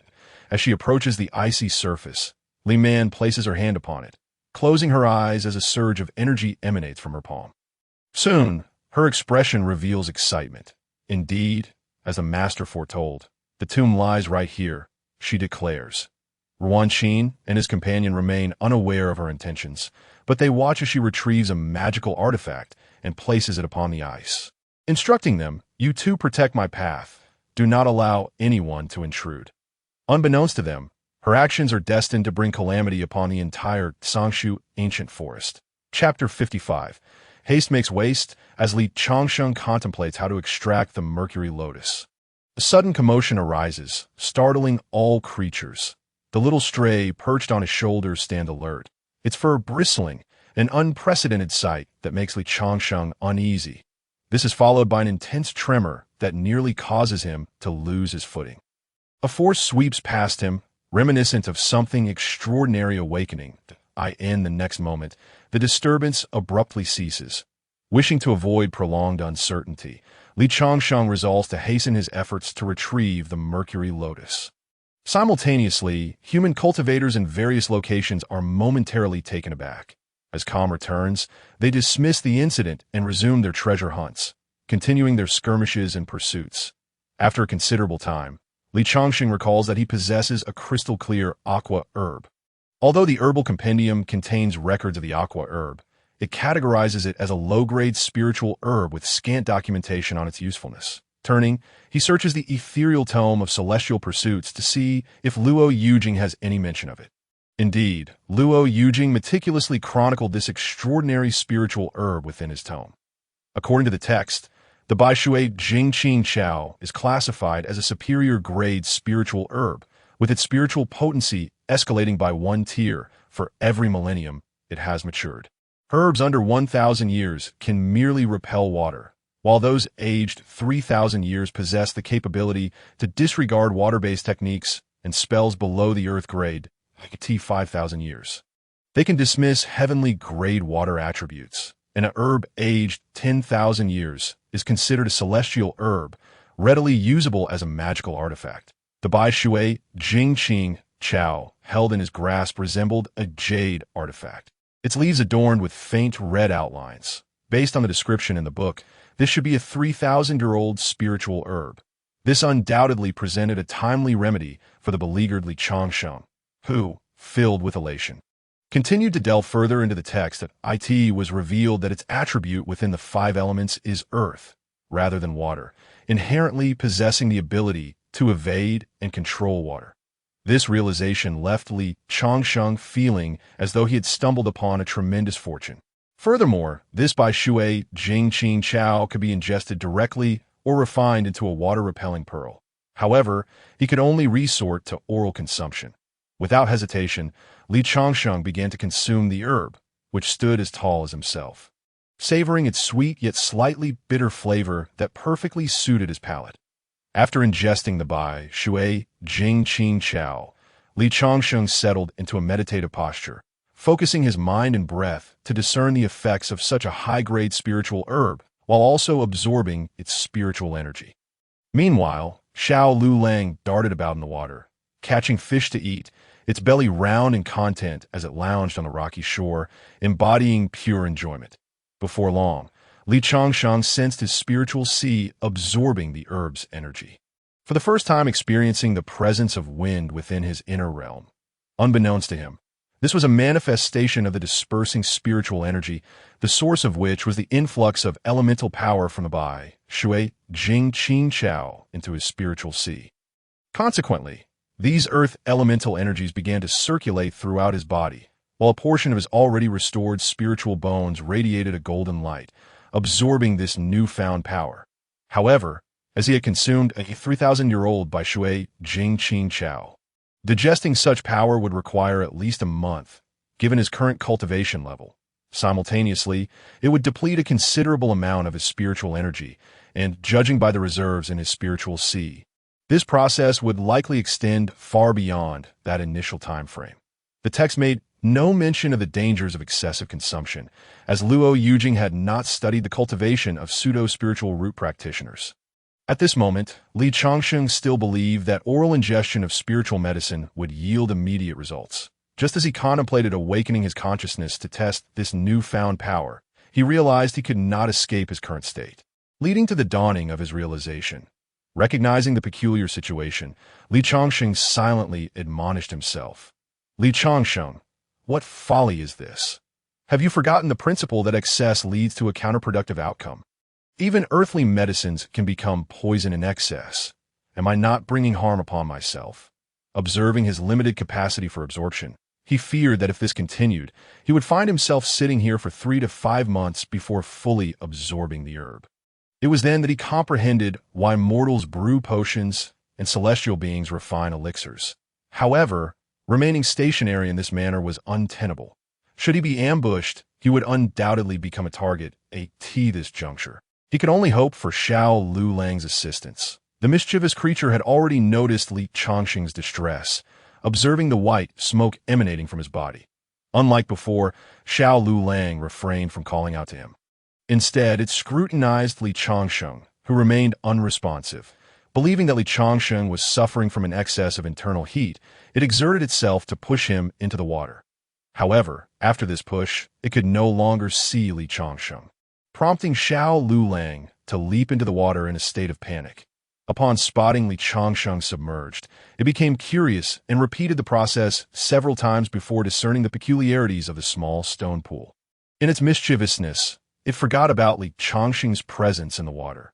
Simultaneously, Li Changsheng felt the earth tremble violently, exclaiming, "This is the end!" He feared that something was amiss with his body, as his consciousness grew increasingly uncomfortable, leading him to believe he was on the brink of death. At that moment, the ground quaked once more, and with a resounding crash, a sensation akin to a mountain collapse or earthquake enveloped the area. A sharp sound echoed as a spiritual tree at the edge of the small stone pool was abruptly severed.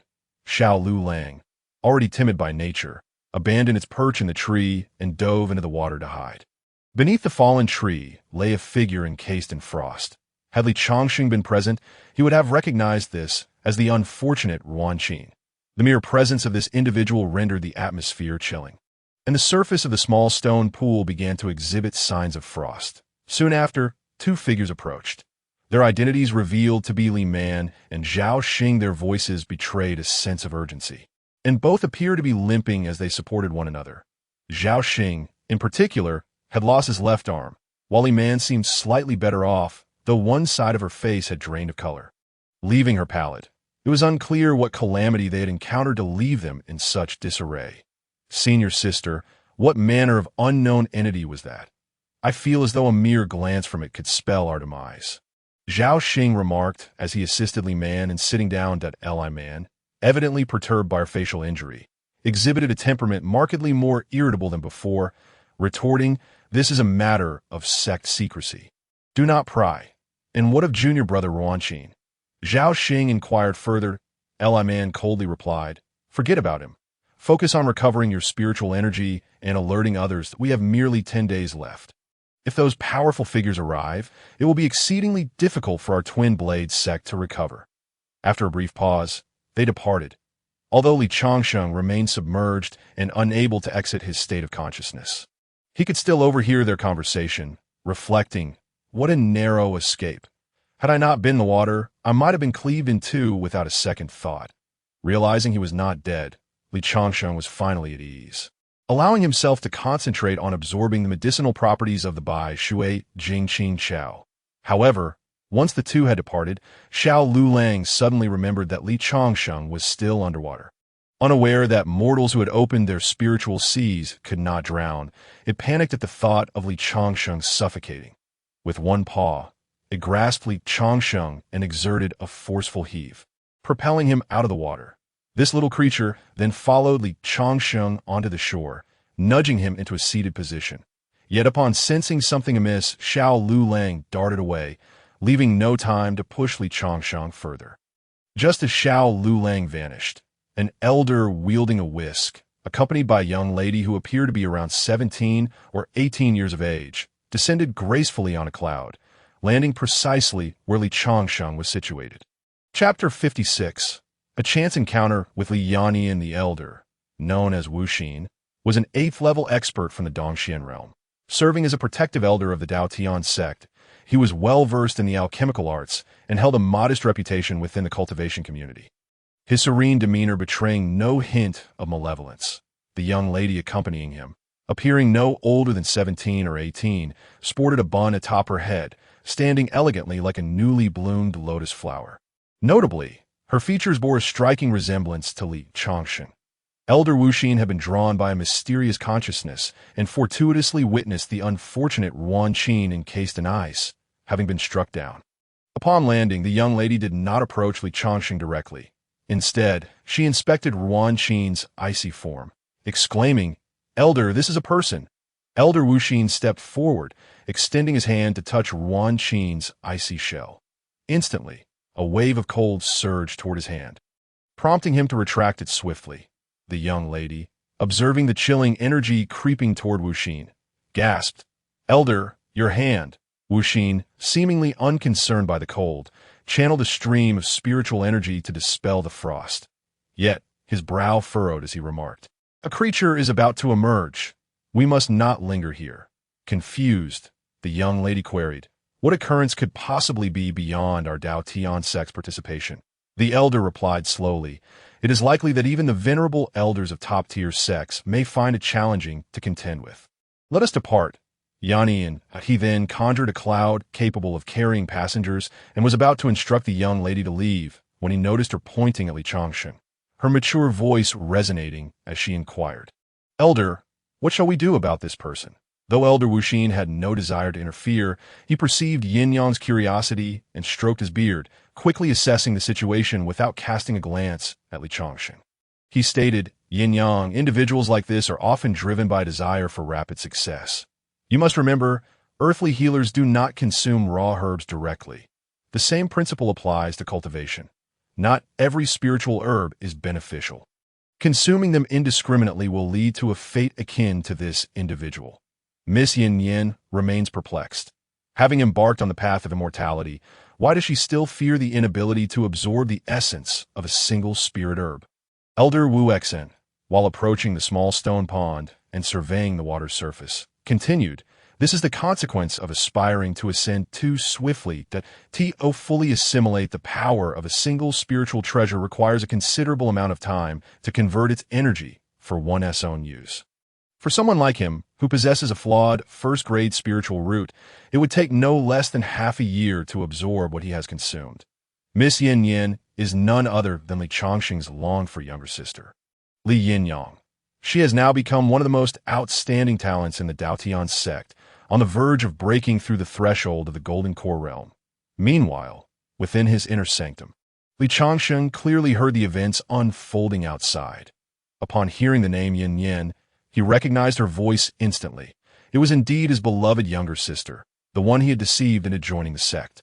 The surge of emotions caused Li Changsheng's heart to waver. He was eager to ascertain whether she truly was his sister. In a moment of urgency, he sought to absorb the herb's potency as quickly as possible. Disregarding the limits of his body and even employing the qi of Tianchu to hasten the spread of the herb's energy within his spiritual sea. However, this reckless haste resulted in an unusual energy emanating from his body, causing him to tremble and lean towards the brink of demonic deviation. Noticing this, Li Yinyang immediately called out to Elder Wu Shuang, who was intently observing the small pond, unaware of why she felt an inexplicable urge to save Li Changsheng. "Elder, look at him! His body is shaking." Upon hearing this, Elder Wu Shuang approached, placing 2 fingers on Li Changsheng's forehead, closing his eyes to sense the changes within him, akin to a mortal physician diagnosing a patient.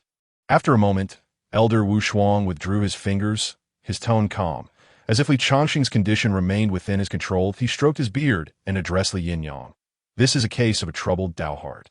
If we do not intervene, he will undoubtedly suffer backlash from the herb's power, leading to confusion of the mind at best, or falling into the demonic path at worst, becoming a monster governed by power." Upon hearing this, Li Yinyang nervously squeezed her hands and implored, "Please, save him." Elder Wu Exin, observing her demeanor, merely smiled and shook his head, his gaze betraying an understanding of her burgeoning feelings, albeit unaware that her emotions were not romantic in nature. Elder Wu Shuang then gently stated, "It appears this individual is a lone cultivator, unfamiliar with the proper methods of absorbing the essence of spirit herbs. The opening of one's spiritual roots involves not only the establishment of a spiritual sea, but also the crucial aspect of compatible physique." As he spoke, Elder Wu Xin infused a stream of purple spiritual energy into Li Changsheng. Yin Yang watched anxiously. Initially, Elder Wu Shuang thought Li Changsheng's situation would be easily resolved. However, upon the infusion of spiritual energy, he quickly realized that Li Changsheng's foundational roots were minimal, nearly non-existent, with cracks visible throughout his bones. For a cultivator, one's roots are fundamental. Even a first-grade spiritual root should possess at least 1 bone with spiritual properties. Yet Li Changsheng evidently had none, and was even injured. Elder Wu Shuang's brows furrowed tightly. Seeing this, Li Yinyang inquired, "Elder, what is wrong with him?" After a brief pause, Elder Wu Shuang replied, "In my over 500 years of traversing the world, I have never encountered a cultivator like him, one who possesses no spiritual roots, yet can still establish a spiritual Yin Yang was astounded. She herself possessed an 8th-grade spiritual root, yet faced numerous challenges in her cultivation. It was inconceivable that a true mortal could open a spiritual sea, a feat unrecorded in the annals of history. Changsheng absorbed Elder Wu Shuang's words, each syllable resonating within him. Even the likes of Ling Dao, Xianren, Qiu Xiansheng, and Luo Yujing had never directly addressed his doubts. Now he comprehended the true state of his body. He had believed that possessing a spiritual sea would allow for unobstructed cultivation, only to discover that he was merely a pseudo-spiritual root cultivator. After Elder Wu Shuang's revelation, Li Changsheng's trembling body gradually regained its composure. Elder Wu Shuang, intrigued by Li Changsheng, who was a rare specimen of a cultivator, began to investigate further to a master of alchemy. He was naturally fascinated by such anomalies that he soon understood why Li Changsheng exhibited signs of demonic deviation. The assessment of spiritual root quality is based on the 9 celestial spiritual meridians within the body: the Dantian, metal, wood, water, fire, earth, ground, sky, and Taiji. Only those who have awakened their Dantian alongside 2 other celestial meridians are afforded the opportunity to pursue immortality, embodying the principle of 1 gives birth to 2, 2 gives birth to 3, and 3 gives birth to all things. Elder Wu Xan continued, "This individual before us lacks all 9 meridians. Even a true mortal cannot be devoid of these pathways. If I am not mistaken, he was born without them. Yet, since he can open a spiritual sea, there must be a reason behind it. Even if it is a false spiritual seed, it is still a spiritual seed. I wish to witness this extraordinary person. Having grasped the condition of Li Changxing's body, Elder Wushuang promptly retrieved various colored silver needles from his sleeve, preparing to insert them at the locations of the 9 meridians. This was a spontaneous idea. Since Li Changxing lacked spiritual meridians, he would create a false one to facilitate the flow of the herb's potency within him. Elder Wu Shuang deftly inserted 9 needles into Li Changxing's meridian points. The smoke emanating from his body began to dissipate. Observing this, Li Yinyang felt relieved and dared not disturb Elder Wu Shuang further, lest she interrupt his concentration.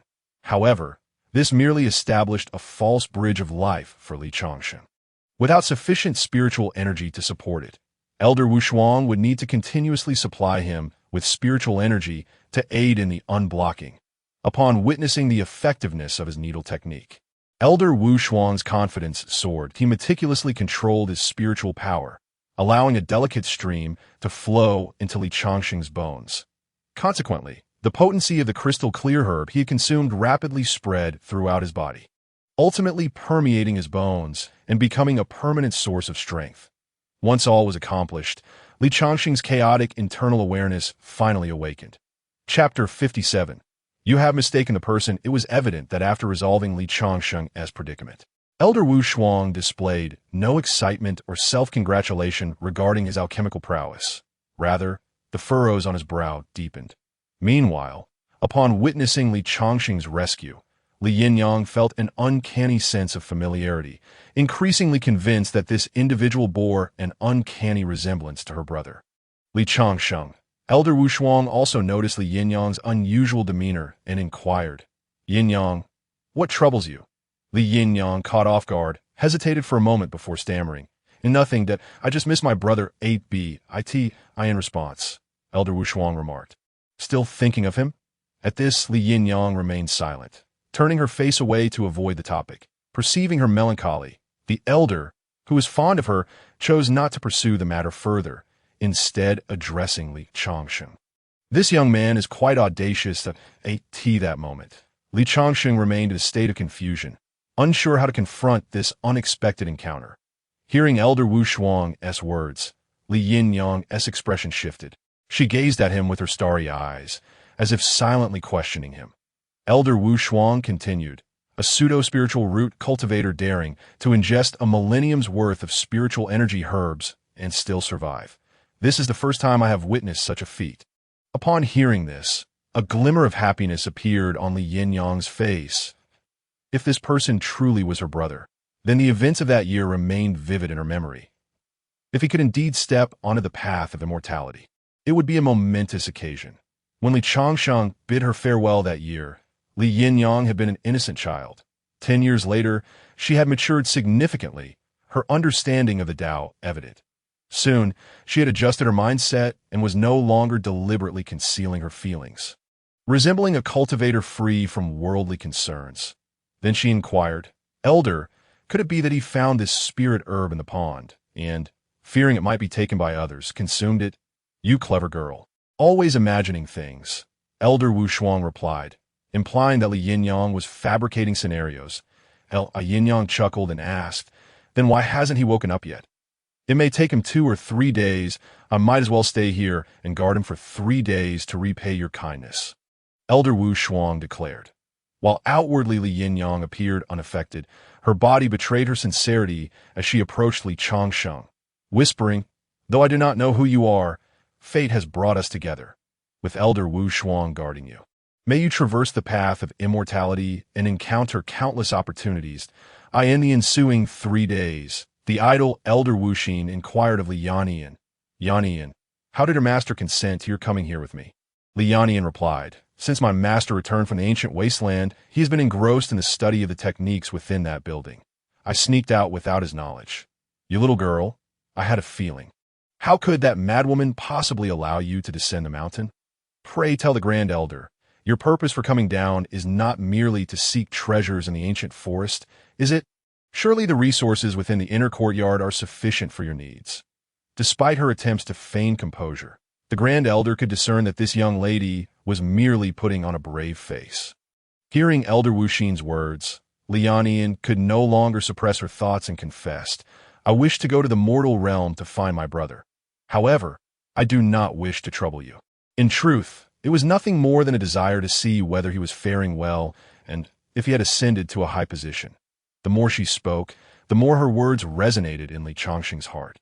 Yet, reflecting on his own circumstances, he transitioned from hope to despair. He had yet to come to terms with how to face Lianian, reminiscing about how, in their childhood, he had been her entire world. Now, she had blossomed into a young woman of formidable strength, while he found himself engulfed in feelings of inadequacy and a sense of loss, even to the point of thinking he had failed her. The siblings had always possessed a strong sense of pride. Li Changxing secretly wished that Yannian believed him to be dead, for that would be the best outcome. Meanwhile, upon hearing Li Yinyan's words, Elder Wuxin pondered whether he should reveal the truth to her. However, to broach this subject, one must start from a decade ago, when Li Yannian had just been accepted into the sect that a prodigy, such as her, would have been hidden away in any other sect. Upon learning of the circumstances surrounding the siblings, it was only natural for anyone to harbor a sense of hope, to see if perhaps there had been a misjudgment, and who knows, Li Changxing might have turned out to be an even greater talent.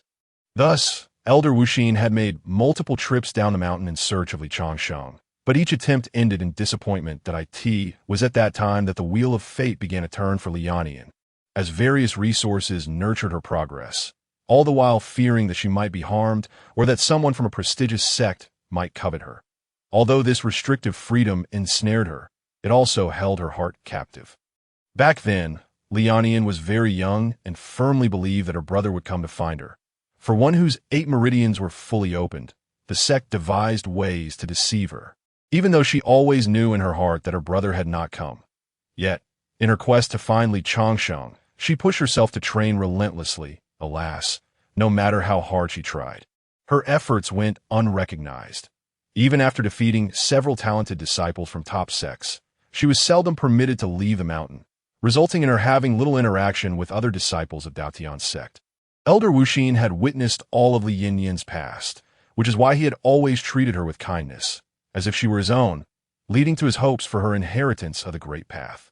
Later, after a year of inquiries, he learned from the people of Cici Town that some had perished while others had vanished. Eventually, he traced Li Changxing's whereabouts to Yunjizan, where he found Lu Su. The ultimate outcome was that after that day, Li Changxing seemed to have evaporated from the mortal realm like a tea this moment.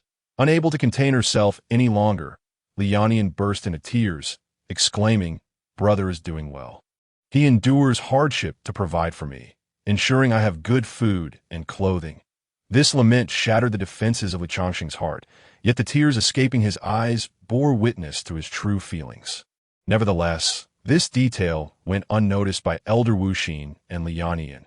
Unable to restrain himself, Elder Wuxin said, "Child, there are matters I have concealed from you that I long to disclose, yet I find it hard to speak."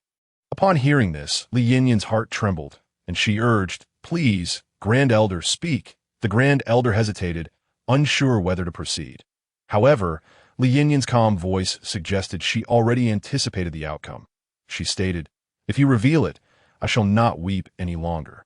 Thus, Elder Wuxin reluctantly uttered, "In truth, your brother passed away shortly after you departed." The words once spoken did not incite Li Yinyan's tears. Rather, it was as if she had known all along. She ceased her weeping, her expression transforming into a gentle smile as she softly said, I've always known that you would never tell me." I sensed he hurried to send me away for a reason.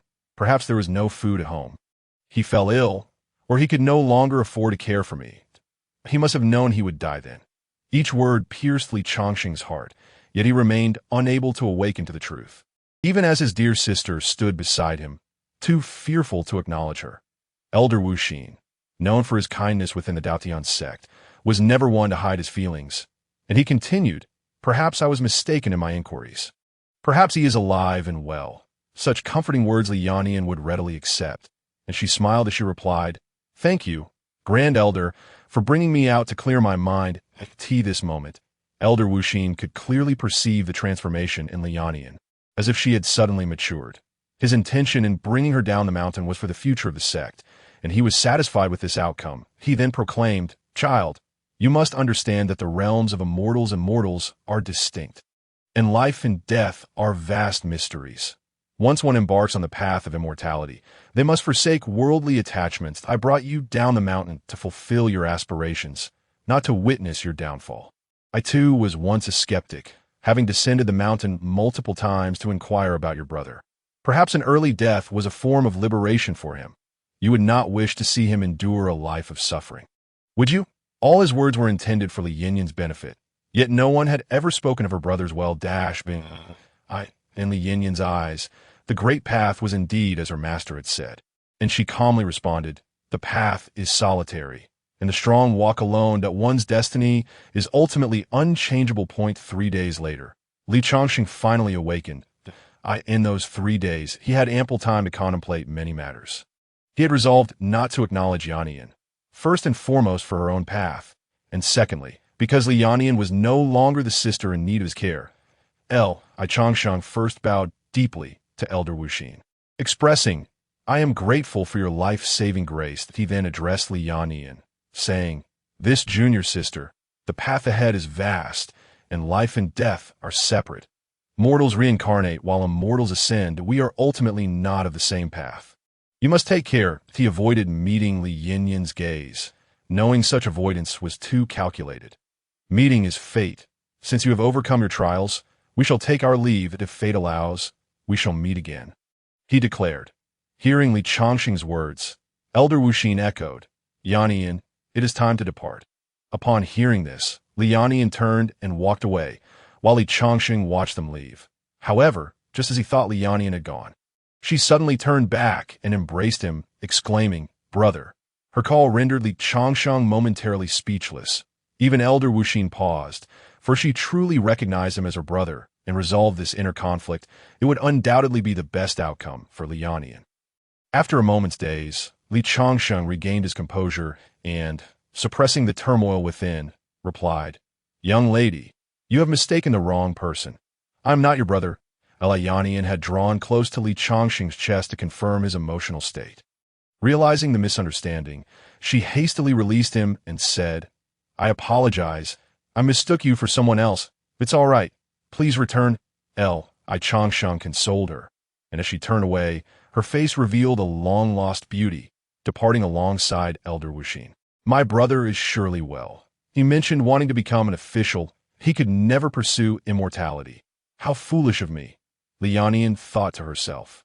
After watching the two depart, Li Changsheng stood frozen, realizing he had deceived the two most important people in his life in this manner.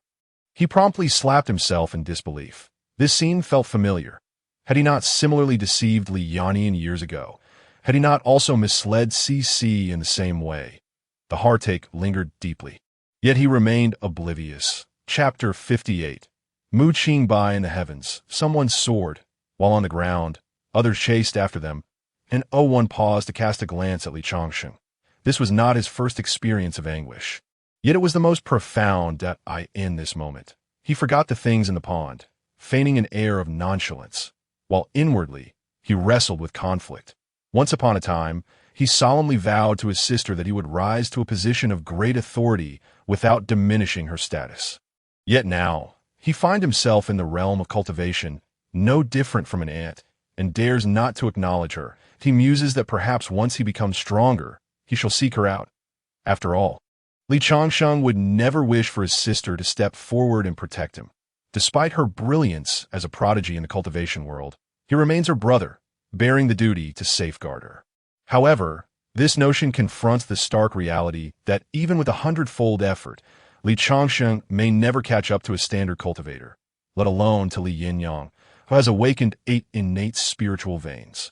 At this moment, Li Changsheng resembles a homeless wanderer, a dreamer with a bleak future, his solitary figure exuding an air of desolation, pity, and uncertainty. His inadequacy renders all his efforts ultimately futile. He ventured here in search of treasure.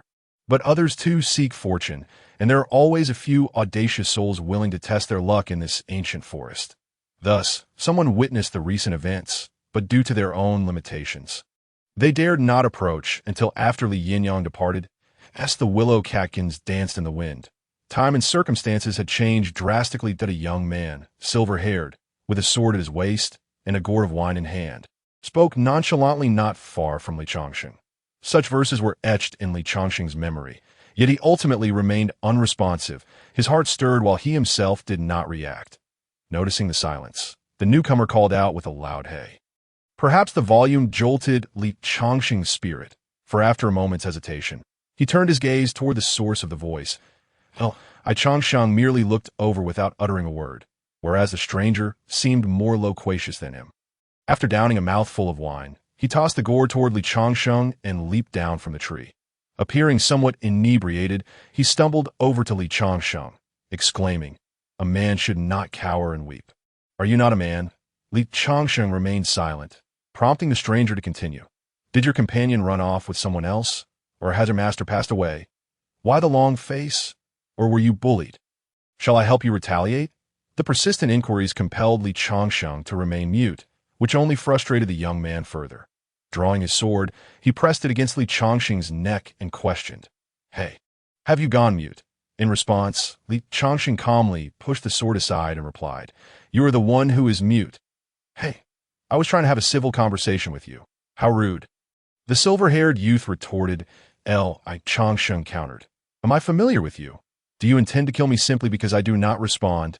Upon hearing this, the youth furrowed his brow, suddenly intrigued by Li Changsheng, and remarked, "Interesting.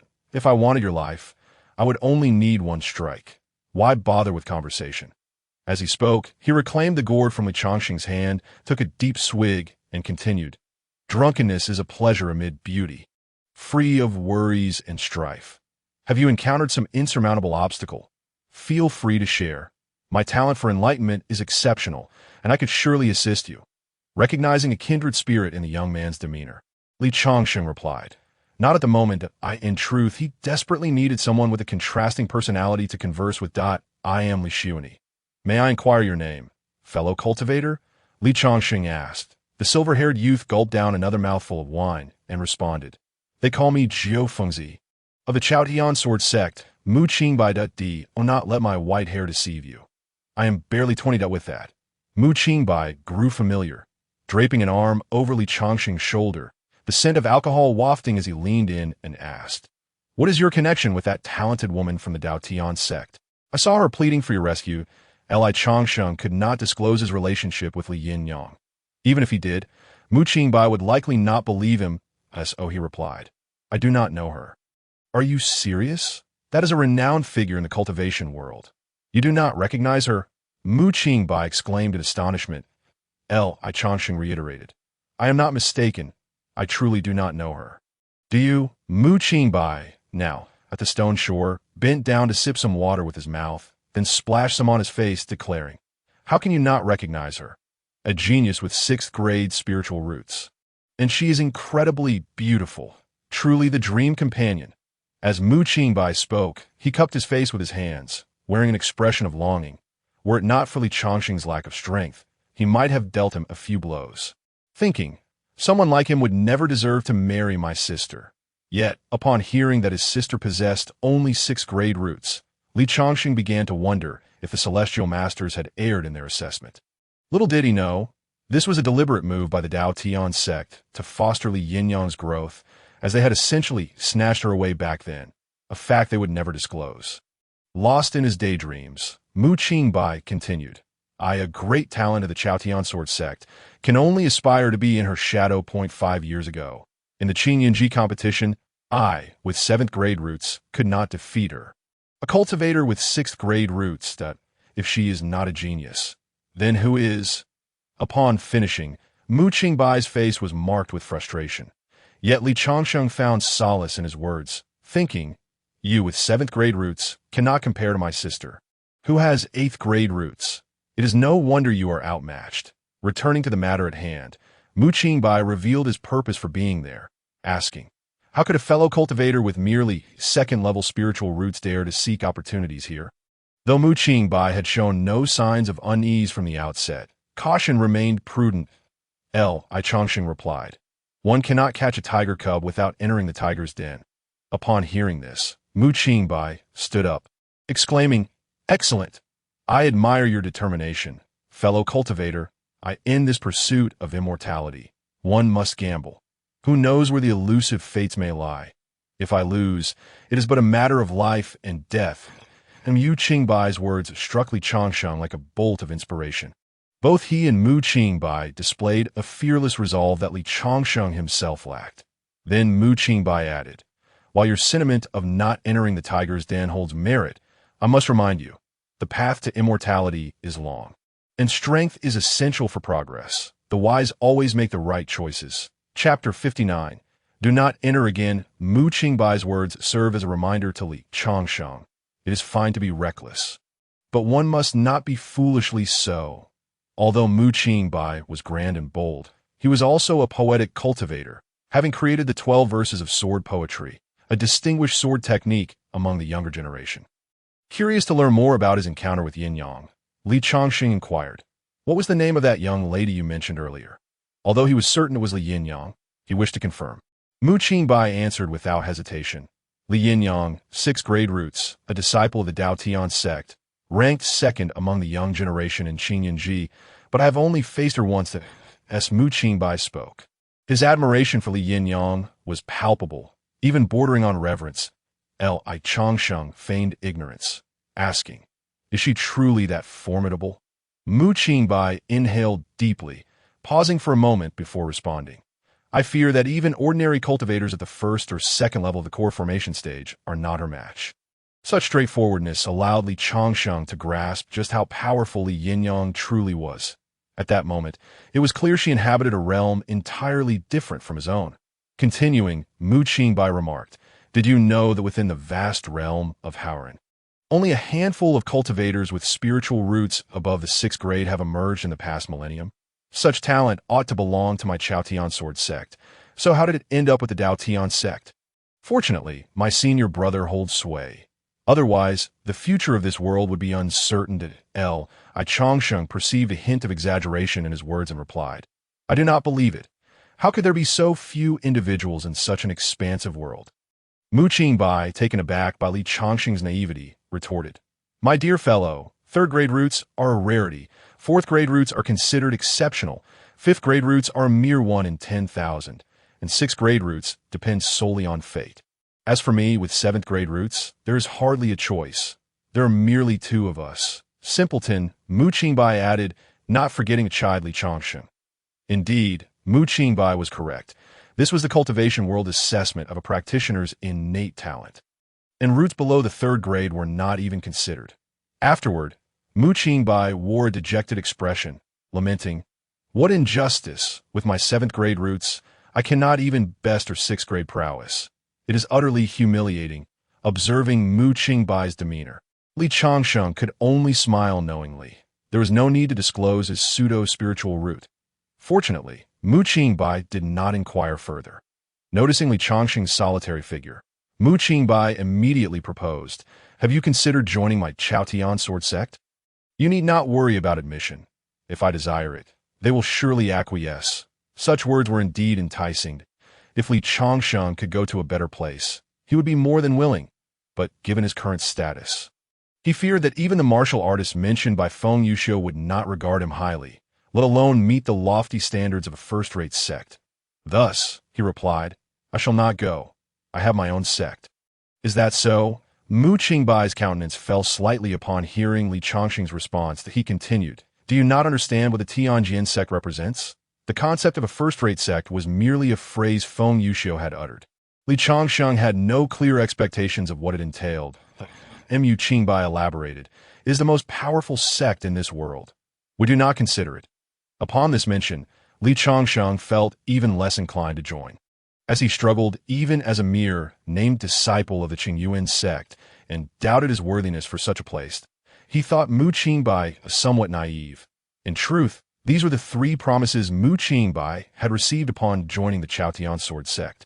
Mu Qingbai's voice took on a tone of regret as he remarked, "What a pity. I seldom connect with others so readily, and you are the first." Li Changsheng responded, "Such immediate rapport is merely a matter of human affinity, not my celestial fate. I appreciate your goodwill, Taoist Mu." Waving his hand dismissively, Mu Qingbai bore no ill will. Any ordinary person would undoubtedly decline such an offer. He simply found himself rather bored. Most practitioners were excessively dull, seldom speaking, often retreating into seclusion, leaving no one to converse with. This was merely Mu Qingbai's perspective. Then, with a hint of curiosity, he asked, "What is your interest in Liani? You do not wish for her to become your Tao partner, do you?" No sooner had he spoken than Li Changsheng struck him squarely with a punch, disregarding Mu Qingbai's strength. Surprisingly, Mu Qingbai did not take offense but remarked, "It is quite impolite to strike someone without cause."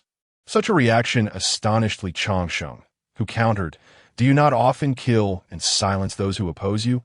Mu Qingbai replied, "That pertains to them, not to me. Not everyone is so wicked. Must one person endure the rain alone while others are denied an umbrella?" This unexpected response caught Li Changsheng off guard.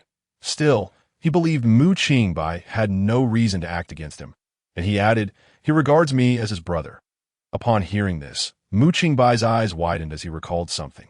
Supporting his chin with 2 fingers, he pondered for a moment before saying, "I have heard of this. It is said he has a brother in the mortal realm, who is deemed unworthy of the celestial path. My master believed Dao Tian sect had made a mistake and sought him several times without success. However, you do bear a certain resemblance to her."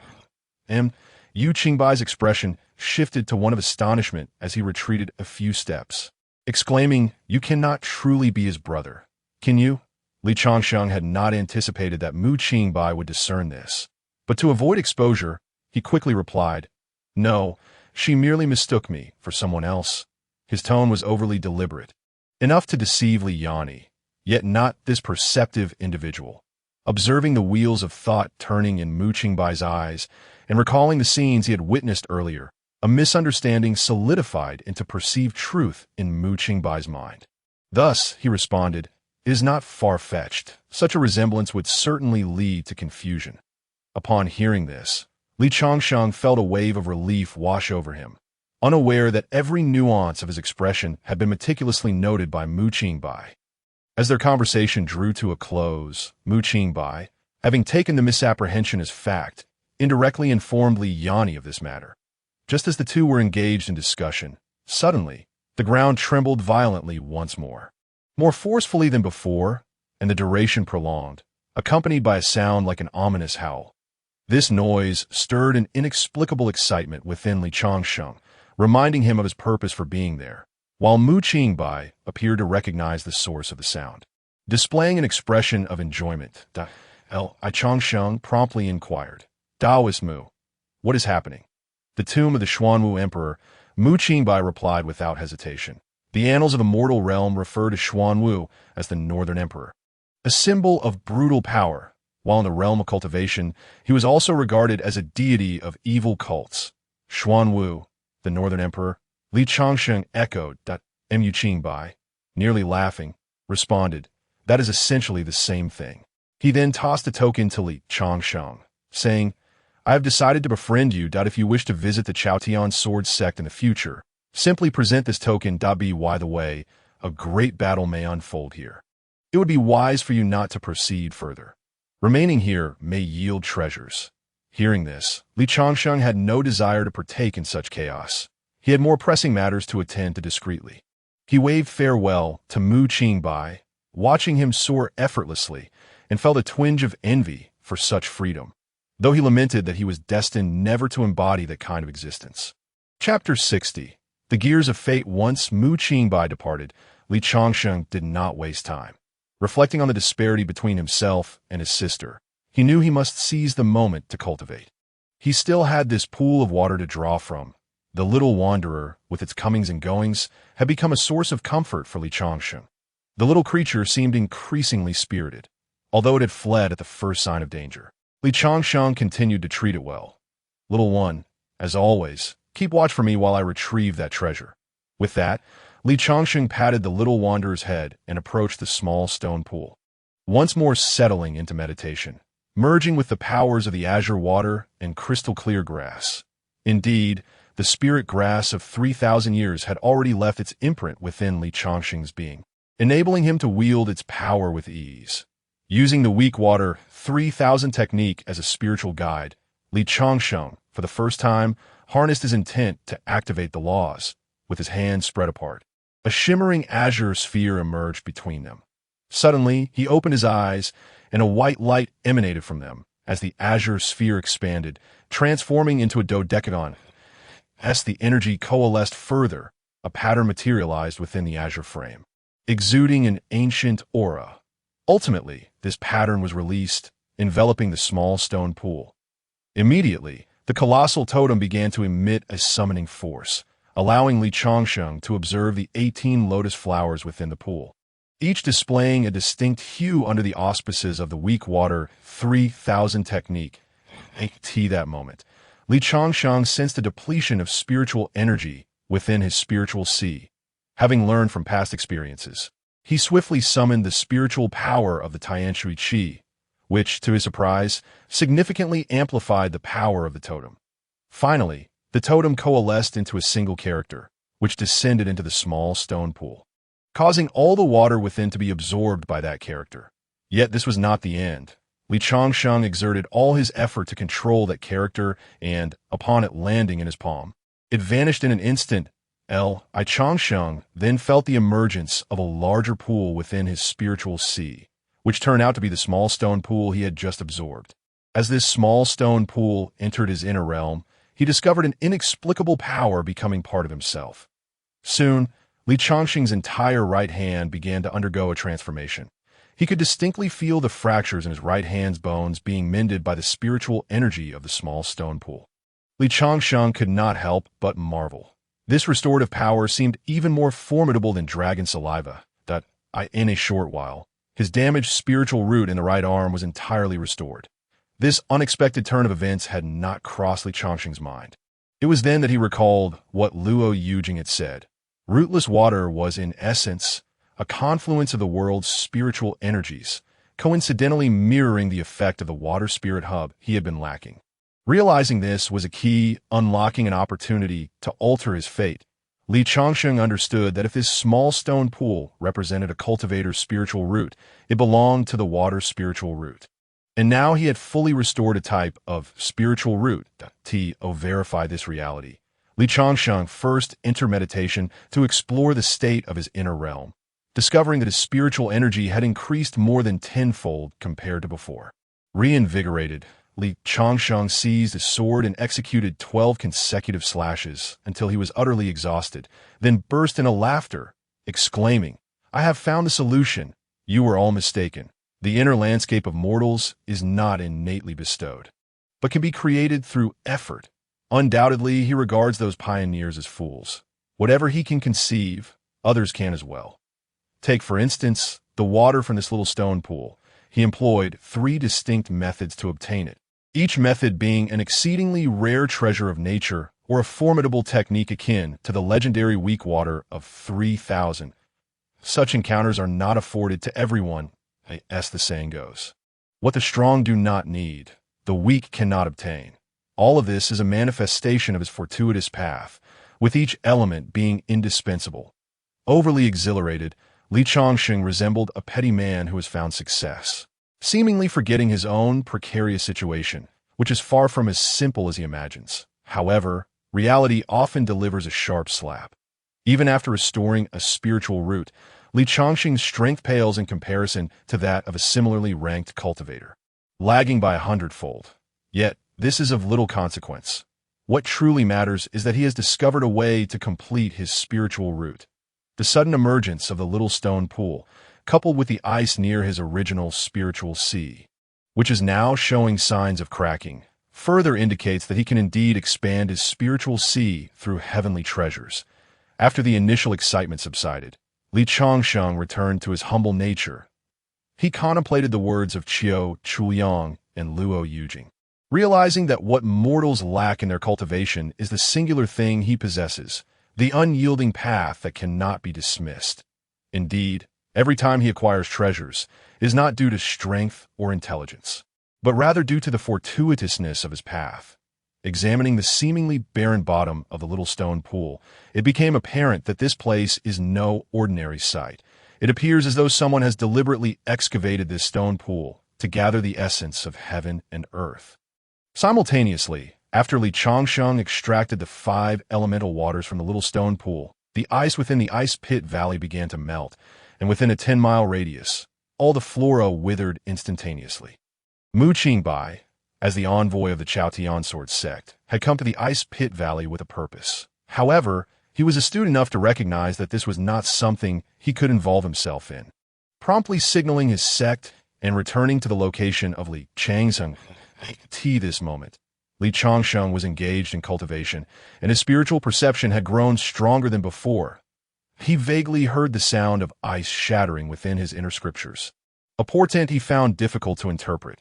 Just then, Mu Qingbai arrived, noticing Li Changsheng radiating with spiritual light, and remarked, "At such a juncture, you truly know how to choose your location for advancement." He approached and instructed, "Gather your energy and spirit. Clear your mind of all distractions. With a heart unclouded, embrace the path of the Great Way." That moment, Li Changsheng comprehended that he was on the verge of a breakthrough. Promptly following Mu Qingbai's guidance, while Mu Qingbai stood vigilantly beside him to protect his path, before long, the ice within his spiritual sea shattered significantly, expanding to more than 5 times the previous area of the spiritual spring. Subsequently, torrents of spiritual energy surged into it, propelling his realm to the 3rd level of the awakening spirit stage, and the star within his spiritual sea shone much brighter as a result. After some time, Li Changsheng ceased his actions, grounding himself in tranquility, and turned to Mu Qingbai, expressing, "Thank you for your guidance." Mu Qingbai replied, "You are quite bold. While most seek a safe haven for their ascension, you seem to invite danger. That I advise you to conduct such matters discreetly, as being discovered by malevolent individuals could lead to dire consequences." Li Changsheng discerned that Mu Qingbai's remarks implied he was foolish. Yet he remained unaware that cultivators in the transitional state are most vulnerable. Even a mere mortal's interference could lead to their downfall. With a smile, Li Changsheng acknowledged this, while Mu Qingbai continued, "Next time, be sure to keep a low profile. Will you be departing or not? Why?" Chapter 61. A new omen for the sake of his immortal journey, Li Changsheng did not abandon his pursuit of treasures. Now aware of how to cultivate, he set his sights on rectifying his shortcomings.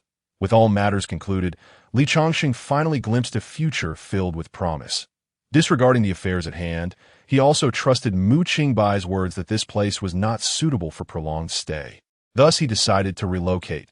Seizing the little stray and placing it upon his shoulder, both master and servant munched on a large red fruit as they departed. In Li Changsheng's view, since he couldn't move forward, he would traverse in circles, perhaps encountering other fortunate discoveries. Just as he had not traveled far from mountains' distance, he felt the sky suddenly darken. Raising his gaze, he was taken aback to see a mass of ominous clouds obscuring the light. Initially assuming this to be a mere anomaly, Li Changsheng paid it little mind. However, as he continued on his path, a thunderous roar resonated throughout the realm, and a beam of light shot from the valley towards the dark clouds, culminating in a pillar of light that pierced the heavens. Observing that the little stray remained calm on his shoulder, he deduced there was no immediate danger. Changsheng mused, could it be that another great figure is soaring to the heavens?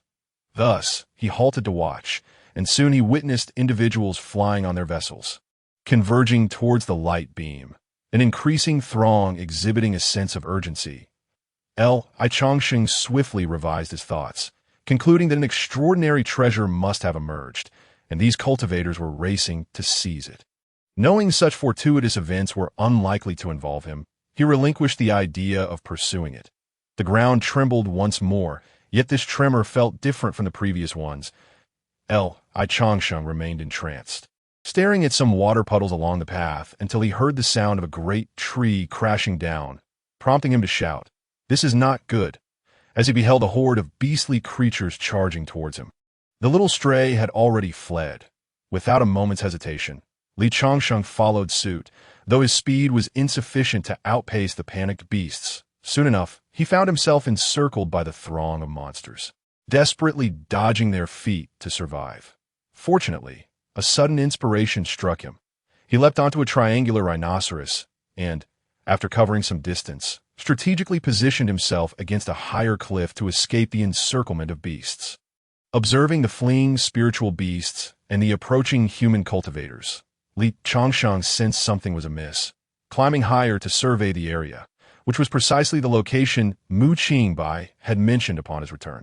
Li Changsheng muttered to himself, could that be the true spirit of Xuanwu? With a curiosity to witness the spectacle and recognizing no immediate threat, he resolved to remain and observe, hoping to stumble upon some treasure. By the light beam, a multitude of cultivators from various sects, numbering over 100, had gathered, while more continued to flock towards the site, none casting a glance in Li Changsheng's direction. The little stray, akin to a worm in Li Changsheng's belly, always found him, but now it appeared agitated, baring its teeth at the light beam. Li Changsheng, having grown accustomed to such sights, paid it no mind as he gazed skyward. He spotted the woman who had previously escorted him into the mountains, now leading disciples from the Qingyuan sect towards the light. That moment, those unable to fly passed by Li Changsheng. Each agile and swift, seizing the opportunity, he hurriedly stopped one of them, inquiring, friend, what rare treasure lies beyond that point? Why is everyone hastening there? The individual he stopped wore a sly expression, evident even from his superficial demeanor. After sizing up Li Changsheng, he impatiently replied, young brother, are you new to this path? Li Changsheng nodded earnestly, prompting the man to continue. Curious to know? With another affirmative, Li Changsheng was met with the demand. Offer spirit stones in exchange. Li Changsheng shook his head, revealing he possessed no spirit stones. The man, immediately losing patience, retorted, a pauper, trying to catch a wolf bare-handed? Seek another. Don't waste my time, as he prepared to leave. Li Changsheng urgently grasped his arm, exclaiming, brother, please wait. I may lack spirit stones, but I possess many treasures. The man halted, his crooked lips and shifty eyes making it clear he was a cunning opportunist. He regarded Li Changsheng with disdain and asked, You have many treasures. Do you take me for a fool? Recognizing the skepticism in the man's tone, Li Changsheng understood he would have to demonstrate his worth. He feigned reaching into his sleeve, rummaging around, and then produced several magical artifacts. The man, watching Li Changsheng's actions, quickly seized his hand, altering his demeanor to a greedy grin. Young brother, quite a collection you have. Without delay, he tugged at Li Changsheng's hand.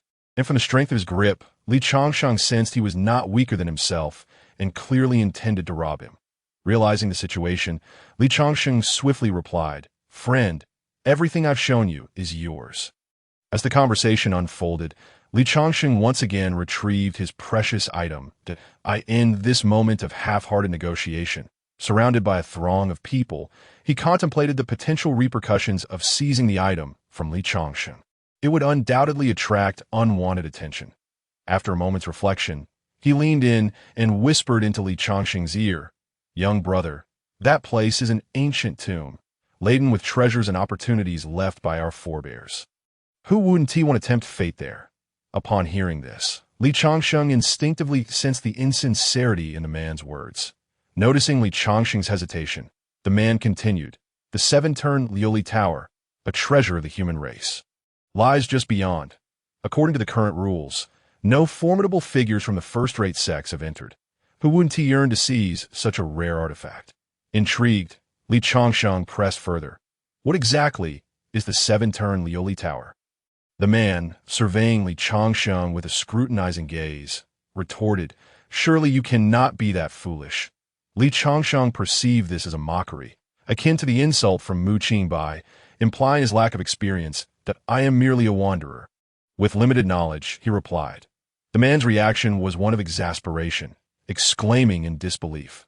Seeing this, Li Changsheng hastily offered him a couple of explosive pearls, prompting the man to elaborate. The seven-turn Liuli Tower is a treasure of the great sage of humanity. It can manifest 49 supreme Tao techniques, embodying the powers of suppression, annihilation, and control within a singular, unparalleled artifact. Possessing it would allow even one at the spirit awakening stage to contend with figures of the spirit void realm. Wouldn't you agree that it is formidable? While the description was indeed impressive, Li Changsheng remained skeptical, recognizing that such treasures were likely reserved for the powerful. After the exchange, he offered several disposable artifacts. Observing the man's gleeful demeanor as he remarked, "Would you like to know more?" Li Changsheng, seeing through the man's fabrications, declined, saying, "No, thank you. Please continue on your journey." Frustrated by Li Changsheng's disinterest, the man hurried off.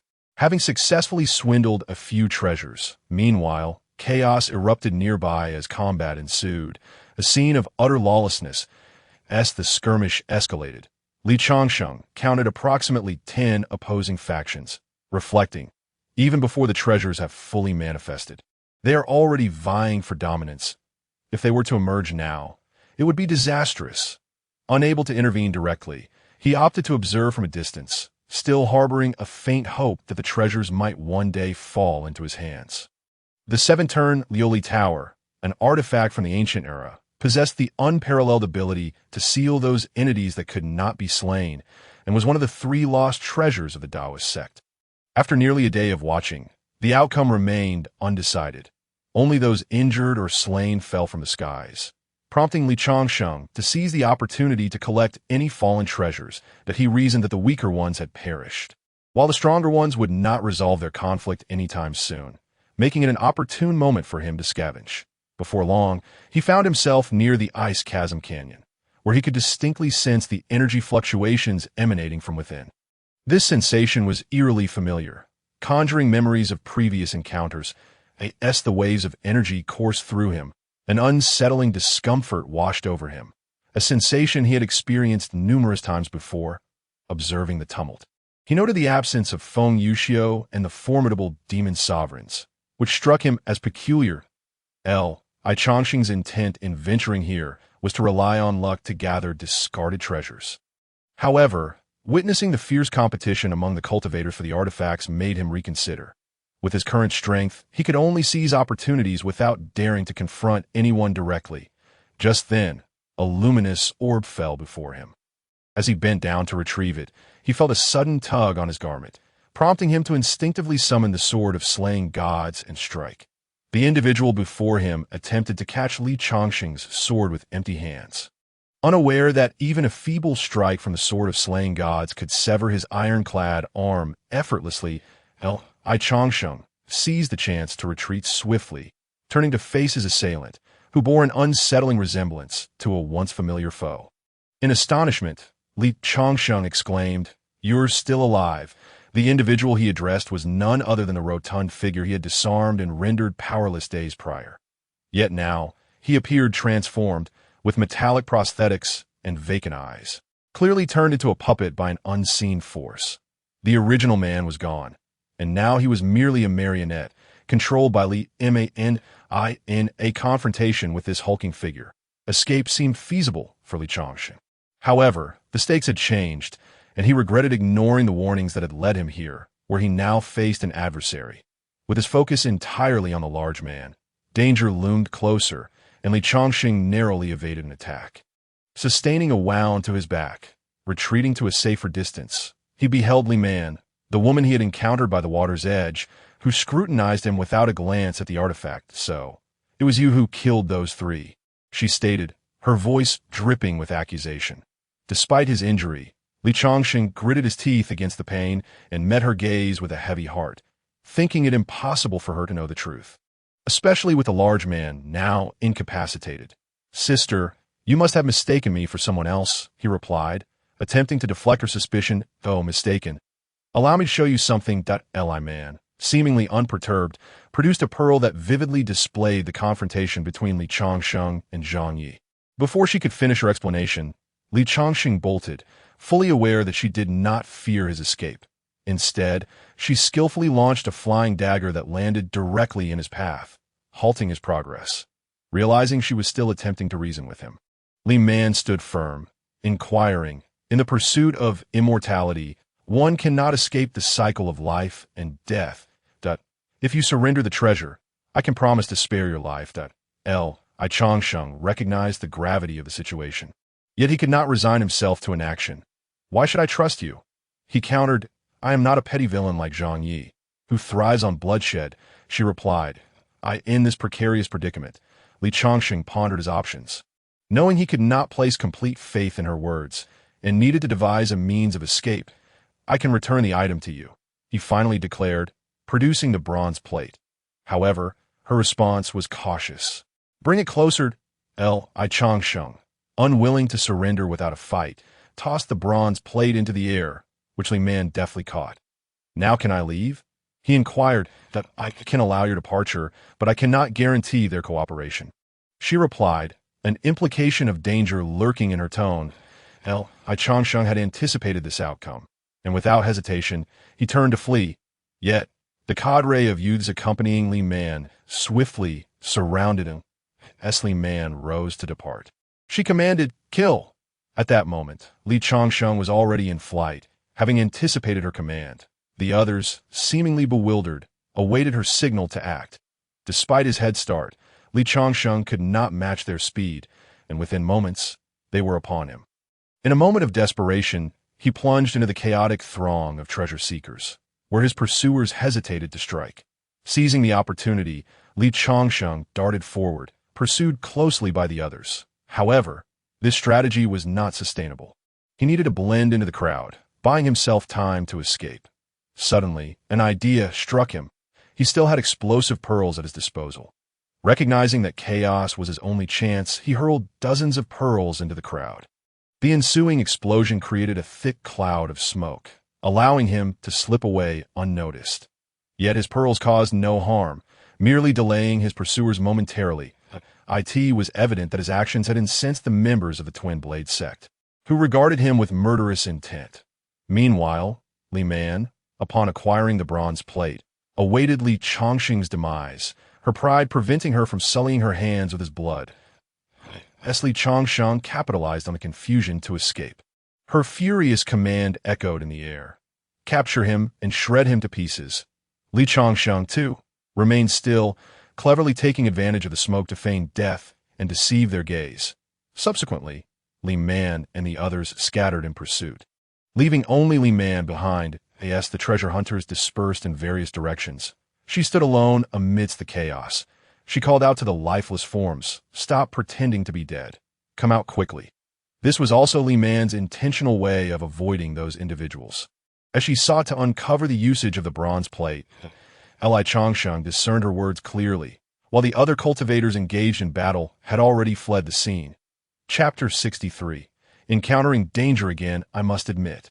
You are quite clever and adept at evading danger. However, before me, you must behave and listen obediently, lest you meet a grim fate. Li Man stood not far from Li Chongqing, her gaze laced with disdain. Yet her confidence was undeniably warranted. Li Chongqing ceased his charade of playing dead. Observing that the others had departed, leaving only a few corpses behind, he brushed off the dust from his clothes to mask his inner turmoil, and, with a calm demeanor, inquired, "What is it that you truly desire? How do you operate this artifact? There are no others here. Reveal the method, and I may spare your life." Li Man's seemingly non-threatening words were laced with menace as she interrogated Li Chongqing. If he were foolish enough to believe her, he would be mistaken. This item was mine to begin with. Why should I share it with you? Li Chongqing retorted, and no sooner had he spoken than Li Man swiftly appeared before him. Grasping his throat with her fingers, her long nails piercing his flesh, drawing forth crimson liquid. With a cold glare, she declared, "Only the strong deserve to possess good things. If I spare your life, consider it your fortune." Despite being held captive, Li Chongqing maintained his composure. Recognizing that fear would serve no purpose, that he replied, "My life is in your hands. Why not just kill me now?" His words dripped with defiance, prompting Li Man to lean closer, her face nearly brushing against his, exhaling a uniquely feminine fragrance as she hissed, "Want to die? The time is not yet right." Li Man, being slightly taller than Li Chongqing, raised her arm, lifting him off the ground, causing discomfort as the veins on his forehead throbbed. After a moment, she released him, stating, "Speak or remain silent. The choice is yours." As she spoke, other disciples from the Twin Blade sect returned, each brandishing treasures in hand. Li Chongqing deduced that this group had likely used the pretext of capturing him to ambush those who had lingered. Indeed, The returning disciples presented their spoils to Li Man before stepping aside to await her command. Faced with such a multitude, Li Changsheng found himself unable to flee. Any hint of escape would likely result in dire consequences at that moment. Someone even brought a stool for Li Man to sit upon. As if she were a queen presiding over a trial, Li Changsheng could think of no viable means of escape. Li Man then remarked, playing mute, "Are we?"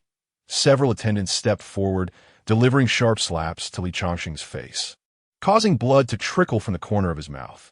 However, they did not seem intent on ending his life, leading him to surmise that they believed he possessed knowledge of the bronze plate's activation method. Recognizing that they would not kill him just yet, Li Changsheng resigned himself to his predicament, admitting, "This item has no incantation. I only know the technique." With so many witnesses present, Li Man felt secure that Li Changsheng would not dare flee with the bronze plate. She tossed it to him without hesitation, and he caught it without reluctance. In that moment, he considered hiding within the array's spiritual artifact, but quickly dismissed the notion, realizing that death would be more certain outside than within. Having held the bronze plate for an extended period, Li Changsheng had become somewhat familiar with it. Though he could not master it entirely, he was confident he would not be ensnared by the formation again. As thoughts of entrapment crossed his mind, an idea sparked. The labyrinth formation had confined him for nearly 3 days. If he could activate the formation now, it might provide him an opportunity for escape. Prepared to gamble with his own method, Li Changsheng addressed the assembly. "Please step back 3 paces." The others glanced at Li Man, who waved her hand dismissively, signaling them to comply. Li Changsheng placed the bronze plate on the ground, straining to recall everything he had learned about activating formations as he began to manipulate the bronze plate with a semblance of skill. Before long, he fervently hoped his plan would succeed, and the thousand-stone formation began to arrange itself in sequence. At that moment, he needed only a single thought to activate it. Or lower their guard. He suggested, "Senior sister, why don't you initiate it yourself?" Though Li Man's demeanor was assertive, she was also fearful for her life. "Just show me how you do it," she replied, revealing her own skepticism, thus validating Li Changsheng's strategy. With everything hinging on this moment, Li Changsheng gathered his spiritual energy and concentrated it in his right fingertip. As his energy flowed into the bronze plate, each disc began to illuminate with inscriptions. Suddenly, all present vanished, leaving only Li Changsheng behind. Realizing he had succeeded in his gamble, he knew his strength would not last long, so he quickly stowed the bronze plate and fled. Meanwhile, Li Man, trapped within the thousand-stone formation, lost contact with her companions. She had not anticipated that Li Changsheng would outwit her right under her nose, and fury consumed her. Armed with 2 blades, she unleashed all her might to shatter the formation. By then, Li Changsheng had already escaped. But he had underestimated the frailty of his own power. Within moments, her might dispelled the formation, proving that all was but an illusion in the face of absolute strength. Weakened from activating the formation, he could not afford to linger. Relying instead on the few spirit-gathering pills he had left to stabilize his condition, he pressed onward, heedless of where he was going. "Capture him. He must die," Li Man bellowed, her voice seething with rage. The twin-blade sect disciples sprang into action, dividing into groups of 3 to pursue him. Before long, Li Changsheng was spotted by one of the teams as he dashed through the woods. He noticed fireworks illuminating the sky, an omen of impending doom. The first trio that had discovered him now pursued with fervor, one of whom was a second-level body refining cultivator, accompanied by 2 others.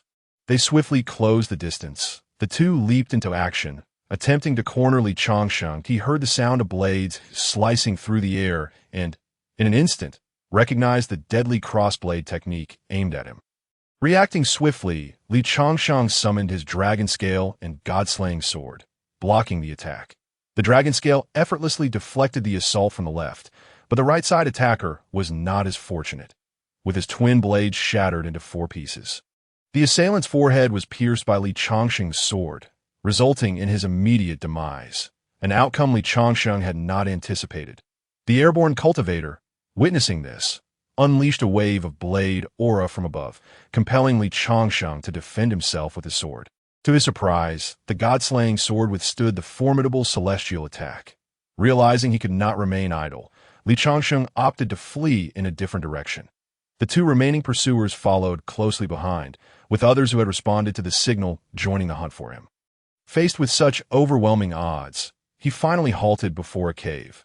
The assailants caught up with him, and as Li Man descended, she immediately struck at Li Changsheng with her blade, the lethal glow of her weapon radiating menace.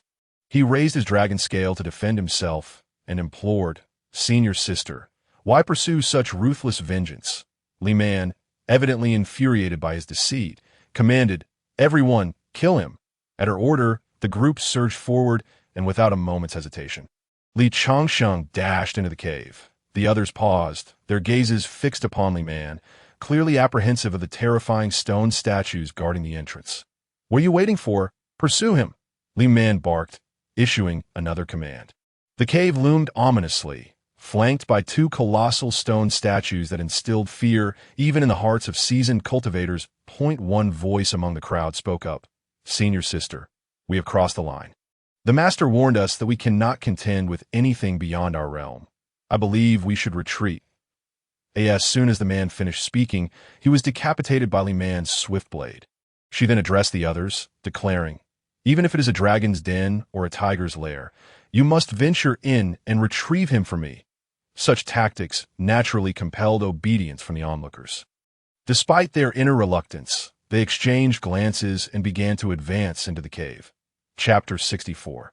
Mistakenly entering the forbidden zone, Li Changsheng, preoccupied solely with the instinct to flee, remained oblivious to the fact that he was sprinting through a dark and foreboding tunnel, surrounded by terrifying stone statues and murals. After a considerable time, having confirmed that no one was pursuing him, he finally exhaled in relief.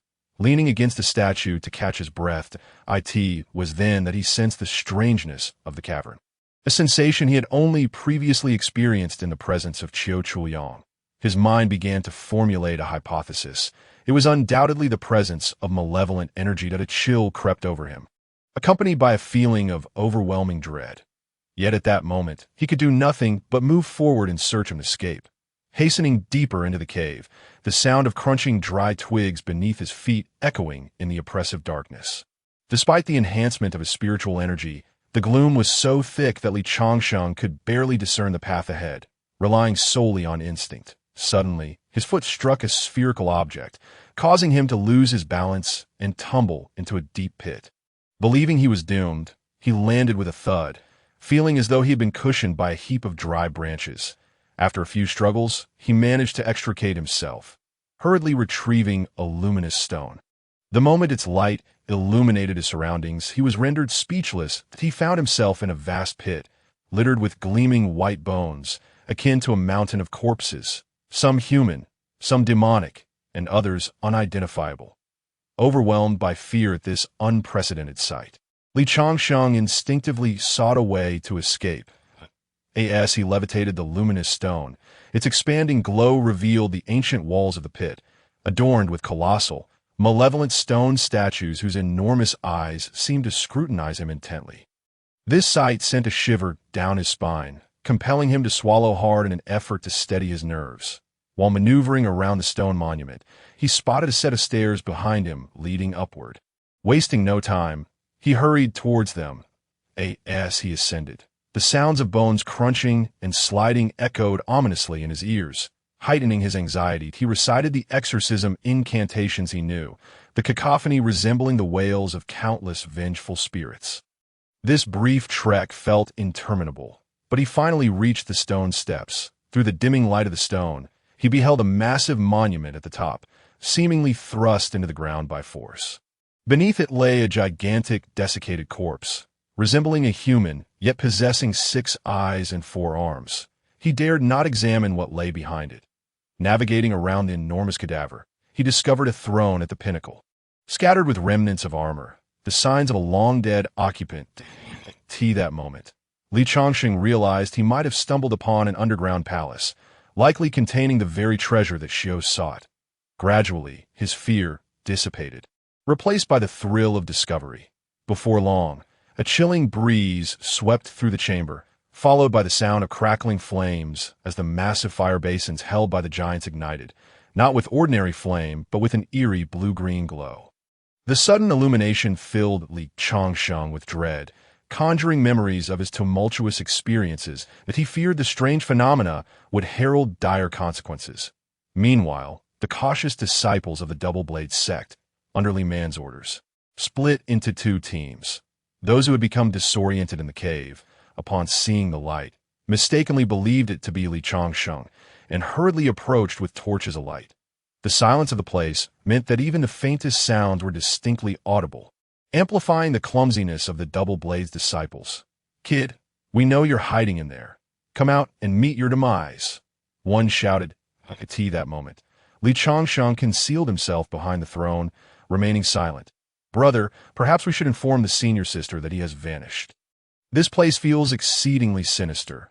We ought to retreat," a voice whispered, but the leader dismissed him, asserting, "Lu Sheng, as disciples of the Double-Blade sect, we have entered the realm of cultivation.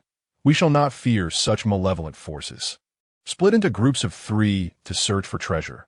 I will explain the situation to the senior sister. Remember, leave nothing behind. Take as much as you can carry." Then came another voice. "Brother, did you hear that? It sounds like someone is calling from below." Just as he spoke, a spine-chilling sound echoed through the chamber, reminiscent of a ghostly wail.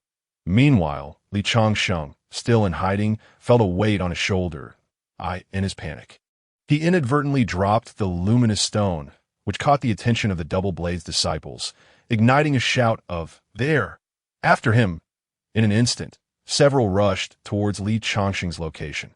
However, as they traversed the sea of corpses, they were suddenly lifted by an unseen force, their bodies rendered immobile, their eyes widened in terror, yet they could not utter a sound.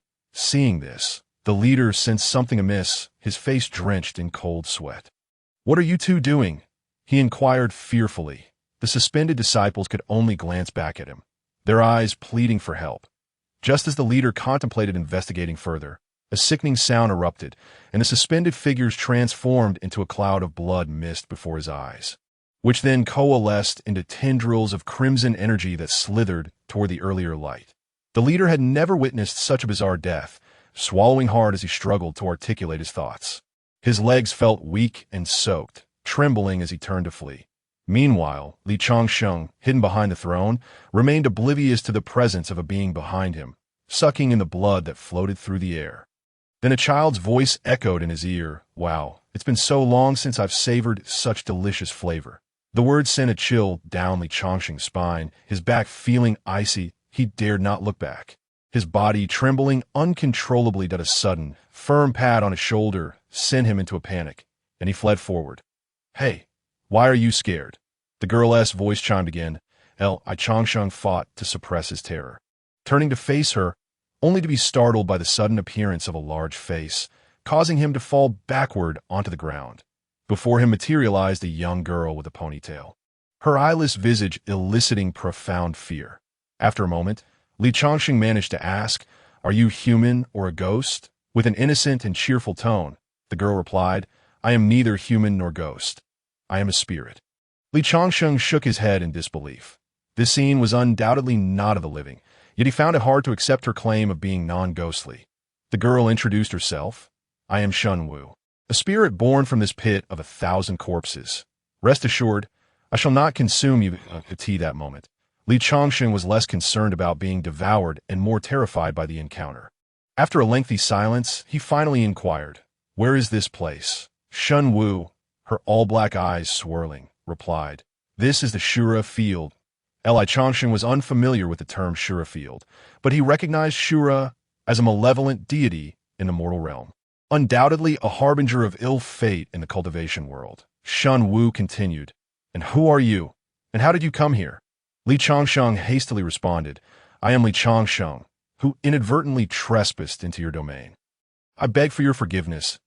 As he spoke, he attempted to leave, but Shun Wu reassured him, "Do not fear. I shall not harm you." Had Li Changsheng witnessed the earlier scene, he surely would have fled in terror. Meanwhile, the first team of Double-Blade's disciples emerged, with only the leader appearing dazed and stiff. Li Man glared at him, exclaiming, "Su Motsai, where is everyone?"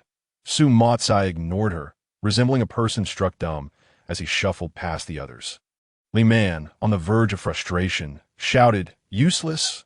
All of you are useless." With that, she swiftly dispatched the day's Sumatsai to meet his end and turned to the others, declaring, "All of you, follow me. I intend to discover who this boy truly is." Chapter 65. Possession by evil spirits gazing upon the lifeless bodies of her fallen comrades. Li Man's ire was fully directed at Li Changsheng, whom she felt had betrayed her. Today, she was resolute in her intent to see him perish. Accompanied by the remaining 7, she took the lead, and they advanced towards the cave, igniting their spiritual flames. Meanwhile, within the cave, Li Changsheng, having confirmed there was no immediate danger, finally relaxed his vigilance that he turned to Shen Wuan and inquired, "What is the story behind these corpses?" "I do not know," was the succinct reply. Li Changsheng pressed further, "How long have you been here?" "I cannot recall." His voice trailed off as he realized, aside from knowing his name, she possessed no other knowledge. Discarding his desire to uncover the truth of the place, he rose, aware that he must swiftly find an escape route or a means to confront the incoming threat. After a considerable time had passed with no discoveries, Li Changsheng, in utter despair, sank to the ground to contemplate his existence. Outside, Li Man had arrived with her companions, and utilizing their torches, she stood at the very spot where Li Changsheng had fallen. As the light of their spiritual flames illuminated the area below, Li Man remained unperturbed, but the faces of the others morphed into expressions of horror, whispering amongst themselves about the ghastly scene before them. Eventually, Li Man broke the silence, reciting, "In the realm of Azura, countless bones lie decayed. The great demon of Kogong buries corpses in an ocean of flesh. The Pure Land Zen Lotus ferries the vengeful souls, while the great monuments curse entombs all evils." Upon hearing this, one of her companions, Go Rishin, inquired, "Senior sister, what does this mean? Are you aware that our twin blade sect was once a prestigious sect?" The group shook their heads in ignorance. However, Li Man was well aware that had it not been for the 2 ancestors who had perished in the ancient forest 3,000 years ago, their sect would still reign as the foremost southern sect. For generations, each successor had ventured into the ancient woods in search of the legacies left by those 2 saints. Without hesitation, Li Man knelt, prompting the others to follow suit. She then reverently bowed towards the pit of bones, paying respect to the souls that resided there. This act stemmed from their sect's foundation, which combined the principles of Buddhism and martial arts, embodying the Buddhist philosophy of guiding souls to the afterlife. After a considerable pause, Li Man arose and gestured with her hands, conjuring a delicate lotus flower that blossomed from her palm. The it grew larger, emanating a golden light that illuminated the entire underground palace. Before the eyes of her companions stood a massive stone stele on the staircase, its inscriptions resonating with the lotus, radiating golden beams of light. Upon witnessing this resonance, Li Man confidently proclaimed that this was indeed the lost treasure of their twin blade sect, the Great Monument Curse. The words of the ancestors rang true. This was a spell capable of breaking countless laws. Realizing the significance of the colossal stele, which resembled the smaller one standing in their sect's courtyard, the onlookers began to murmur. The former sect leader entrusted the Zen lotus to her. "I know that this lotus bestows boundless power. It seems that our future leader will undoubtedly be her, and I always knew that the senior sister was extraordinary, but I never anticipated she would be chosen by the elders. Brothers, we must align ourselves with our leader. Soon, we shall reap the rewards." Li Man welcomed their praises, having come to the ancient woods with the singular purpose of acquiring this artifact. She had not anticipated that fate would lead her to it inadvertently. In her excitement, she appeared to forget that her initial intention was to find Li Changsheng, who was listening intently to their conversation. Hidden behind the throne, Li Changsheng absorbed every word spoken by the group. Having learned from previous encounters, he had already concealed the luminous stone upon their arrival. Soon, he heard Li Man's maniacal laughter echoing throughout the underground palace, followed by her declaration. This was obtained without effort. "My friends, we must swiftly take the stele before the Zen disciples arrive." Her erratic demeanor confounded her fellow disciples. Yet they understood that if they could seize the stele, they would become heroes of the Twin Blade sect. Meanwhile, as Li Changsheng realized that the newcomers were distracted by their newfound treasure, He dared to whisper to Shen Wu, "Is there a place to hide?" Shen Wu, perplexed, responded, "What do you mean by hide?" Li Changsheng patiently explained, "I mean to conceal oneself." "What does concealment entail?" Shen Wu inquired further. The need for such clarification nearly left Li Changsheng in despair. Resigned, he concluded that she must be a newly emerged spirit. Lacking any comprehension, he decided to abandon any further inquiries. Though Li Changsheng wished to cease questioning, Shen Wu persisted, insisting, "You must explain clearly." With a sigh, Li Changsheng replied softly, "We need to hide so those people do not discover us. Otherwise, we will be cut down mercilessly." Fortunately, Shen Wu communicated with Li Changsheng solely through thoughts. Had it not been for her voice, he would have long been exposed. Yet still, her inability to grasp the situation persisted as she continued to question him. Li Changsheng, overwhelmed, chose silence, as time was of the essence. Seizing the moment when the light from Li Man's lotus illuminated the area, he stealthily searched for an escape route around the throne that he moved with utmost caution, even moderating his breathing to avoid detection, while Shen Wu continued to inquire in his ear. However, Li Man was not so engrossed in her excitement that she neglected the matter of Li Changsheng. She addressed her companions, "Fellow disciples, you go ahead and capture him. I must verify this steal first." Following her command, the group circumvented the pit of bones, splitting into two teams, intent on uncovering Li Changsheng's whereabouts. Suddenly, the sound of something being kicked echoed through the chamber, and it became evident that Li Changsheng's concealment was merely a matter of time. With no other course of action, he resolved to fight back, regardless of the odds, knowing that inaction would surely lead to his demise. After the previous incident with the severing sword, he was more convinced than ever of its efficacy. Taking advantage of the moment, he prepared to ambush the first unsuspecting disciple who approached the throne, sword in hand, ready to strike. Fortunately, the assailants were not coordinated. They stood scattered about. When the first unfortunate soul arrived at the throne, adorned in armor and clutching a glowing orb, he glanced around, ensuring no one was near, and muttered, "Senior sister is something else. She hoards all the good stuff for herself that my precious, now that no one is around. You belong to me." As he spoke, he retrieved the orb, brushing off the dust with an enamored expression. Yet, as he reveled in his newfound treasure, the silent Li Changsheng had already stealthily raised his sword behind him. Before the hapless man could utter a sound, his head rolled to the ground. Fortunately, the commotion did not attract the attention of the others. Instead, Li Changsheng observed how the blood from the fallen man was being absorbed by the armor atop the throne.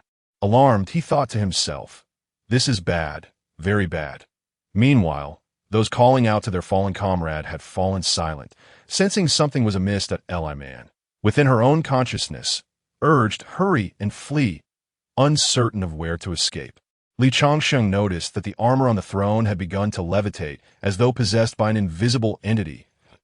In a state of panic, he attempted to retreat, only to discover he was ensnared by an unseen force.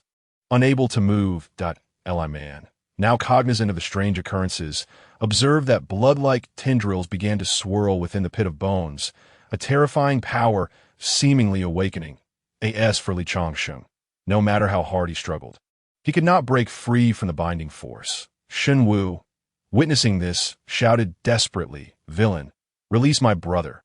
Li Changsheng yearned to question her about this monstrous entity, but soon realized his consciousness was slipping beyond his control. Reminiscent of the day Mr. Chiu had dominated him. This time, he truly felt doomed, and in the next moment, he found himself completely subjugated, all attempts at resistance proving futile, as the armor enveloped him entirely.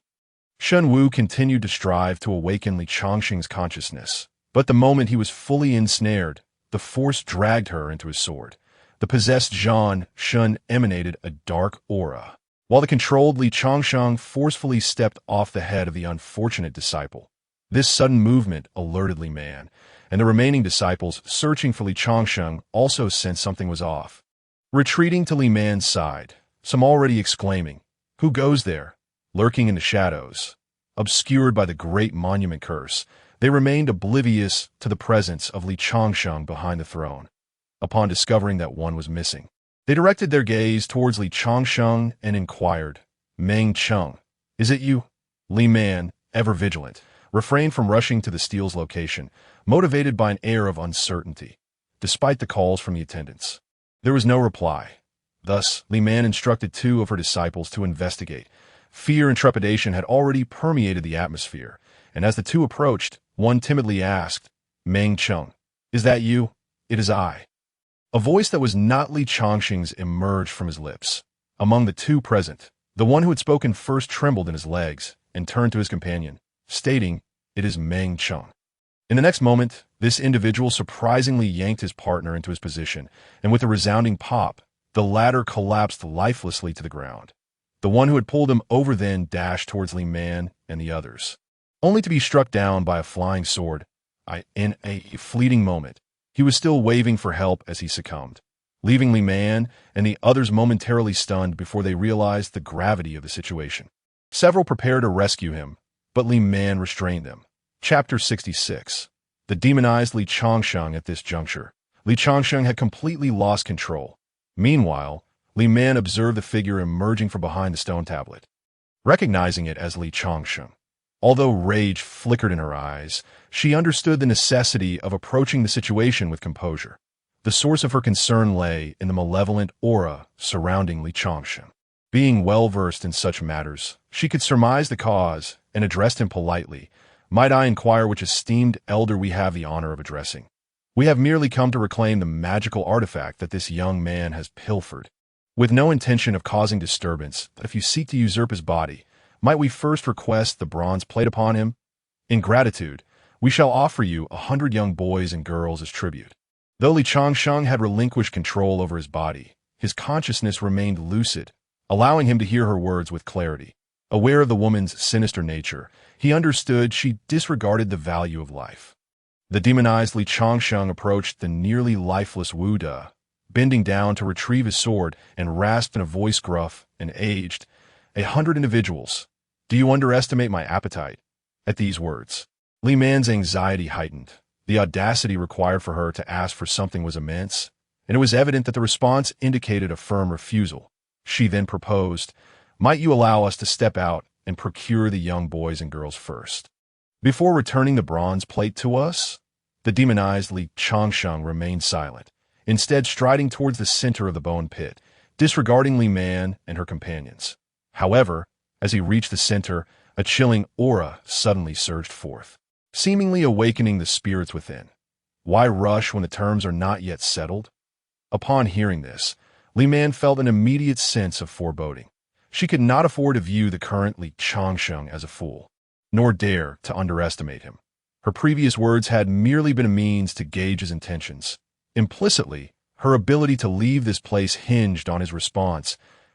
In a perplexing turn of events, Li Man seized the two disciples from the Twin Blade sect and hurled them forward. As they landed, the demonized Li Chongqing struck them down with both palms, instantly rendering them as dry husks.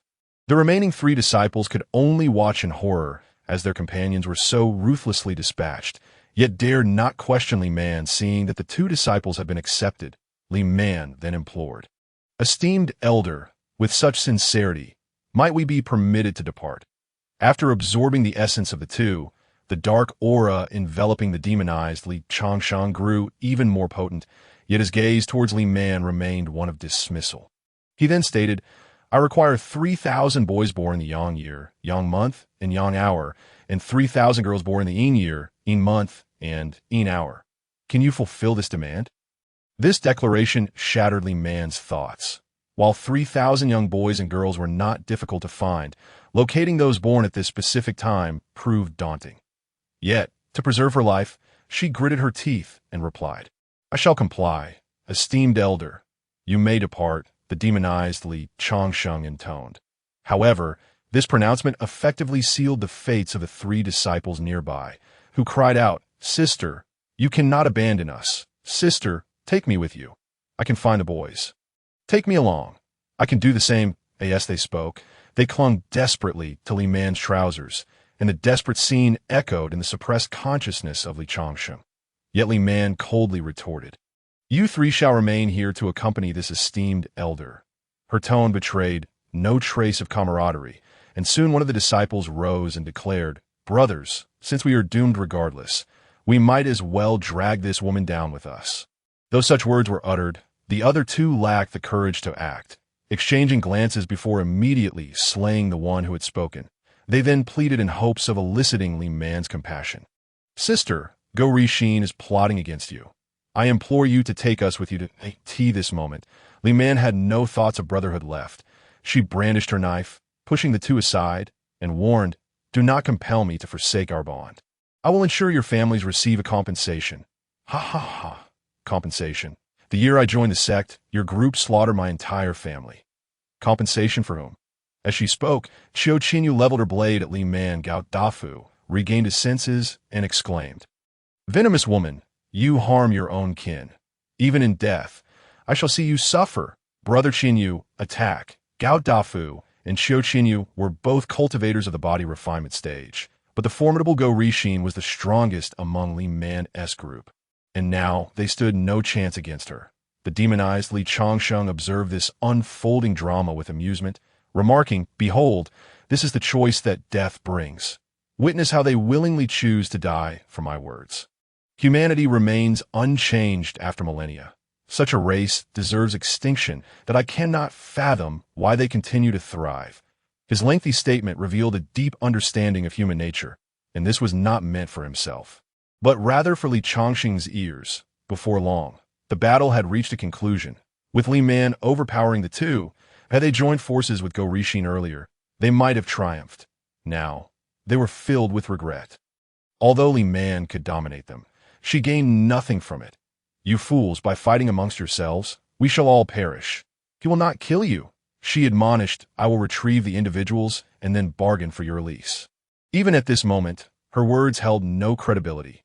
Qiu Qinyu retorted, "Spare us your platitudes. Today, my brother, and I shall ensure you accompany us to the grave." "Foolishness," Li Man declared, swiftly executing her cross-blade technique, sending forth two streaks of light. Qiu Qinyu and her companion immediately summoned their spiritual energy for defense. Exchanging a knowing glance, they gathered their strength in their spiritual seas, resolute in their refusal to perish in this manner. Li Man recognized their impending actions and attempted to flee, only to be yanked back by the demonized Li Changsheng's dark aura. She cried out in desperation, "No." Then, two blinding beams enveloped her, coalescing into a seemingly collapsing form before abruptly turning black, followed by two thunderous detonations. The two-body refinement stage cultivators self-destructed their spiritual seas, leaving Li Man in a state of ruin. Ensuring her survival would render her nearly powerless. All of this transpired before Li Changsheng's watchful gaze. Though he could no longer control the body, he heard every word spoken. Witnessing the scene, he could not help but reflect. Indeed, the human heart is the most terrifying existence. However, Qiu Qinyu and her companion had not anticipated that Li Man was protected by spiritual armor. As the future heir of the Twin Blade sect, she would undoubtedly possess a few defensive artifacts. Yet, the activation of any artifact required the support of the practitioner's strength. When the chaos subsided, Li Man appeared disheveled, her protective armor shattered, and her left arm was entirely missing. Fortunately, her life remained intact, and a fierce glint shone in her eyes as she declared, "You two fools, wishing to drag me down with you. You ought to consider how I became the esteemed senior sister. Die, all of you shall perish. Had it not been for me, you would not have entered the sect." She spat, incensed. "Now, you can reunite down below." This was not madness. Rather, it was her overwhelming arrogance, a lament for her survival, and a contempt for the demonized Li Changsheng. Yet, even in her plight, her mind remained clear as she struggled to move forward, for survival was paramount.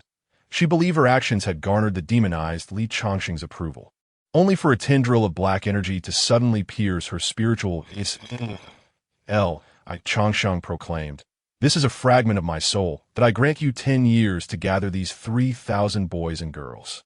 Should you dare show any disrespect towards me, I will not hesitate to send you down to join them." Li Man turned around and immediately knelt on the ground, not daring to even glance at Li Changsheng, exclaiming, "Thank you, Senior, for your mercy in sparing my life." I Changsheng erupted into laughter, a sound laden with mockery that incited only resentment within Li Man. He then tossed her a black jar, declaring, "This is a protective talisman bestowed upon you by me. When the time comes, I shall guide you through the cursed Songshu ancient forest." This proclamation sent a tremor through Li Man, as it clearly implied that she would not have to wait 500 years to enter this place. Chapter 67. The thunder of 10,000 souls. The matter at hand was unresolved, and the spirit-slaying sword, inexplicably possessed, trembled violently. The demon Lord Kuwait Gang spoke, "Spirit of 10,000 souls, it would be wise for you to behave, or I shall truly devour you." With that, he struck the sword, and it ceased its trembling. Meanwhile, Li Changsheng communicated with Kuwait Gang through his consciousness, asking, "Senior, may I be released? Are you worried I might usurp your body?" "You greatly underestimate me," Kuwait Gang retorted. "Your constitution is so inferior that I would disdain consuming you. Do not concern yourself with the possibility of my possessing you." Li Changsheng had heard many express such sentiments. It was the first time someone had deemed his body unworthy. The more he contemplated, the angrier he became, and he replied, "What interest would I have in your body?" Kuwait Gang was taken aback by this response, and his laughter echoed within Li Changsheng's consciousness as he continued, "You should be grateful to be of use to me." He then uttered an enticing proposition. "Would you be willing to become my disciple? I can assist you in achieving great enlightenment and fulfilling your destiny. Everything you desire, I can make a reality." Had this been the original Li Changsheng, he might have believed it instantly, but now he was far from naive. He promptly replied, "My talent is too meager. I fear I would tarnish your illustrious reputation." Kuwait Gang countered, "Some things can be cultivated." As he spoke, he stood atop the mountain of corpses, raising the spirit-slaying sword. An ominous aura radiating forth, as if issuing a command. The colossal stone statues surrounding them began to stir. "Even this body could be forged anew." As words fell, the four statues extended a hand, forming a dark red liquid in the center, as if gestating something. Subsequently, black energy began to coalesce beneath. Kuwait Gang declared, "Once she gathers the 3,000 young boys and girls, I shall forge the 9 in extreme cold body. And at that time, I shall naturally release you." This pronouncement, Li Changsheng felt a surge of panic. He could not afford to wait 10 years. Yet, confronted with the reality that Kuwait Gang would not emerge, he found himself without means to compel him. However, he could not simply resign himself to fate. If Kuwait Gang decided to kill him after his anticipated betrayal, whom could he turn to for justice? At this moment, Li Changsheng yearned more than ever for a stroke of good fortune.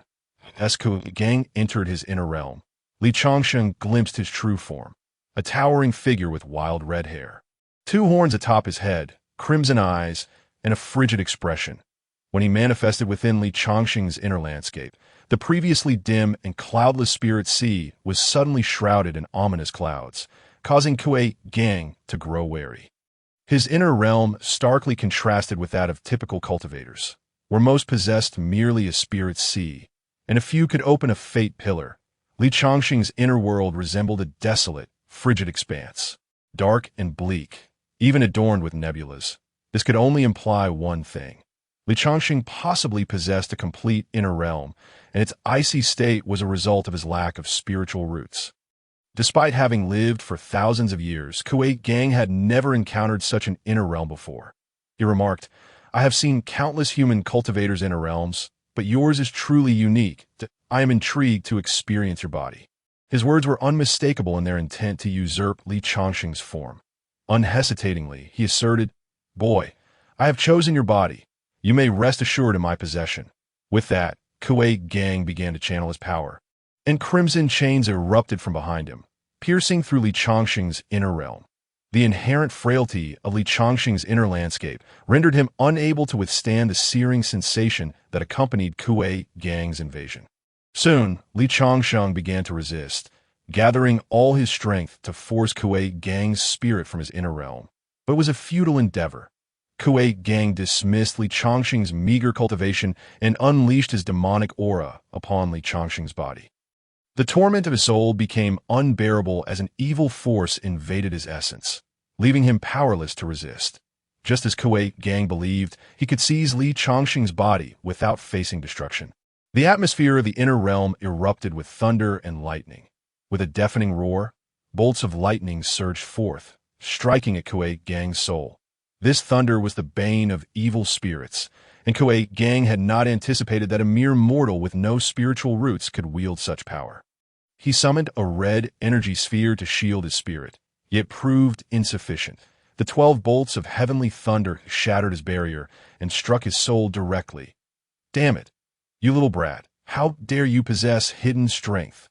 Kuwei Gang, who had underestimated Li Chongqing, found himself at a disadvantage. Yet, even so, he remained overwhelmingly powerful. The 12 bolts of lightning inflicted but minor harm upon his spirit. Li Chongqing could only feel the repercussions of this struggle, unable to intervene. Then Kuwei Gang scoffed, "Merely trivial thunder. Behold my spirit of 10,000 bones."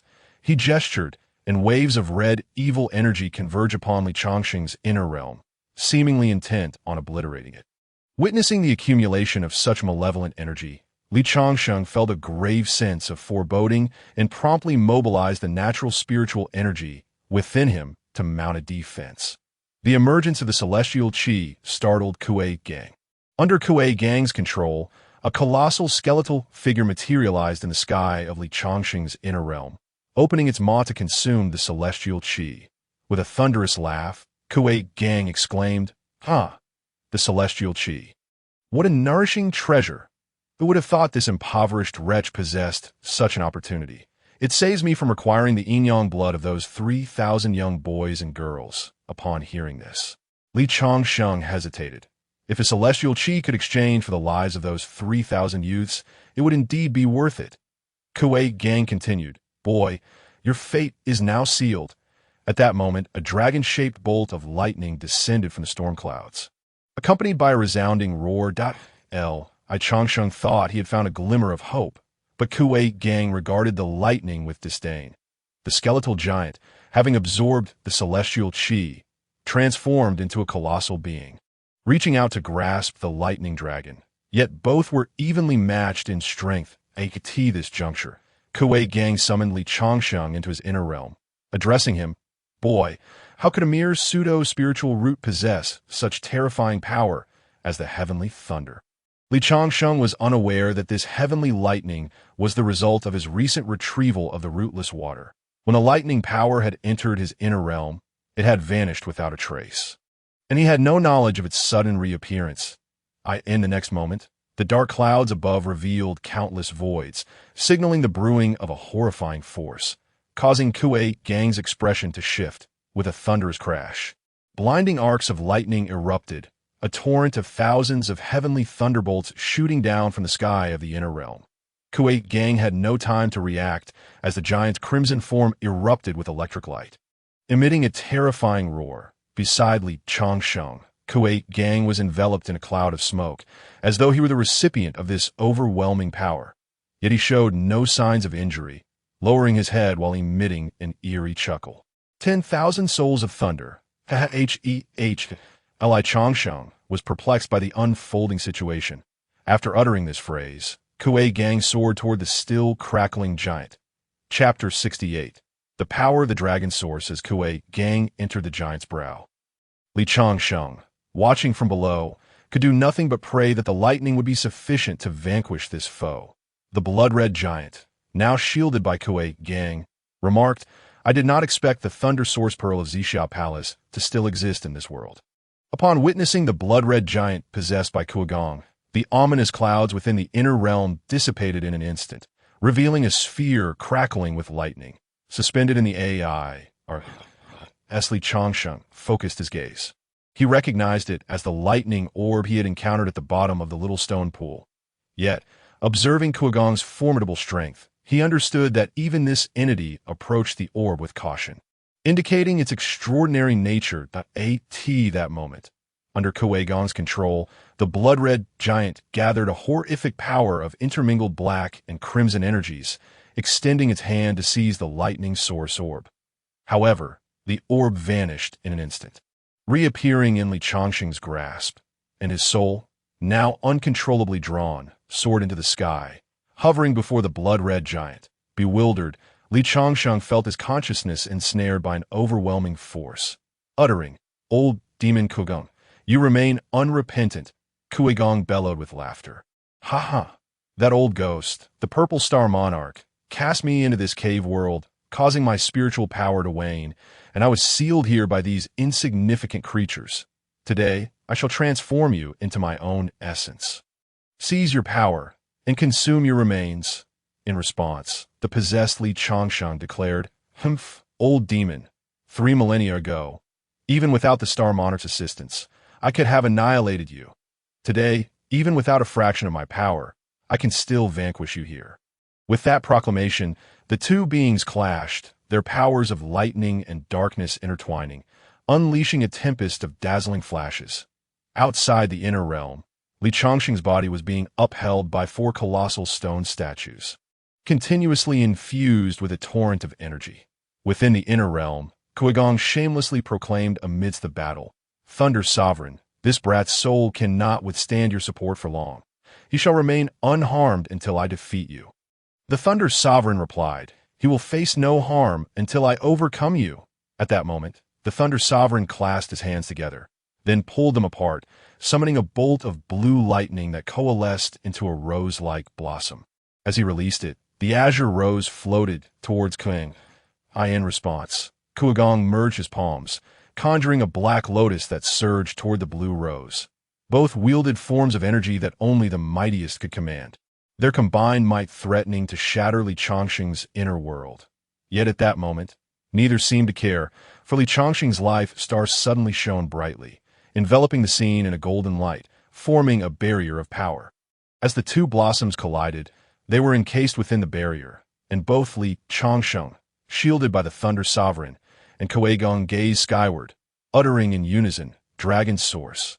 The mention of the Dragon Source referred to the primordial power of the Dragon Clan. Embodied in the Dragon Pearl, a spiritual object forged by the 13 realms of dragon demons, granting its possessor near immortality. Such an artifact, irrespective of its alignment, was a coveted treasure. Otherwise, Beiji would not have perished within this vast cave world. "Thunder Sovereign, our ongoing struggle yields no benefit. Let us settle this with a single decisive strike." The Thunder Sovereign responded, "That suits me perfectly." Thus, both distanced themselves, each preparing their most formidable technique. Although they were both manifestations of the soul, their power surpassed that of the strongest beings within the vast cave. The Thunder Sovereign prepared his ultimate skill, the Thunderbolt summoning, while Kuigong, having absorbed the blood-red giant's power, radiated an even more intense dark crimson glow. Wielding the sword known as Godslayer, he concentrated all his power into the Godslayer, preparing to unleash his ultimate move, the Scarlet Crescent Slash. Unbeknownst to the Thunder Sovereign, Kuigong's sword was the very blade of Liu Yujing, the first human to reach the 15th realm. The Thunderbolt summoning, executed in human form, wielded greater strength, drawing entirely from his residual lightning power, whereas Kuigong's strength continuously flowed through Li Changsheng's body from the external world. The Thunderbolt summoning, accompanied by the tempestuous force of lightning, surged towards Kuigong, who assumed the stance of a swordsman, gathering his energy. With a powerful swing of his sword, the Scarlet Crescent Slash erupted forth, cleaving through the Thunderbolt summoning's onslaught. The Thunder Sovereign, realizing the dire situation, swiftly detached from Li Changsheng's soul. Yet, Li Changsheng awoke to see the scarlet glow hurtling towards him, an escape impossible as it severed his soul. Transformed into a pearl, the Thunder Sovereign remained unconcerned for Li Changsheng's fate, exclaiming in disbelief, "Impossible! You cannot possess such formidable sword energy." Kuigong pursued, retorting, "While I may not, you must recognize whose sword this is." At that moment, the Thunder Sovereign discerned the broken sword in Kuigong's hand, the very sword of Liu Yujing, a true weapon capable of slaying immortals and gods. Even the Purple Star Monarch dared not disrespect such a blade. Realizing his defeat, the Thunder Sovereign sought to escape Li Changsheng's inner world, but Kuigong ensnared him with the net of law. Coincidentally, at that instant, Feng Yuxiu, who had searched for treasures for days without success, arrived on the scene, witnessing Li Changsheng being elevated by the mysterious stone statues, exclaiming, "Heavens, you little rascal! I told you not to come, yet you did not listen. Now look what has happened." As he spoke, Feng Yuxiu rushed towards Li Changsheng, but noticing the malevolent spirits surrounding him, he remained unperturbed, confident in his ability to deal with them. He unleashed his netherworld arts, a power from the underworld far superior to the evil forces formed within the bone pit. As he gestured, countless beams of netherworld light emerged, petrifying everything in the vicinity. Within the inner realm, Kuei Gong sensed the shift outside, and in the next moment his power was significantly diminished, allowing the Thunder Sovereign to break free. Seizing the opportunity, he unleashed a final surge of lightning energy aimed at Kuei Gong. Just then, a woman appeared between them, radiating a holy light that surpassed both of their powers with merely a glance. They were rendered immobile in the next instant. Both were reverted to their original forms, becoming two orbs, one black and one blue. The woman extended her left hand, gathering particles of light until they coalesced into the previously destroyed soul of Li Changsheng. She addressed him, "I have come to repay the favor. Did I not perish?" Li Changsheng inquired upon awakening. The woman replied, "As long as I am here, you shall not die." Li Changsheng, recognizing her without hesitation as Beiji, expressed his gratitude. "Thank you, senior, for saving my life." Beiji replied, "You are a benefactor of my dragon clan. No thanks are necessary." Thus Li Changsheng refrained from further words, and as he gazed at the two orbs, Beiji continued, "The black orb contains Kuei Gong's primordial power, while the blue orb is the lightning source orb. Neither is a benign object. You may refine them once you grow stronger. As for the questions you wish to ask, we shall discuss them upon our next meeting." Her words implied a blockade against his inquiries, for many answers were beyond his reach, as Beiji had indicated, before Li Changsheng could pose another question. She vanished from sight. However, he understood that the jade pendant shaped like a pearl might indeed be the dragon's source Kuei Gong mentioned, and the star in the inner realm sky represented Beiji. If he were not mistaken, Beiji was the very essence of his existence. Subsequently, the depletion of spiritual energy rendered it impossible for him to remain in the inner realm in his soul form. He felt a dizzying sensation, and consciousness slipped away. Outside, Feng Yuxiu had just broken the enchantment, fortuitously rescuing Li Changsheng. Chapter 69. The pursuit of Li Man clutching Li Changsheng. Feng Yuxiu made haste towards the palace's exit, entirely forgetting the treasures within reach.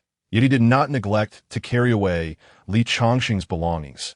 Upon emerging from the cave, the first-tier sect had dispatched significant figures to the location, in contrast to the chaotic skirmishes of second- and third-tier sects. The first-tier sect exhibited a leader's demeanor, avoiding unnecessary conflict. However, this was not the moment for Feng Yuxiu to contemplate such matters, as Li Changsheng was in peril, and urgency gripped him. Having lived a life of hardship without friends, he could not bear the thought of Li Changsheng perishing. His anxious demeanor revealed the value he placed on their brief acquaintance. After a considerable time, Feng Yuxiu finally set Li Changsheng down. But as a practitioner of nether arts, he was unable to save him. Thus, he turned to Xiao Lulang for assistance. Yet even Xiao Lulang was powerless. Believing Li Changsheng to be beyond salvation, Feng Yuxiu lamented beside him. "The heavens are unjust. In my lifetime, I have only encountered one friend who regards me as human. Why must he die?" Then, Feng Yuxiu rose, venting his grievances towards the heavens, expressing his frustrations about the perceived injustices of fate. Just then, Li Changsheng awoke as though revived from drowning, gasping for the spiritual essence of the world. Every word Feng Yuxiu had uttered reached his ears, and amidst the process of regaining consciousness, he noticed Feng Yuxiu still fuming at the heavens, saying, "Feng Yuxiu, take a breather." Upon witnessing the scene, the little wanderer abruptly jolted from stupor into a state of exuberance. Hearing this, Feng Yuxiu was momentarily taken aback before rushing towards Li Changsheng, gripping his shoulders firmly and admonishing, "I have told you not to enter. Do you not realize that your death would grieve me deeply?" Stunned, Li Changsheng found himself at a loss for words. Feng Yuxiu's demeanor felt remarkably different, akin to that of long-lost kin, as if they had known each other for ages. Observing that his sword remained intact, and that Feng Yuxiu was still clutching two beads, Li Changsheng recalled the matter at hand. Holding the beads, he remarked to Feng Yuxiu, Do not be so melancholic, for you are a man. Here, take this fine gift. To Li Chongqing's exuberant call, Feng Yuxiu managed to compose himself and reached out to examine the two beads in his hand. Meanwhile, Li Chongqing reclaimed the blue bead and stated, "The black bead is a gift for you." Feng Yuxiu, puzzled, inquired, "What treasure is this?" Li Chongqing replied, "I cannot articulate it precisely, but it should be suitable for your refinement." Feng Yuxiu pressed further, "And what of the blue bead?" "It is a thunder source pearl," Li Chongqing elucidated. He then asked Feng Yuxiu, "Do you know how to refine power?" Upon hearing this, Feng Yuxiu raised an eyebrow and cast a sidelong glance at Li Chongqing, explaining, "Refinement entails the absorption of power. Simply place it in your spiritual sea and absorb it bit by bit. I can consume it directly." While this method appeared straightforward, the process was fraught with challenges and could not be completed in a short span, influenced by numerous factors. Therefore, Li Chongqing resolved to place it in the second spiritual spring for later absorption. He had a significant task at hand and turned to Feng Yuxiu, saying, "I need to kill someone. Will you assist me?" Li Chongqing chose to gauge Feng Yuxiu's willingness. Considering it was a matter of confrontation, he remained uncertain of Li Man's strength. With Kuogong no longer in existence, Li Man remained oblivious to that fact, and the lives of the 3,000 boys and girls were still at risk. Feng Yuxiu, upon hearing this, would typically disregard such a request from anyone else, but this was Li Chongqing, without a hint of hesitation. He promptly agreed, "No problem." "Who is the target?" Li Chongqing replied, "A disciple from the Twin Blade sect." Upon hearing this, Feng Yuxiu candidly stated, "I can handle those below the core formation stage, but above that, I will do my utmost." He then asked, "Where is the person located?" Li Chongqing shook his head and replied, "I do not know her whereabouts either." This answer nearly caused Feng Yuxiu to faint, leading him to ask, "Why do you wish to kill her?" Li Chongqing explained, "She intends to use 3,000 boys and girls in exchange for this item." With that, Li Chongqing produced the bronze plate. To Feng Yuxiu, who had a broader understanding of such matters, it was immediately evident that the bronze plate was no ordinary treasure. After examining it for a considerable time, he remarked, "This is a formation artifact." Li Chongqing, already aware of this, sought to inquire about its usage, and Feng Yuxiu interjected, "Such items cannot be comprehended merely through intuition. That it likely has a specific activation incantation." "Where did you find it?" Li Chongqing recounted the entire sequence of events. Feng Yuxiu listened intently and, after careful consideration, stated, "Once we exit, I will devise a plan for you. For now, we must locate the person." Uncertain of the method Feng Yuxiu would employ, the two searched through the ancient Sangju forest for quite some time before finally locating Li Man within a dense thicket. Coincidentally, they stumbled upon the malicious woman, who was engaged in a fierce battle alongside other sect members against a ferocious beast, which, in turn, was protecting a group of cubs. Knowing Li Man's ruthless nature, Li Chongqing first inquired of Feng Yuxiu, "Do you have confidence?" Feng Yuxiu responded, "She is the strongest, merely at the 7th level of body refinement. One strike will suffice." Li Chongqing asserted, "Leave the final blow to me." Although he felt incapable of defeating her, this time he had an ally. The predicament he had endured at her hands had left a bitter grudge in his heart, and he was not one to harbor boundless compassion. He had long held on to this animosity, and now that the opportunity presented itself, he could not allow himself to pass up the chance to humiliate her.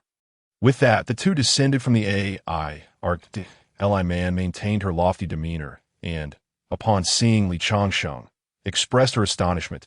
"You're not the sort to break your promises, are you?" It was apparent that she was still intimidated by Kuogong and believed that Li Chongqing had been possessed. However, Li Chongqing, lacking experience, replied, "The elder you mentioned has perished. I, Li Chongqing, am still alive." Upon hearing this, Feng Yuxiu nearly struck Li Chongqing in disbelief, but Li Man, taken aback at first, soon felt the absence of the remnant soul Kuogong had placed within her. Her attitude shifted drastically as she declared, "You could have lived well, yet you insist on courting death by coming here." She then commanded, "Surround this foolish boy." Li Chongqing had anticipated her fear of him. Instead, he found himself encircled, which was far from his expectations, and he was promptly taken aback. Li Man could not fathom that Li Chongqing possessed the ability to kill such a being. She wondered if he might have sent someone to follow her. But upon realizing that no trace of the soul imprint remained within her, she felt increasingly at ease. She ordered, "Fellow disciples, this man lured Go Ri-Shin and the others into that tomb and killed them one by one, colluding with demons to harm humanity. Let us join forces to eliminate him." The disciples of the Twin Blade sect complied with her command, clearly underestimating Feng Yuxiu's presence, as she could not discern his true strength. More importantly, she failed to recognize him as a living person, believing that no one would aid someone like Li Changsheng, which emboldened her arrogance. The Twin Blade sect disciples formed a circle around the two, preparing their formations. Though their outward display was commendable, in the next moment, Feng Yuxiu merely flicked his cloak, and a powerful wave of energy sent them all crashing to the ground, grievously injured. Witnessing this, Li Man expressed disbelief. "You are not dead," Feng Yuxiu retorted. "I never claimed to be dead." In light of Feng Yuxiu's display, Li Man clung to a glimmer of hope and said, "Friend, aiding him would place you at odds with the Twin Blade sect. I hope you understand that a withered camel is larger than a horse.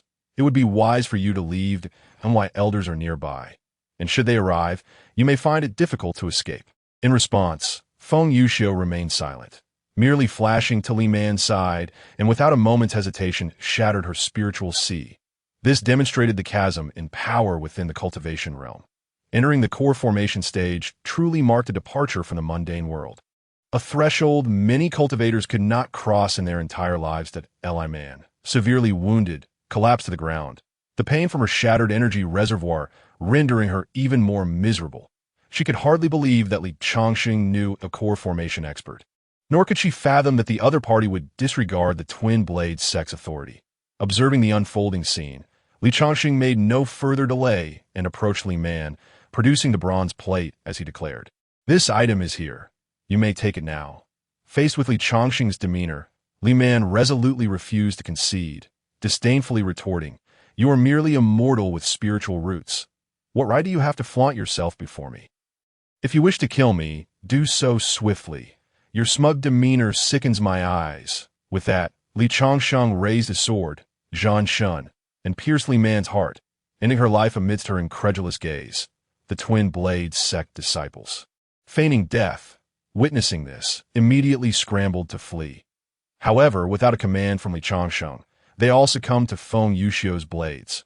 Once everything was concluded, Feng Yuxiu remarked, "Let us depart."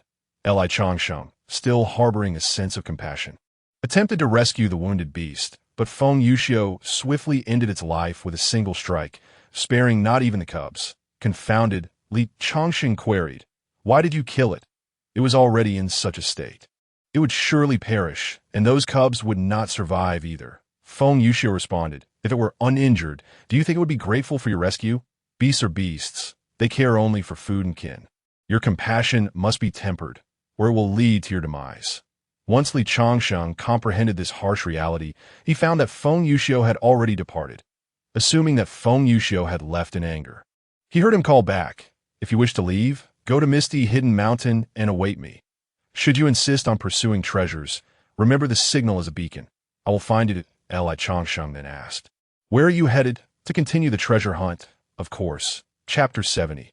The 100 Herbs Garden. With the demise of Li Man, Li Changsheng could rest assured that the 3,000 young boys and girls would not suffer misfortune without cause. After Feng Yuxiu departed, Li Changsheng had grown accustomed to the sporadic disappearances of the little wanderer, continuing on his quest for treasures. The intervention of a first-rate sect had significantly reduced the number of cultivators from other sects in this area, yet the prime locations had all been claimed by them. For several consecutive days, Li Changsheng found himself unable to venture anywhere, but with the vastness of the ancient forest in mind, he resolved to return before the sect's assessment.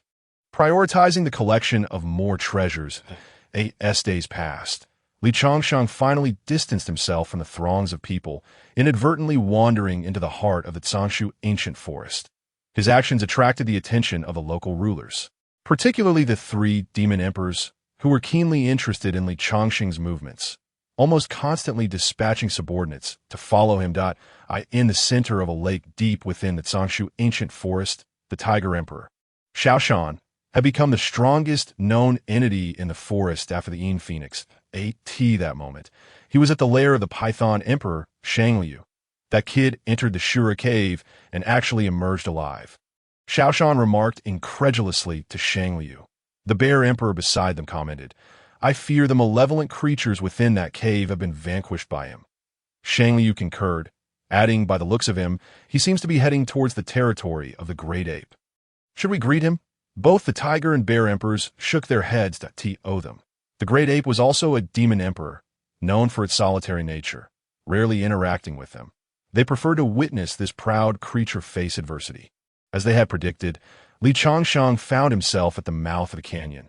Realizing with each step that he was delving deeper, he pondered what sort of monstrous beings he might encounter. Yet his journey thus far had revealed no sign of any demon beasts. The only explanation for this was that he had entered the territory of a powerful entity. Thus, it was only natural that he would not encounter other demon beasts. Pausing by the canyon's edge, Li Changsheng clearly observed scratch marks on the cliffs flanking him. Glancing ahead at the enormous footprints, his suspicions were further confirmed. This was likely the lair of a formidable demon. Consequently, he abandoned the idea of entering. However, noticing that the little wanderer on his shoulder had not fled, Li Changsheng hesitated. After all, the compendium of herbs indicated that places inhabited by great demons would invariably be accompanied by rare treasures. If that were the case, he still wished to take a look inside. Just as he wavered, rhythmic vibrations reverberated through the air. Sensing danger, Li Changsheng swiftly concealed himself behind a stone pillar. Before long, a colossal gorilla appeared at the canyon's entrance, exuding an aura of dominance, its powerful arms capable of crushing him effortlessly. The beast bore 2 black iron rings, suggesting it had previously been captured but managed to escape. After surveying the area and sniffing the air, it began to pry apart a massive boulder and leaped inside. Upon witnessing this, Li Changsheng recalled that on the day he was ensnared by the man-eating flower. It was this gigantic figure that inadvertently rescued him. Faced with such an enormous creature, Li Changsheng promptly abandoned the idea of entering the canyon. However, not long after, the little wanderer departed from his shoulder and dashed toward the canyon. Without hesitation, Li Changsheng followed suit, driven by his own curiosity. Thus, Li Changsheng and the little wanderer chased each other along the canyon's walls. Each time the enormous creature moved in or out, it left profound imprints on the stone surface. The canyon walls bore murals reminiscent of those found in the cave of Luo Yujing, alongside remnants of human cultivation efforts, further igniting Li Changsheng's desire to uncover the secrets within. After a considerable time, guided by the little wanderer, Li Changsheng finally reached the canyon's end, where he beheld an unfathomably deep sinkhole, encircled by cascading waterfalls. Upon closer inspection, he noticed numerous large openings in the sinkhole's walls. Interspersed with iron chains, as he approached the sheer cliff, he was astounded to see the massive gorilla perched on a protruding platform, surrounded by lush trees and a small courtyard enclosed by rocks. However, upon closer examination, he realized that the courtyard was a veritable treasure trove, filled with an abundance of spiritual herbs, leaving him momentarily speechless. Calming his mind, Li Changsheng prepared to begin harvesting, but first cautiously glanced into the abyss, confirming that the giant ape had not returned, allowing him to proceed with his task. Upon entering this mystical herb garden, Li Changsheng was dazzled by the sheer variety of plants in his eagerness. He heard a voice exclaim, "Hey, you stepped on me." Startled, he quickly withdrew, only to find no one around, leaving him perplexed. Bending down, he inquired of the jade spirit herb, "Was that you speaking?" To his astonishment, the herb stirred and responded in a sweet tone. "Who else could it be? You little rascal, are you here to steal from us again?" Realizing the origin of the bones scattered around, he deduced that these talking herbs must be at least 10,000 years old. Filling him with joy as he began to harvest, "I am not here to steal from you," he assured them. But a chorus of herbs retorted, "Liar, you are a thief. When the big gorilla comes back, he will surely beat you up." The cacophony of voices unsettled Li Changsheng, who hastily declared, "Everyone, quiet down. I will take you to a good place at that moment. He sensed a disturbance, and realizing the impending danger, he attempted to exit the herb garden, but was already too late. A massive shadow loomed over him, and without a doubt, he knew the giant ape had returned.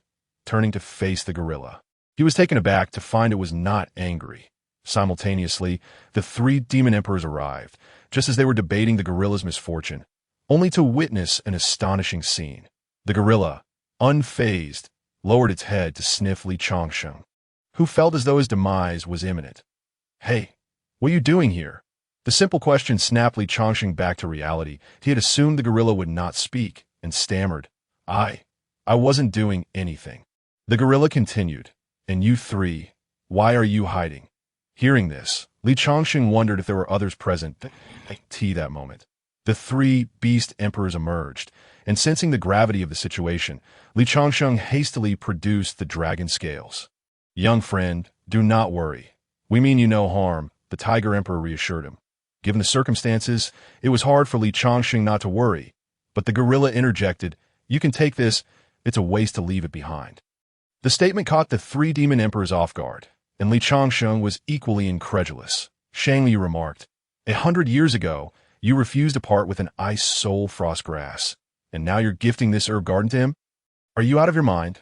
The giant ape shot a dismissive glance at the three demon emperors and replied, "What does it matter to you?" Indeed, it had nothing to do with them. As the gorilla continued, "The Een Phoenix has left. I wish to leave as well that I've guarded this place my entire life without seeing it return. Would you prefer I give it to you?" The bear emperor protested, "Great ape, are you serious? Is it worth giving it to him?" To which the gorilla replied, "You arrived too late." Chapter 71. The gift of opportunity. The three beast emperors were baffled by the great ape's apparent nonchalance. Considering the herb garden was formed from the essence of heaven and earth, containing numerous spiritual herbs of considerable age, the tiger emperor reiterated, "Are you truly certain you wish to gift this herb garden to him?" Upon the utterance of these words, Tai Yuan, with a hint of impatience, retorted, "Have you all gone deaf? Or do you think this old man lacks vision, intending to bestow it upon you, the others?" However, were keen on having Tai Yuan present them with this medicinal garden, who would not wish to receive such a generous gift. Only Li Changsheng would feel a pang of conscience about it. Thus, they began to bicker over the matter, entirely discarding the demeanor befitting top-tier powerhouses. Meanwhile, Li Changsheng gazed blankly at the treasures of heaven and earth, contemplating the tremendous fortune it would be if they were indeed gifted to him. Shaking his head, he interrupted their quarrel, stating, "Predecessor giant ape, I cannot accept such a grand gift." The reason for his refusal lay in the fact that with his current capabilities, it would be a fool's errand to safeguard these treasures. If he were to transport them back to the Qingyuan sect, he could never bring himself to part with such celestial gems. The bickering ceased, and the bear emperor, who was most covetous of treasures, inquired of Li Changsheng, "Do you truly not desire it?" Li Changsheng nodded repeatedly. It was not that he did not wish for it, but rather that he felt unworthy of such a boon. Seeing an opportunity, the others began to flatter the giant ape, saying, "Tai Yuan, he has already stated he does not want it. Why not bestow it upon us three brothers? After all, you cannot take these treasures with you upon your ascension." To this, Tai Yuan replied, "Bestowing it upon you would be less appealing than consuming it myself." He then turned to Li Changsheng, asking, "Is the treasure here not to your liking?" "Not at all," Li Changsheng responded. Although he cherished the treasures, he was also self-aware. A mere bronze plate had already put him through considerable hardship. If these were true spiritual treasures, he feared they would devour him whole. "Then why do you refuse?" Tai Yuan pressed. "These treasures are simply too precious," Li Changsheng answered. Upon hearing this, Tai Yuan remarked, "Isn't the rootless water good, the azure crystal-clear grass, the dragon-s saliva? Do you not possess all of these? Why not utilize what can be of service to you?"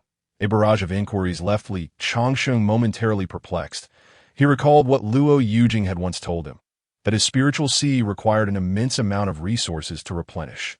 Even though he had discovered a new pathway to cultivate his spiritual roots, the essence of his spiritual sea remained unchanged. It still required robust resources for support. Coming to this realization, Li Changsheng understood that if he were to miss this opportunity, it might never present itself again. Even if it meant compromising his conscience, he felt compelled to accept such treasures. After a brief pause, he finally declared, "I am willing to accept this medicinal garden. However, I shall not remain in this mountain. I need to take them away." Upon hearing this, The beast emperors fell silent. They did not dare to snatch this gift from Li Changsheng, and Tai Yuan then said, "Take it wherever you wish. Just ensure you fulfill your duty as its guardian. You cannot replace it. Only continue using it." Li Changsheng promptly nodded in agreement, preparing to uproot the plants one by one. When Tai Yuan's massive hand lifted the very rock that housed the garden, Changsheng immediately grasped the implication and took out a storage ring to collect it, while the three beast emperors could only watch helplessly as so many treasures fell into Li Changsheng's possession. Once Li Changsheng had secured the medicinal garden, the next moment, the giant ape seized him and leaped into the abyss. Witnessing this, Xiao Lu Lang prepared to follow, but was stopped by the three beast emperors, who cautioned, "Little ancestor, do not jump. You will fall to your death." After a considerable interval, Li Changsheng finally submerged into the water, but the impact of his entry was such that had he not urgently summoned his spiritual power to shield himself, he might have met a grim fate. Once submerged, a ringing filled his ears, and before long, the giant ape had descended to an unknown depth before halting and releasing his grip. Before Li Changsheng appeared an unremarkable bronze cauldron. Tai Yuan spoke. This cauldron was left behind by the master when he departed. It is called the Xian Yi Ding and is excellent for alchemy. I shall bestow it upon you as well. Having just gifted him a treasure garden, it seemed peculiar for him to offer a cauldron at this moment. Changsheng inquired, "Predecessor, why do you wish to give me this cauldron? It is of no use to remain idle. Since I have already given you the garden, what difference does it make if I also include this alchemical cauldron?" Yet, to Li Changsheng, the matter did not seem so straightforward. It was illogical for him to act in such a manner. So he questioned, "That does not make sense." The giant ape replied, "There is nothing amiss. The master stated that upon the arrival of a fated individual, he would bestow his possessions upon them. You seem to fit the description he provided. So who else should I give it to?" This reasoning appeared utterly unfounded, even to Li Changsheng himself. Yet the reality remained starkly tangible. Changsheng had contemplated acquiring a cauldron, for the path of alchemy was indeed the strongest support on the road to longevity. Many endeavors could yield double the results with the aid of medicinal pills. Now that the situation had unfolded thus, Li Changsheng felt he had no choice but to accept. However, the abruptness of it all left him struggling to discern truth from illusion. Hearing Tai Yuan say, "This cauldron, while merely an earthly grade artifact, is nonetheless a relic of the former master and will prove immensely useful to someone of your caliber," Li Changsheng dared to scrutinize the cauldron. Merely sensing its aura was already a significant improvement over the broken cauldrons of Qiu Chuliang. Through his spiritual perception, he detected the presence of binding forces as well. The giant ape then assisted Li Changsheng in retrieving it, his enormous fingers delicately pinching it as if it were a grain of rice, before placing it into Li Changsheng's hands, saying, "Drop your blood to acknowledge its master. From henceforth, it shall be yours." This was a method Li Changsheng was familiar with. He swiftly sliced his fingertip, letting a drop of blood fall upon the cauldron. In that instant, he felt a connection of consciousness between himself and the cauldron. With a mere thought, the cauldron could expand and contract according to his will. This was a first for Li Changsheng. After accepting the cauldron, Li Changsheng pondered that if there were any additional treasures to be bestowed upon him, he would no longer refuse. However, it seemed he was overthinking it, for Tai Yuan remarked, "This cauldron lacks a fire spirit. You will need to figure that out on your own once you return." Hearing this, Li Changsheng could not help but feel it was akin to serving a meal without chopsticks. It was better than having to seek it out himself. Thus he felt a sense of contentment. Subsequently, he asked predecessor Tai Yuan, who exactly was that individual of significance. He is not a prominent figure, but he did one noteworthy deed. He left behind all the life in this world, Tai Yuan replied. Li Changsheng mused, if that does not qualify him as a significant figure, what would? Then Tai Yuan added, because he caused great calamity. Upon hearing this, Li Changsheng immediately fell silent, unable to fathom what sort of grand figure could instigate such a disaster. The more he pondered, the more absurd it seemed not dawdle. Before Li Changsheng could respond, he was once again whisked away by Tai Yuan from the waters, and in the next moment, the massive form of the giant ape swiftly ascended the stone wall, bringing Li Changsheng back to solid ground in but a few breaths. Chapter 72. The Demon of Transcendence, once transformed, The giant ape appeared clad in armor, wielding a tricolored iron staff, exuding the aura of a war deity. This imposing presence captivated Li Changsheng, who had always been physically weak. This was the state he had long yearned for. To Li Changsheng's astonishment, Xiao Lu Lang dared to leap onto the giant ape's head upon witnessing the transformation.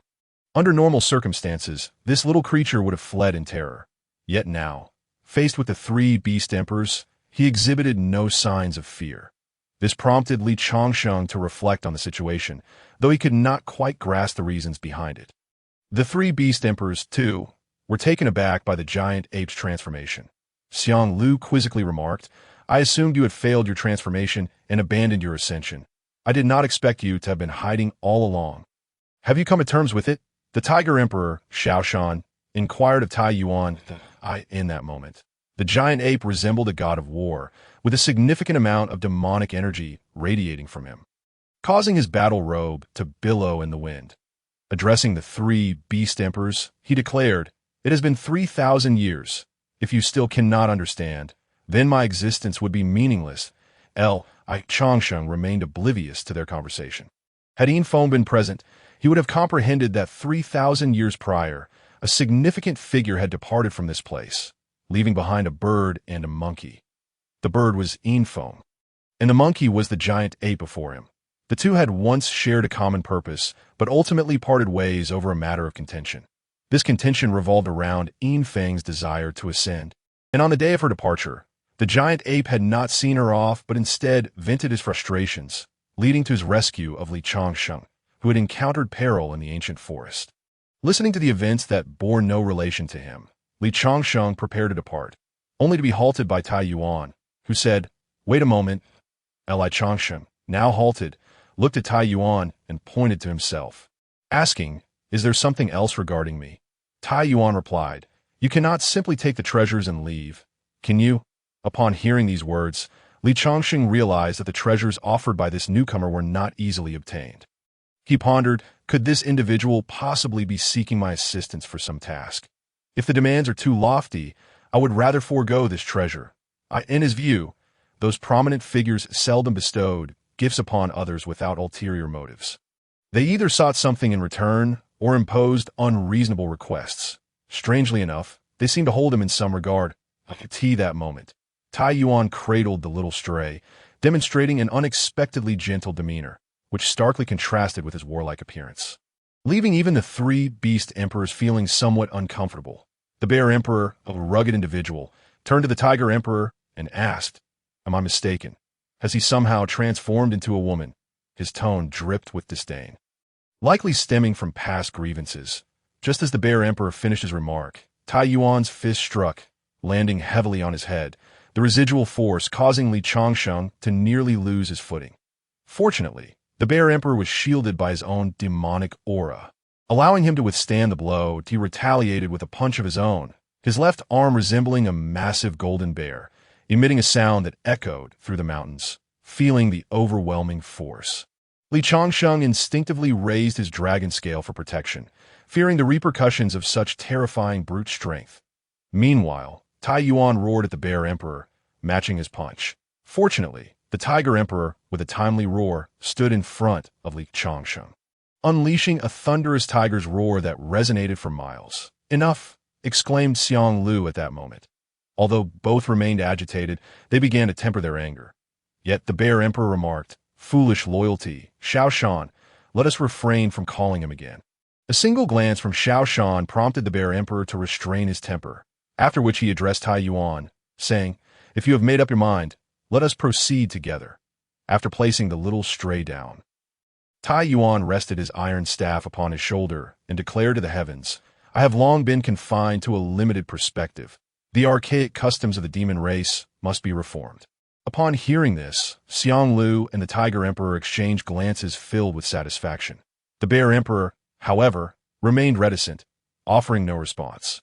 Meanwhile, Li Changxing inquired, "Esteemed elders, what significant matter are you deliberating?" They replied directly, "A group of madmen seeks to alter the mindset of the demon race." Upon hearing this, Li Changsheng felt perplexed and queried, "Transform the mindset of demons? You, as a member of the human race, cannot comprehend. Demons thrive independently through strength. Unlike your kin who gather in unity, Li Changsheng had not personally experienced such dynamics. So he responded, "Isn't it the same for humans? If you are not strong, others will relish the opportunity to trample you." The Bear Emperor continued, "Yet demons differ. They lack their own structure and rules. Merely engaging in fratricide, watching others suffer, and kicking them while they are down." After hearing this, Li Changsheng understood that chaos was not exclusive to humanity. Demons too experienced similar turmoil. However, humans grasp the principle of mutual dependence, adhering to the laws of nature. The Tiger Emperor added, "Humans understand peace, but demons do not." With this revelation, Li Changsheng comprehended that since their entrance into this ancient forest, it was not the perilous domain of rampant beasts as rumored. Rather, they were learning from the structured society of humans. That he replied, "This seems like a tremendously challenging endeavor."